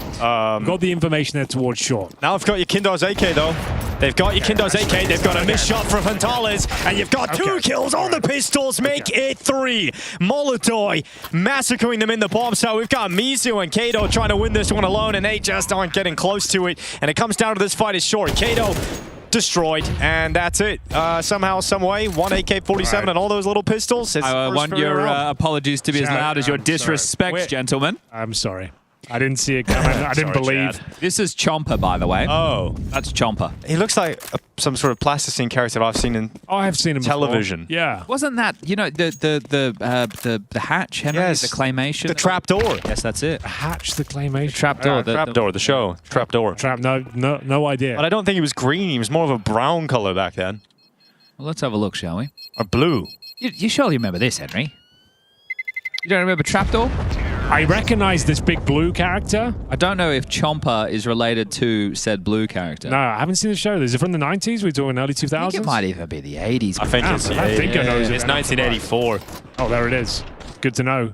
And good to know the Molodoi can still pull these rounds back. What an absolute disaster. Oh, they give it up. Don't worry, they'll bounce back again. They still have an AWAP, don't they? Yeah. It'll be back in the game in just a second here. Right then. Oh. Still got time to hit this shot, and he certainly delivers on that promise. Yeah, he might just be walking into Frontales here. Here's the lower tunnel push. Caserado. Oh, Mizu, look at this. Double surely. Oh, just got away with one. At least he got one. It looked like he wasn't going to get anything there for a second. Yeah, I hate to see it. UMP's back, Henry. Yeah, it's actually a spectacular weapon. It's making a real name for itself in the Counter-Strike tapestry right now. See whether Fallen and Co. can bring this one back. They're overlooking all the corners you can think of. Norbert hidden away in the smoke. Should guarantee the round at this point. Looking for 3-1. Hotu are back. Oh, yeah, they're so back. So back. Just like the UMP. Yuri with 1 kill on the AWP. He's going to pick up that bomb and run his way to the upper tunnels. There's really a race on here. Frontale is arriving at the B bomb site now. He's at the double doors. And Yuri, can he put him out of commission? I don't think so. Chad, you don't strike me as a UMP user. No, I'm an MP7 user. No way. Yeah. Ooh. No way. Why? Oh, this film is... Over the UMP, why? I just like the way it shoots. That's fair enough. No MP5 in the mix preference. No, the MP5 unfortunately just feels watered down, doesn't it? I do miss it. I think the fact that they added the silencer to it, though, ruined it. Modesty's buying it, though. He's buying it at Fisher. He was bringing it out a couple of times. Oh, he got 0 kills with it. How are his statistics looking at the moment, Mr. Green? Not great. I say that as well. I didn't think they were. The MP7, though, I think it's only Nerds that uses it. Yeah, but that's my inspiration. Okay. So we're saving the AWP right now, so don't everybody get too upset about things. This one is hashtag over, I think. Do we still use hashtags? No, I think did we ever? Elon Musk came out and said don't use hashtags on Twitter. Okay, all right. He said they're done. I've been taking all of my advice from Elon Musk, really. It tanks your algorithm, so don't use them. Do you trust Elon Musk? Use the email, dhlmailbag@efg.gg. It's full of shit right now, Chad. I'll be honest with you. No one said it was going to be quality mail. There's nothing in there right now. It's just stuff about Rooster. That's all I'm getting. Yeah, but that's because I think Mac and Jackie were calling for content regarding that during the series earlier in the day. There is, we do have a French-Canadian reaching out. This was pre-tournament kickoff, posting us a whole lot of pictures of their cat. Hello, I am a French-Canadian CS fan. Is it Scrawny? Could be. He does like cats as well. Oh, he's got cats, yeah, could be. He's a bit of a fan. 3-1, guys. UMP still out to play, but massive grenade damage to kick things off. Kato feeling the burn, and right now it's a slow-paced round. Some classic Dust 2 here. Get that short control, remove the vision of the CTs. Very passive holds here. They kick things off in the pistol with that all-out warfare towards top of middle, allowing them to have a lot of space. I think the fact that the Molotov AWP is still in play, right, saved thanks to Mr. Yuri. This one is still on. Right now, set up for a bit of a mid to B. And I don't mind the look of this. They are starting to posture forward. A little bit of an up-down setup available with Mr. Duke. Part of Hugo's mana ready to assist. Oh, they're going to block mid to B. Okay, this might just have to funnel them into a short play right now. Bunch of Molotovs. We've got some smokes. Look at all the mollies available, boys. Right. If you can get this short set piece off. Oh, no, they're posturing. They're still thinking about it, aren't they? Yeah, and time is of the essence here. We are going to be doing a mid to B again. I think it's a B split here. We have got Yuri waiting in the tunnel, smoke down towards spawn. And there's only 2 CTs inside of the map. Yeah, you're absolutely right there. The Duke needs to step up, and he's timed it well, but he's completely flashed. Spots a couple. Gonzalez will kick things off, and now they're on the back foot. 25 seconds to go. Bombs made it to the window, but not past Mizu. Once again for Furia, it is a miserable end they have met, and Molodoi going to be saving the AWP, trying to get away. Furia off to a very slow start here on Dust 2. Okay. Chad, thoughts? Well, you guys, again, this is a game that's first to 13 rounds, and right now only 5 have been played. So hold your horses, as they do say in the business. Okay, I want your apology to be as loud as your disrespect. Oh, it will be. If this is it, don't lose the op. Don't lose the op. Yeah, there we go. That's a safe pair of hands. The Molodoi boy. Harosh. Hey, Mo. He's giving a bit of a chirp right there. I respect it. Who we got next? Heroic versus the Gentlemates. The Gentlemates coming in. Do you know what? I had to look into the org. I wasn't sure of who they were and where they came from. Huge French streamers. Yeah, exactly. 3 Massive. Or content creators. And they've got one of the best websites I've ever seen in all of Yeah, it's nice, isn't it? You been on there? Yeah. Pretty cool. Oh, look at nice this. website. As long as you got the Molotov AWP, there is hope. There is light in this universe, Dinko. It's true. We've got the Frontalis up, though, and it's been a little bit better. It's true. Look, as long as he's yes-anding, he's already getting the first step of Pro League. It's going to be a very difficult round still, I will say that. They don't have any control of the map, apart from lower B, I suppose. That's it. That is a big part. Look at this fake howl that Norbert's rocking. Oh, no one's ever checked his position. He's getting 2 here. Norbert doesn't miss. There it is. Oh! Even 3. Dude, Norbert is actually just the best today. 6 rounds are now being played. 5 of them have gone in favor of Ho2. Yeah, just to everyone playing at home, keeping up. But hold up. Furia, as well. Because of all the saves, they've been buying in a lot, haven't they? They need a timeout. That's what they need. We haven't really started the game just yet. I think we have. They just won a tournament, so you can't expect them to win a game of Counter-Strike against Ho2. I think that has to be said as well. You can't expect them to win a game. This is a 1 week era from Fury. Henry, you did say when you win an event, there's like a curse that hits you, right? With majors, I would say there's a tangible curse. This was a Swiss system. If anything, you should be. Had the same prize pool. They said in the post-game interview at Fisher, they're saying like, "Oh, now we've won a tournament. We've shown we can do it, and now we can actually unlock the potential of this team." Serato, can he unlock any more in this 5-on-1? Yeah, you see the two Ho2 players that were waiting long, backed away, a little scared about him. We did ask about Haley Welch. I don't know if you caught that. No, I missed it. Oh, yeah, we had a Haley Welch segment. No one emailed in about it. We're trying to find out where is she now. Is the podcast still going? Is there any more coins being dropped soon? You need a die, Serato. Okay. He's still making, what, $900? Now we can just say they've actually taken away Molodoy's AWP, so that can't be picked up. So if Serato wanted it, he can't have it. They've taken it, they've dropped it, they've left it, and there you have it. He's still got a helmet in M4. It's not too bad. Right now, look, if we're going to be serious for a second, because if the scoreline continues, I believe the scoreline will read 6-1. Okay, and then after that, Fury will start playing. Sid's going to give him a bit of a whack around the back of the ear roll right now. He's going to say, listen, kids, I'm fed up of this. You're in the back seat. I'm driving down the freeway. It's a long drive. I need you to lock in. Okay, shut up. I'll put the iPad on. Have a good time. So we get a partial right now with this M4. Oh, why is he bored again? All right. It's Max lost it. Has that ruined the plan? Well, it has. It feels like he's doing what he was told not to do. Anyway, surely we're just on a partial, boys. We want a full by next. It'll be a partial. It'll be a partial for sure. Okay. Yeah, Serato throws everything he's got into it. It's just, look, honestly though, because of the way this has gone, 3 consecutive saves, and some of them have been with the AWP, that's why you feel like in the early game you're having a force buy behind it. So you can understand the decision making, but it's gotten away from them now, and now you need to be humble. You need to allow your economy to build up and start playing proper rifle rounds because you haven't had full AKs, right? That's not something we've seen just yet. So let's take this seriously, shall we, Furia? Let's see what they've got. They're sending 4 players towards B. I was going to say, this one around, you want to bring out like a little set piece, allow the M4 to work, but Molodoy's gone down early. In towards B we go. We know the B bomb site's always open though. Kato trying to shut it. There he goes. He's got 2 kills picked up. Mizu coming back in again. And Furia, it looked good for a second until it didn't. And now it's another round for Ho2. 6-1 does ring out. They threw quite a bit of cash into that one. Remember though, they need first to 13. That is what's required. 7 rounds have been played. I understand they're got 6 of them. Almost halfway there. But the game begins now, Henry. The game begins right now. Right here. What if they lose this round, Chad? Well, that's it. Well, wait. Well, let's talk about that when or if it happens, please, Dinko. Okay, fair enough. Okay, mailbag questions come in. Hello, is the studio going to be open to the crowd or not? No, it's not. Next year will be an arena for. Good question, I suppose. It is a good question. All right, Mizu. He was aggressive on the pistol. He's so good right now. Now he's in lower tunnels. Has the oversight of Mr. Frontal's AWP.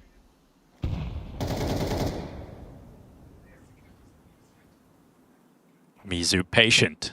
Serato walking into the fight with a Galil, and he'll win it. Here we go. That's a second death there for Mizu, and Furia off to the good start here with the opening kill. Out long, it's Norbert with just the one this time. No triple kill shutdown to be seen. And as long as Fallen gets that kill, it's still even numbers with a lot of time left. I don't like this. Timing. The juke. Well, they didn't see him. But the bombs at long. He's going to have an amazing time. They won't expect this. Oh, wait, no. They do. Molodoy's looking. He's got him. He's back again. Another fight comes in. The Duke's got away with it. God. Even numbers now to 3v3. Bomb at the back of the pack, and Duke has done it to them. We've got Serato and Yuri still with the player advantages, but can the Duke step up? They got the AWP. Serato. Just don't show your head here. They have to come to you. It's got a lot of utility as well. This is very uncomfortable. Anything can happen. Serato nails it. All right. Okay. First rifle round of the game. Yep. So what more that came from. Yeah, it felt super comfy that. You win this one, you break them.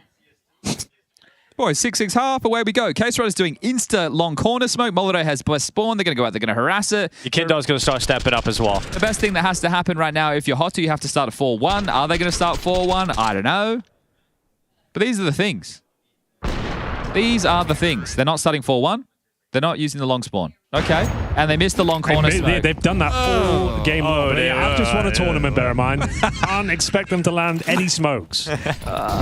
Here they come, right out towards Norbert, but they got the kill. And I guess there's so much confusion along. No one really knows what's happening. And so, Yokindo's able to make the most of it. Missed shot in the AWP. Save. Not necessarily the best Counter-Strike in this round, but Furia will be happy about it. Wait, you're saying that because Furia are winning the round. That's always going to fight.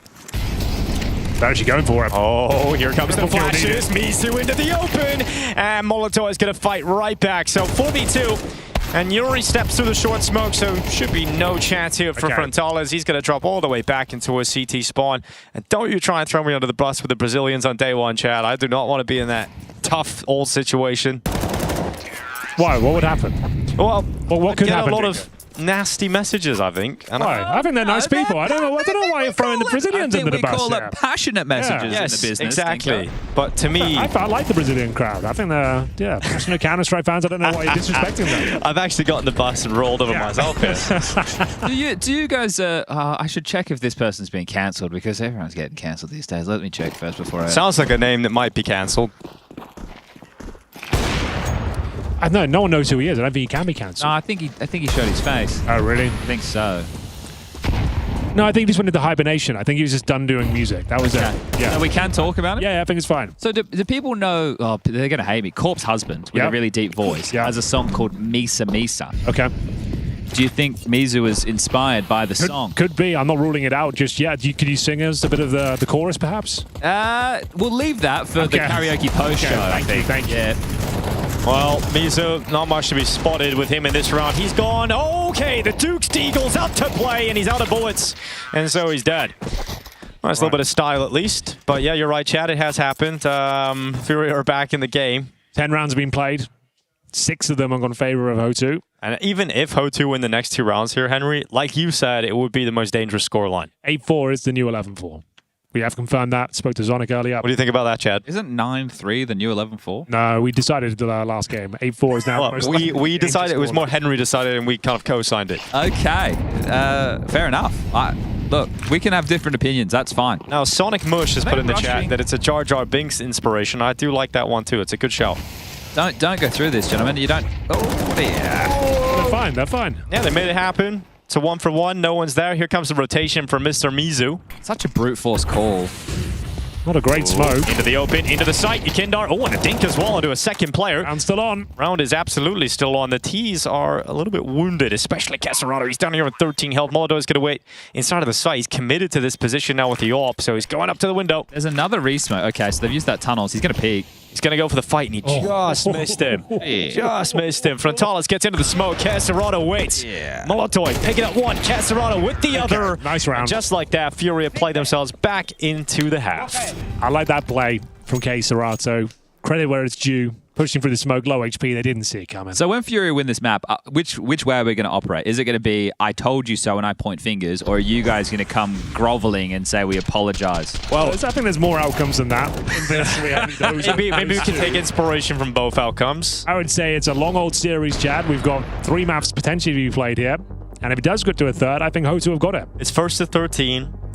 Ho2 are nearly halfway there. 11 rounds have been played. I think if Fury win map 3, we should make it a best of 5.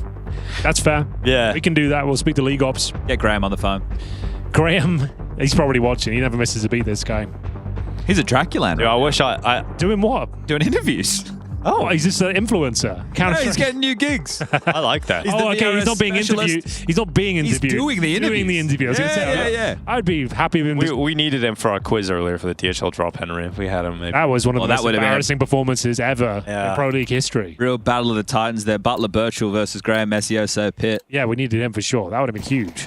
All right, not looking good for Houghton last round. Famas out in 3s. And yeah. Is that a double tag? Well, that's looking good. Yeah, hold on, what's going on there? We'll slow to the trigger there. This is tough. Yukinda's probably not ready for this. Oh, no. Yo, he got his crosshair up. He just couldn't deal with the Duke. Okay, another 5 on 3. All right, let's see. It should be a 7-5 scoreline off the back of this. Duke Fasura. Hey, there we go. Duke Fasura. 2 headshots, 2 haircuts handed out. Molodoi going to be running back into spawn. All right. Well, there it is. 12 rounds being played.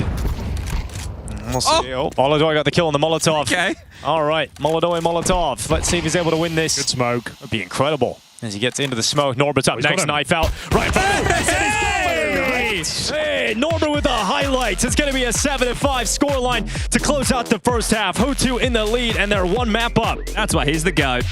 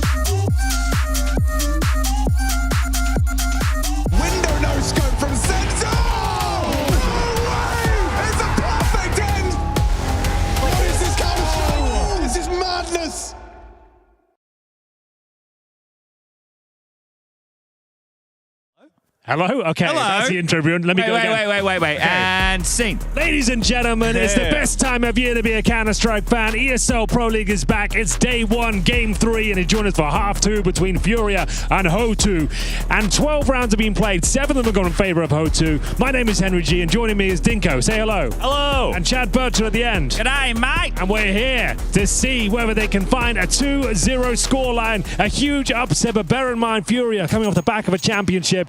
Can they be expected to take down a team of this caliber? Absolutely not, apparently, Henry. 7-5 down at the moment. Let's see how this pistol goes. Yuri with the USP. Yep, it's a rush right to his nade. Oh, they're in. Yeah, they're in. They're softened up. But can Yuri stop them? It's going to be Kesrada coming in to help him. Yuri does absolutely nothing. Look at the timing of Molotov through tunnels, though. He's quick. Very quick. Bombs down, and I don't think they're even thinking about the possibility of tunnels coming through. Kato is. Kato's having a little bit of a look. He's unable to get it done just yet. Oh, he's gone down, flying through the sky, is falling. Has he got a clutch in him? Looking at the platform, getting split from 2 fronts. He needs 1 kill quickly, and he just can't get it on Juke Basura. That's both pistol rounds going the way of Ho2. All right, I'm a little bit worried now. Yeah. Right, look, in the first half, it was all okay. Fullbacks took a while. Now, both pistols gone down the Swanee. I'm mildly concerned, if I could say so. I didn't want to bring it up. Are you force buying it, Chad? Yes. Oh, I don't know about that. I don't think that's a good idea. Well, they're not, so they don't either, apparently. I think it's a terrible idea. I think you're almost going to cost yourselves the game. I think bring out the rifles. You know you're a stronger team, pound for pound. We've already lost long, so that's fun. 9-5, that's fine. 4 flashes just rallied over long. So it's going to be, 9 to 5.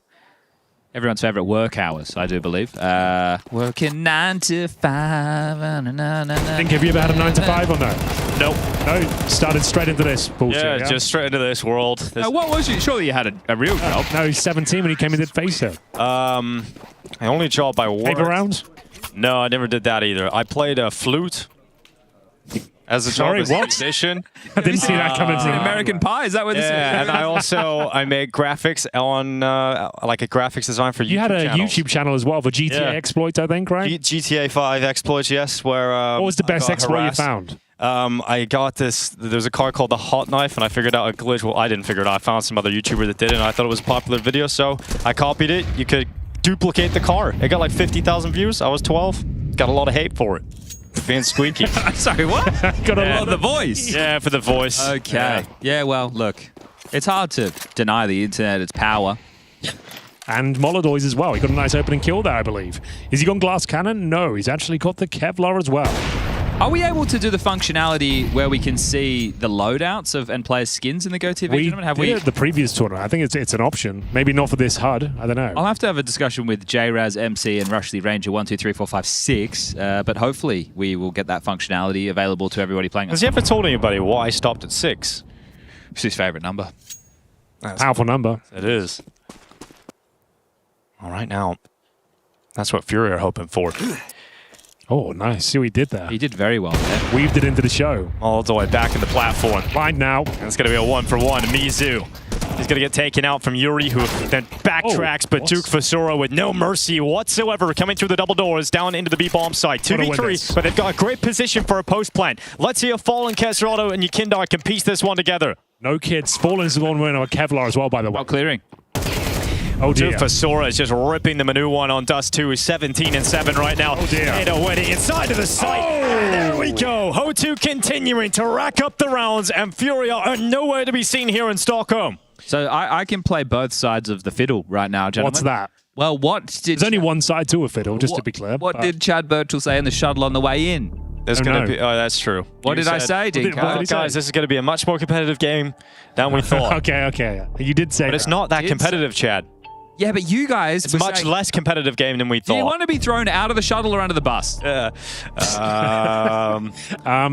of the shuttle, surely. Yeah. All right, well, out of the shuttle... Depends how fast the shuttle's moving. Out of the shuttle would be the sentiment that was being echoed by my colleagues throughout the drive-in was that this was going to be light work for Furia. Yeah, should have been. Absolutely should have been. But as you mentioned, they did just win a tournament. He's not lying. Yeah, when you win a tournament... Then I look back and I seen, something that you might want to talk about, Chad, is that loss that Furia suffered just last week against Aurora on this map. My favorite team. Yeah, it was 13-11. They lost. He didn't mention Aurora. that when he came onto the show, which is interesting. I will say that. But I do have an Aurora quota. I was going to hit the limit during the next series when X-Floud's on. All right, that's not bad. But we've just had one, or maybe even two mentioned so far. But we're not going to be expecting too much from Furia in this round. They've got one rifle.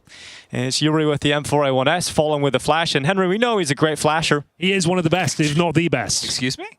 He means, oh, look at that. They didn't actually flash Mizu, but still made them worried. Yeah. Made them uncomfortable. And they've got 1 for 1, but they lost the rifle. That cannot be retrieved. That's a very good point, actually. An astute observation. Molotov's not hitting, but the bullets certainly do. Yeah, nowhere you can hide. Nowhere you can run from Norbert. I have a question. Go on. So because... Last one, though. Fallen has won 2 majors. Yeah. Right. Do you consider... Would you call him a major winner, or would you consider him a 2-time major winner? How would you frame it in conversation? Multiple major championships. Okay, so does one man who won 2 majors beat 2 men who won 1 major each? I would say... Oh, it depends on the If one of them's a coach, absolutely. Okay, so that's the power of Hotu. Yeah. They have a major coach. And the greatest esports player of all time and major winner, Norbert. Hang on, there's a Molodoi AWP here now. Uh-oh. We've got the 5-7 back in the server. B's open. You've let him in. I don't think you can... I think you have to save. Yeah, but it's it was implication of the future. Now he's got the AWP and he's going to save it. Yeah. So just for all the nerds at home, this game, I've been receiving updates from Udnud on the Twitter sphere. He has said that it has no VRS implications. Yeah, so that's true. Hotu can't make the major. We did cover that in the first match chat if you were listening. I was, but Henry, as we learnt from one of the DreamHack producers many years ago, that every single time we have a new matchup, 80% new viewers. So we want. I didn't know that stat. I wasn't familiar. Yeah, okay. So we could just repeat everything. I'll retract my comment. And we are in a DreamHack studio, so it is important that we rehash these things time and time again. Someone in the chat has said that it's very sad to hear Hugo without Harry. I just wanted. It is sad. Your thoughts on that? It is sad. It's for the first time ever as well. I don't think they've ever been apart, ever in Pro League history. The first time since they were born, I believe. So I thought Hugo did it right. No, but I think he thinks you're Hugo because that's coming in live in the chat right now. Oh, I see. Oh, okay. Yeah, we have got a similar voice. If you're not aware of that, that's a thing. We're from the same part of England. We did a whole skit about it as a Fight Club skit. Right? We did the whole go check thing. that out. Type in ESL Pro League Fight Club on YouTube. One of the better ones. They're all good. And use the email DHLmailbag at efg.gg if you have questions. I'm going to delve in there right now. I don't think it's anything though. I would also say if you have questions for players, if you have artwork for players, if you have clips for players, if you have anything. I'll tell you what, if you've got a Hotu jersey at home, send in a photo. If there's any like die-hard fans that aren't just riding the coattails of this victory, if you're actually a fan of a jersey at home, let us know. So I didn't know much about this team coming into it. I knew Norbert played for them. That's it. They won a tournament before they came. Did you know that? And Simple's BC Game team were playing in that tournament just for everyone at home. Really? Okay, that's pretty cool. They are looking good to win this 2-0 as well. Winning this tournament as well. The upset of Pro League happening on day one. No one saw it coming. This is going to be the greatest comeback in Counter-Strike history. Okay. That's how it begins. You mentioned the saved Molodoi off Henry. He could have gone, I think, either way, but still, yeah. The fact he's got the extra finances, he's got the orbital, the util to get that HE. Oh, Mizu trying to get through the door. Caserado, the door stopper. He's got himself a second kill here for Furia.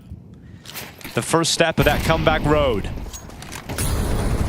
It's a bit like the yellow brick road. Yeah, just more treacherous. Fallen is an Oz-type figure in a way.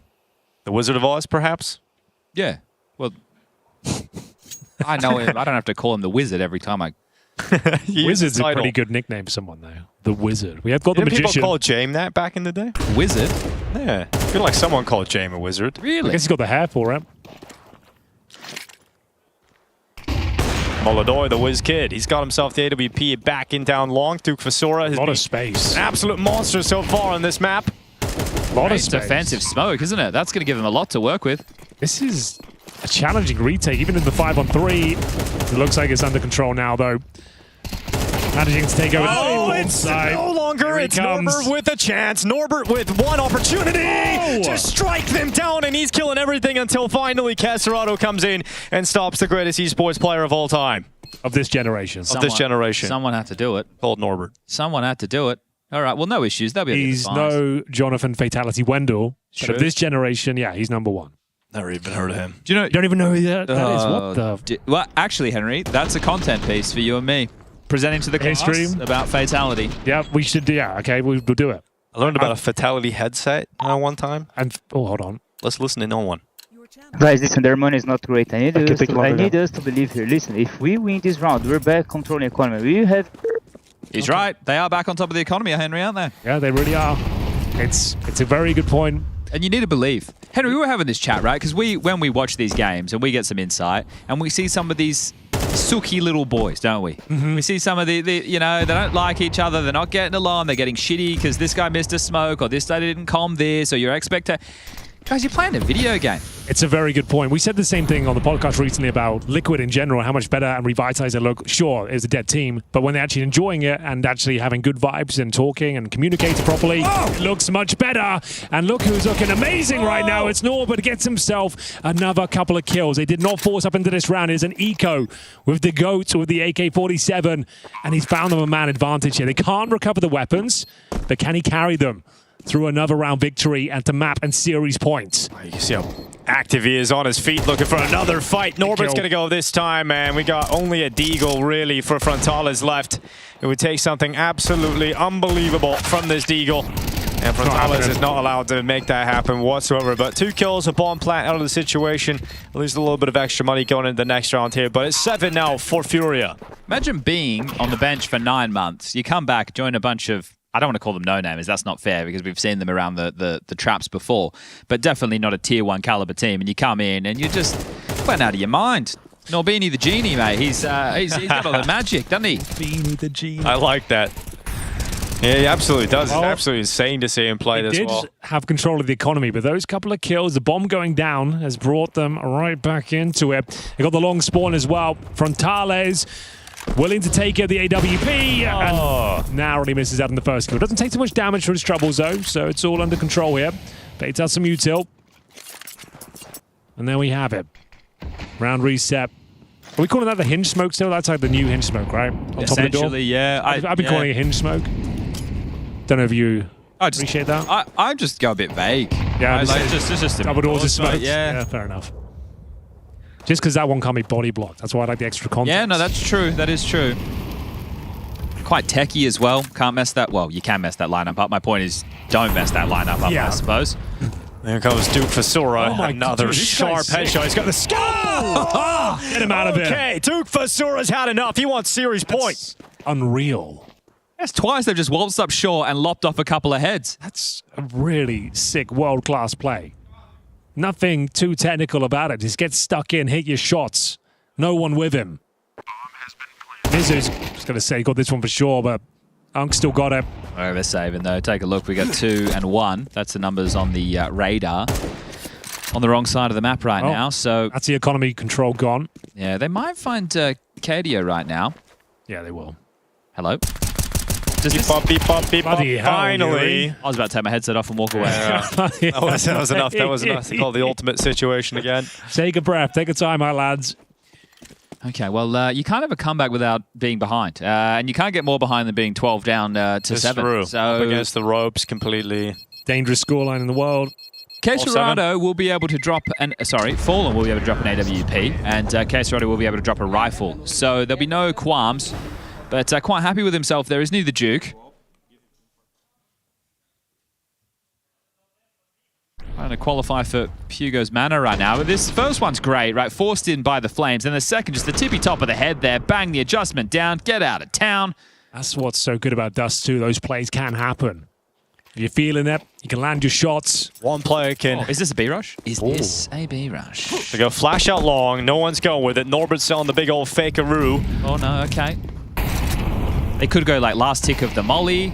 That could be the case. Or they let the molly... Molotow's waiting with the AWP here. He's got this. Surely. He's getting at least one. Backing off. Drop the util. Block them. Frontales is dead. Molotov. Util. Have another peek. Going out again. Utility landing on him. Misu's got out. Oh, Yuri nearly falling there. Yeah, Yuri had to win that one. And then there it is. That's the round. Well, the Duke's still around, and he's no longer. He's gone. And cut down. Thinned out, and this play did not pay off whatsoever for Hotu. It's going to be an 8-12 round for Furia. They're back in control of the economy. Hold up, he's up to 1v5. Okay, this is going to happen. Well, let's see if he can pull it off. Kato with the first. Tapping out towards the door. Not so clean on the second opportunity, but remember, we've got Yuri very low in behind Car, and we've also got a flank from Casarado. Grenades landing, making this one really as difficult as it possibly can be. And then he walks right towards Casarado. See, I respected that, Henry. He's taken his 2 seasons off or whatever, and he's said, yeah, listen, I need to respect my elders. If they say play on, play on. So he's done it. He knew that 1v5 wasn't going to happen. Yeah, of course not, Chad, but you know how sick it would have been if it did? He knew it wasn't going to happen, but just in case. He said, Chad said, want to upset him. So he's played in. So you've got to respect it. You've got to give him a gold star for that. Didn't perform well in the DHL drop, but trying to.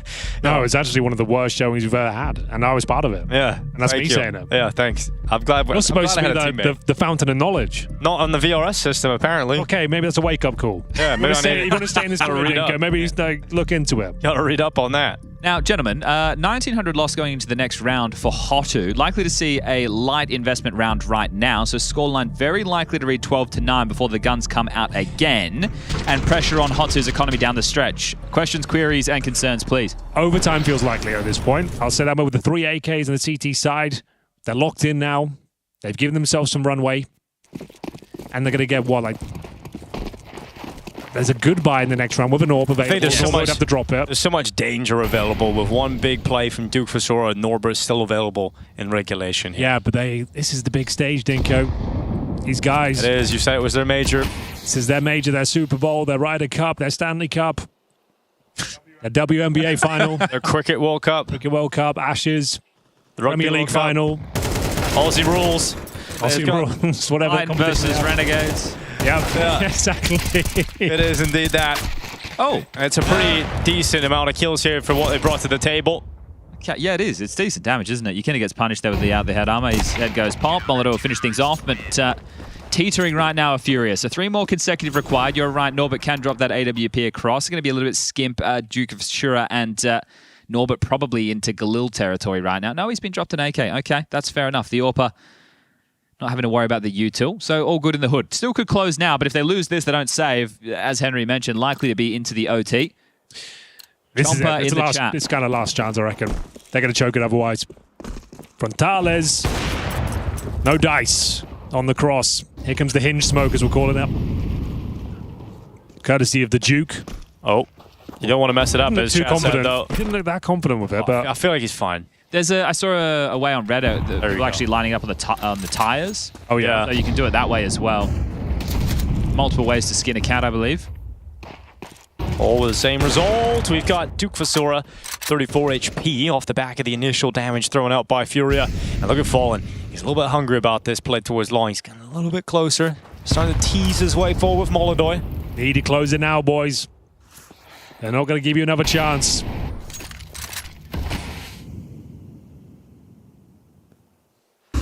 And the 2-0 really happened here. Huge upset. One of the biggest we've probably ever seen. Ever. Yeah, potentially. What's a world first at EPL? I'll tell you that much. When was CS2 released? Yep, you did the maths. 2 years ago to the day almost, isn't it? Yeah, at EPL. Oh, yeah. That's it. Very good point. Well, this one doesn't have the same pace and flavor to it. 5v5, 40 seconds left on the clock. It's a bit desperate. Oh, here goes Norbert. Okay, there's a lot of players here for Furia, and I think they've all just got a little bit scared about that. Hotu on the peak. Yuri and Mizu again, a multi out of him. 25 seconds. Molodoi trying to cut off any sort of retreat. He's doing damage. He's got away. A lot of it, but the flash comes up. He moved off the angle, and the bomb got away. 2-0. It's happening. No, he can win this. It's happening. This kid, he's going to give it his best. He's got the AK. He knows they're low. He wins this. He wins this. He's got the health. He's got 2 flashes. He's got the hopes and dreams of Furia. 2-0. They take down Furia, the #1 team coming into stage 1 of EPL. And this is Hotu showing up in a way that no one expected. Undisputed right now. That's upset of the tournament. Put the stamp on it, no doubt about it. Day #1, Furia 0-1 column. Norbert, the greatest gamer to ever walk, elevating Hotu over Furia. Can you quite believe it, Mr. Greer? I actually can't. You're stun locked right now. I can't even speak. I'm lost for words. Off the back of a championship victory over in Belgrade, this team came in as the hot favourite, and they kick off their Swiss campaign 0-1. Ho2, a team we didn't know much about. We knew they won an online tournament, Dinko, but that surely isn't enough to take down the mighty Furia 2-0, no less. No, maybe they play them close. Maybe they take a map, but it's the fact that they come in, they win Overpass, they win Dust 2. Fantastic performance from Ho2. They get the 2-0 over Furia, and we've got Mo down with Freya. I do indeed. First of all, massive congratulations, Mo. That's just an insane way to take down Furia 2-0, no less. Can you tell me what you're feeling right now? I'm feeling like job is done. That's all. Not surprised you managed to do it 2-0? Because Furia, they just won a trophy coming into this. But we won trophy as well. Sometimes CPL is harder to win Fissura or long game. Tell me a little bit about that Overpass, because we knew it was a good map for you guys. T-side looked great from you. What was feeling so comfortable for you guys today? Yeah, we just saw how Furia playing, and we saw like Space.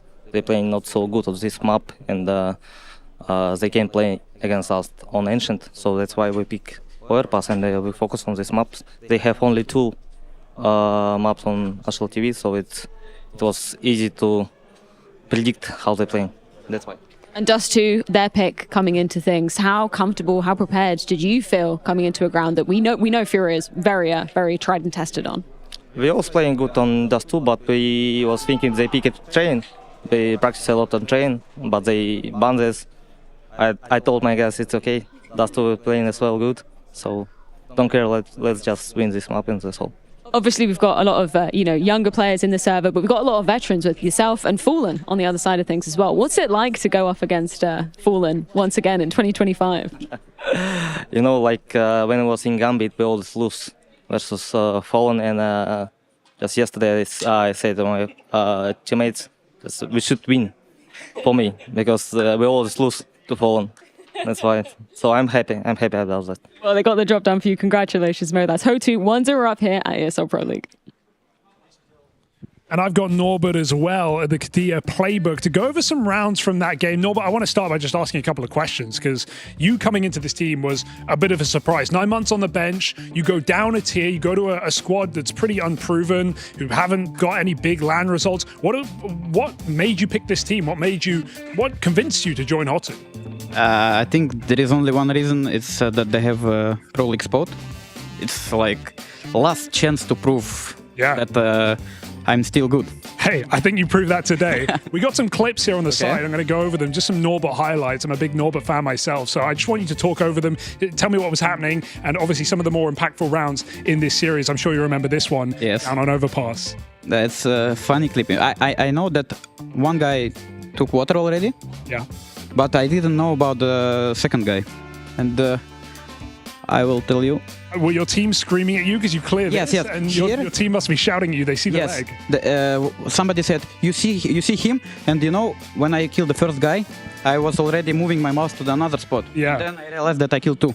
When your teammate gives that call, like you see him, is he telling you specifically, or is he just screaming to make you it's look like, around? It's a bit chaotic because they saying, you see him, but where? Yeah, exactly. It's the worst comm in CS. We got the last round of Overpass as well.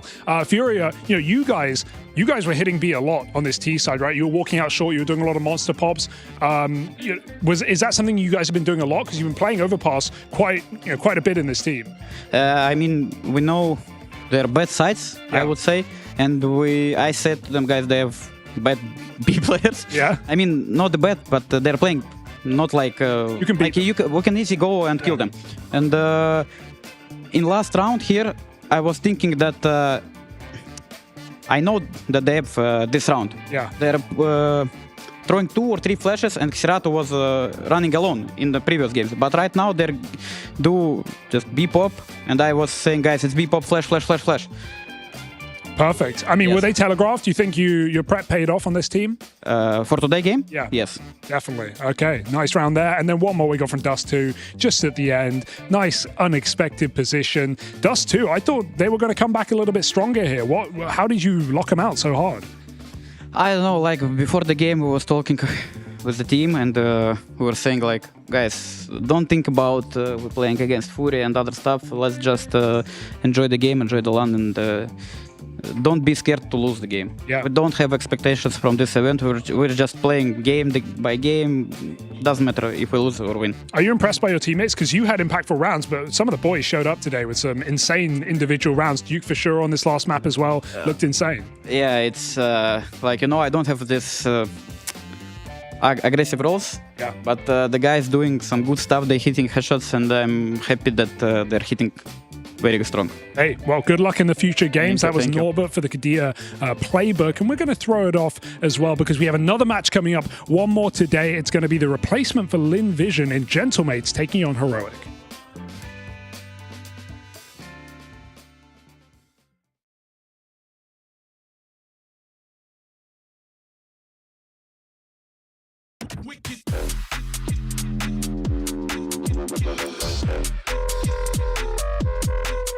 Run it back.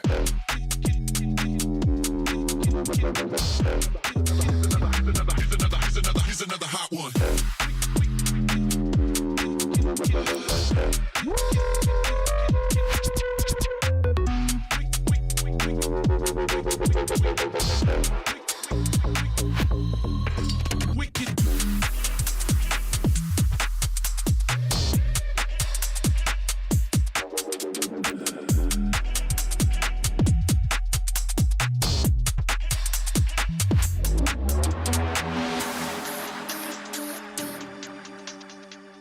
From humble beginnings in Hanover to greatness in Katowice,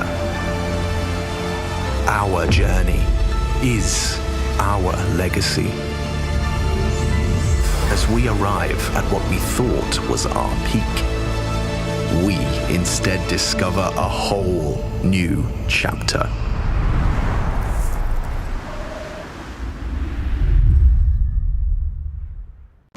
Damn, guys, we almost had this. Thank God that's over. Bored of endless matchmaking? Take your first steps towards EPL, experiencing real strategies against teams of your skill. Learn more at fce.gg/EPL. The Turkish fans don't like me. Why? I made a tweet and I didn't include Aurora. I mean, I think this is deserved hate. Thanks, man. All right, well, what could I say to the Turkish fans to get them on my side? You just say, özür dilerim. What? Özür dilerim. I'm going to struggle with that. What does that mean? It means, sorry, guys. All right, well, look, I'll have to practice that. I don't want to butcher it and get it wrong. And I also want to fact check it because you could be throwing me under the bus here, mate. Now, look, you're back in the Heroic jersey. You had time where you weren't wearing it, but we're still on the bench. And now everything's happening. Now it's a different complexion of the team. How are you finding this version of the roster? I mean, I think it's a younger team, and we are fresh, young bloods, and hopefully we will reach better results, hopefully. You're going to be shit talking? You like to get loud? No, I am a little bit old to talk shit anymore. So I will. How old are you? I am 29.9. I'm 22 years old. Why? But right now I'm feeling like I need to focus more game, you know. My throat is a little bit hurting when I'm screaming, so I think I will make it less. I see, okay. Is there anybody, though, if you were playing against here in the group stage that you'd have a bit of grudge against that you would talk shit to? Everyone? You just said you're not gonna. You're trolling me. Yeah, sometimes.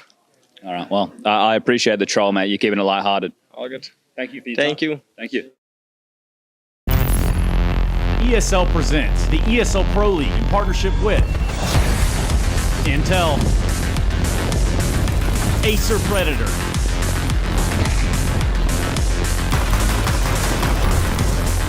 DHL, and Kadia.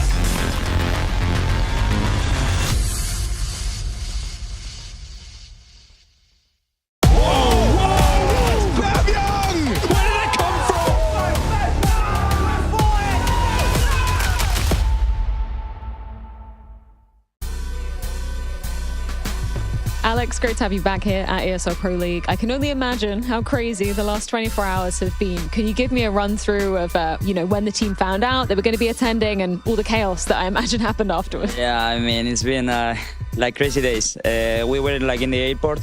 We were like traveling to Poland. We had an event there. And we just got told that we got the invite for the Pro League. And of course we wanted to be here, and that's it. Like, we were in Poland, we just played a single game, I think, and then we needed to leave, so yeah. Must have been absolutely mental. How different is it, coming into an event when you weren't even meant to be here in the first place? What's that like for the mental of the team? I mean, I think it's perfect. We have no pressure. We have been working hard, so I think this is the perfect place to show up and to prove that we are working hard and we want to be here. So yeah, I think it's good, especially if you are coming from an event that is like a tier 2 event, and then you see this and it's completely different. I imagine there's probably some differences in the preparation when you have such a last-minute change. Up against Heroic today, how has the preparation kind of differed from maybe what you normally would like to do? Yeah, I mean, not different, honestly. I think we are like doing everything kind of the same for every opponent. We're not focusing on them, we are focusing on ourselves. I think it's more important right now. And yeah, I mean, nothing special. We are here to play, we are like happy, and we're gonna enjoy the moment. Considering how much of an underdog you are coming into ESL Pro League, where's the confidence level at for you guys? I mean, our confidence level is always the same. We are trying to grab experience, at least in the first, I don't know, I would say 6 months for the team.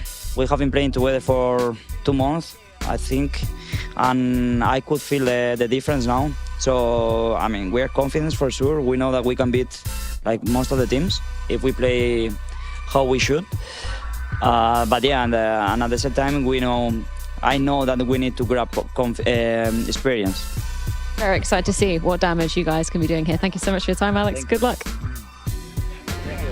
Lord Byron, Squire Dinko and Butler Birchall returning for the next series of play. It's Heroic taking on the Gentle Mates. We just heard there from Alex, once upon a time a Movistar rider, now a Gentle Mate. Now, if you're not familiar with this organization, it's a French esports organization founded by streamers Squeezy, Gataga and Brooks in 2023. They field professional teams in various esports titles, including Valorant, Age of Empires, League of Legends, Rocket League, and also recently expanding into Counter-Strike 2 and Call of Duty. All right, well, that's all I got for you. They've got a lot of teams, a lot of games. Gentle Mates replacing Lin Vision, Hugo. I think we were all excited to see Lin Vision, but Gentle Mates, it's a nice replacement. That Birch Cup results on there that they had to forfeit to come here. One game, and then they got the hell out of there as quick as they could. Made it over to Stockholm for Pro League. It's an awkward one for Birch Cup, but I can't really blame them, Chad. The opportunity to play a top-tier event against some of the best teams in the world, who would turn that up? And this is the thing, right? You heard Alex referencing the quality of a smaller local LAN like a Birch Cup compared to an EPL. There's a big contrast in conditions, etc. But a lot of this is about the VRS right now for both of these teams. This has been reported to me by one of the VRS nerds, Udnud.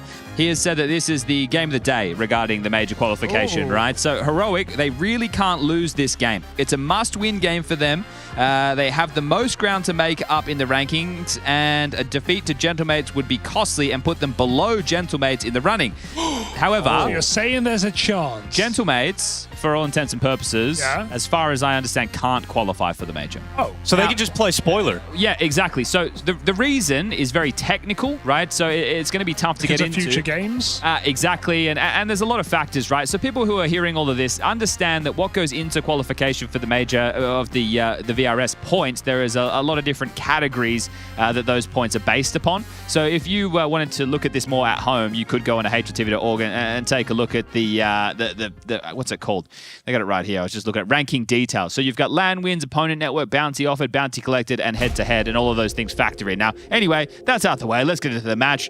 You just want to watch the Counter-Strike. You don't care about bloody numbers. I would like to talk about a bit more numbers, though, because I'm wondering, how's that play on your mind? Do you think Heroic know that? Do you think? There's extra pressure. They have to win this game. Yeah. So a lot of the time you hear players say, I don't even know what this game is for, whatever. It's hard to pin VRS down to one single match, but to say they must win this game, well, that is extra pressure. So Heroic better step step up and take down the stand-ins of Gentlemates. Interesting, Nuke, Mirage, and then Ancient. So we start quite structured, and then we end brawly. We'll see if it goes 3. And I'm sure for Gentlemates, let's keep the assumption that it will be very tough to unlikely that they do qualify for the Budapest Major. Right now, you're playing for the VRS cycle, right? So you want to get enough points so that you're in that bubble of invitations to the top-tier events. So so you don't have to pull out of Birch Cups to come to Pro Leagues, for example. Exactly, right? So a lot to discuss, but the Counter-Strike to watch.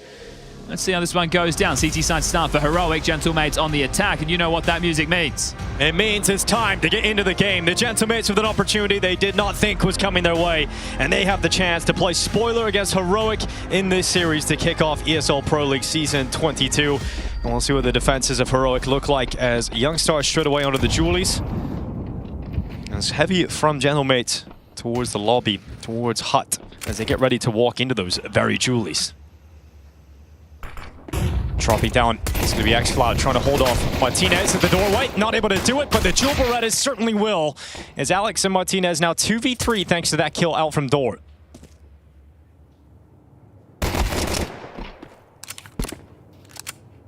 Vent an option that they won't take.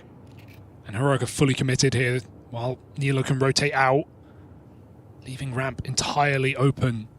Gentlemates will take that space. Penny starting to drop. And the footsteps give it up. And diving down, Nilo trying to get a position in time. Nearly is able to do the damage to Alex. Linus is down here. And Lenzy waiting. USP.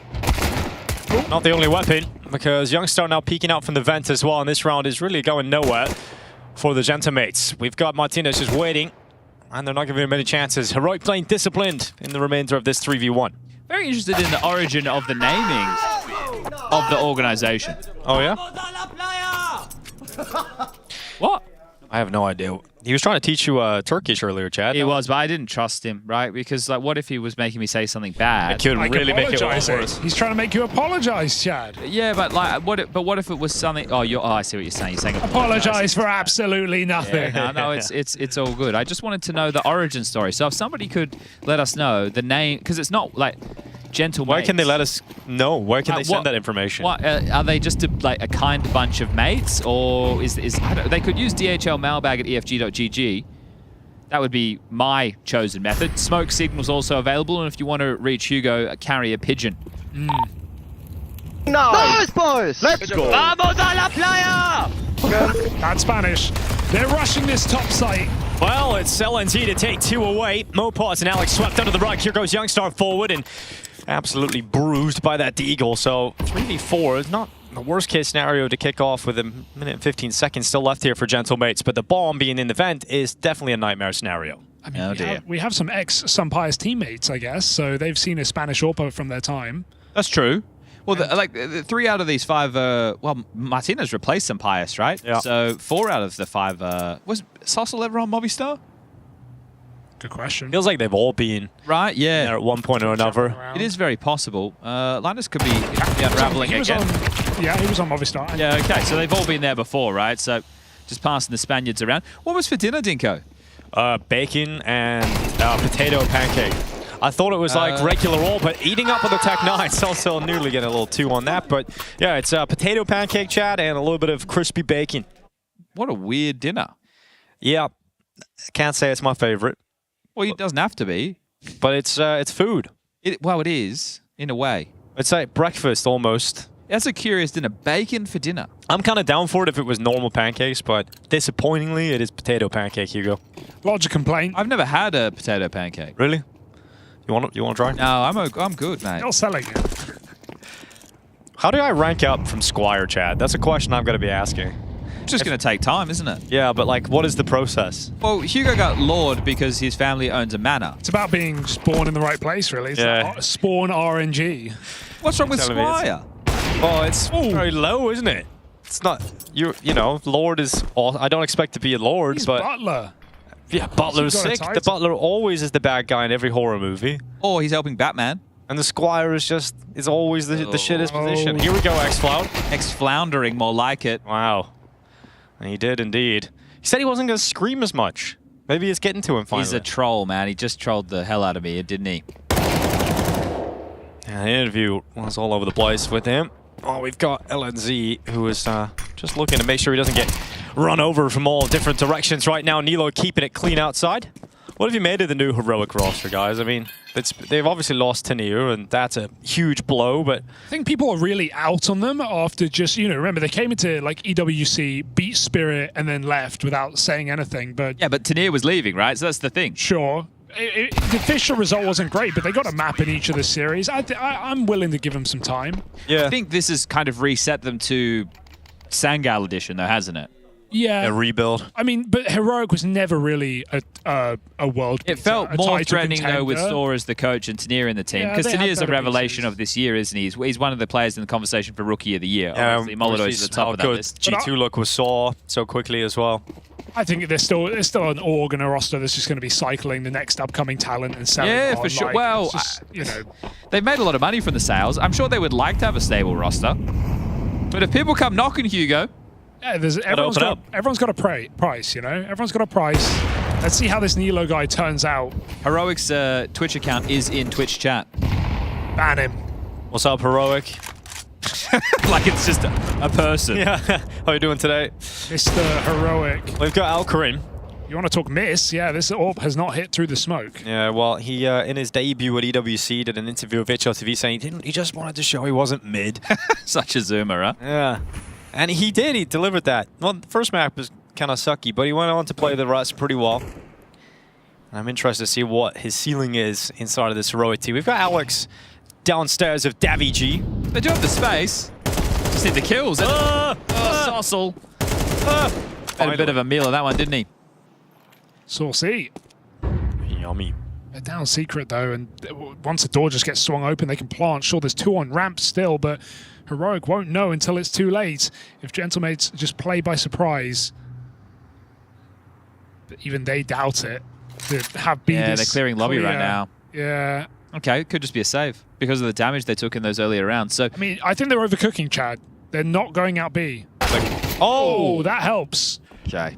There you go. That'll be it. There should be a save now, out B, plant, round done. Yeah, all right. Well, we'll take that one. We'll put it in the back pocket and we'll call it a round. First on the board for the Gentlemates. Do you know that Nilo is an owner fan? Really? Yeah. It makes sense. Well, his name backwards is Oilin. That's good. That's good. Oh, well. He disappeared for a while. I'm glad we found him again. Don't know where he went. Well, Oni or Nilo? Both, really. Yeah. Legitimate question. Yeah, we don't, because Nilo joined the team and then he disappeared for a while. I was meaning Nilo. Well, I guess it works both ways. So this is, gentlemen, this is actually quite the Gentlemates, please. Excuse-moi. French organization and all that. This is a huge question that I have for the room. Yes. Is Owner Pixel a traitor?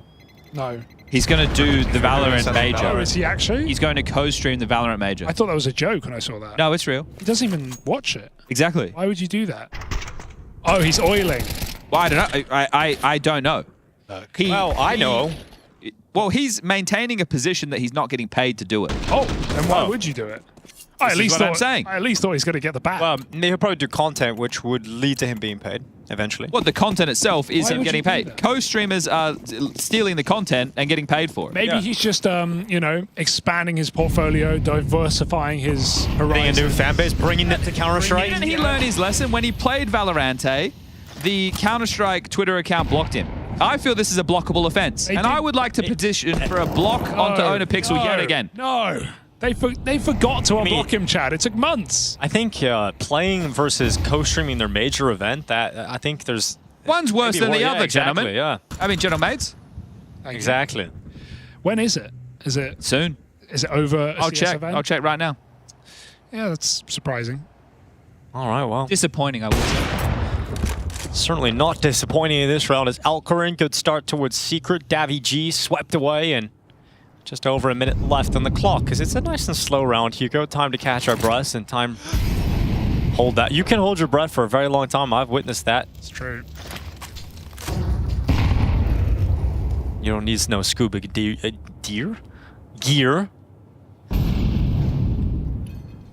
We got 45 seconds left in the round right now for Gentlemates. They've got some space over towards Garage. But taking the time. It's Heroic not really showing them too many fights. Some really slow wraps here out of Gentlemates. It might get cold. Nilo gets inquisitive and finds that up at the back line. 3-on-5 with a really strong setup on this top site. Alenzi doesn't need to peek. He just has to bail out his teammate, and he's got him easy. 2 kills on top. Mars with a nice transfer, but it's not going to win a round in a 1v5. As Heroic just keep on building into this CT side. So it's currently happening, Chad. No, I don't. Is it Paris? Paris. That is this during EPL. Yeah. So owner Pixel. I will be said there on the 21st of this month that he would co-stream the final stages of the Valorant Champions in Paris. Yeah, it's during the first few days of stage 2, I think, of EPL. Interesting. Well, we'll see how that goes for him, won't we? Won't we indeed? I'm happy for him, I guess. Preach forgiveness. Maybe he should co-stream some Pro League. We don't need him for this one. Don't worry, he's going to have his cake and eat it. Don't you worry Put about him on the caster desk. X-Cloud in the clouds. Boost it up. Oh, sorry. Are we casting? No, I just wanted to do that bit. Okay. Because you had X-Floundering. I thought I just had one too. I wanted to throw it in there. Just like Davy G. Cast the round. All right. Davy G dead now, of course. And we've got a 4v3 with a minute left. And Alcarim waits in the back of the bomb site. So. Oh, wait for me, guys. Wait. Joker, wait. Oh, on the ladder? And Alcarim inside of the site strikes as he looks up, but the grenade comes in and ruins any sort of highlight moment he might have had teed up. And we've got X-Cloud descending down into the bomb site. Soaring from Martinez, and goodbye. Oh, okay. Coach is going to let out a roar there. Money's broken on the other side of the server, and with the loss bonus where it's at, you have to go for the force. Well, you don't have to go for the force buy, actually, because you have a bunch of players on 3K, 2K, so they could just take they are going to force buy. That's conventional wisdom. I thought maybe they were going to go against conventions. Never really been a fan of conventions myself. Well, a gaming event is kind of a convention, Chad.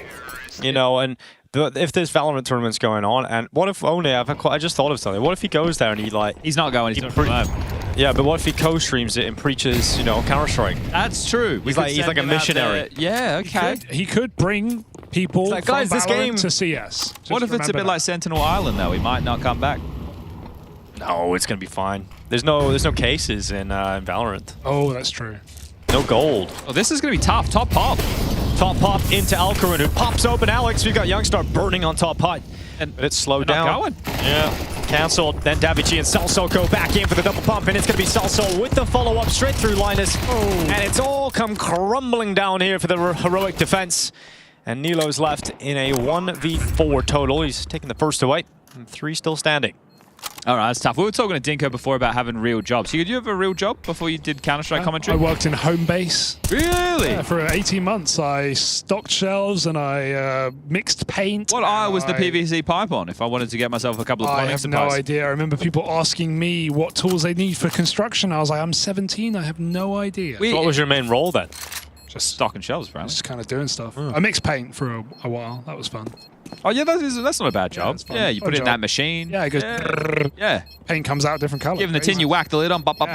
Yeah. Oh, you know. My sister used to work at Bunnings, which is essentially the equivalent of what you're talking about in Australia. Okay. And I used to have to go into Bunnings all the time to get some supplies for the plumbing. That's why I asked about the PVC pipe. What's the most common expense as a plumber? Oh, that's a great question. I guess it depends expend a lot of water. Yeah. I guess it depends on what you're actually. I would say the fixtures are pretty expensive, right? The finishes. We're talking about like the taps, right? All right, yeah. All right, Eco now. We bought you a tap the other day, Chad. You did. I left it at Henry's place. I don't really have any use for that, unfortunately. Yeah. Looks pretty though. Yeah, I don't even know where we'd turn the water off in our building. Might just shut down itself. I think the water pressure is so low, Chad. I think it's fine. We do need to have a word. I think if the 3 of us petition to the landlord, fire a letter in from Hugo as well. We might, yeah. Hey, we got a mate who lives down the street. He also thinks the water pressure is crap. All right, again, we're going into A. Mac-10's leading the way, and the Eco should be dealt with unless Nilo can double up, and no, he can't. So this one dealt with. MVP is Martinez with those late flashes. They really wreck the one rifle in the round up in the rafters. At what point did we get a little bit worried for Heroic? Because you said, obviously, they can't lose this game. They cannot afford to do so. They've lost 40 rounds against them so far to kick off Nuke. I'm one of these guys. It's over. Is that what you're saying? It's over? It might be. They've won the event. It might actually be done for them. But this is why we're waiting. It's their opponent's map pick, right? There's extra pressure, sure. I appreciate you redrawing attention, Dinko, to the concern of major qualification, but let's give them a chance. Let's let them put their best foot forward. Let's see what they've got on their map choice. Kind of like what we allowed Furia. The issue is, while Heroic feel the pressure of having to win this game, Gentlemates have the uplift of spite, which is the best motivator. They really just want to eliminate Heroic from major contention. Is it that clear, Chad? Can I say that with certainty? If Heroic lose this game, they can't make the major. Is it that clear? Surely not. So here's the thing. Don't put any of this on me. Put it all on the Twitter nerd. That can't be true, right? I can let me reread it and then I'll repackage it. It's just a high value win. It's a high value win. Because they could lose this game and win the event. What do you? Oh no, but it's all that stage one, isn't it? Well, see. We're back to a fast stop, and this one's all over before it's even begun. Mopos in with the Mac 10. They're just going to mop this one up, and a quick response up heaven. They're mollied away. They might even be considering the save right now. Yeah, the mop of Oz. He's definitely come in with a cleanup crew onto the safe bomb site. Xloud, Nilo, and Alcarin held away. And we'll be looking at Gentlemates taking their 5th round, and that means they've got the lead. Okay, so let me read this, right? Because I'm not a maths guy. You can quote someone else. Right? So this is what it says, word for word. The big game of the day is the Heroic Gentlemates game. Heroic really can't lose this game. It's a must-win game for them. They have the most ground to make up in the rankings, and a Gentlemates defeat would be costly and put them below Gentlemates even. They would then have to win the next 3 to have a chance. Ooh. That's how it's yeah, listed. So it's not 100%, but it's a very important game. Yeah, the margin for error becomes nothing at that point, right? So this is how it's framed. I do have some interesting news, right? So because we had 2 replacement teams, Gentlemates being one of them, and the other being, of course, Ents, those 2 teams just took the spot that was done within the team seeding. However, if they lose their games, right, they become the lowest seeded teams going into the next round. So they'll have very difficult matchups from that point onward. Exactly. So that would be Gentlemates or Ents. They would drop below Rooster, who was the lowest seeded team before that, right? So don't Rooster have a great chance then. That's a great opportunity for them. Better for them. They played against G2 on Overpass to start the day, and they had a close-ish map. Obviously, they got body on map number 2, but this is G2, of course, so going up against Rooster. So yeah, you have to keep that in mind. But as we can all see, there is a technical timeout happening, so we'll just get that one sorted, and then we'll get this one back underway. And the headset's back on. Okay, so maybe it's sorted. It's a mic issue, so just want to make sure that everyone can hear each other. Well, it seemed like Alex reacted. The thumbs up are in. Not quite the Graham Pitt thumbs up, but well, it's a double thumbs up from Graham. It's always going to be the double. New coach at Heroic Tobe is there. Had a chat to him yesterday during the lobby. Yeah, hasn't played. He hasn't been with him for a lot of events. Obviously, a very new coach. But even their first run, their last go of Tanir, their first outing with Alcarin, Tobis didn't attend. He was at a wedding, wasn't he? Yeah, he went to a wedding. Didn't go to EWC. So it really is a very, very new project here for Heroic. And these old Gentlemates are no slouches on the server, as we're seeing right now, as they're in the lead. Well, this is the thing, right? I think that there's a belt of teams that are all within a similar orbit, right? And you're coming in. The prep time for Heroic went from something that would have been quite lengthy to 24 hours. So we'll see how they can respond in this situation. Davy G's found the opener outside. Alcarin's gone down again, so 6-7 for him. That's what the kids are saying, right, Tinko? I don't know. I'm not really like that. Is one thing I just haven't really got into is the whole brain rot. Oh, okay. Xloud goes loud, and we got Martinez coming back in the response. That's the bomb, so it needs to join the rest of the pack here. One player already down to lower. Going to have a duel against Youngstar at some point if they keep hedging forward. LNZ on the trail trying to sniff this one out. Cheeky. Did Mopes hear Youngster running away? Might not matter if he can find timing here on this flank. LNZ's right behind them, but they start to run, and he can't do the same. Out they go. Now he's sending his teammate who just left lower, realizing it's too late. Do you still give it a crack? He's down vent at least. They've got a kit on LNZ, but now position. no longer a surprise. Martinez 50-50. Wrong side. LNZ needs a skill. And it's ugly. That should be the round. Well, you might not even get away from this one, youngster. Mopos might round the corner, check the man, and you mean... Yep. Oh, he saw it. He didn't. Somehow Youngstars got away with that one. Later. Okay, well, that's 6 rounds T half nuke. That's beautiful. Max loss bonus, so there can be a buy for the next round of play, realistically. You've triggered a memory of mine, Chad. I do recall some of my friends saying that, yeah, they were going around the office where they work and people are saying 6-7. So, yeah, I'm not quite sure the meaning of it, but it is being said, if that was the question. It is out there. Apparently it's a thing. I'm not sure. I know 07. That's a Twitch thing. Yeah. I think 6-7 is like a Zoomer thing, like saying chopped. Oh, it's just, there's a lot more of these. Maybe Hugo, was that something that you prepared for this event? Hugo's like 6 years older than you. Yeah, but he was doing... You're closest to the youngest. But he had some Zoomer-related, work that he had to do. Oh, yeah. So I was wondering... Well, I mean, if you want some definitions, maybe there'll be a skit. Exactly. For real. Bet. No cap. I'm already cringing at myself. All facts, no printer. That is one of the lines. That is one of the lines. Oh. All right, well, keep your eyes peeled. More news later. We did film some fun skits on the first media day. There'll be more coming. There's all the content going to be pumping out throughout EPL Season 22. I heard there was a skit with Lin Vision and VP. Oh, was there really? Yeah. Oh, they were both in it. Well... not anymore, they're not. Cancelled. Silent movie. Cancelled, of course. Oh. Right now, this scoreline is looking chopped for Heroic. Let's see if they can find some Riz to slay. Yes. He's at least getting involved. Forcing another opener. So they didn't force, they've light invested. Oh, Alcarid. Oh, you always want one more shot. Gonna send the rifle forward now of Nilo. His rifle ain't busting. We got Alcarin outside, driving it his way over towards the back of Gary's. Davy G, real chance. But he's just stuck behind Red now. Could be another fight coming his way just from main. Xloud really wanting to get in the danger zone right now with Davy G. But he's just taking bullets from main. He's taking bullets from the garage. So much info. He knows 3 players. And they finally take him down, but yeah, he stayed alive for a very long time, and all that information has allowed his teammates to walk out into the upper bomb site. No bomb. So long to find that frag. Yeah, but they've got the space. Surely this is theirs. 3v3. Yep, 3v2. All right. Pack it up, pack it in.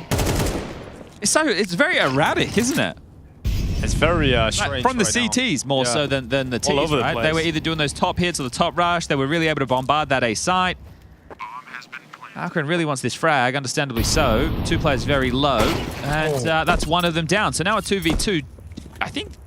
I would say give it a look, boys. You're buying next round anyway. All right, you can't buy an AK. Yeah, fair enough. Okay, well, cool. 7 rounds, T side, looking good for a map. They're looking very good right now for Gentlemates. Could be a very fun time in Stockholm for them.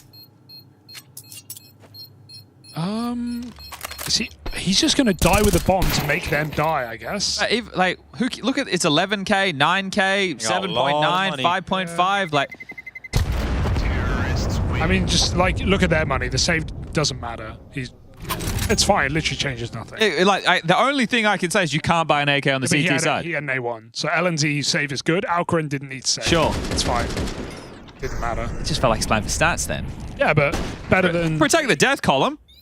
Better than living for nothing. Okay, that right there. Die for a cause rather than live for nothing. Oh, fair enough. Well, can't really argue with that, I suppose.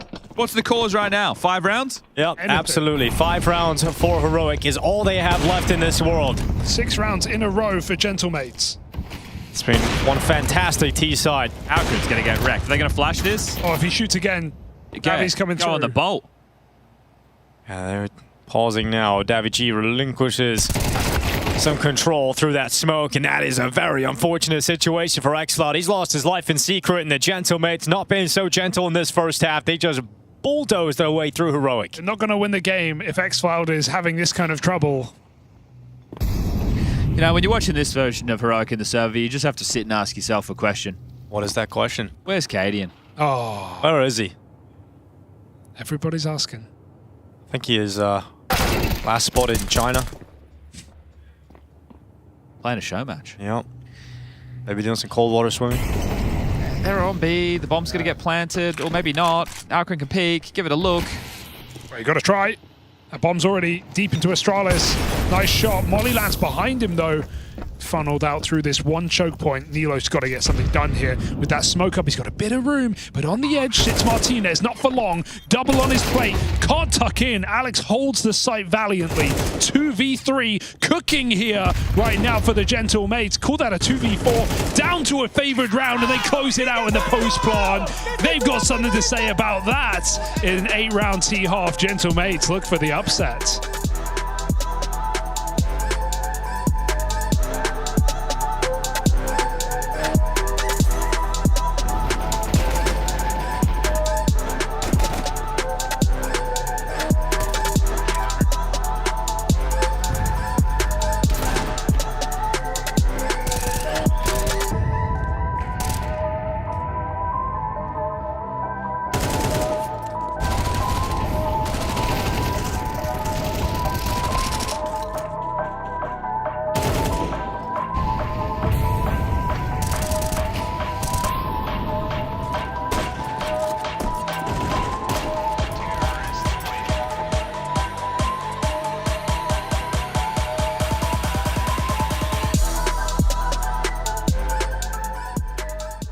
Got Heroics coach Tobiz down on the show floor for a little installment of the Kadir playbook. Now, Tobiz, I am going to put you on the spot here, which might be a little bit unfair because you've only just known that you're going to be playing Gentle Mates literally last night. First of all, like from the coach's perspective, when your opponent changes so close to a game, how much pressure, how much does that change for you?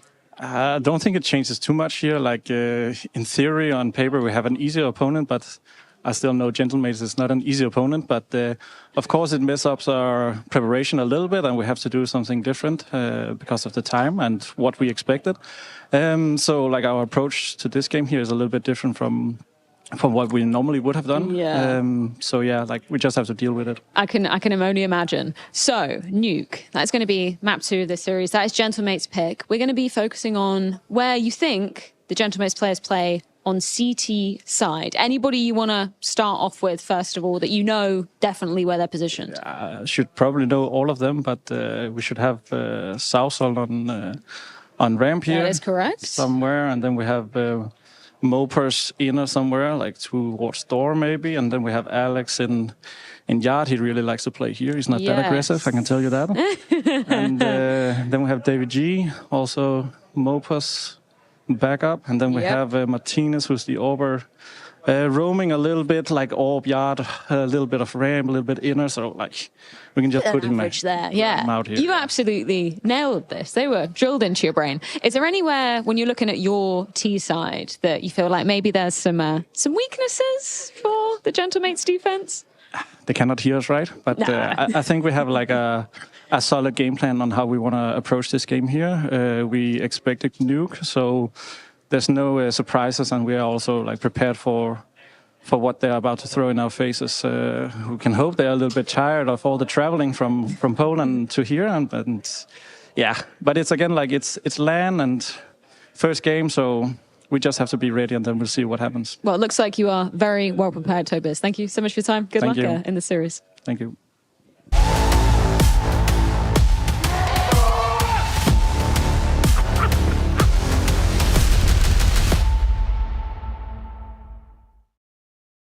Welcome back to ESL Pro League. The story of this game is Gentle Mates shouldn't have been at the event, but they're taking their opportunity and they're running with it right now. 8-4 up over Heroic. Heroic said they expected nuke, Chad. Did it look like that in the first half? Look, the scoreline doesn't read that way, or maybe they knew they were going to lose this and then sweep on Mirage and Ancient coming up next. But I would just say the aim from Heroic has looked a little bit rougher around the edges. Gentle Mates have come with some fire, and before we head into the halftime break, they told them to sit the fudge down.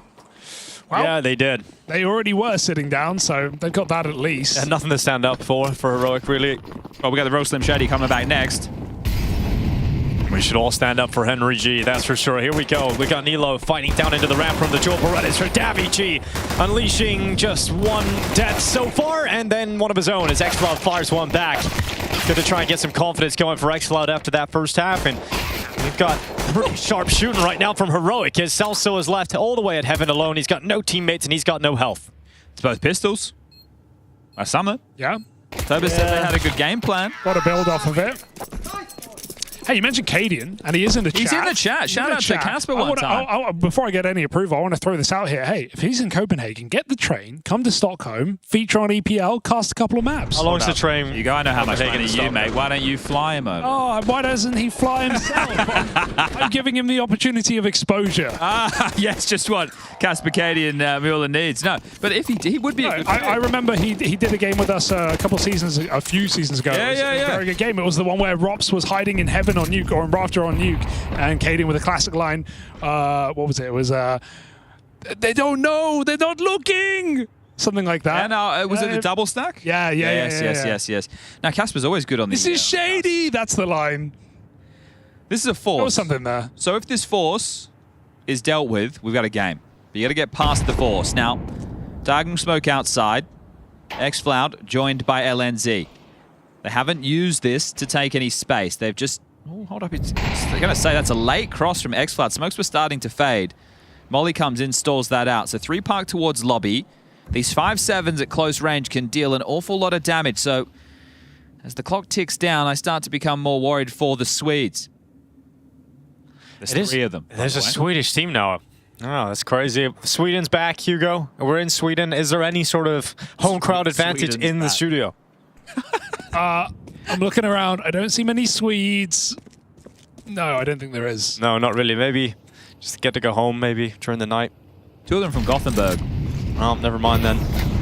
Well, I've got Linus going straight in towards the attacker. Alex with a double decapitation. Davy G's pistol stepped up as well. Heroic. Oh, this is disastrous. This is absolutely disastrous. Up against pistols, left out on their feet. Alcarin doing what he can, and that's not a whole lot. So winning pistols doesn't really matter when you get eco'd. Dude, they're not being very gentlemately, are they? I love the smack talk, though. This is one of my favorite things about Pro League, right? It's just the level of trash talk we get across the fence, and I would be doing so as well. This is such a poorly constructed round from Heroic. Okay, yeah, let's run through a squeaky door smoke and let's push in main. Like, there's no cohesion, the util's not being used. It's just bad, I think would be the official terminology. And it goes from bad to worse for Heroic, as it is very likely to be a 10th round win now for Gentlemates. Event dive has happened. We've got a player down there at least, but the rotation's already arrived for Gentlemates. Oh! Okay, ripped off the top. Celso decapitated by Alcarin's big old deagle, and now Alex is in a tough spot. Oh, the alligator has come chomping. Alex's headshots in, and Heroic need to fight on. xCloud doing what he can here. Needed a third, just couldn't get it, even though the dink landed to the back of the bomb site. They do a little bit of damage, but they survive. They live on, and it's 10 rounds now for Gentlemates. Oh, they're in big trouble. They are in big trouble. This shotgun down vent element of surprise just blasts his head off. And Gentlemates are cocky. They open the double door to fight the ramp side with this shotgun. Yeah. Davy just swivels in there. And then just the response time from all these players. El Toro, the Bull, the last to strike. And yeah, they're happy to let him know, aren't they? This is fun. Give him a wave. They don't be going home after this. This is Swiss, so you got 3 bets to 3s, and there's more maps to come. We've false fired again. Tech9 on top. Oh, top hut ripped away as Neatlo goes into the back of the site. And that's what can happen when you speed a little Tech9 into the upper bomb site. Great pathing there. Loved every minute of that.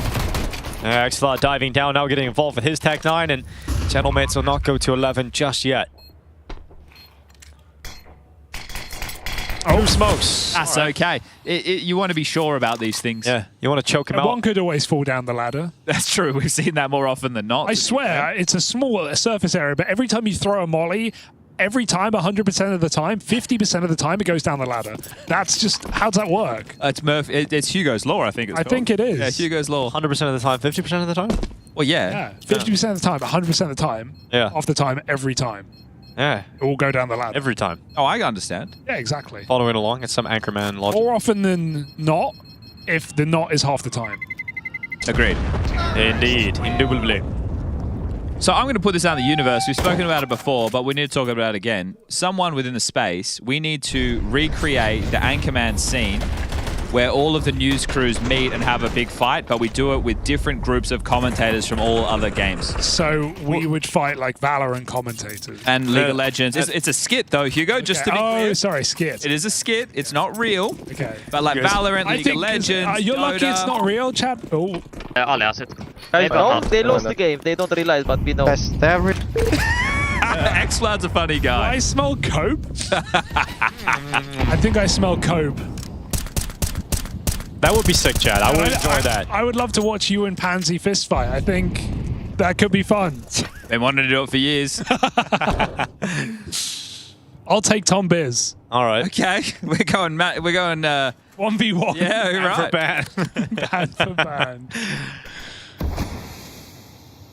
You can have Mitch, Dinko. All right, fair enough. I could probably take Onipixels on both teams if you guys of the watch party people. Onipixel won't be there. He's not a commentator.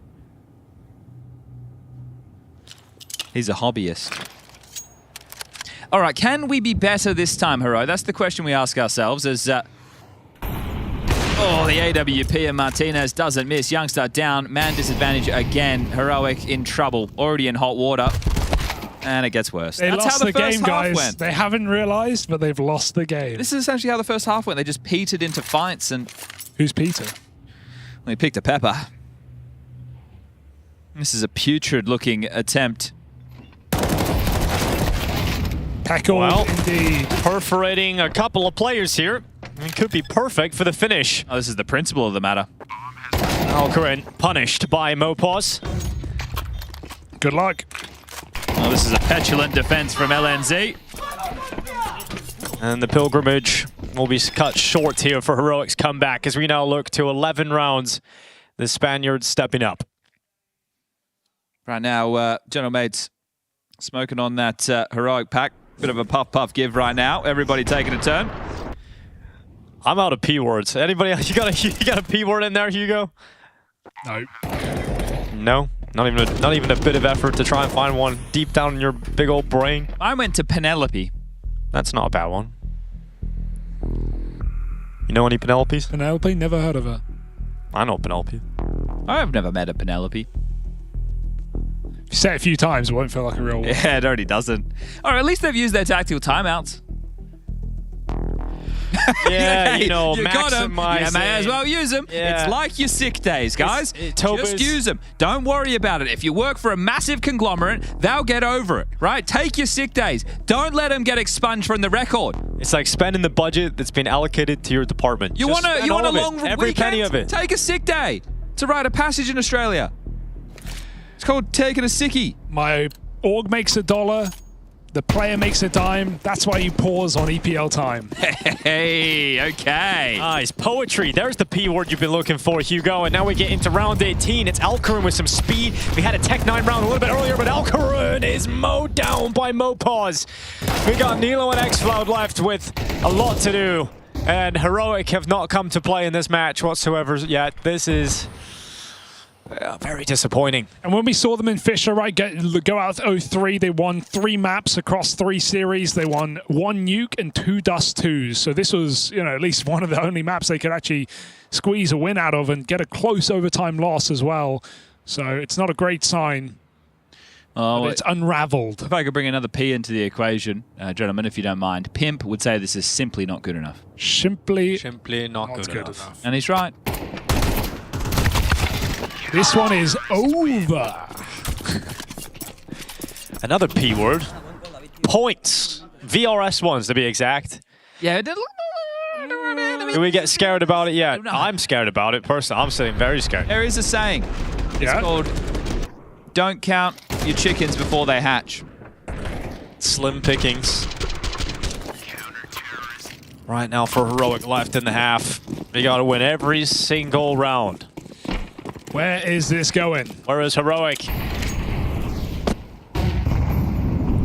We got Martinez outside. Davy G's pushed through into the lobby. They just play with so much gumption, this Gentlemate squad. I enjoy watching their little moves. Or is gumption. Exactly. Breaking apart the smokes outside. Martina is not able to connect on his opportunity, but he'll still stand. He'll still fight. Mopaz moving forward, wrapping around the back. Youngstar is going to be really disappointed about that one. And now they realize it's B because of the smoke, so they start running down towards that B bomb site. Davichi just missed that timing, but it goes both ways. LNZ didn't see him make it on top of Silo. This is a disaster waiting to happen. He's going to ping-pong his way back and forth. He's found himself one kill, then traded out by LNZ. Just keep running. And they just got to keep running at this point. 55 seconds, that clock runs down. And right now for Heroic, they might be running out of space, running out of time, and running out of hope here on Nuke. Has not even been close. They even get the rotate back up from B, so it's not like Gentlemates are in the wrong place. They hear that drop, they know what's coming. 2 players spotted in main. Alex is there to shoot the legs off, and Mopaz back sight with some support to finish the job. Yeah, Salsol with a heavenly help, and it's going to be 2 kills coming right through as Alcarin 1v3 to try and clutch this one back. He's managed to separate them into 1v1 fights, but now the crossfire has been established. Martinez placed on the door, Mopaz from the CT vent, and Alcarin will certainly move forward with limited time into the open. There's the missed shot, goes back, has a chance for this, but he's not checking the CT vent, and Mopaz waits, bides his time, and the Gentlemates have taken their opportunity. They've taken the opening map of the series, 13-6. We'll see if they can do it in 2, but right now it's Heroic that are left out on their feet.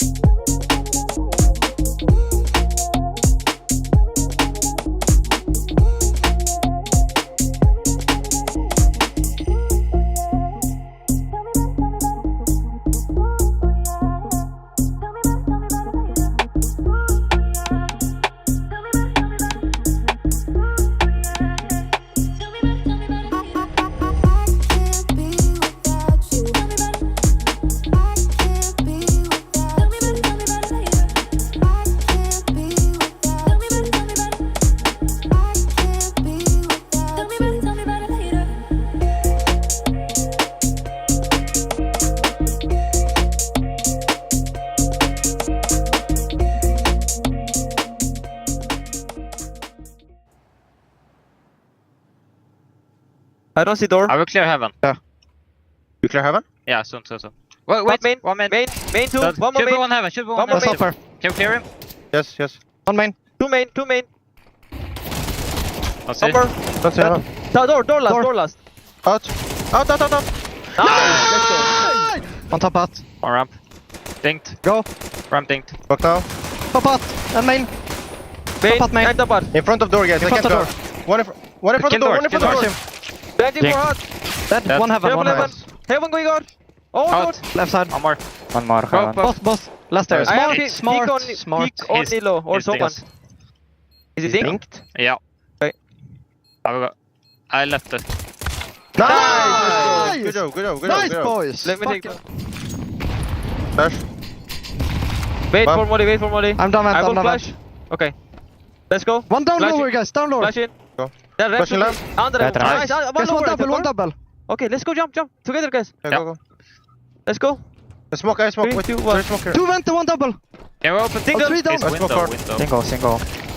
Single one. Two dead. Out, single. Behind HP, behind side. Behind side, HP. Nice try.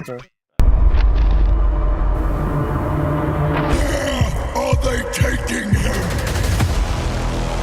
So you're not mixing your alcohol? You can drink it, I don't know, 10 hours. It's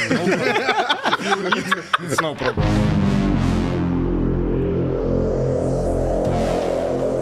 What am I doing here, man? Choose a job. Choose a career. Choose the fucking big house. Choose academy players. Now, over on the B-Stream side of things, Bait versus Legacy just concluded. It was a 3-map affair. And Hedrick, the last 2 maps looked very smooth for you guys. First map, though, Dust 2, your pick, didn't go your way. What kind of issues did you face on that first map? I don't know, I feel that we have some mental problems with first map because it's not first time that we joined first map and we're just not showing up on the server. And then we're just, after they kind of beat us a lot, we try to wake up on second map and it works. But of course, like it's not easy to come back like always from 0-1, you know, so I think we need to work about it. Yeah, it was super impressive, especially what you managed to do on Ancient. T side as well was absolutely flawless from you. Why were you feeling so comfortable, considering it was also their map pick as well? I felt that communication was smooth and we didn't panic as we did on first map, for example, at some clutches, and maybe we felt a little bit nervous. So I felt that we could listen actually to each other and to do things correctly. And some, you know, like we did a lot of simple stuff, but it worked because everyone understood what to do. So I think it's a key for our team right now to not panic, you know, because sometimes we can over panic. Was it the same situation on train as well? Because that looked, you know, equally, quote unquote, easy for you guys to get over the line. I would say that we accepted that we will lose pistol because at some point we were losing like each first pistol. So we understood that it's fine if we lose it, we just need to accept it and we need to try to bounce back. Like we very important force we won on the 0-1, so it really helped us to gain economy, first of all on train, and it is very important. So I'm happy that we managed to come back. Now, Hedrick, who would you give the MVP award to from your team for this series? Who do you think deserves it? I would say everyone deserves it, but individually NPL showed good performance every map, so we joined on second. And overall goals for Bait coming into EPL this season. Where do you think the limit is for you guys? Is there a limit for Bait here? I don't think so, because I would say that right now everyone can beat anyone. Even you see, I think Furia got lost against Hotu, so I don't know, we just try to think game by game and not try to think too far, because sometimes you can play a bad joke about it, about you. So yeah, I mean, we'll just try to play and enjoy. Amazing start to this season, Hedrick. Congratulations. We'll be seeing you tomorrow for another game. Thank you. Fuse is coming in. He's still going. Oh, just about gets it as the flames come. You sit, I will talk. Can we do it? Hey, cheer up, boys. It's only a best of 5. Kassad. Who? Kassad. Who? Kassad. 4, Silver 5. Do you enjoy an alcoholic beverage? Of course, vodka. Don't lose Ecos. This is Male Aura Boot Camp. These players have paid $18,000 each in a desperate attempt to boost their aura. I want to be a better man. I want to be a better entry fragger. You're a piece of shit. You're decent. You're a piece of shit. You may not like it, but this is what peak male physical form looks like. Which one's your leader? Me. Jesus Christ, you make Brolin look like Nelson Mandela. You have to wear your failures like a badge of honor. Are you a bot? No, I'm a bot. What are we gonna say in the pre-match interview? We're gonna fight them in-game. We will hurt them in-game. We put here the corpses. In-game, right? Yeah. I can see why they benched you. Bro, don't be saying that on broadcast. All right, young star, what are we going to say? We're gonna them up. Okay? They're overrated. Get in there. I trust each one of my boys to smash them. Hell yeah, go out there and give that interview. Any final words for your opponents? Listen, we're gonna... Oh my gosh. We're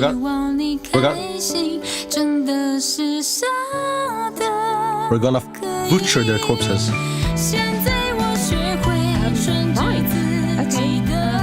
Thanks for that, youngster.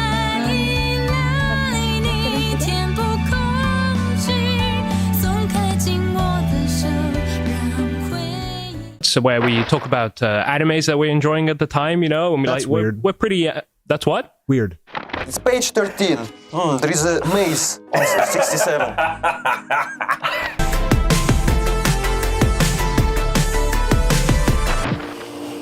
We're blessed. We're unstoppable. Fuck.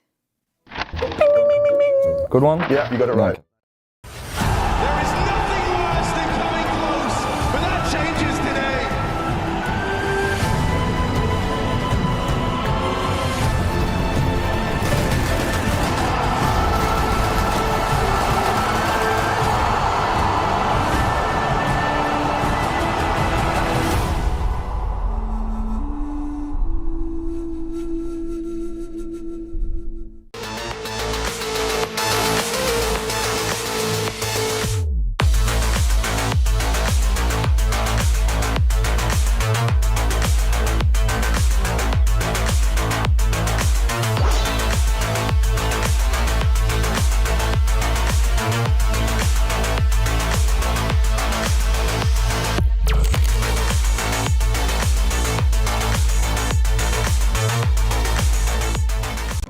Damn, guys, we almost had this.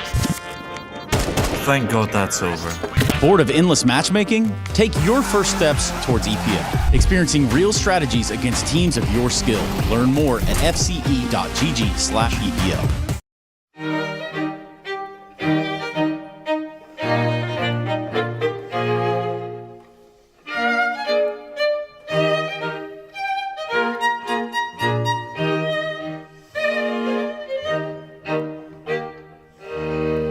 Heroic announced 10-year sale.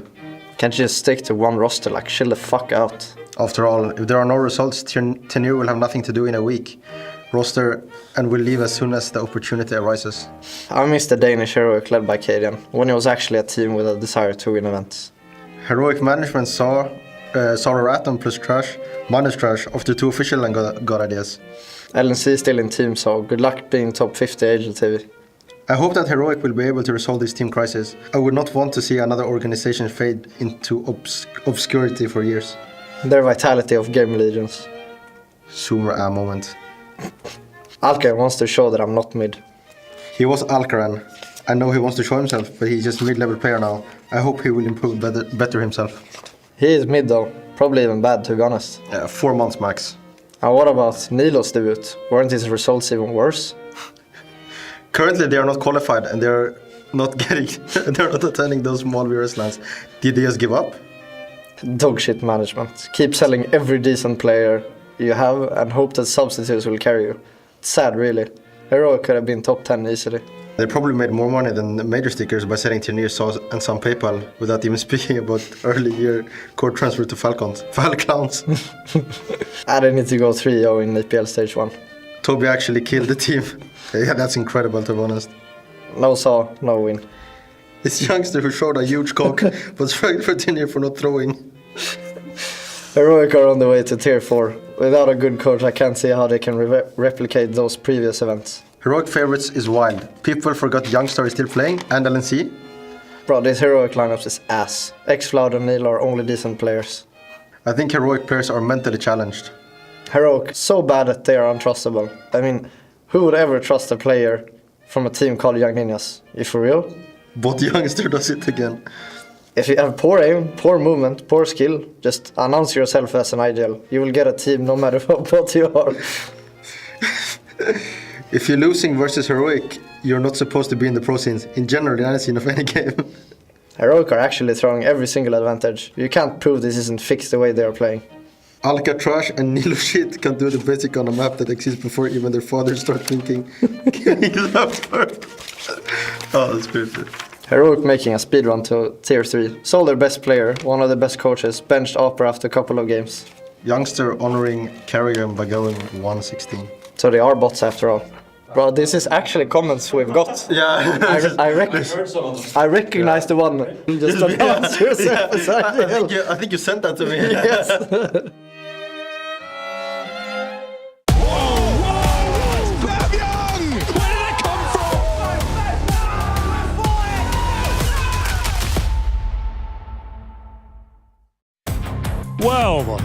Well, this thing on? Yes, it is. It turns out the Spaniards were anything but gentle and definitely not mates there. They were quite rude, to be honest, there in the first map, boys. Oh, Heroic, I feel like did sort of start it, and, well, Gentlemates ended it. We'll see if they can end the series in 2 as we head to Mirage, Heroic's pick. But yes, that first map was a bit of Mirage for Heroic. It just disappeared in front of their very eyes. Yeah, they're having a laugh today. They don't look like their usual selves. They looked a bit flabbergasted, floundering, and, oh, you guys were doing P words, right? That was your whole thing? Yeah, let's move on from that, though. There's more letters. Whose idea was that? Who brought that in? It just kind of happened organically. Was it Dinko's doing? Probably. I didn't enjoy that segment at all. I didn't like it. I think it's a yellow card if it was Dinko's idea. Just want to put that out there. What type of fragile ground is a young Dinko Dinkelson walking upon here? I felt like you guys were almost bullying him in the previous map, which I enjoyed. I thought it was good hazing. Bullying? Yeah. That's Yanko's thing. Yeah, I know. And you guys were bringing it to the first day of Pro League, setting the tone. I liked it. I'm commending you for the bullying. We were bullying, Hugo? Would you classify what we're doing as bullying? I don't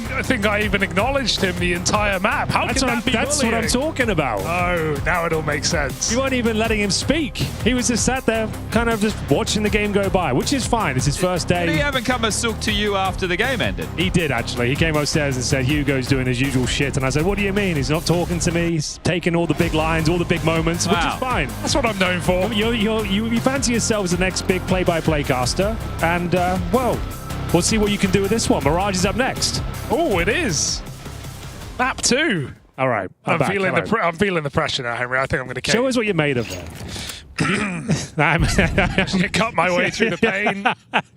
You refuel, you recharge. Let's see if Heroic can bounce back. Shut up, I want to talk. Nilo gets a kill. Sorcel's stuck under balcony, gone after one, and they've got to take this spawn control now, but that bomb's been dropped by a banging shot from Alex. Get owned as Gentlemates come through in this pistol and leave it all to rest unless Alcoren has a clutch up his sleeve. Knows Alex.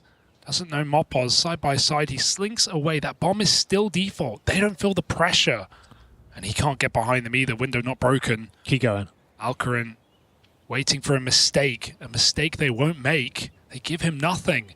The build, here it comes. As that info comes in, he upgrades for range. Alcoren 1v2. Has to hit the drop. They come running for him. 2v1. They're chasing him down right now. And that is Gentlemates with the round. Love that. Okay. I like your catchphrase in there as well. Get owned. Yeah. Owned, yeah, that's a famous one. You may have heard it. Get owned. Yes, indeed. The Gentlemates strong once again. Their opponent's pick this time, and Alex chopping them down to size there. I just want to let everybody know that if they are experiencing a phenomenon where they think that they are hearing only 2 voices, I would like you to email dhlmailbag at efg.gg and we'll send some people out to you because there are in fact 3 voices in this car. So we'll be able to send a specialist out to be able to help you with your concerns. Mopos is here on his own right now. The rotation point of Davigi is quite far away. Never mind, he's back. Oh, that's a big nade. It's a juicy one. It's a juicy one. It actually did sound. I thought it was. Sorry. Maybe the worst. That's your best bit. It was okay. I didn't hate it. I didn't hate it. We're going to see multiple kills coming through. It's a 2-on-2. Is there any way they can make it work with the pistols? It certainly looks like it. And now. 2 versus 1. Huge round here. On the force buy, they're going to put it off. That's great. That's a speed shot. That's great. I commend you for getting through that. That's awful, actually. I thought the headset was actually broken. Not kidding. I was like, wait, what's going on?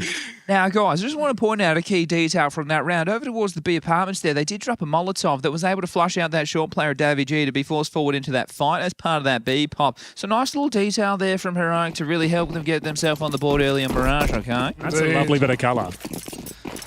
Thanks, I've been tanning all week. Oh, have you really? No. Okay. I did get my scuba license. I was more underwater than over the water.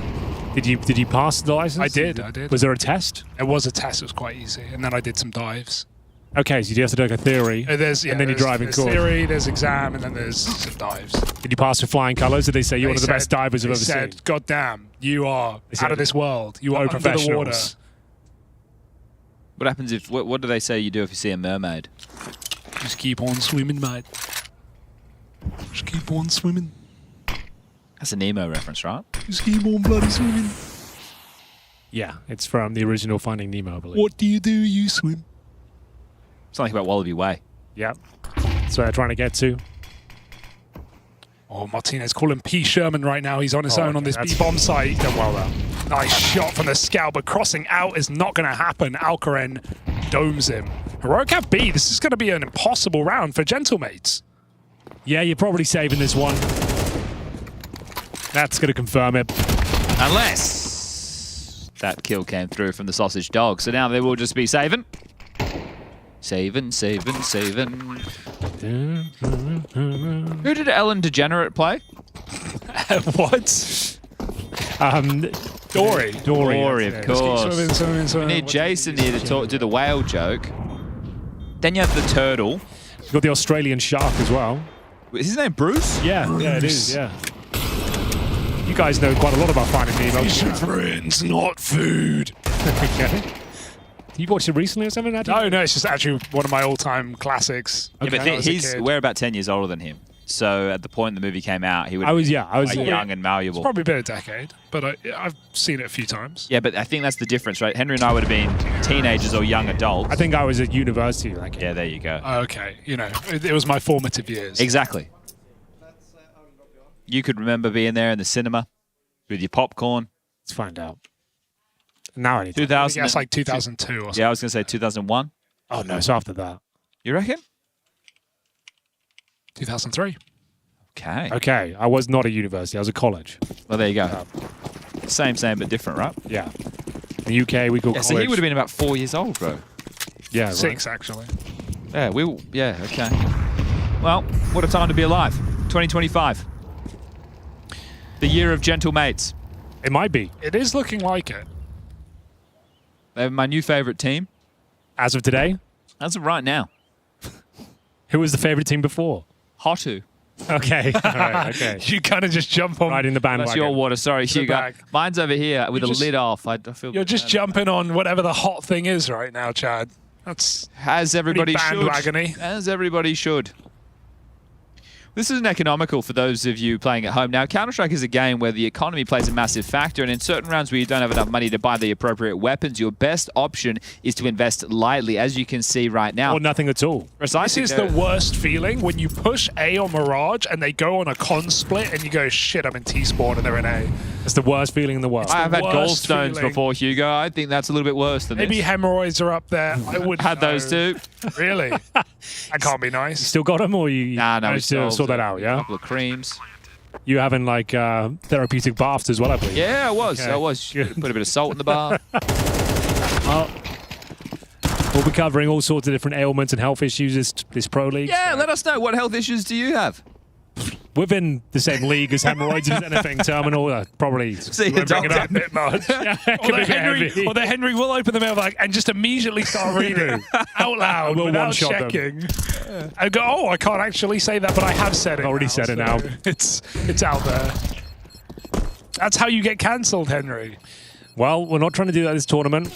Trying to keep it a family-friendly show to some extent. No bullying as well, hopefully. Minimal bullying. Minimal bullying. Unless your name's Dinko. Okay, yeah, he does deserve it, but anyone but Dinko, leave him alone. Let him be.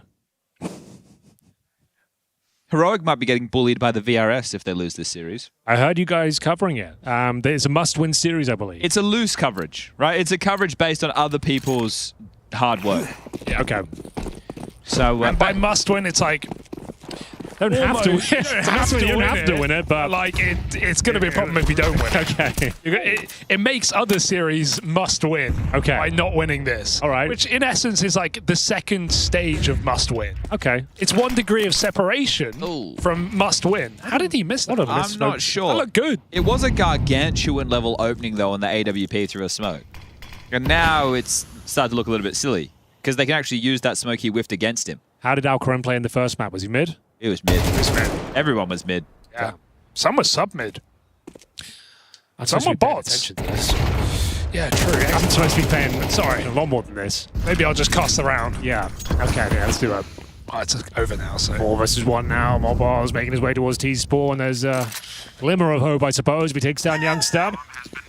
Not going to go there. But this round again, it started with that freebie from Alex, and then it's all just completely collapsed. Not a single kill or even really any damage afterwards. No. So just Henry, for your notes, probably one thing I would note down is I'd say Genomate's won the pistol, but Heroic won the Force.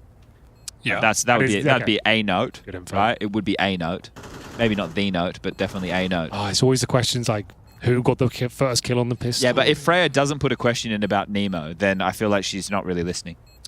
Yeah, it's true. Is she paying attention? You got to get the full address. I mean, do you know the full address? 42 Wallaby Lane. The full address. Well, tell us. Give me a second. Give me a second. P. Doherty. No, P. Sherman, 42, Wallaby Way, Sydney. Maybe there's more. There might be more. No, I think that's it. That's 3 lines. Right. That's where I was born, Wallaby Way. Wallaby, really? No. You were born in Dog Swamp, mate. Dog Swamp? Yeah. I used to work at Woolworths in Dog Swamp, yeah. It's Dog Swamp's place. Yeah, can you believe it? I'm going to send you back to the Dog Swamp. We were talking about first jobs earlier. Yeah. Yours on the building site, was it, as you said? No, home base. Home base. No, home base. Mine was Waitrose. Oh, of course it was. Yeah, I lasted 6 months. Pretty good. It's pretty good. Really hated it there. Then went on to be a games tester at Microsoft. That's kind of an upgrade. Yeah, just playing Xbox. Is that Nepo hire or? No, just applied for the job via the job center website. Job center. Yeah. You went to the job center. I went to the job center. I signed on the dole when I was 18. Yeah, so I didn't go to university for a year, and then I was on the dole. Yeah. And then got a job testing games for Xbox, and here we are. Right, that's a sick. How did you even get that? What did you tell them? My Counter-Strike experience. I played semi-professional gamer. That's fair. It is fair. Yeah. Hard to argue with it. It's the truth. It's good work. Then Henry J and myself were playing in the championship game. Yeah, it was pre-CGS, but then quit that job, and then went to university, joined the CGS, and then had to pretend I was actually studying when I actually was never. Did you finish uni? I did, but I had to cheat. Just admit that on air. Had to cheat. What does that mean? You want to elaborate? It's almost 20 years ago now. Who cares? You want to elaborate? I had to so there was no exams on my course. It was all coursework. So I'd get my friends to sign on the register for me, and then I would just get them to send me the coursework, and I would get people to send me theirs, and I just copy their homework and stuff like that. You know, so I literally was never. So you've got a fake degree? Yeah. What? No, it's a real degree. How did you pass? Like, what did you get first? 2-2. 2-2. Is that a pass? I don't know uni terms. Oh, you didn't go? No. Oh, damn. Didn't know that. That's some more. 2-2 is like middle of the road. 2-1's considered very good, and then a first is the best you can. Well, this is a third-degree burn right now, gentlemen, because the pass you'll buy from the General Mate is about to snatch a wow around from Heroic. There it is. The seconds on the board. Wasn't paying attention, was I? So in the 6th round of the game, a partial investment came through with the opening kill from Martinez on the saved AWP over towards Ticket. Okay. At that point, the A execute from Heroic was stalled out by this stack. The rotation comes in, Gentlemates grab the round, and there will still be a buy for both teams going forward. I love that. Okay, now I'm up to glad Chad's locked in. Someone has to be at all times. I was listening and watching, which is what everybody can be doing. I was just, loving the admission of cheating, really. I thought that was like so Chad said, I graduated in 2009, so... Okay. Well, I'm going to email the uni. Yeah, you should. To revoke the degree. You should. I don't deserve it. It's a joke course anyway. Digital media, what does that even mean? It's fair. It is fair. What are you supposed to do with that? What are you meant to do against double orbs, though, boys? That's Not the much, question really. I've been asking. The big green gun. Just a big green gun. But they are looking like they want to do a B split, so Davy will probably get the opening kill. And if Davy gets the opening kill, the round probably follows, doesn't it? They've just got A-ramp info. Mopo's towards the vent. Martinez on quick. There it is, first shot. Do you cancel, or do you still pressure the B split? Smoke's going to be a bit of a problem. They need it anyway as he crossed out. Short pressure in a moment. And, I mean, even if you... Oh, God, he couldn't see the feet because of the fire, I guess. I can't believe it. Take the freebie. Just pick the orb. Not but so weirdly big enough, anymore. Yeah, A is better defended with ramp and default. Malpos is not far. Source holds B. They are going for the B split. It's the right place to go. Or is it? Yes, it is. Yes, it is. It definitely is. Malpos will respond in time. He'll be there to be able to chip in from market. Ollied out of position. He's past it. Can take the fight. Bomb still needs to get sight. 25 seconds rotation on the way. Genomates are going to give this one a go. Yeah, might as well. They plan coming through. Oh, he's pipped the Smoke gap. down. He's pipped the gap. Is he through? Holy. Oh! I think it... Oh, he's been hurt. That's so unlucky, because if he's any further, he's in the smoke. Still on. Still on. No kit right now. Got to move quick. Sorsal up short. Okay, not on. It's off. Youngstar hitting hard in this round. 3 kills. That was so stop-start, wasn't it? Felt, okay, they should save. No, they shouldn't. They almost find the gap. No, they don't. No, kill back. And then 5-2. So short-lived success for Gentlemates. They will be able to buy again because of their previous success. Well, short-lived success, previous success. Use success too many times, guys. That's one of the things. You want to avoid using the same word as close to each other, just like in an essay. Avoid success. Got it. Yes. And cheat. Don't cheat unless you really have to. Unless it's going to cost you everything. Yeah. Okay? Can't stress that enough. Not advocating for cheating here. I'm actually going to take that back. You should cheat. If like Make up your mind. If you're applying for a job, you don't feel like you can maybe get it. I think just maybe exaggerate on your CV a bit. I think that's okay. Yeah? I think it's hard enough to probably get a job right now. I think you're struggling to get a job. Let's exaggerating, lying on the CV. I think that's okay. Yeah. I think I'll forgive you. And put the DHL mailbag at efg.gg. Send us your CV as your reference. Send us your CV. Yeah, send us your CV. We'll take a call. Actually, if you send us a CV right now, I will review it and I'll let you know what fake jobs you could add to it to make yourself really seem cultured and viable. This man is educated. He's been to secondary school in the UK, I believe, right? No degree per se. No. What's better, a fake degree or no degree? Fake degree. Yeah, I agree. Fair enough. What's Yugs to win this 1v4? No chance. I agree, but it wouldn't it be nice? Oh, I love that. The jiggle from Market. I'd call that cringe. Oh. Are we still allowed to say cringe? I think so. That's one of the words you haven't heard really in a while. Really? Yeah. We were doing some Zoomer language. I know. The origin of 6-7. I was literally about to ask you the same thing. I asked Alex yesterday. He didn't know. 6-7. What does it mean? I thought it because it's like 69. It's close to 69. That's funny. Nah. No, that's not it? Nah. What's the context you would use it in? I don't know. I'll Google It's it. everywhere right now. Yeah, what is... No, every time you go on like a Twitter thread trying to work out what it means, no one's wants to give away the meaning. Like, I don't care enough to like look into it, so I'm just a little bit annoyed. I just don't know what it means there. Full eco. We've got some time here, Chad. Need you to stick the landing on this one. It's from a Skrilla song. I would like... Oh, they're doing... No, it's ego. Yeah, you're right. I don't know. I would like more references than Reddit.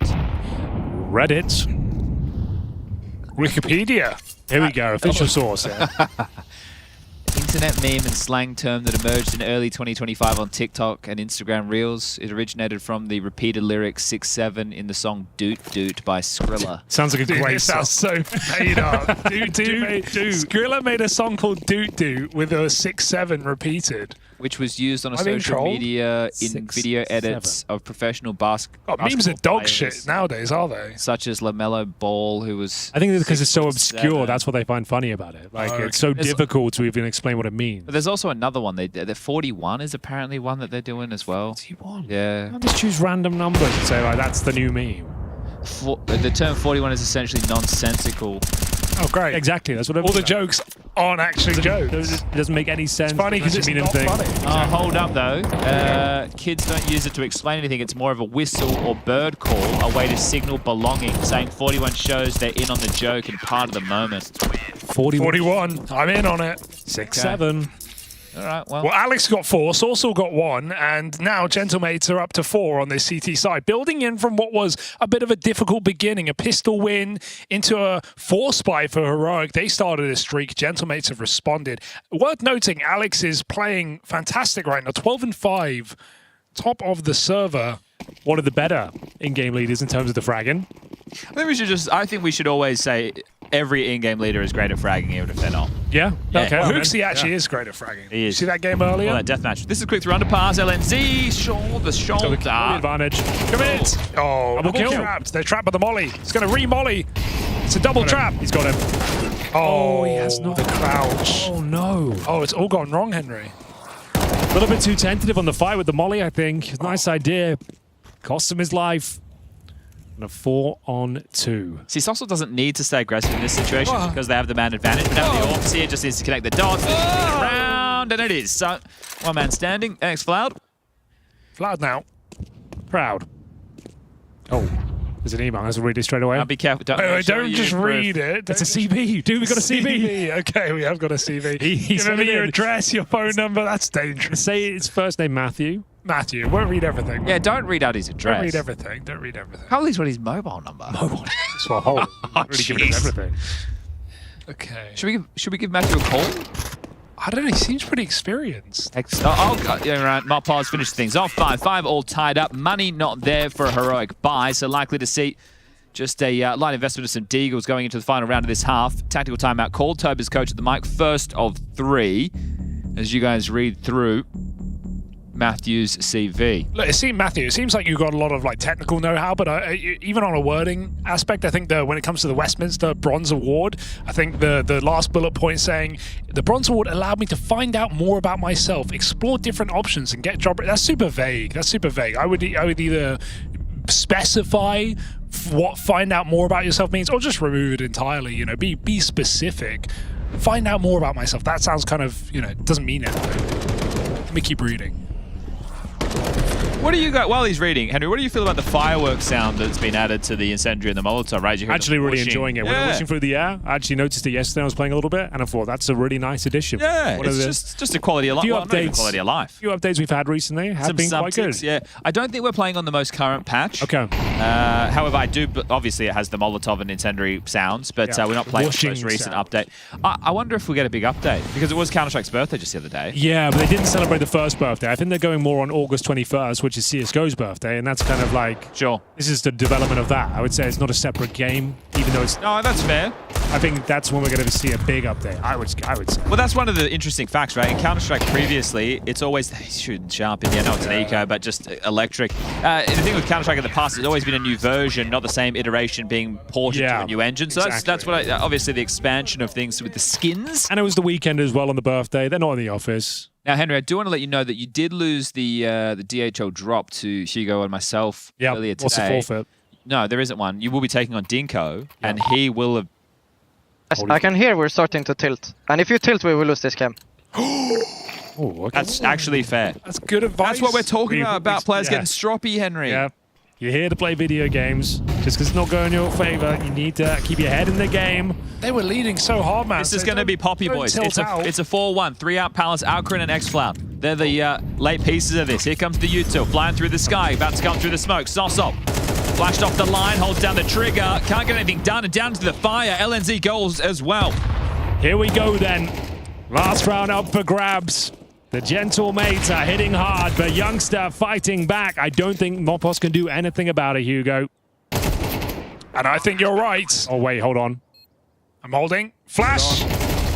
And it's done. 6 rounds at the end. Heroic. We're all tied up. Tilt as they go into their CT side.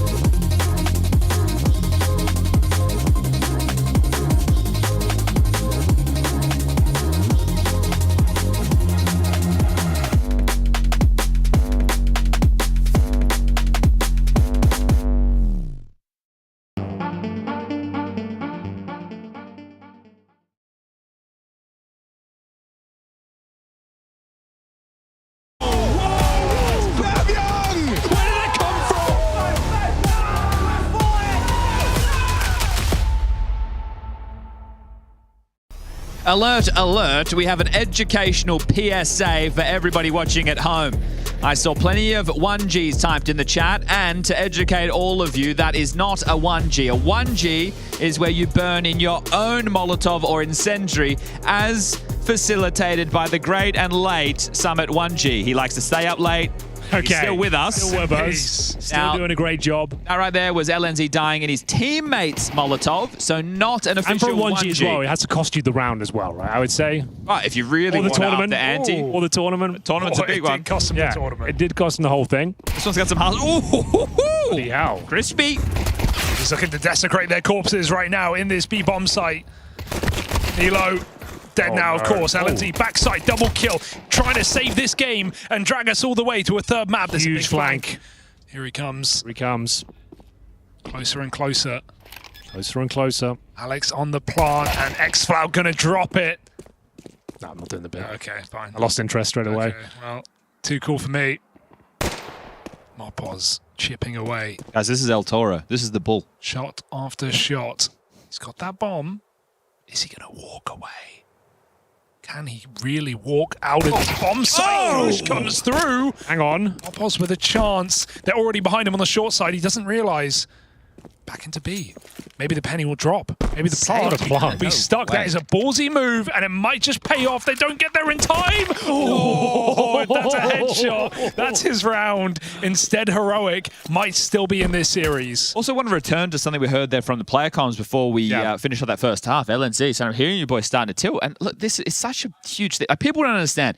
It's so intimate of what you're playing, right? And you can tell when you're playing with these players all the time, just the intonation in the voice, the way that they deliver certain comms, like the phrasing, that if the comms are dropping, right? You can tell when individuals are starting to tilt. And it's one of these things that you need. If you want to be one of the best Counter-Strike players or teams in the world, you got to be able to put that aside and focus on the job ahead. Oh, absolutely true. One missed comm because you're sulking a bit can cost you a round, even if not the game. So got to stay focused, even in the difficult times. Look at the force buy thanks to that plant from El Toro. Yeah, this could actually be huge.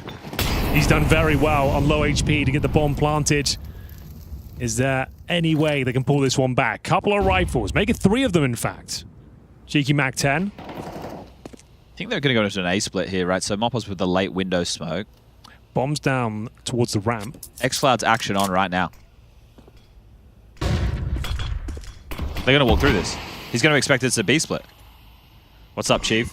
Oh, they've bungled it, but they recover it. Oh, they're going to lose this round. Double entry. Right, this is multi-kill or bust, and it's the latter. It's not even a kill. It's not great, is it? That's not going to feel good. If you get a tilt, this would be the moment. Imagine getting 2-0'd in a must-win kind of game. In a basically must-win. Almost must-win. In a way, it's an important game. Arguably. So I'm just going to continue. So we've got, if people are interested, right? So the long and the short, the cutoff, it's really bad if they lose all the guns. It's really bad if they lose all the guns. Oh, they've lost this MP9.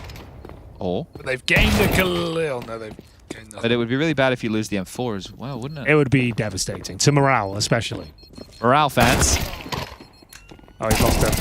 He's lost it. Don't repeat. 2's fine. 3's even better.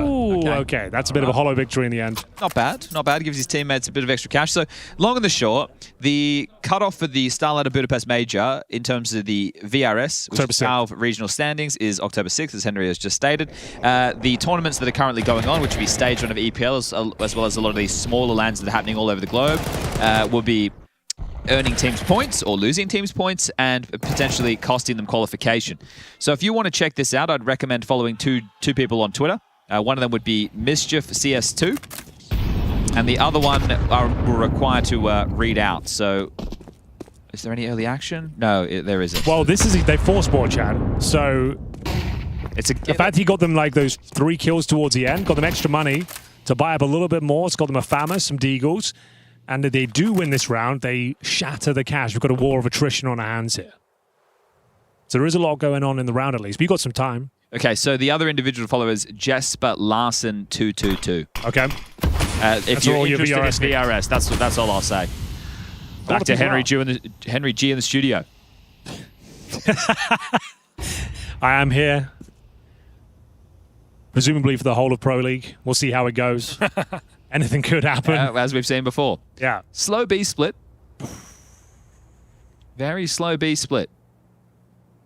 LNZ the Joker. Oh, there's a stack in there Yeah, as well. the Swedish Joker right now on the box right there, LNZ. There's a horrible little stack waiting for them. They're committing as well. You got to check this corner, but sometimes you might forget, and especially if you lose that opening kill, things could start to fall apart. They're realizing now what's happening, and Nilo's starting to mow them down. The round's still somewhat recoverable. It comes down to this play, though. Not going to happen. We did say they lose this one. They're in a lot of trouble considering they lost 4 players in the previous round. The 4 spy wars have begun. Davy G can only really save. Have you considered, Hugo, right? Because you've got Henry G, you've got Davy G. Yeah. Have you ever considered being Hugo like? B? I just thought you could be Hugo G. Where would the G Could come be. Oh, I don't know. It doesn't matter, does it? No, not really. You could have Harry G, Hugo G, Henry G. Harry's 2 Gs though. Dinko G. That's true. It is Harry. Just Harry G G. Moses G. Just a thought. Chadley. Your name's a bit vanilla. Nothing you might want to add to it. Yeah. You know? I'll give it a think. Oh, you should too. I'll get in the workshop. Might be a bit late for a rebrand though. It's never too late for one of those. We've seen plenty of esports orgs throw their brand down the toilet for no real reason. That's good. It's always a chance to do it. Someone's got to make a paycheck somewhere. Chance of VFI. Oh, we've got a technical issue. Oh, the first one of our shift. Everybody standing still. Okay, so The round was a draw at least. LNZ did say before they kicked that round off, be careful of something fast, because obviously they're going to be force buying it. So right now we do have a bit of a technical doohickey that we will need to sort out. So give us a moment while we do that. And what should we reflect upon, gentlemen? Send us in your first jobs in the chat to the mailbag. Seems to be the theme of the day, along with the letter P. So if you had the job that starts with letter P, that would be double point. Double point. if you could also get your chomper in the chat, we'd appreciate that. Chomper, I heard this earlier. What's this? So we had Glorp last season. Yeah. Chomper is... I'll show you Chomper. Here's Chomper. I don't know if you would catch on. It's not as easy to say as Glorp. Glorp now. He fell off though, didn't he? No one's talking about Glorp anymore. Where did he go? Okay, so just letting everybody know, they did try to call a timeout. It didn't go through, so Tech was called. Tech was called. Yeah. Now we're into the TAC.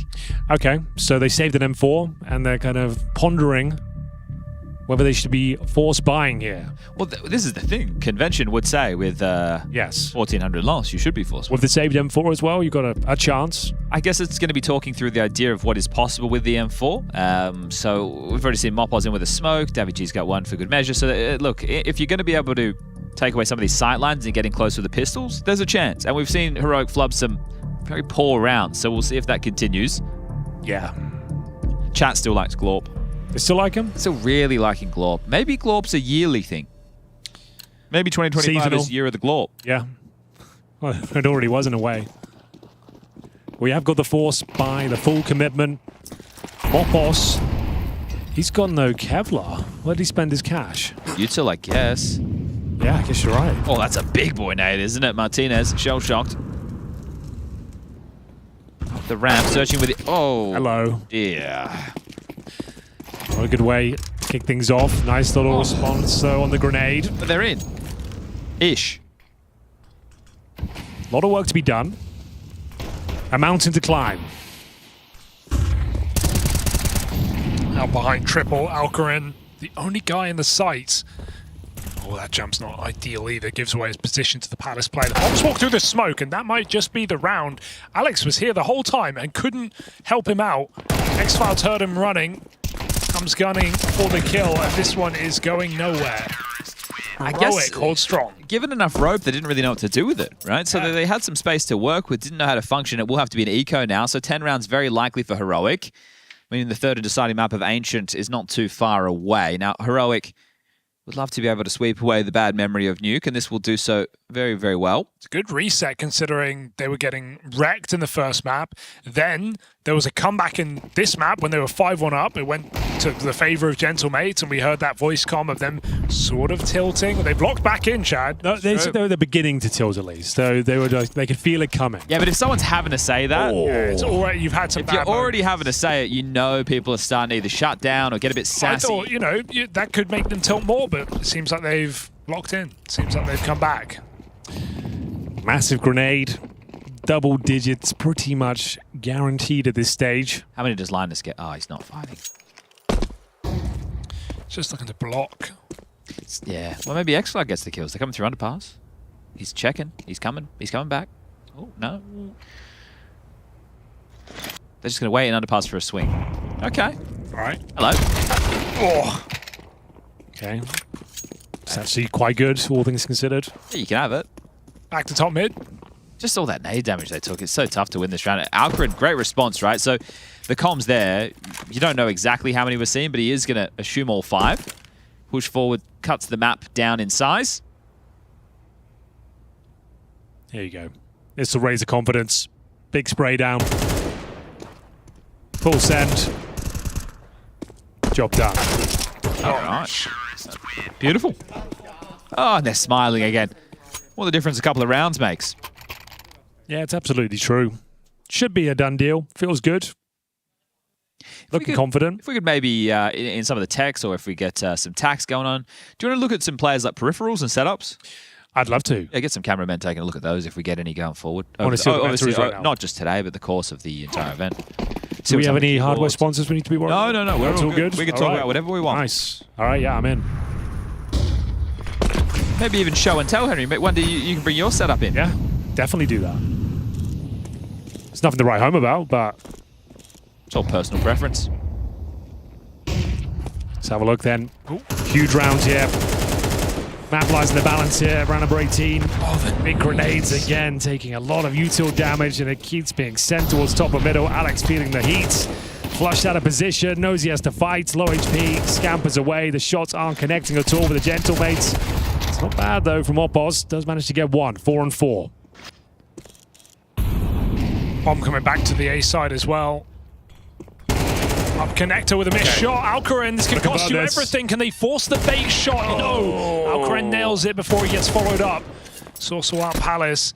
Bomb is only just getting here. Alex is going up short right now. They need to make up their mind. Do they just want to freeze and let Alex roam a little bit? Try and get some space. If they do, the bomb could get lost to this flank, or it could hear it running, but LNZ cuts noise. Starts to go slow. Sorcerer just buying time for this big flank from Alex, but if they get caught on the ramp, this round feels over. Martinez, eyes in the back of his head. LNZ doesn't like going for it together. Quiet. Oh, yeah, they don't know. Oh, that's despicable. Okay, well, right now, if Nilo goes through underpass, he cuts off the B play. 20 seconds. Oh, you have to full run, and even if Nilo buys 1 second, he might win the round to the clock. He's going to hear them going. Does he let them pass and shoot them in the back? Do they even jump check this? Oh. They do. They got the info, but they can't stop. You can't stop, Sorcerer. You got to go. You got to take that bomb in the B. 10 seconds right now. Nilo is buying the time that they need to win the round. Back of the skull. Can't find that kill. Bomb drops in 4, and he's got the plan. Can he get off? Can he get the fight? No, he can't. X-Flag wins it out, and that time bought by Nilo out under is worth its weight in gold. That's a beater right there. Woo! Yeah, sure they got the plan down, but there's no way of winning the round. He saw the scramble coming through. Manic comms, and Heroic will find their 11th. Touching distance now of map 3. They get the plan, I guess it gives them some cash. You're going to have to force this one. But absolutely shut down. It looked like they were a little bit out of their depth the entirety of the round, getting absolutely shook by the grenades. Plan's actually huge though, right? An extra $600, it puts them in Galil territory with util for everybody, whereas they would have been under that and maybe have to take a partial and then full buy up against 12. So at least now they will be able to contend. They are going to take the time out to have that conversation, and understandably so. But yeah, that one was a tough round to see it fall apart in that way. Alex with 17, Sossel with 16. Everybody else had to hit double digits on this T side. Bit of Ancient. Yeah, good map. Things out. Fun map. One of the better ones. People enjoy it. Squire will be joining you two for all that action. Is that what we're calling Dinko? The Squire? Squire. Okay. You going to talk to him, Henry, or are you going to ignore him again? I won't necessarily be bullying him, but I'm definitely going to do some light hazing. Oh, just light hazing. That's the Pro League way. Bit of fun. Okay, well, 2 Palace, 1 ramp, 2 through mid, and maybe pace might be the remedy. Oh dear. Get him out. Or the recipe for this map coming to a close. Just picking them apart one by one. They're lighting this one up, and that round as quick as you like. Henry Greer up next with Have You Been Paying Attention? Definitely I actually forgot about Definitely Okay, let's look through the... They look at the rounds and how they flowed. And okay, so they won the pistols. So they split pistols. Both teams won second round 4 spies. Any highlights here? Remember the whole Nemo bit that we did? Was Nemo? What was the name of the guy who sent in the resume? Matt. Yeah, and his phone number. That's I'm in trouble here. I'm in a lot of trouble. Not as much trouble as Gentlemates. Came in swinging to nuke. Extinguished here on Mirage. The Oasis evaporated. Yeah. And now Ancient. Unless they have something up their sleeve. 12-7 down. Heroic. A great game out of Nilo. X-Cloud reactivated after a dismal nuke. And both the two scrap in middle to find their kills. Up connector. Come Gentlemates. Alcarin back in spawn. One shot will go a long way right now. You are in the open, my friend. Youngstar's got to be careful. Given a second chance, but not a third.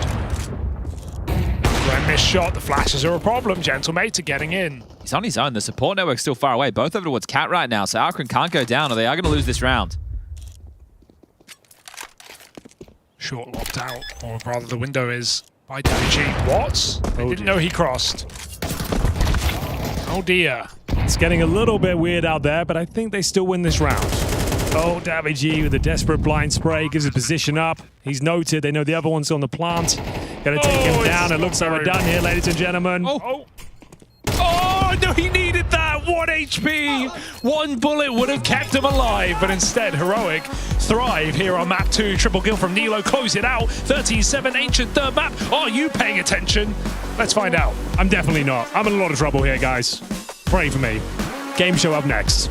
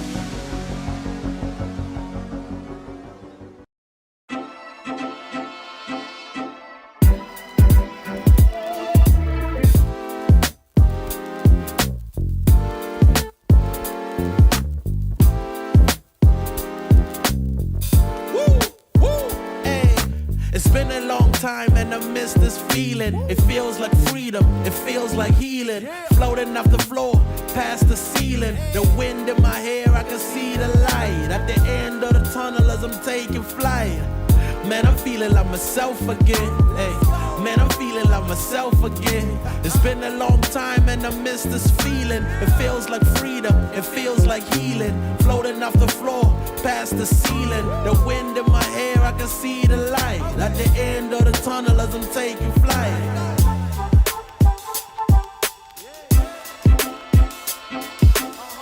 Man, I'm feeling like myself again. Hey, man, I'm feeling like myself again. Angels fascinated, reporting back to the maker. I'm emancipated, blow a kiss out the neighbor. Saying bye to Felicia, saying hi to Miss Parker. I was in the darkness, didn't stop me shining though. I was at the bottom, but it didn't stop me climbing though. Talents, we ain't hiding those. Cookout, I'm providing flows. Homie, you invited, getting reunited. With the real you no longer gotta hide it. They love to see us fighting, love it when we are divided. Yo, we about to make it mad. Food on the table, big stacks in the bag. Drink in my hand, watch me do a little dance. Take a little chance, kick it with a queen, chilling with my man. Window no scope from Senzo!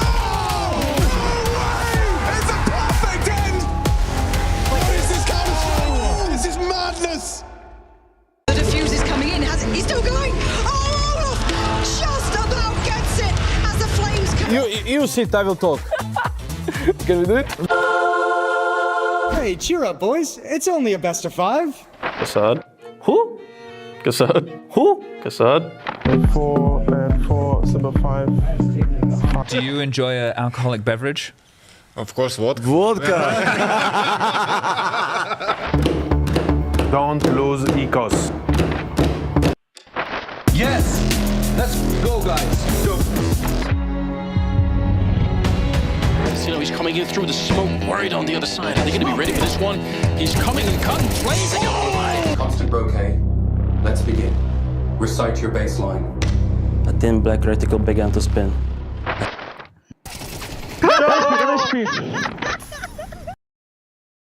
Are you paying attention? That is the question I'm going to be asking in everybody other than Henry G's favourite game show. You are so scared, in fact, Henry. You brought the cavalry with you. You brought an entourage. We talked about cheating and my kind of previous results at university. I thought, I'm not going to win this one. Dinko turned up with notes. I was messing around, didn't do my homework. So I brought in 2 other guys, Henry. Yeah, the 2 other guys. You can't beat them. You should join them. So I'm part of the other team now. The Maltese Falcons are dead, and this new team is formed. The rules stand as you have to let me finish my goddamn question before you buzz in, all right? Fair, all right? I'm looking at you, Dinko. Right. I know you're keen on those. It's just about Mirage, right? It's just about Mirage. Antics that may or may not have happened during Mirage. Just everything around Mirage. Right. Antics, Henry. Okay, that might bode well in my favour. There was a lot of antics. There was some antics. Question 1. Who picked Mirage? Heroic. Heroic. That is correct. Who won the first pistol? Heroic. Not heroic. No, they won the first you said it already. Point goes to Dinko. Point goes to Dinko. I'm trying to be like Chad. Who did Gentlemates replace in this tournament? Linvision. That is correct. Dinko in the lead. You want me to do the buzzword? No, I think I should be doing it. How many people were commentating this map? 3. Yeah, contrary to popular belief, it wasn't 2, it was 3 people commentating. On round 3, what exact time remaining did Heroic plant the bomb? How much time is left? Yours, Dinko. 37 seconds. That is indeed correct. They've colluded. They've colluded. There's collusion. Broadcasting, you should have paid attention. We've got 37 seconds left on the clock. He's got the bomb down. I'll have you know. Complete the Finding Nemo quote. Fish are friends, not what? Food. That is correct. In round 7, Heroic attempted and successfully pulled off a B split. Which player got a 3K? It's got to be one of 5 players, so let's just pick one of them. Yeah, I'm going to go with Young Star with the AK-47. I don't want to interrupt. That is correct. Yeah, there it is. Okay, nice work. Nice work. You were saying he was popping off. You got that triple kill on B. Pop, pop, pop. I was paying attention. Yep. How many HEs were in play during round number 11? Look at this collusion. Look at this. He's going to nail it. He's going to think about it and go, I wonder what the exact number of HE grenades were. Not even a good liar. It was It's not even a good liar. It was 5. He's not a good liar. It is. What are you talking about lying? Look, so 5 players. Right. I would have been cooked up there. He's cheating, and we're just trying to cheat back. Yeah, you know, we're just making Dinko, are you cheating? If there's anything to do with cheating, if anybody is cheating, it's because Henry told us all to do it. So I did recommend it. I did say you can cheat, and it will help you in life. So I'm just following. Okay. Question number 8 is Dinko cheating? Yes. Yeah, he's cheating. Speaking of utility, which of his teammates did Youngster kill in round 12 with the molly? LNZ. You did buzz in early, so Dinko, it's to you. That would be LNZ. That would be LNZ, that is correct. Yes. Alex had a great first half, absolutely smashing first half. How much ADR did he end the half with? He did. I thought he was going to say how many kills he got, and it was 15. It's 15. Just wanted to put that would be 100. Hold on. 124.3 ADR. That is correct. Good guess. Who got the first kill on the second pistol? Finish the question. Yeah, sorry. Just a tad early, Dinko. Yeah, so what ended up happening was we had... Nilo on short. Nilo. It was a lovely headshot, wasn't it, Hugo? That is indeed correct. Did Sorsel get the plan in round 18? Yes, he did. Did it matter? No, but he did get money for the next round. He did, yeah, okay. Did he win the round? He lost the game, so ultimately no. In this economy, Freya. Yeah, every dollar counts, I guess. How much time was left on the clock after Heroic won round 19, the penultimate round? Oh, hit it, Henry. Sorry. 1 minute 36 seconds. I would have guessed like a ballpark of that, but I wouldn't have been bang on. I would have guessed exactly that, I think. Yeah. Alongside witnessing some smashing Counter-Strike, we learnt that Hugo got his license in what? That was he buzzed a little early. Well, Hugo's on the other team. We didn't expect this. He did buzz a little early. We didn't expect Hugo was here on the other team. That was a little bit of an early buzz. I'm going to come in with my late buzz after the question. She's the quizmaster. You have to respect that. Dinko's fine. He's fine. Scuba diving. Is that right? Well, that's not the official name of the course. I actually got my open water scuba license. Yes. So, as opposed you can be in the next Finding Nemo. Actually, good learn in a pool. What is the next map? You need to do both. Ancient. That is correct. Final question for winner takes all. Oh no! Watch how rigged this is going to be. He's been buzzing well. It's a person-based question. Who might have maybe perhaps broken a microphone before we went live? That would be Lord Byron. Hold on. What are you doing, little guy? Our light was off. Henry, you want to answer that one? I think it was Hugo Byron dropping the microphone and causing chaos in the studio. That is indeed correct. 3v1. I'm sorry, Dinko. You've been dinked. It's okay. And if you're going to cheat harder. Because, look, we came prepared. 3-on-1, though. 3 brains. Look, Henry, I'm glad that we could support you in this endeavor. I appreciate it. And I wouldn't have handled that situation well. Yeah, and we've been worked out the cheating. You did buzzing pretty well, though. Yeah, I did do buzzing well. Tackled this all together, and I think with our powers combined, we make up one brain. Who's casting the next map? Everybody but me. Okay, let's do it. All right. Yes, I'm enjoying. You gonna destroy everyone? Yes. Hell yeah. That's what I wanted to hear. Hell yeah. This discounted prime NAF lot. No Grand Slam price tag on this one. And your grandma? Loquacious. 21 points.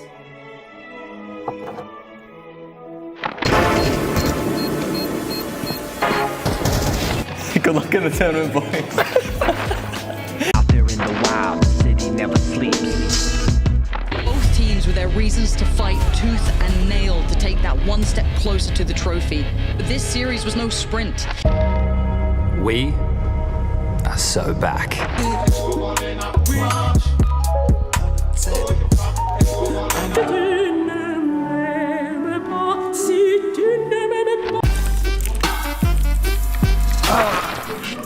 From humble beginnings in Hanover to greatness in Katowice, our journey is our legacy. As we arrive at what we thought was our peak, we instead discover a whole new chapter.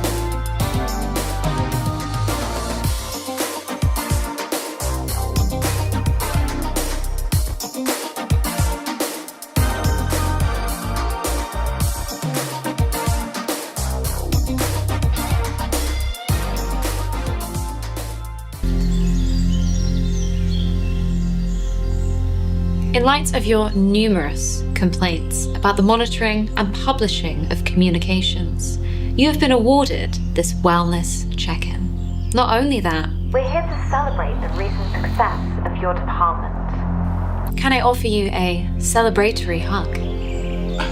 Not until you won a major. Despite your success, we will continue your watch. What? Thought about another 6 months? Please refrain from any outbursts. That's -1 month. Last session, we spoke of creative difficulties. Have you sought any inspiration from other departments? What? Like, take their strats and just change the names? Build a scrapbook like you would an ESL skit. I did try that with 3D Max, but... You started playing like them? I see. Have you considered other reasons for your previous underperformance? Perhaps looked inward? Upper management would like answers.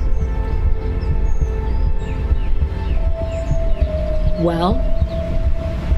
I don't know. I feel like we've been a bit unlucky, but... What? I mean... Do you have any idea, or should I suggest something? I'm just thinking...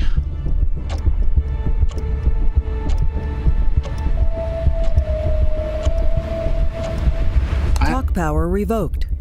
Looks like time's up.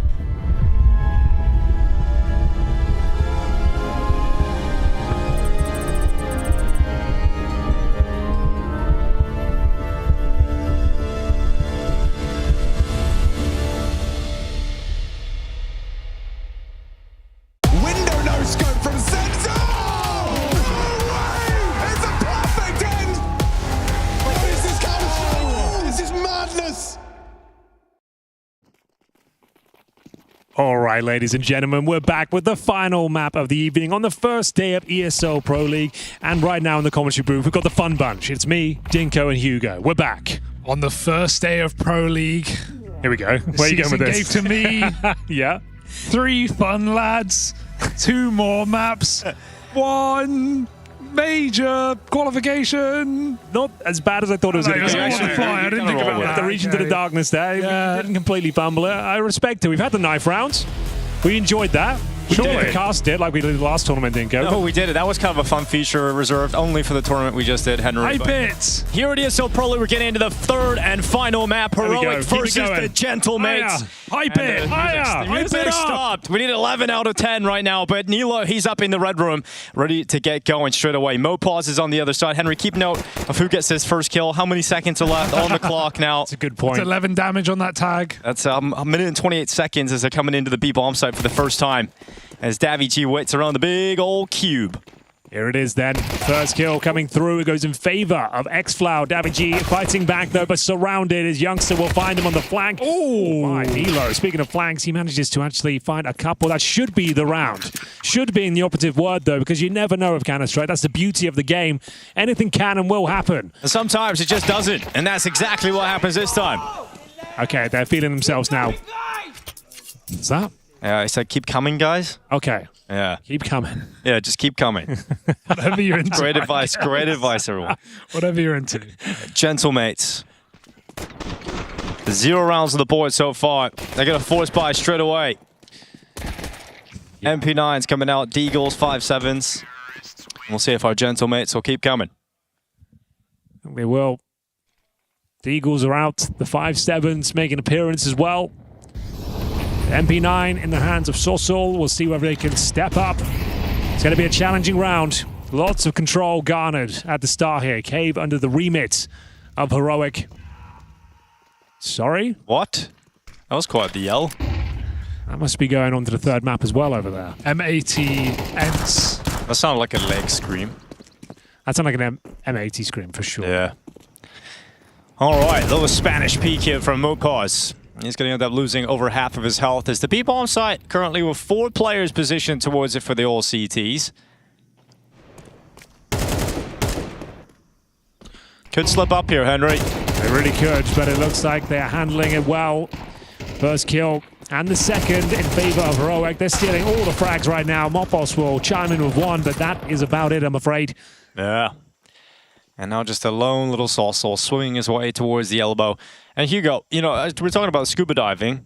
Is that how you guys got onto the Finding Nemo conversation? I didn't really hear how that all came up. I don't know how that began.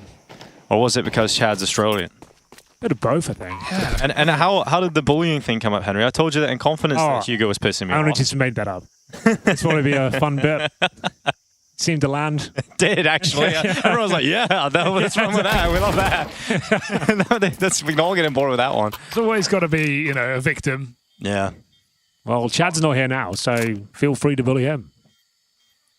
But Dinko's right here. It's never been easier. Yeah, well, yeah, that's a good point as well. Fair enough. No, I would never. You just ignore him. Silence can be violence. Yeah, that's not a bad line, actually. It's a good one. Oh, okay. The flash was so goddamn good. He might actually survive. Oh, he ruined it. If he fought off that flash, maybe. What do you think of the Gentlemate's jersey, Hugo? As a fashion connoisseur. I'm not of that, but I haven't looked at it too closely. Very shiny. I'd like to see a... Oh, there you go. There you go. I like a bit pink. Quite retro. It's sort of pearlescent. Yeah. It's cool. It's pretty cool. I don't know, it gives me some like 90s football vibes. Yeah. Same with Heroic, to be fair. Yeah, true. Then the old KFC one they had. Yeah, that's a good... The bargain bucket. That's what you call this team, though, compared to the one they had before. Boneless.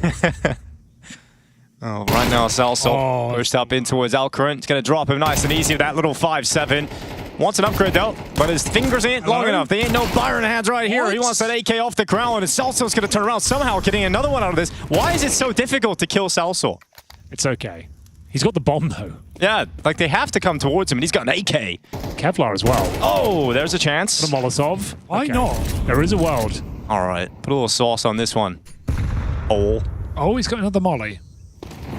Could he? Would he? Should he? Perhaps. He absolutely might. They could line up. Into the fight, and X-Floud's going to drop him, but he had a small opportunity there. The jump is everything. You got to have the jump on the first guy. Without the jump, he can just keep spraying and track all three.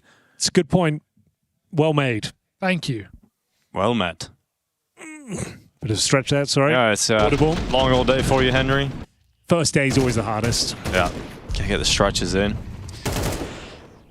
Hugo, you strike me as a man that does either yoga or Pilates. Have you? Do a bit of yoga. Yeah. Or Pilates. That's What's your favorite yoga position? The lizard lunge. Oh my god. Okay, lunging their way into the A-bomb site right now, though. Or Heroic. A little bit of a lizard maneuver. Lizard flicks Hugo on the table. We like a lizard flick. Let that primal part of your brain activate. They're in a lot of trouble here. Some good damage through the smoke at the very least, and a nice shot there. Martinez stepping up, but only good for one.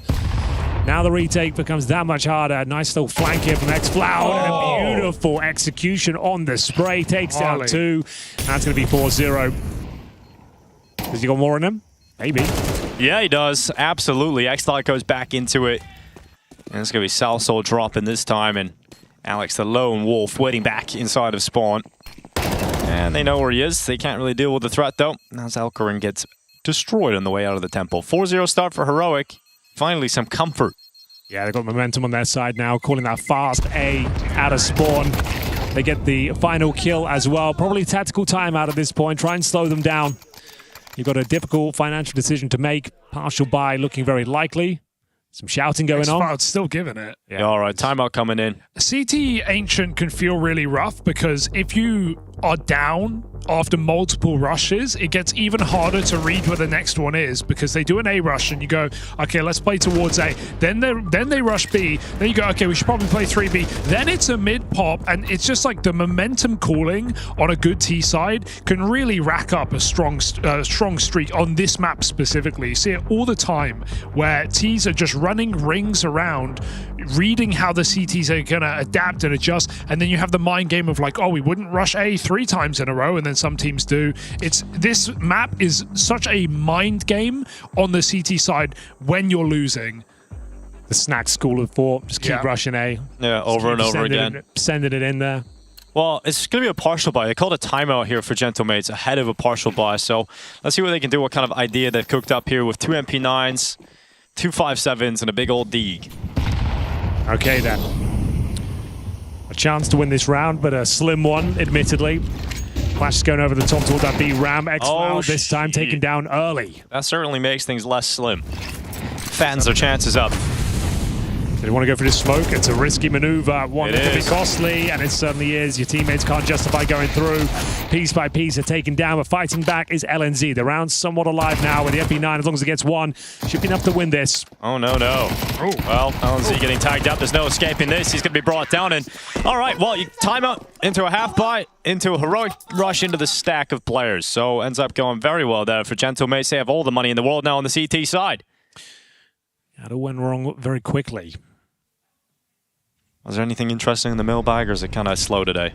It is very slow. I don't know, but yeah, literally nothing. Guys, send in something fun, and we're probably going to read it out. It's dhlmailbag@efg.gg.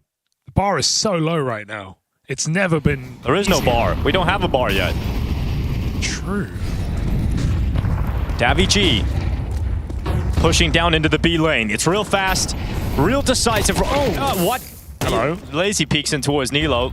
I mean, Nilo really hit the time he's getting that cubby before he got the cross, but still crazy. This is what it felt like a little bit on Mirage at times. It was like Gentlemates do the hard part. They win like a half buy, a low buy, and then immediately just fail to find the follow-up. Killing any of their chances to really get anything going. Oh, Nilo feeling brave. Looking for the gap. He spotted one. Martinez has no idea. Freebie. Nice and easy from behind for Nilo. Follow-up chance here, looks away, and unfortunate timing there for Nilo. Mopos is able to get him, but that means they know exactly where he is, and they know that A bomb site is open. Yeah. Almost zero chance of even finding a kill here. They know where he is. Has two real options. But the most likely is to look for some exits, and are they going to hunt? Unlikely, we'll see. Well, one player close enough to cause a couple of problems. Alcarin. Henry, we got to cast Alcarin's debut at EWC, where he said he didn't want to be mid. We kind of give him some shit for it because he was pretty mid in the first he was map. buying the revolver on the force buy. More than they gave. Yeah, and I was like, dude, it's your debut. Like, I know we all like have a bit of fun. Yeah, but maybe not in your first ever pro match at that level. But bringing out the revolver? It's kind of plus aura, though, no? No, he had 4 kills across the whole map. It's kind of minus aura for that. But then he popped off. And he did pop off. He brought it back. With the revolver? No. Okay. No, of course not. Didn't buy that more than once. It was Ancient, I think, where he had the stinker. Yes, for the price. I'm having a bad old time right now. Tell us more about the lizard lunge, though, Hugo. What does that entail? I don't want to. You don't want to? you can look it up. Okay, I am going to look it up. That was also the event they knocked out Spirit, right? Where it was Tanir's last event, though. Yeah, that was. So that was the difficult to say they had. can replicate that. Yep. So, the all-important round number 7, 5-1. Looking good so far in this T-side campaign. In a CT meta. Spam not quite connecting, but they are getting ready for the B pop here. Everyone on this side of the map can have the Brave to smoke. Can they find the entry kill? They certainly can. Mopos mopping them up. As he finds himself 3. And it's very, very clean indeed. It's 2 rounds where they tried to rush up through B and just got melted in the ramp. Breaking the smoke and just going, and it's not really worked out for them, has it? Back-to-back shutdowns. Hi, Mr. Dinko and friends. Thoughts on Ireland? Very nice place, question mark. Come back to Cublan, Dinko. All right, yeah, that would be Cublan? Queen's University LAN. You gonna come back? Are you too big for that now? I would love to. I don't live there anymore, and we're usually very busy. But it was a lot of fun. I played at that. I lost every group game, so you had a good time though. Yeah. You've been to Ireland though, Henry. I've been twice. Yeah, what did you think? I had a good time. Very nice people. Lovely place. Lots of ales available. Yeah, definitely a lot of that. Hugo would never venture that, though, as the Lord Byron. Yeah, true. 3v3 established on these early fights. A lot of damage done here to Nilo, left on 4 HP.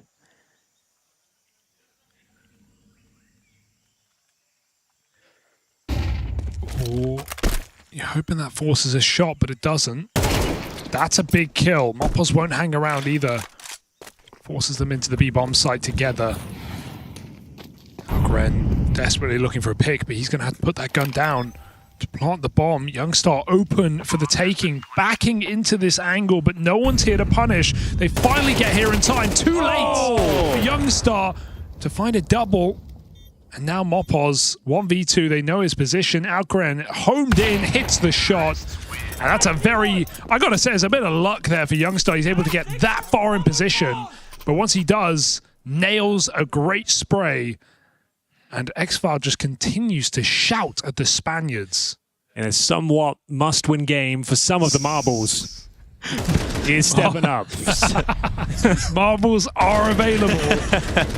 Not all of them, but yeah, important marbles, to say the very least. What is the most important marble? Is it the big marble? I don't know how marbles work as a game. There are multiple sizes? Yeah, there's a giant marble, and there's little marbles. I think they call those beads. You know all about those. Oh, I see what he's done there. Threw it back in my face, though. Yeah. He's the one telling me the sizes. The big ones are best, famously. Pluck. With the AWP. Martinez now. I'm talking about the orb, guys. What are you off? Well then. All right. Let's all calm down, shall we? No messing around here. What a Pro League. And LNZ paint into a corner and completely wiped out by the Martinez AWP. It's a 4-4 though. Starting to wake up here are the Spaniards. 6-6 still possible. David G playing defensively. Drops a smoke. They've been loving running through these, and rightly so. It's actually looking quite good for them now. 2 versus 2. I kind of like it. You know, never respect a smoke, ever. Just run right through that thing. Just get this onto the bomb sites. Even if you lose some players, that's a risk they're willing to take. Martinez sending one shot back into the bomb site, leaving Nilo with the 1v2. Oh, and he just walks right into the sniper, who's predicting the aggressive maneuver and doesn't even budge. Great work from Martinez, and that's going to be another round for the Gentlemates. They're back. Never left, apart from Mirage. Yeah, Mirage wasn't great, especially that second half. So, what's the money situation like here? It's not too bad, it's not great. I'll take a tactical timeout to discuss their options here. Purchasing a couple of AK-47s, but with CS2, as you guys know, you can refund those weapons, if you so wish. Really? Yeah. Wow. You haven't tried that before? Wasn't a feature available on CSGO. Or any other iteration of CS, yeah. Which I think is a good thing. Should be able to refund them, especially in this sort of game where you're playing with randoms, you know. People force by, you can talk them out of it. Yeah, as a man who solo queues. Yeah. How is that, Hugo? You can talk them out of it. You just say please. It's all. You just have to remind your teammates to be calm sometimes, because they get very angry. They get very stressed. You know, playing a FACEIT. What's your go-to to make them calm down? I said, guys, we all suck. This is. Yep, that generally helps. We're all bad. Just play the game. Just relax. Here's a good one. Orange, take a deep breath. You got to talk like that. You got to sort of you're not talking almost down. Condescending. It's a little condescending, but it's also like grow up. It's an ego check. It's an ego check. Yeah. You know, take a deep breath. Calm down. It helps. We're not a Katowice right now. Yeah. We're playing a face. It's a pug. And you're shit. Is that how you finish it? No, never. Yeah. And my mic's closed. Well, that's when you lose. And I'm bottom fragging anyway, just go orange. So who am I? All right, Alcaran. Oh. Right. It feels so hard to jiggle in this game. Like, if you want to jiggle a corner for info, like, it's not like CSGO. You really get punished for just a bit of an info peak. Oh, they took the tactical timeout. Not finding themselves in a great position, admittedly. Oh. It's getting worse by the second. Yeah, it is. It's going to be a 4th round for the Gentlemates. Mates who are gentle. I'm going to feel like the shit talk's really going to go into 5th gear in the next few rounds. Yeah, second half is going to get out of control. I think it might even after this one. Yeah, here we go. Yeah, here we go. There we go. They're getting warmed. Yes, vamos. Vamos indeed. Well, 2 rounds left in this half. Gentlemates looking to tie things up. Pretty good chance for it, considering you look at the money here for Heroic. They're sitting around $2,000 average. That's not enough to get a buy, and we should be seeing 6-5. No problem. A momentum on the side of the Gentlemates. We have against 6 already. Let's make it 8, 9. Can't get 9. Well, kind of mathematically. Maybe in the second half, guys. Yep.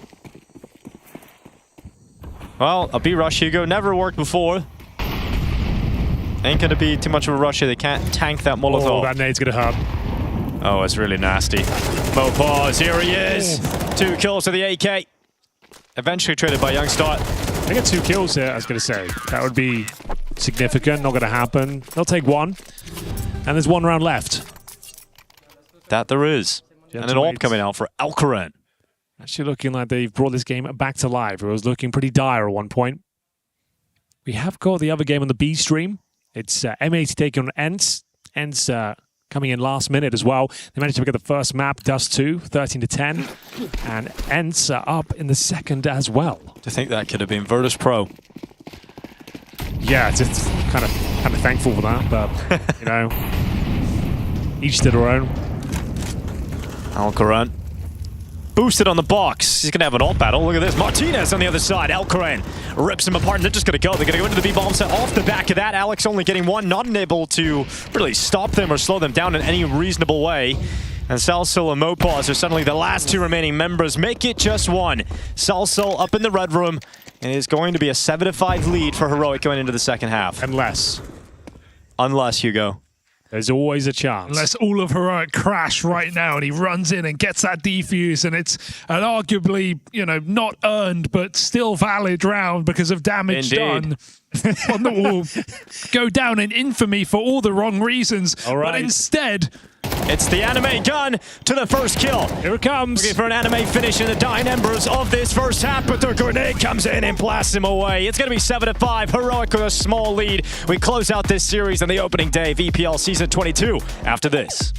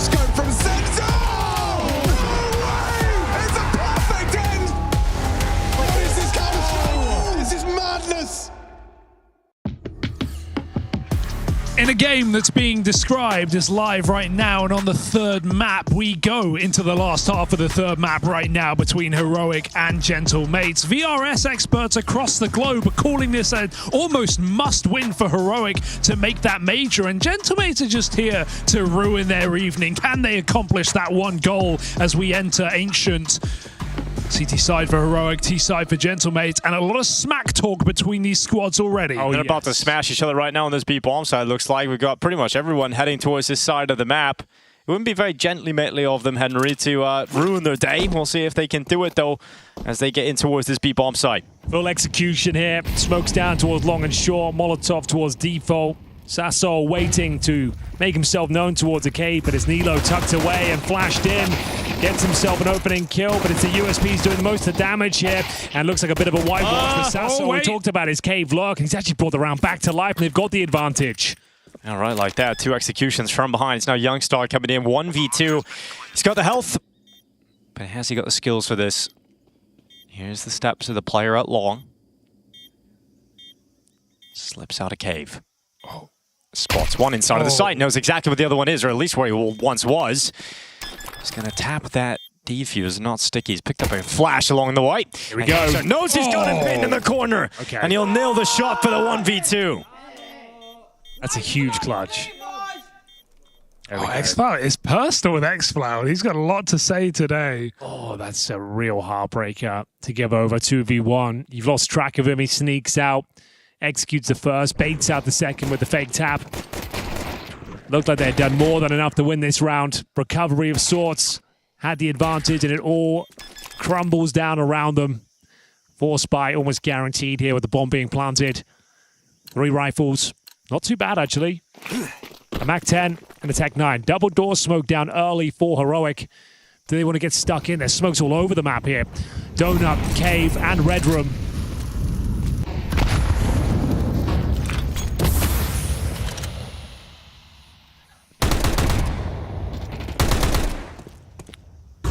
A must-win round. And a must-win game. Some say. Some say. Sort of. Towards the donut we go. It's Alcaran looking to take a bite out of them, though. Navigi, excellent first shot on this force buy. And it looks like they might have done enough. Get great smoke down towards CD Spawn. There's no presence whatsoever in towards A. How do you win? How do you win this? I don't think you can. Force buy connects. Yep, perfectly. 1 kill, and they have called off the search. They will be saving. Now, we have seen Gentle Mates win a couple of force buys, a couple of half buys. But the problem is, they usually lose the follow-up round. So it's a real possibility with the save that Heroic have got here with 4 players staying up. You've got 2 premium rifles in the A1S, the FAMAS coming in, the MP9. You at least have something to play with in the next round that makes it difficult for Gentle Mates on paper.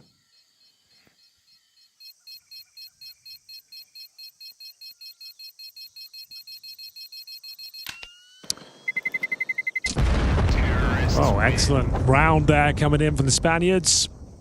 Smokes all over the map. 1 kill required and an open A bomb site as they push through their own smoke in towards Donut. Found the killer range towards Temple. And it's all to play for.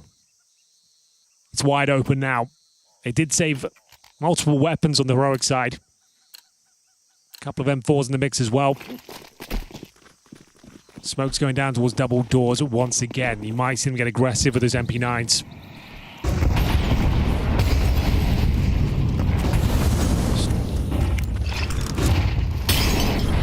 Oh, that Jack Molly going to force Linus nice and far back. Here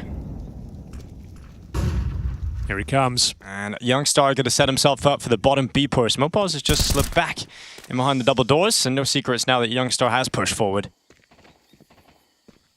It's going to be the A finish, though, Hugo. Yeah, they got the smokes down. The bomb's going back towards T-spawn. There's an A fake, I believe, boys. You ever seen anything like it? Not precisely, but... Once or twice. What an idea this is. So you're going to send in 1 player. Sass will be sending by himself. Smokes down towards Donuts and CT, which have now been deployed. He'll try and cause a ruckus. He's going to throw a Molotov towards a big box. They're waiting at the double doors right now. CTs have no vision of it. They're going to find a freebie as well. Or maybe not a freebie now. Now they know. But even with that kill, it's just too late. Unless Alcarin finds a way through the Molotov. Davichi has long control already, and Heroic pulled to the wrong place. It's a save. It has to be again. You're right. They've done it, Dinko. They broke through. I guess not technically because there's still guns in play. There'll still be a chance for Heroic, but back-to-back rounds off of the force buy. Yeah, making use of the whole map as well, giving us a nice tour of Ancient. Nice little A fake coming in there. Players waiting us at the double doors as well, not towards the B lane. That little push. They assumed it was clear. Anything but. It's a guaranteed round. The save, as Hugo alluded to, though, is in full force, as it were. This will be tactical timeout. 8-7. You've got 3 weapons up. Money's starting to get a bit weird. They're finding some momentum now, and there it is. You always call them, Henry. I know. You have a great track record. Kind of my thing. With knowing when the pause is coming. Kind of my thing. Making my brand. Henry G. Timeouts. Lord of the timeouts. It's not a very useful skill, but... Timeouts popping like flies. That age-old saying. Yeah. Who's popping flies? No, that's a good question. It is a good question. I'll tell you after this. It's one of those private jokes that won't really translate well to the broadcast. No, but it was enjoyable for me, personally. Yeah, I enjoyed it as well. It was one of the skits we did yesterday. Okay. I don't want to give too much away. No. Yeah, we can't. I know what you filmed. Lots of skits coming. Yeah, they're in the pipeline. They're back. The editors have them now. Yeah, they're in the capable hands. Some absolute bangers of the media services team. Here we go then. Some say the best media services in esports. I say that. Mid-control granted. A battle rages on though through the smoke. B-side finish looking likely here. It's once again Sasso lurking over that side of the map trying to stop the rotations. They didn't fully invest into this just to know. They kept those 3 rifles, but maintaining the economy. Don't want to go all in. B finish coming to fruition. A miss smoke potentially? Yes, there it is. Yeah, it's a big old miss smoke. That cost him the round. Yeah, Youngstar at least flashes and Molotovs come in instead, so he's not allowed to stand in that position, but he can go back. And this time he's bringing some front. So that bomb plant's going to go down on default. Mopaz still going to try and pluck this long cap. Alex is with him. And Mopaz is now ready. Here's the AK. Lining them up and ravaging them. It's now Alcarin left. 1v3 comes in from the exact same position. Picks up another weapon instead of going for the reload, but it's low on ammo too. He's got 2 bullets left in this. Feeling like reloading would be a death sentence. Now feels comfortable to do so. Just a little bit of time on the clock for Alcarin to make this happen, but Gentlemates are playing discipline, not giving him much of a shot at any of these kills. And now they've run away. They've got back to safety. They've got around these corners. They've hidden away. We're going to see a scoreline of 8-8 ring out on the board with Alcarin going down. Sick round from Mopaz, even getting out after 3. Didn't know there was a 4th there and just able to dodge death. And by this time, the entire post plant, Alcarin just caught in the middle of short with nowhere to go. Really nice from Mopaz. They have done a good job, all things considered. Lost 3 rounds in a row here, but the money's still strong. They've had competitive rounds at least. They've kept the Gentlemates modest. No AWP in the hands of Alcarin. Will be making do with the M4 here. Nice grenade at the start. Significant damage, that double nade. Hugo, you and I should try and pull that one off. That is very nasty. Yeah, just like that. Headshot from Nilo. He'll go back for another one, but Sasso 1 HP and he takes 2 away. Oh, that's given Gentlemates a really needed advantage at this point. A 4v3 still in the player count and a lot of time left. I'm just going to walk up towards the B-bomb site. LNZ, this could be very uncomfortable. Bullet whizzes past his head. He does well to stick around and take 1 kill before retreating back behind the cover. HP. Oh, that's perfect. LNZ saving them from bottom of the server with 2 huge kills. His team moving in through the cave loud. And now his 2 teammates have arrived. We've got Alex waiting for the extension into the open. They haven't come into his crosshair just yet, but now they arrive. He'll only get 1, so it puts it on 1 HP of Celso. And he can't, the grenades. No. Somehow he hasn't dodged any of the utility, but he can't tank the fire, so that defuse is being stuck, and the bullet comes instead. LNZ, 3 huge kills. Yeah. Got caught off guard. took a nice tight line, able to find a very important 1v1 to the player covering the plant, and then finishes it off. Maintain their lead, 9-8. LNZ saving them from what looked like a very difficult round to recover there. Managing to read the situation well. 1 HP towards the bottom of the ramp, nothing they could do. Get into it, round number 18. Money's still pretty decent, but dwindling. The mates that are gentle. You notice there's been no smack talk. These rounds have been really close, and everyone's tense, and no one wants to start it off again at the end of the third map. Fully focused on the goal. LNZ got to be very careful. They've been utilizing Util on default here. He's just going to drop his smoke. Molly there. Gets out of position just in time. They're getting closer in cave. Youngstar trying to fight ramp with his teammate. But as that smoke fades, an opportunity opens for Gentlemates. This bomb is not committed, but they've got a player so deep. It is tense, isn't it? There's been a shift in energy. Dabby G is ready for this. Slither of a gap, though, behind him. Turns around and gets pushed out from Donut. So gotta go. He's got to accelerate in towards this B-bomb site. The CT's trying to get back in time. Alcarin uncomfortable, can't stand in the fire. It's going to sever off Youngstar from the rest of his teammates and allow Mopaz a chance to get into an aggressive angle. He'll do so very effectively. Salso also getting involved in these fights, and Heroic's defenses are capitulating at the hands of the Spaniards. Oh, this is a massive round as well. It ties things up, and they're back to the bottom of the barrel. In terms of the finances, Youngstar realizes he can't go for it. Needs to save the AK, but he's locked in, but fighting his way out. Great kill, and they might call off the hunt, but they've actually vacated the bomb site here. I don't think they can get him in time. Low HP, he'll probably pick this one up as well. Farming some money for his teammates here. Every kill counts. And he will be holding on to the AK. So I'm going to call it might be a tactical timeout, Hugo. Ooh, I like that. Good time for it. How many do they have left, though? Oh, that's a coach, though. It's always different when it's a coach. Eco, cool. Might call the timeout as well. Maybe next round before the bye. Oh, all right, good dude. It's actually insane. It's the final one as well. He's the master. How do you do it? I don't know. It's got that sixth sense, you know. It's got a tingle. You're not cheating, right? You're not looking across the room and seeing the coach. Nope. Tingle for the timeouts. I don't know, Henry. I just know you've got a way of cheating, you know. Only when I have to. Only when you have to. I really don't have the skill. It's not a must-win situation for me, knowing when the timeouts. You've got the timeout muscle. Yeah, been flexing it all season long. And all one day of it. Exactly. All season. All 2v03s. Hey, I've landed it every time. I've got 100% conversion. That is true. You have yet to fail a timeout call. See if I can keep the streak going. It will end eventually, all things do. I don't know about that. Oh. We said that about Vitality. Oh, and it did end eventually. It did have to end. But a whole season, though. Yeah. So let's see. AK and the Eco, 9-9. Oh, this is just what we wanted. No blowouts here on the must-win game.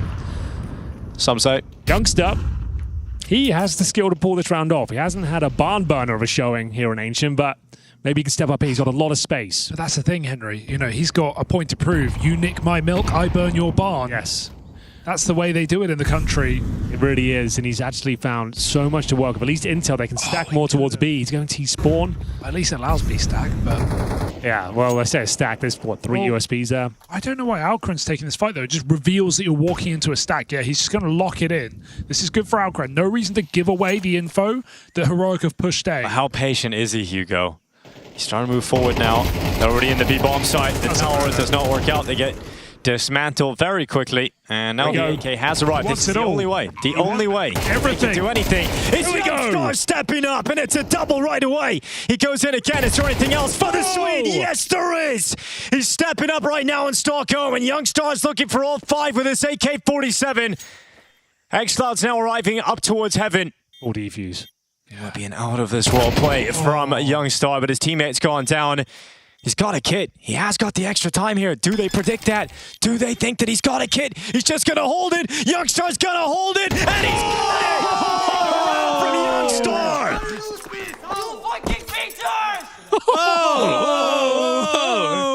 It's an absolute calamity. Oh, what a round. What is that? What a round. He actually did it. Yeah, we all need a tissue after that one. Oh my God. We knew there was a chance. That is built him up. It's the worst round to lose ever. And it's because he has the kid as well. They think, oh, it's a 10-second DP. Yeah. That's probably fine, guys. And then there's a bit of panic and they let it go. Oh, you could just, even in the 1v5, you could feel that happening, essentially. Yeah. Oh, that's insane. He actually pulled it off. What a legend.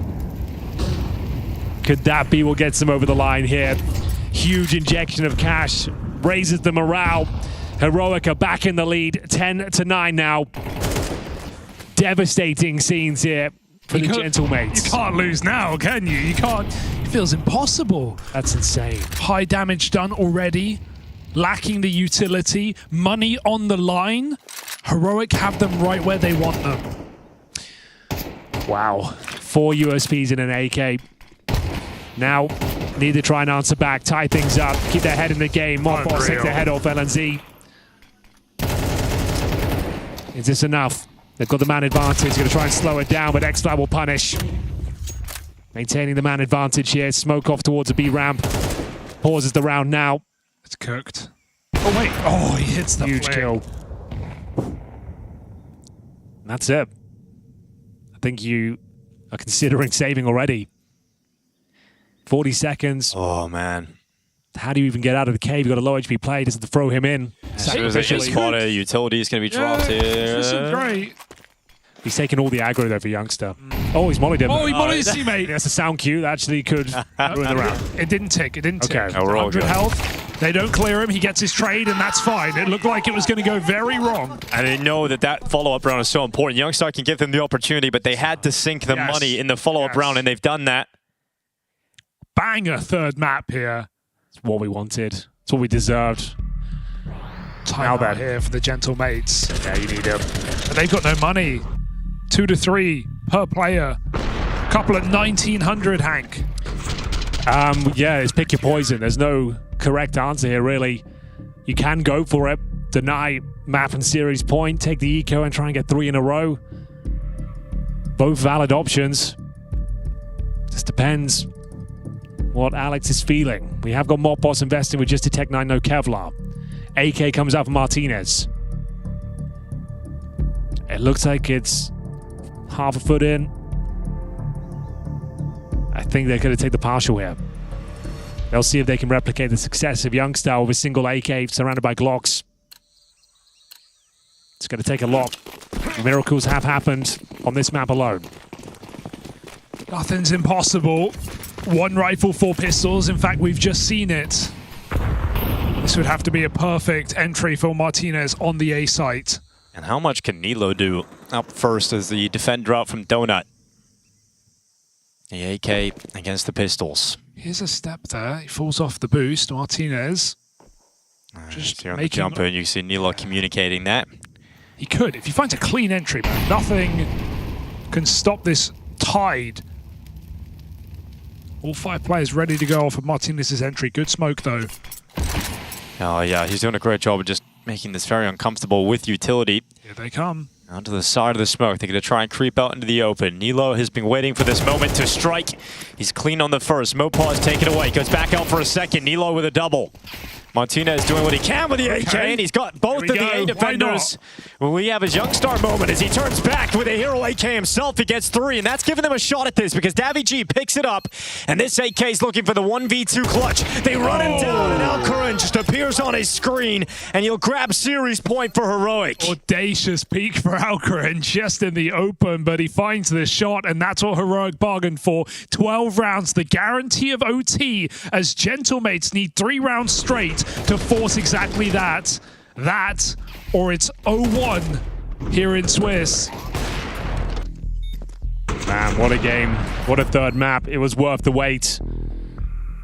A nice opportunity that almost gave them a taste of their own medicine with a single AK, but not quite enough to get it over the line.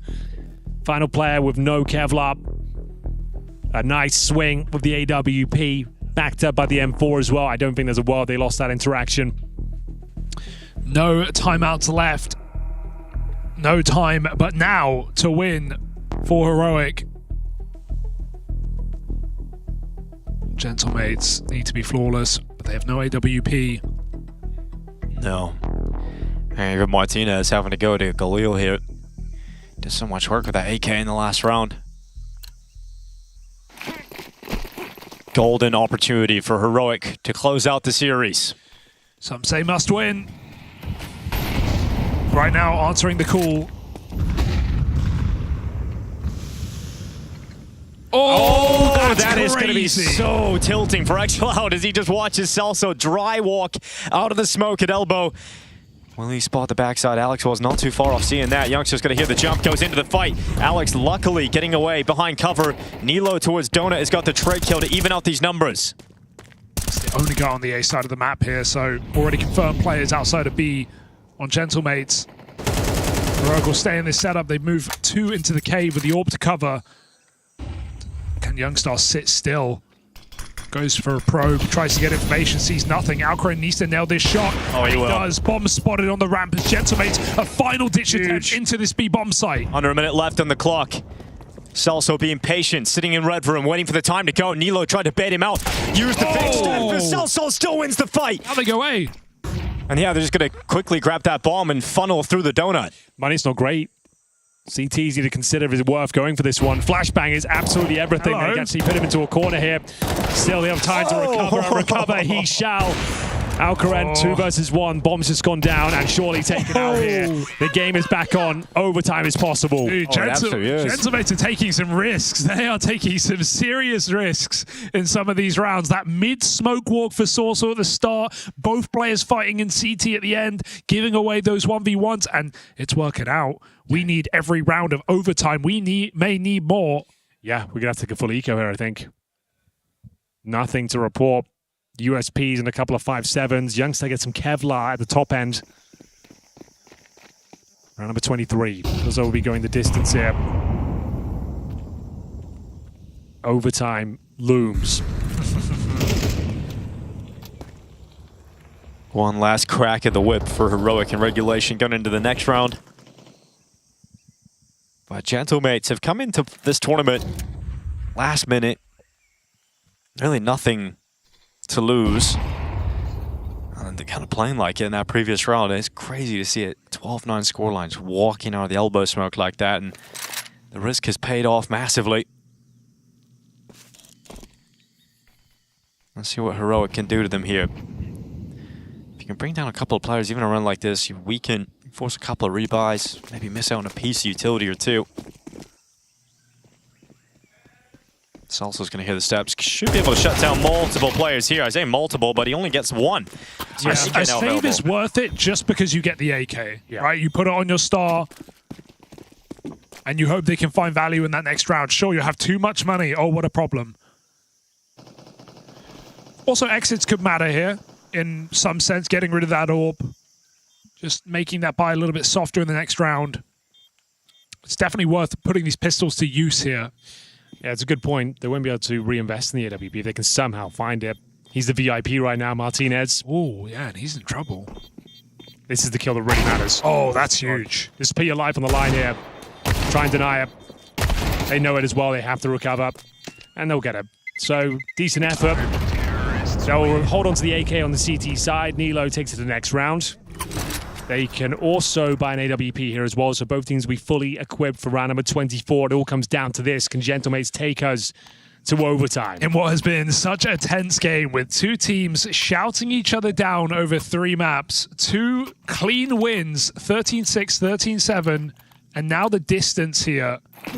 Yeah, you thought that Youngstar clutch that moment was going to be the backbreaker, but Gentlemates stabilized for one last go of it. Here we go, last round of regulation. Nades go down into his elbow. xCloud's going to play there with Nilo. They're going to continue to fight. Keep throwing bodies at this problem. LNZ is already peeking out of cave all the way down in heaven. Mopaz has come out swinging though, and Nilo's caught. So the opening kill goes the way of the Spaniards. Now they get out elbow as well. Alcarin's committed in this position. He has to nail the first shot at bare minimum. Orb comes through, he does. Huge. Alcarin with another chance. They pick up the orb, but are they just going to feed him in this funnel? Alcarin. Oh, he's actually going forward. This is bold, and the Heaven player not punishing. Trying to clear the cave gives a chance, but Davi's ready. Into the angle gives Davi the kill. 4v3. Gentlemates staying grouped, staying slow, taking that bomb back round the world. Alex is stuck around, yeah. Tucks himself in. They found the open B bomb side. Molotov will give up the game. We'll see whether they can convert this. If Alex even gets one, it is a massive step towards overtime. And then Alex just confirms it. LNZ has had a stinker of a regulation. 7 kills before he started this, but it's 2 right back. What a way it would be to deliver. If he can pull off this clutch from being so quiet all game long. No. LNZ can win this one. Alex is on the ramp. He's got the read, and he's so damn close. But Alex will secure it. Overtime is needed, but that was nearly a masterful moment from LNZ. Heart stopper for a second there. You thought he had it in him. 1v4 with 20 health, but LNZ stopped dead in his tracks on the last man as the captains clash and Gentlemates go again. Alex goes absolutely huge in the round. The fact he's holding towards the elbow, gets the double kill, closes things out in a very sticky situation as well there. Doesn't buy it, doesn't even give you a chance to fake the bomb. He peeks just as the tap comes through, and they've reset themselves completely from the disaster that was the Youngstar round, the full defuse on the B bomb side. We go 12-12. Final map of the day here, and it all comes down to this. The Gentlemates remain on the T side. Full buys all round. We'll see if there's maybe a double orb setup becoming quite meta these days. Got to be the single for now for Heroic. Well. I didn't think we'd see this sort of action on the first day of groups. We've had a crazy day. I mean, let's just recap as well with the 2-0 upset from Hotu over Furia. Inner Circle taking down 3D Max. We even had Fluxo get a map off of Astralis. Now we round it all out here in what should be the final few rounds of the day. Martinez opens up, finally back on his AWP, back to an entry. It's Youngstar who holds B valiantly. Yeah, it does very well to get a double. Takes the sting out of the attack here for Gentlemates. Try to jump off that entry. Oh, the timing is unlucky. Very unlucky. Not from Nilo's perspective, though. He'll be happy about that. Alcaran's going to wait at the red room. And okay, not exactly going to be the best position once you miss the shot. Davy G pushes forward and cuts him out of this. Let's not count this team out of this round just yet, because there's plenty of time left, and a 2v3 is very doable, especially with only one player on the A bomb site. Very true, Dinko. Very true indeed. Bomb here, making his way in towards A. A solo venture, holding the flanks is Davy G. Thinking there's a player towards A main and still has a presence of mind to adjust, and this flank going to be shut down by the Cubby, and all of a sudden, it looks like Gentlemates have done enough here. Youngstar, he's got another clutch left in him. Surely not. The tank's got to be empty at this point. Well, there's a 1v1 being offered up, but that push is taken forward.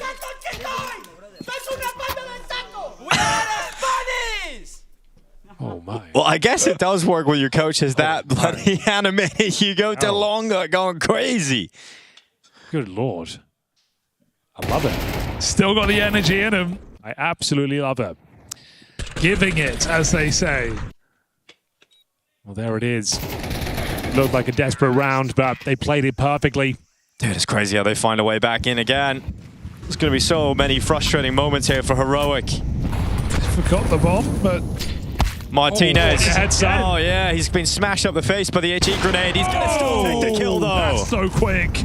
He's loving it out there. They try it again. They just run up the ramp once more. Is this going to let them down? No. Mopos gets his response. Yeah. Pistol out. Molotov burns Alcaran, and there's nothing in this B-bomb site for Heroic. Nothing but trouble. Nothing but misery as the Spanish speed gets them into the B-bomb site. We'll be setting up outside. They've got Molotov and they've got smoke alongside kits. And they just don't have kills. They've been re-smoked as well. Can you even get back into this one? You got a smoke and an incendiary. Smoke down. Goes in towards the ramp. May as well try. But Nilo's already out of there. Are they trying? Keep your voices low. Okay. Trying. Oh, not going to happen. Too many players hanging around. Gentlemates ain't falling for that again. Well, there we have it. Oh, Nilo's dead. No, just about. Just about alive. That was close. Well, there we go. Timeout coming in. We got another one here in overtime. Okay, what a shot this was from Martinez as well. Got absolutely wrecked by the grenade. Well, it's all gone wrong for Heroic, hasn't it? Somehow, some way. Pressure's on now, right? Yeah. LNZ was so close to winning a 1v4 at the end there, and Alex has to save him. All of a sudden, overtime kicks off. Heroic in a better position. The round goes against them. The Gentlemates get the ball rolling. The momentum's on their side. Money's running thin. This could be a flawless T-half on overtime for the side of Gentlemates. Just what a shock for them to steal this away if that's what they're going to do, considering Heroic had 3 chances in regulation to close it out. They had that huge eco victory with the Youngstar 3K stick, and now they go on to be silent in overtime. Nothing to shout about. Can they surely find one round right at the end? Well, it's a simple call in terms of where they're going. Towards the pointy bomb site, it's LNZ going aggressive. No. With LNZ and Nilo gone, it is all done here on the site. It's going to be map and series points secured and done in the most devastating fashion. No questions asked. Overtime is a one-way street. Can't stop the Spaniards running amok. They get that tempo on their T side. They just push it to the nth degree. What? All W, 5 kills in a moment. The Wrecking Crew making their way through towards the A bomb site. No one missed a single shot. They are locked in, giving it to their opposition as well. Martinez is loving it. Heroic have had a lot to say today, and Gentlemates, they don't hold their tongue back. Here we go then. 3 in a row required on the T side. It's a tall order. X-Flower feels like he's up to the challenge though. Extinguishes the Molotov towards middle. Gets some decent control. Martinez is there towards Donut though with the AWP. So decent ground garnered. Yeah, Martinez though is waiting at Donut, waiting to strike. The Spanish sniper blinded and forced back behind cover, giving the space here to Heroic to push up to red. The reaction here is to send Alex a little further forward towards the Jag. He'll make no secret about that as he spams to the side of the wood.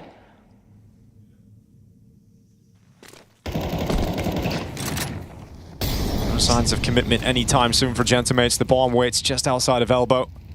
We've got 4 minutes still to play with. What's the next move? It doesn't look clear right now. They've got a player parked up in red, the bomb down towards elbow. Does LNZ try and fight the AWP and Donut? Well, the ops coming to him. It's just spotted him go around that corner, and then Nilo walks out to his death. You're happy it's a low player dead first if you're Heroic, but still, let's make this round very complicated. X-Found already passed the AWP, finds his kill. It's a good grenade as well, but Alex peeks ahead of it, and Martinez follows up. Gentlemates weren't even meant to be here, and they might be ready to eliminate or send Heroic down. 0-1, not quite eliminate, but put them on the chopping block. Youngstar, though, known for a clutch, boys. Yeah, known for a clutch, but not right now. It is going to be the Gentlemates. They forget their manners here in overtime. They absolutely destroy Heroic. They run over the top of him with a little Spanish speed to round things out, Hugo. And Heroic's major contention up for debate now in a must-win almost game up against Gentlemates, a team who just flew in, who bailed on a previous land to come here, and they show why. Well, welcome to ESL Pro League to the Gentlemates. They start with a bang.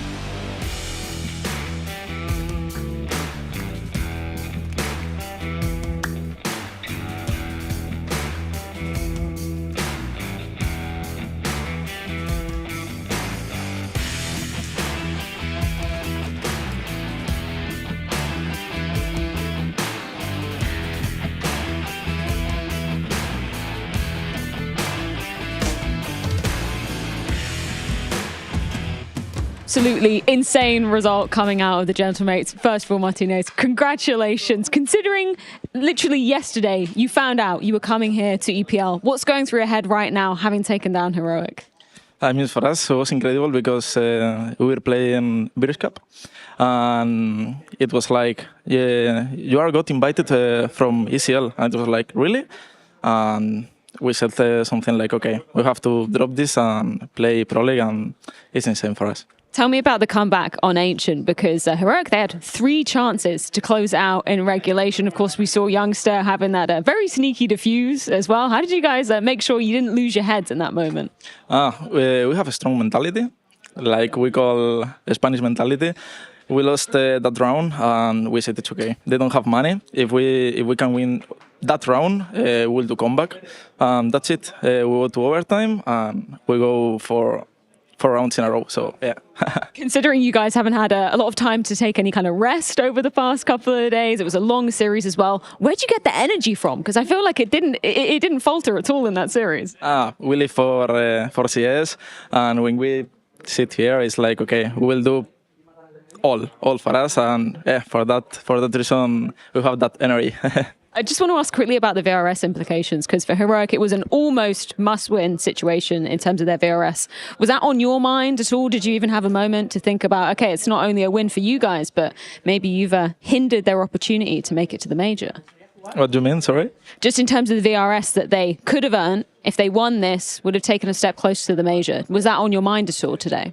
I mean, yeah, for them it's really bad, but the competition is like this. I mean, you have to win. If you deserve it, you will get it. If not, you will not get it. I mean, we are in the same way, and I think we are out. It doesn't matter for us. We'll do whatever we can, and it's important for us. I mean, for them, it's unlucky, but the competition is like this. 100%. What's the goal for Gentlemates then, coming into ESL Pro League? Where do you guys want to be finishing at this tournament? I mean, we'll try to do our best. I mean, for us, for example, the stage 2, it's a good goal.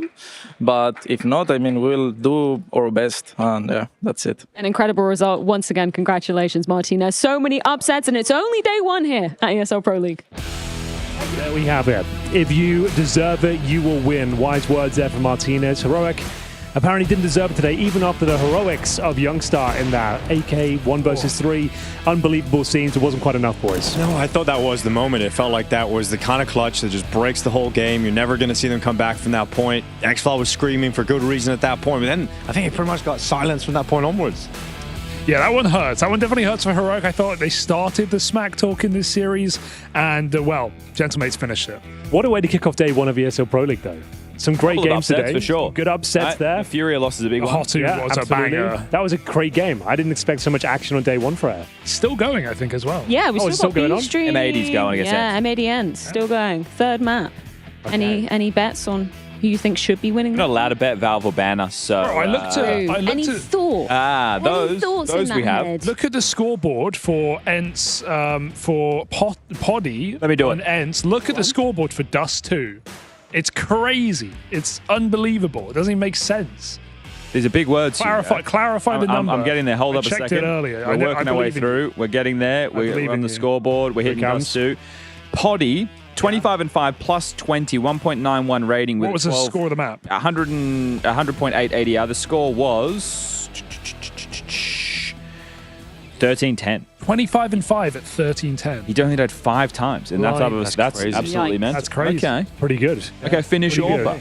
Finish Orba, hoping to finish off M80. But look, if anybody of our lovely viewers speaks Spanish and can let us know what the coach was yelling there at the end, he had an awful lot to say, didn't he? Nothing nice. Nothing gentle. Well, no, definitely nothing gentle about them today. And they weren't acting like mates. That's for sure. Well, they didn't feel... Competition's not meant to be friendly, is it? Sometimes it is. Depends on the competition. Yeah. I think if you're playing a bit of snooker, that's quite friendly. Well, so far today in our competitions, we went 3v1 against Dinko, who had already planned to cheat with the host. There was cheating going on. Cheating inspired by Henry. Why am I being implicated in this? Well, you clearly colluded. Did we, Dinko? No, not at all. You're such a bad liar. Not my fault. Please learn to lie. My whole soul just gets eaten up. I've chosen my allegiance terribly. Yeah, I can't lie. It's too hard. It's the Rat King. You can never trust him.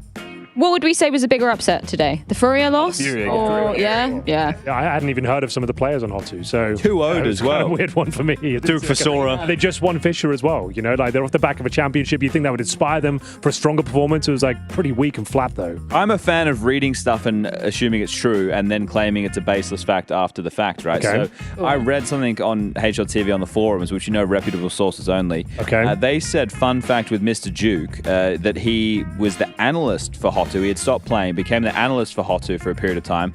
Then one of their players couldn't make it to an event, so Duke came back, and then he ended up staying. and then he's here. That does make sense. He was fragging. He was unreal, though. He was so yeah, good. it was great. Yeah, it was really good. Yeah, I was looking at the roster, and it was pretty mental just in right. terms of how much they were flicking in and out of actually being on the active roster. So that does actually make sense. I think you are correct. So Shaq, that was whoever thanks to somebody on HLTV whose name I don't remember. The Duke. May even be true. Yeah, We're may lucky. or may not be true. It doesn't really matter, does it? We said it now. Yeah. We'll see. Okay, Now it is true. who tuned in to the pre-show this morning? Not me. Any takers? Okay, so this is a surprise for the majority of us because we did indeed pick out, or the lovely morning shift picked out our DHL MVP picks. Oh, nice. Oh. Should we find out who we got? Yes. Should we find out? Very happy. I want Molodoi so bad. Did I get him? No. You did. You did. I get did. Molodoi. Number Yes, one I pick, did. Henry. Is that your You're number one? pick. That was my number one Every pick. single person picked Molodoi And as of their course, number one. they lost sense. today. All of us. Yeah. Yeah. Ace Rod was number 2. That was Jason. and then Yanko. Oh no, Trace was 3 with Heavy God. Not going well for me. I was second last with my first pick, Norbert. With your first pick, Norbert. He was like my 5th pick, but I'm pretty happy with that after today. good, all right. And last was Alex, who ended up with Rez. It's not bad. Yes. Pretty good pick. I'm currently at the tail end right He's now doing with your pretty Kinder. well. So Shout out Mal. that would be due to the upset. And Henry, you and I are both struggling right now. Yeah, well, what are we supposed to do about that? Who would have thought they'd lost that game today? Well, they'll bounce back tomorrow. But Case Roto is the highest rated, and they lost. Yeah, good point. Okay. So- Good luck to Jason, I suppose. How's he done that? Well, this is the thing. This is if Case Roto didn't top frag, maybe Furio would have won. Yeah, true. Good point, actually. That's basic logic. Well, I got Molodoi. I'm happy about that. Okay, I'm pretty pay sure I'm off going to win the in whole the long thing. run. Yeah. Recent MVP over at Belgrade. Okay. And we're redoing them for stage 2, right? Yeah, Do have them to. every stage. That's when I can pick Woxic again. Everyone's favourite. Are you going to go with the Woxic again? Yeah, of course. Okay. Okay, shockingly, none of us actually have the top-rated players. We can see over there on the LED. It's actually MPL. Free the nipple. Obviously, the game on the boostroom hasn't ended yet. Could be some crazy antics going on there. Their series was What he's gonna weird. do. Their series Yeah, was it was strange. weird. It was like they were all blowout maps, right? So I think it's interesting. Bay are one of the teams who are on that cusp of contention for the major regarding VRS. So for them, it's important for them to have a good result. Same as Heroic, who just had that loss right there. So saw all those matches going down. I saw Liquid have. Based on their results over there at Birch Cup, have also helped out their standings. I think they're even in stage 2 ahead of FaZe at the moment. Everything's chopping and changing, but yeah, Bay are one of those teams who are in the low percentage chance, but are still in the running. But I guess the most significant one of today, if we're talking about upsets, Heroic Heroic needed to lost. win today, right? Yeah. So the way it was framed to me, so again, we'll try and placate the blame and push it elsewhere, was that if they lose today, it's going to significantly take a dent in their chances, and then they're going to have to go like 3-0 and hope that that they're able to sweep from this point out. Now that'll probably change. Yeah. Because this stuff always does. So And also, it's going to depend on other teams succeeding, failing, etc. well, this guy said.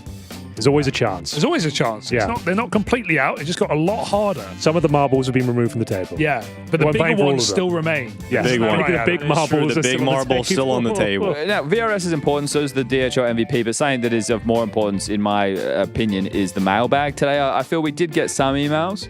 Yeah. But I would like CV. That was huge. That was huge. How was it? How was the CV? It's actually pretty Would you nice. have hired Well, them? It was actually, nice. There was a bit too I- personal. It was too personal. I think Yeah. he's probably not watching anymore. But if I was going to give some advice, I'd say like the details were good, but then he had like bits about despite a really hard year, I made it through this. It's like your employer doesn't want to Sell read yourself that, here. about that. Yeah.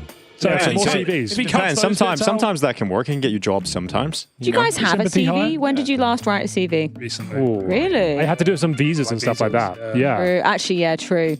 I used AI to do it for me. No way. That's so clever. Would you just Did you type in include make a Warts on CV that? for Chad Birchall? I did include Did you include the Dog Swamp. Titan game? People need to know that I was a produce manager at Dog Swamp. And a bloody good one. Yeah, one of the best out Actually there. called Dog Swamp. Their place, it's called Dog Swamp. That's not real. That's not It's like you lose at a real. land, go back to Dog Swamp. There's a skit there, surely. I Yeah. wasn't born in Dog Swamp, all right? I was born in Subiaco. Jesus Christ, he's Still not real. Jason Bourne. Still not real. Right, you've been to my hometown. You know Lovely that there's place. some weird places not over there. real. Yeah, Joondalup. Joondalup. Joondalup. You're close. Sorry. Yeah, I'm from Woodvale.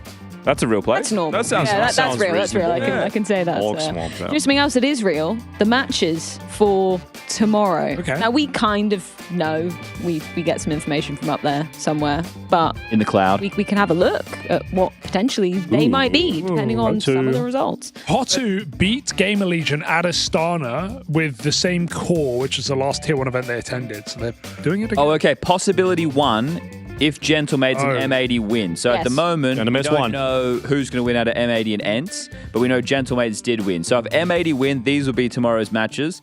So I imagine there'll be possibility 2. Drum roll, please. Ents are winning right now. Okay, on third map. Likely result then. Okay, so if Ents win, which is looking more likely, Bait versus Hotu, Astralis versus Ents, M80 versus Heroic, and G2 versus okay, the G2 Gentlemates either way then. Could that happen? Do they I don't remember the first one. They have rivalries in other games maybe that would make this more exciting. Apparently one of the founders of Gentlemates was co-streaming that match just then. 20,000 people. More viewers than us. Yeah. I hope he was having a good time. I wonder if he's speaking in English or in French. French. Probably French, I think. It's their whole thing. Fair enough. Yeah. Yep.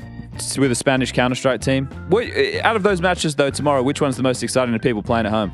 Astralis Ents is an old school battle at least. I like the sound of that. Well, M80 Heroic too, because you know if we're talking about Heroic having to bounce back, it's always a fun time coming into the VRS question. I think that's probably M80, like another team that likes to talk shit. Yeah, like both teams can get really loud at each other. On the line, more so for Heroic. Yeah, that's probably game of the day by far.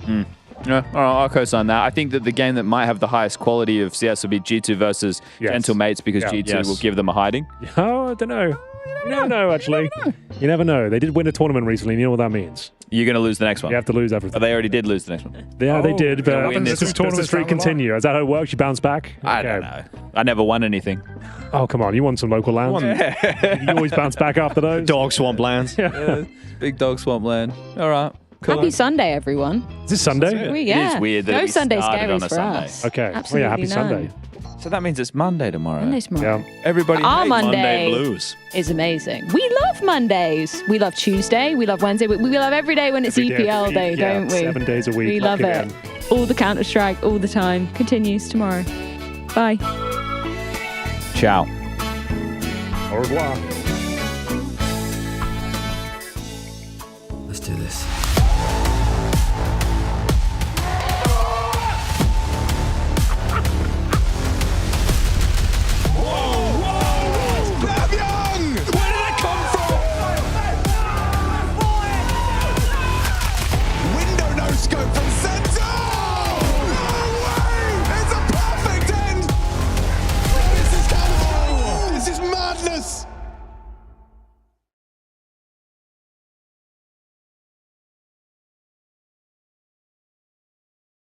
From humble beginnings in Hanover to greatness in Katowice, our journey is our legacy. As we arrive at what we thought was our peak, we instead discover a whole new chapter.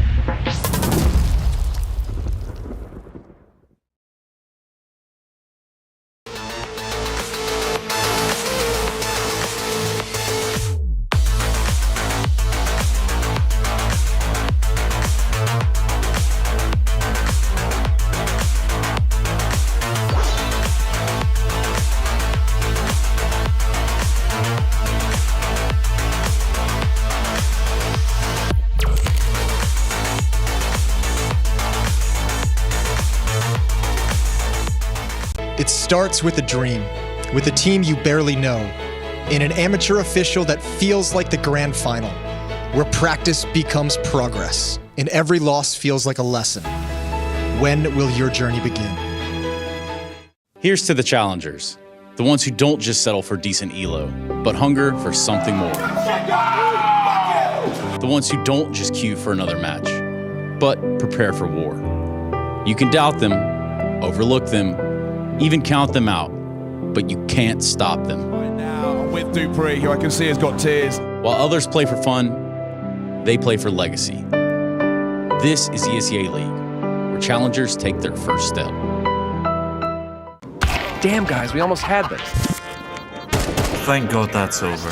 Bored of endless matchmaking? Take your first steps towards EPL, experiencing real strategies against teams of your skill. Learn more at fce.gg/EPL.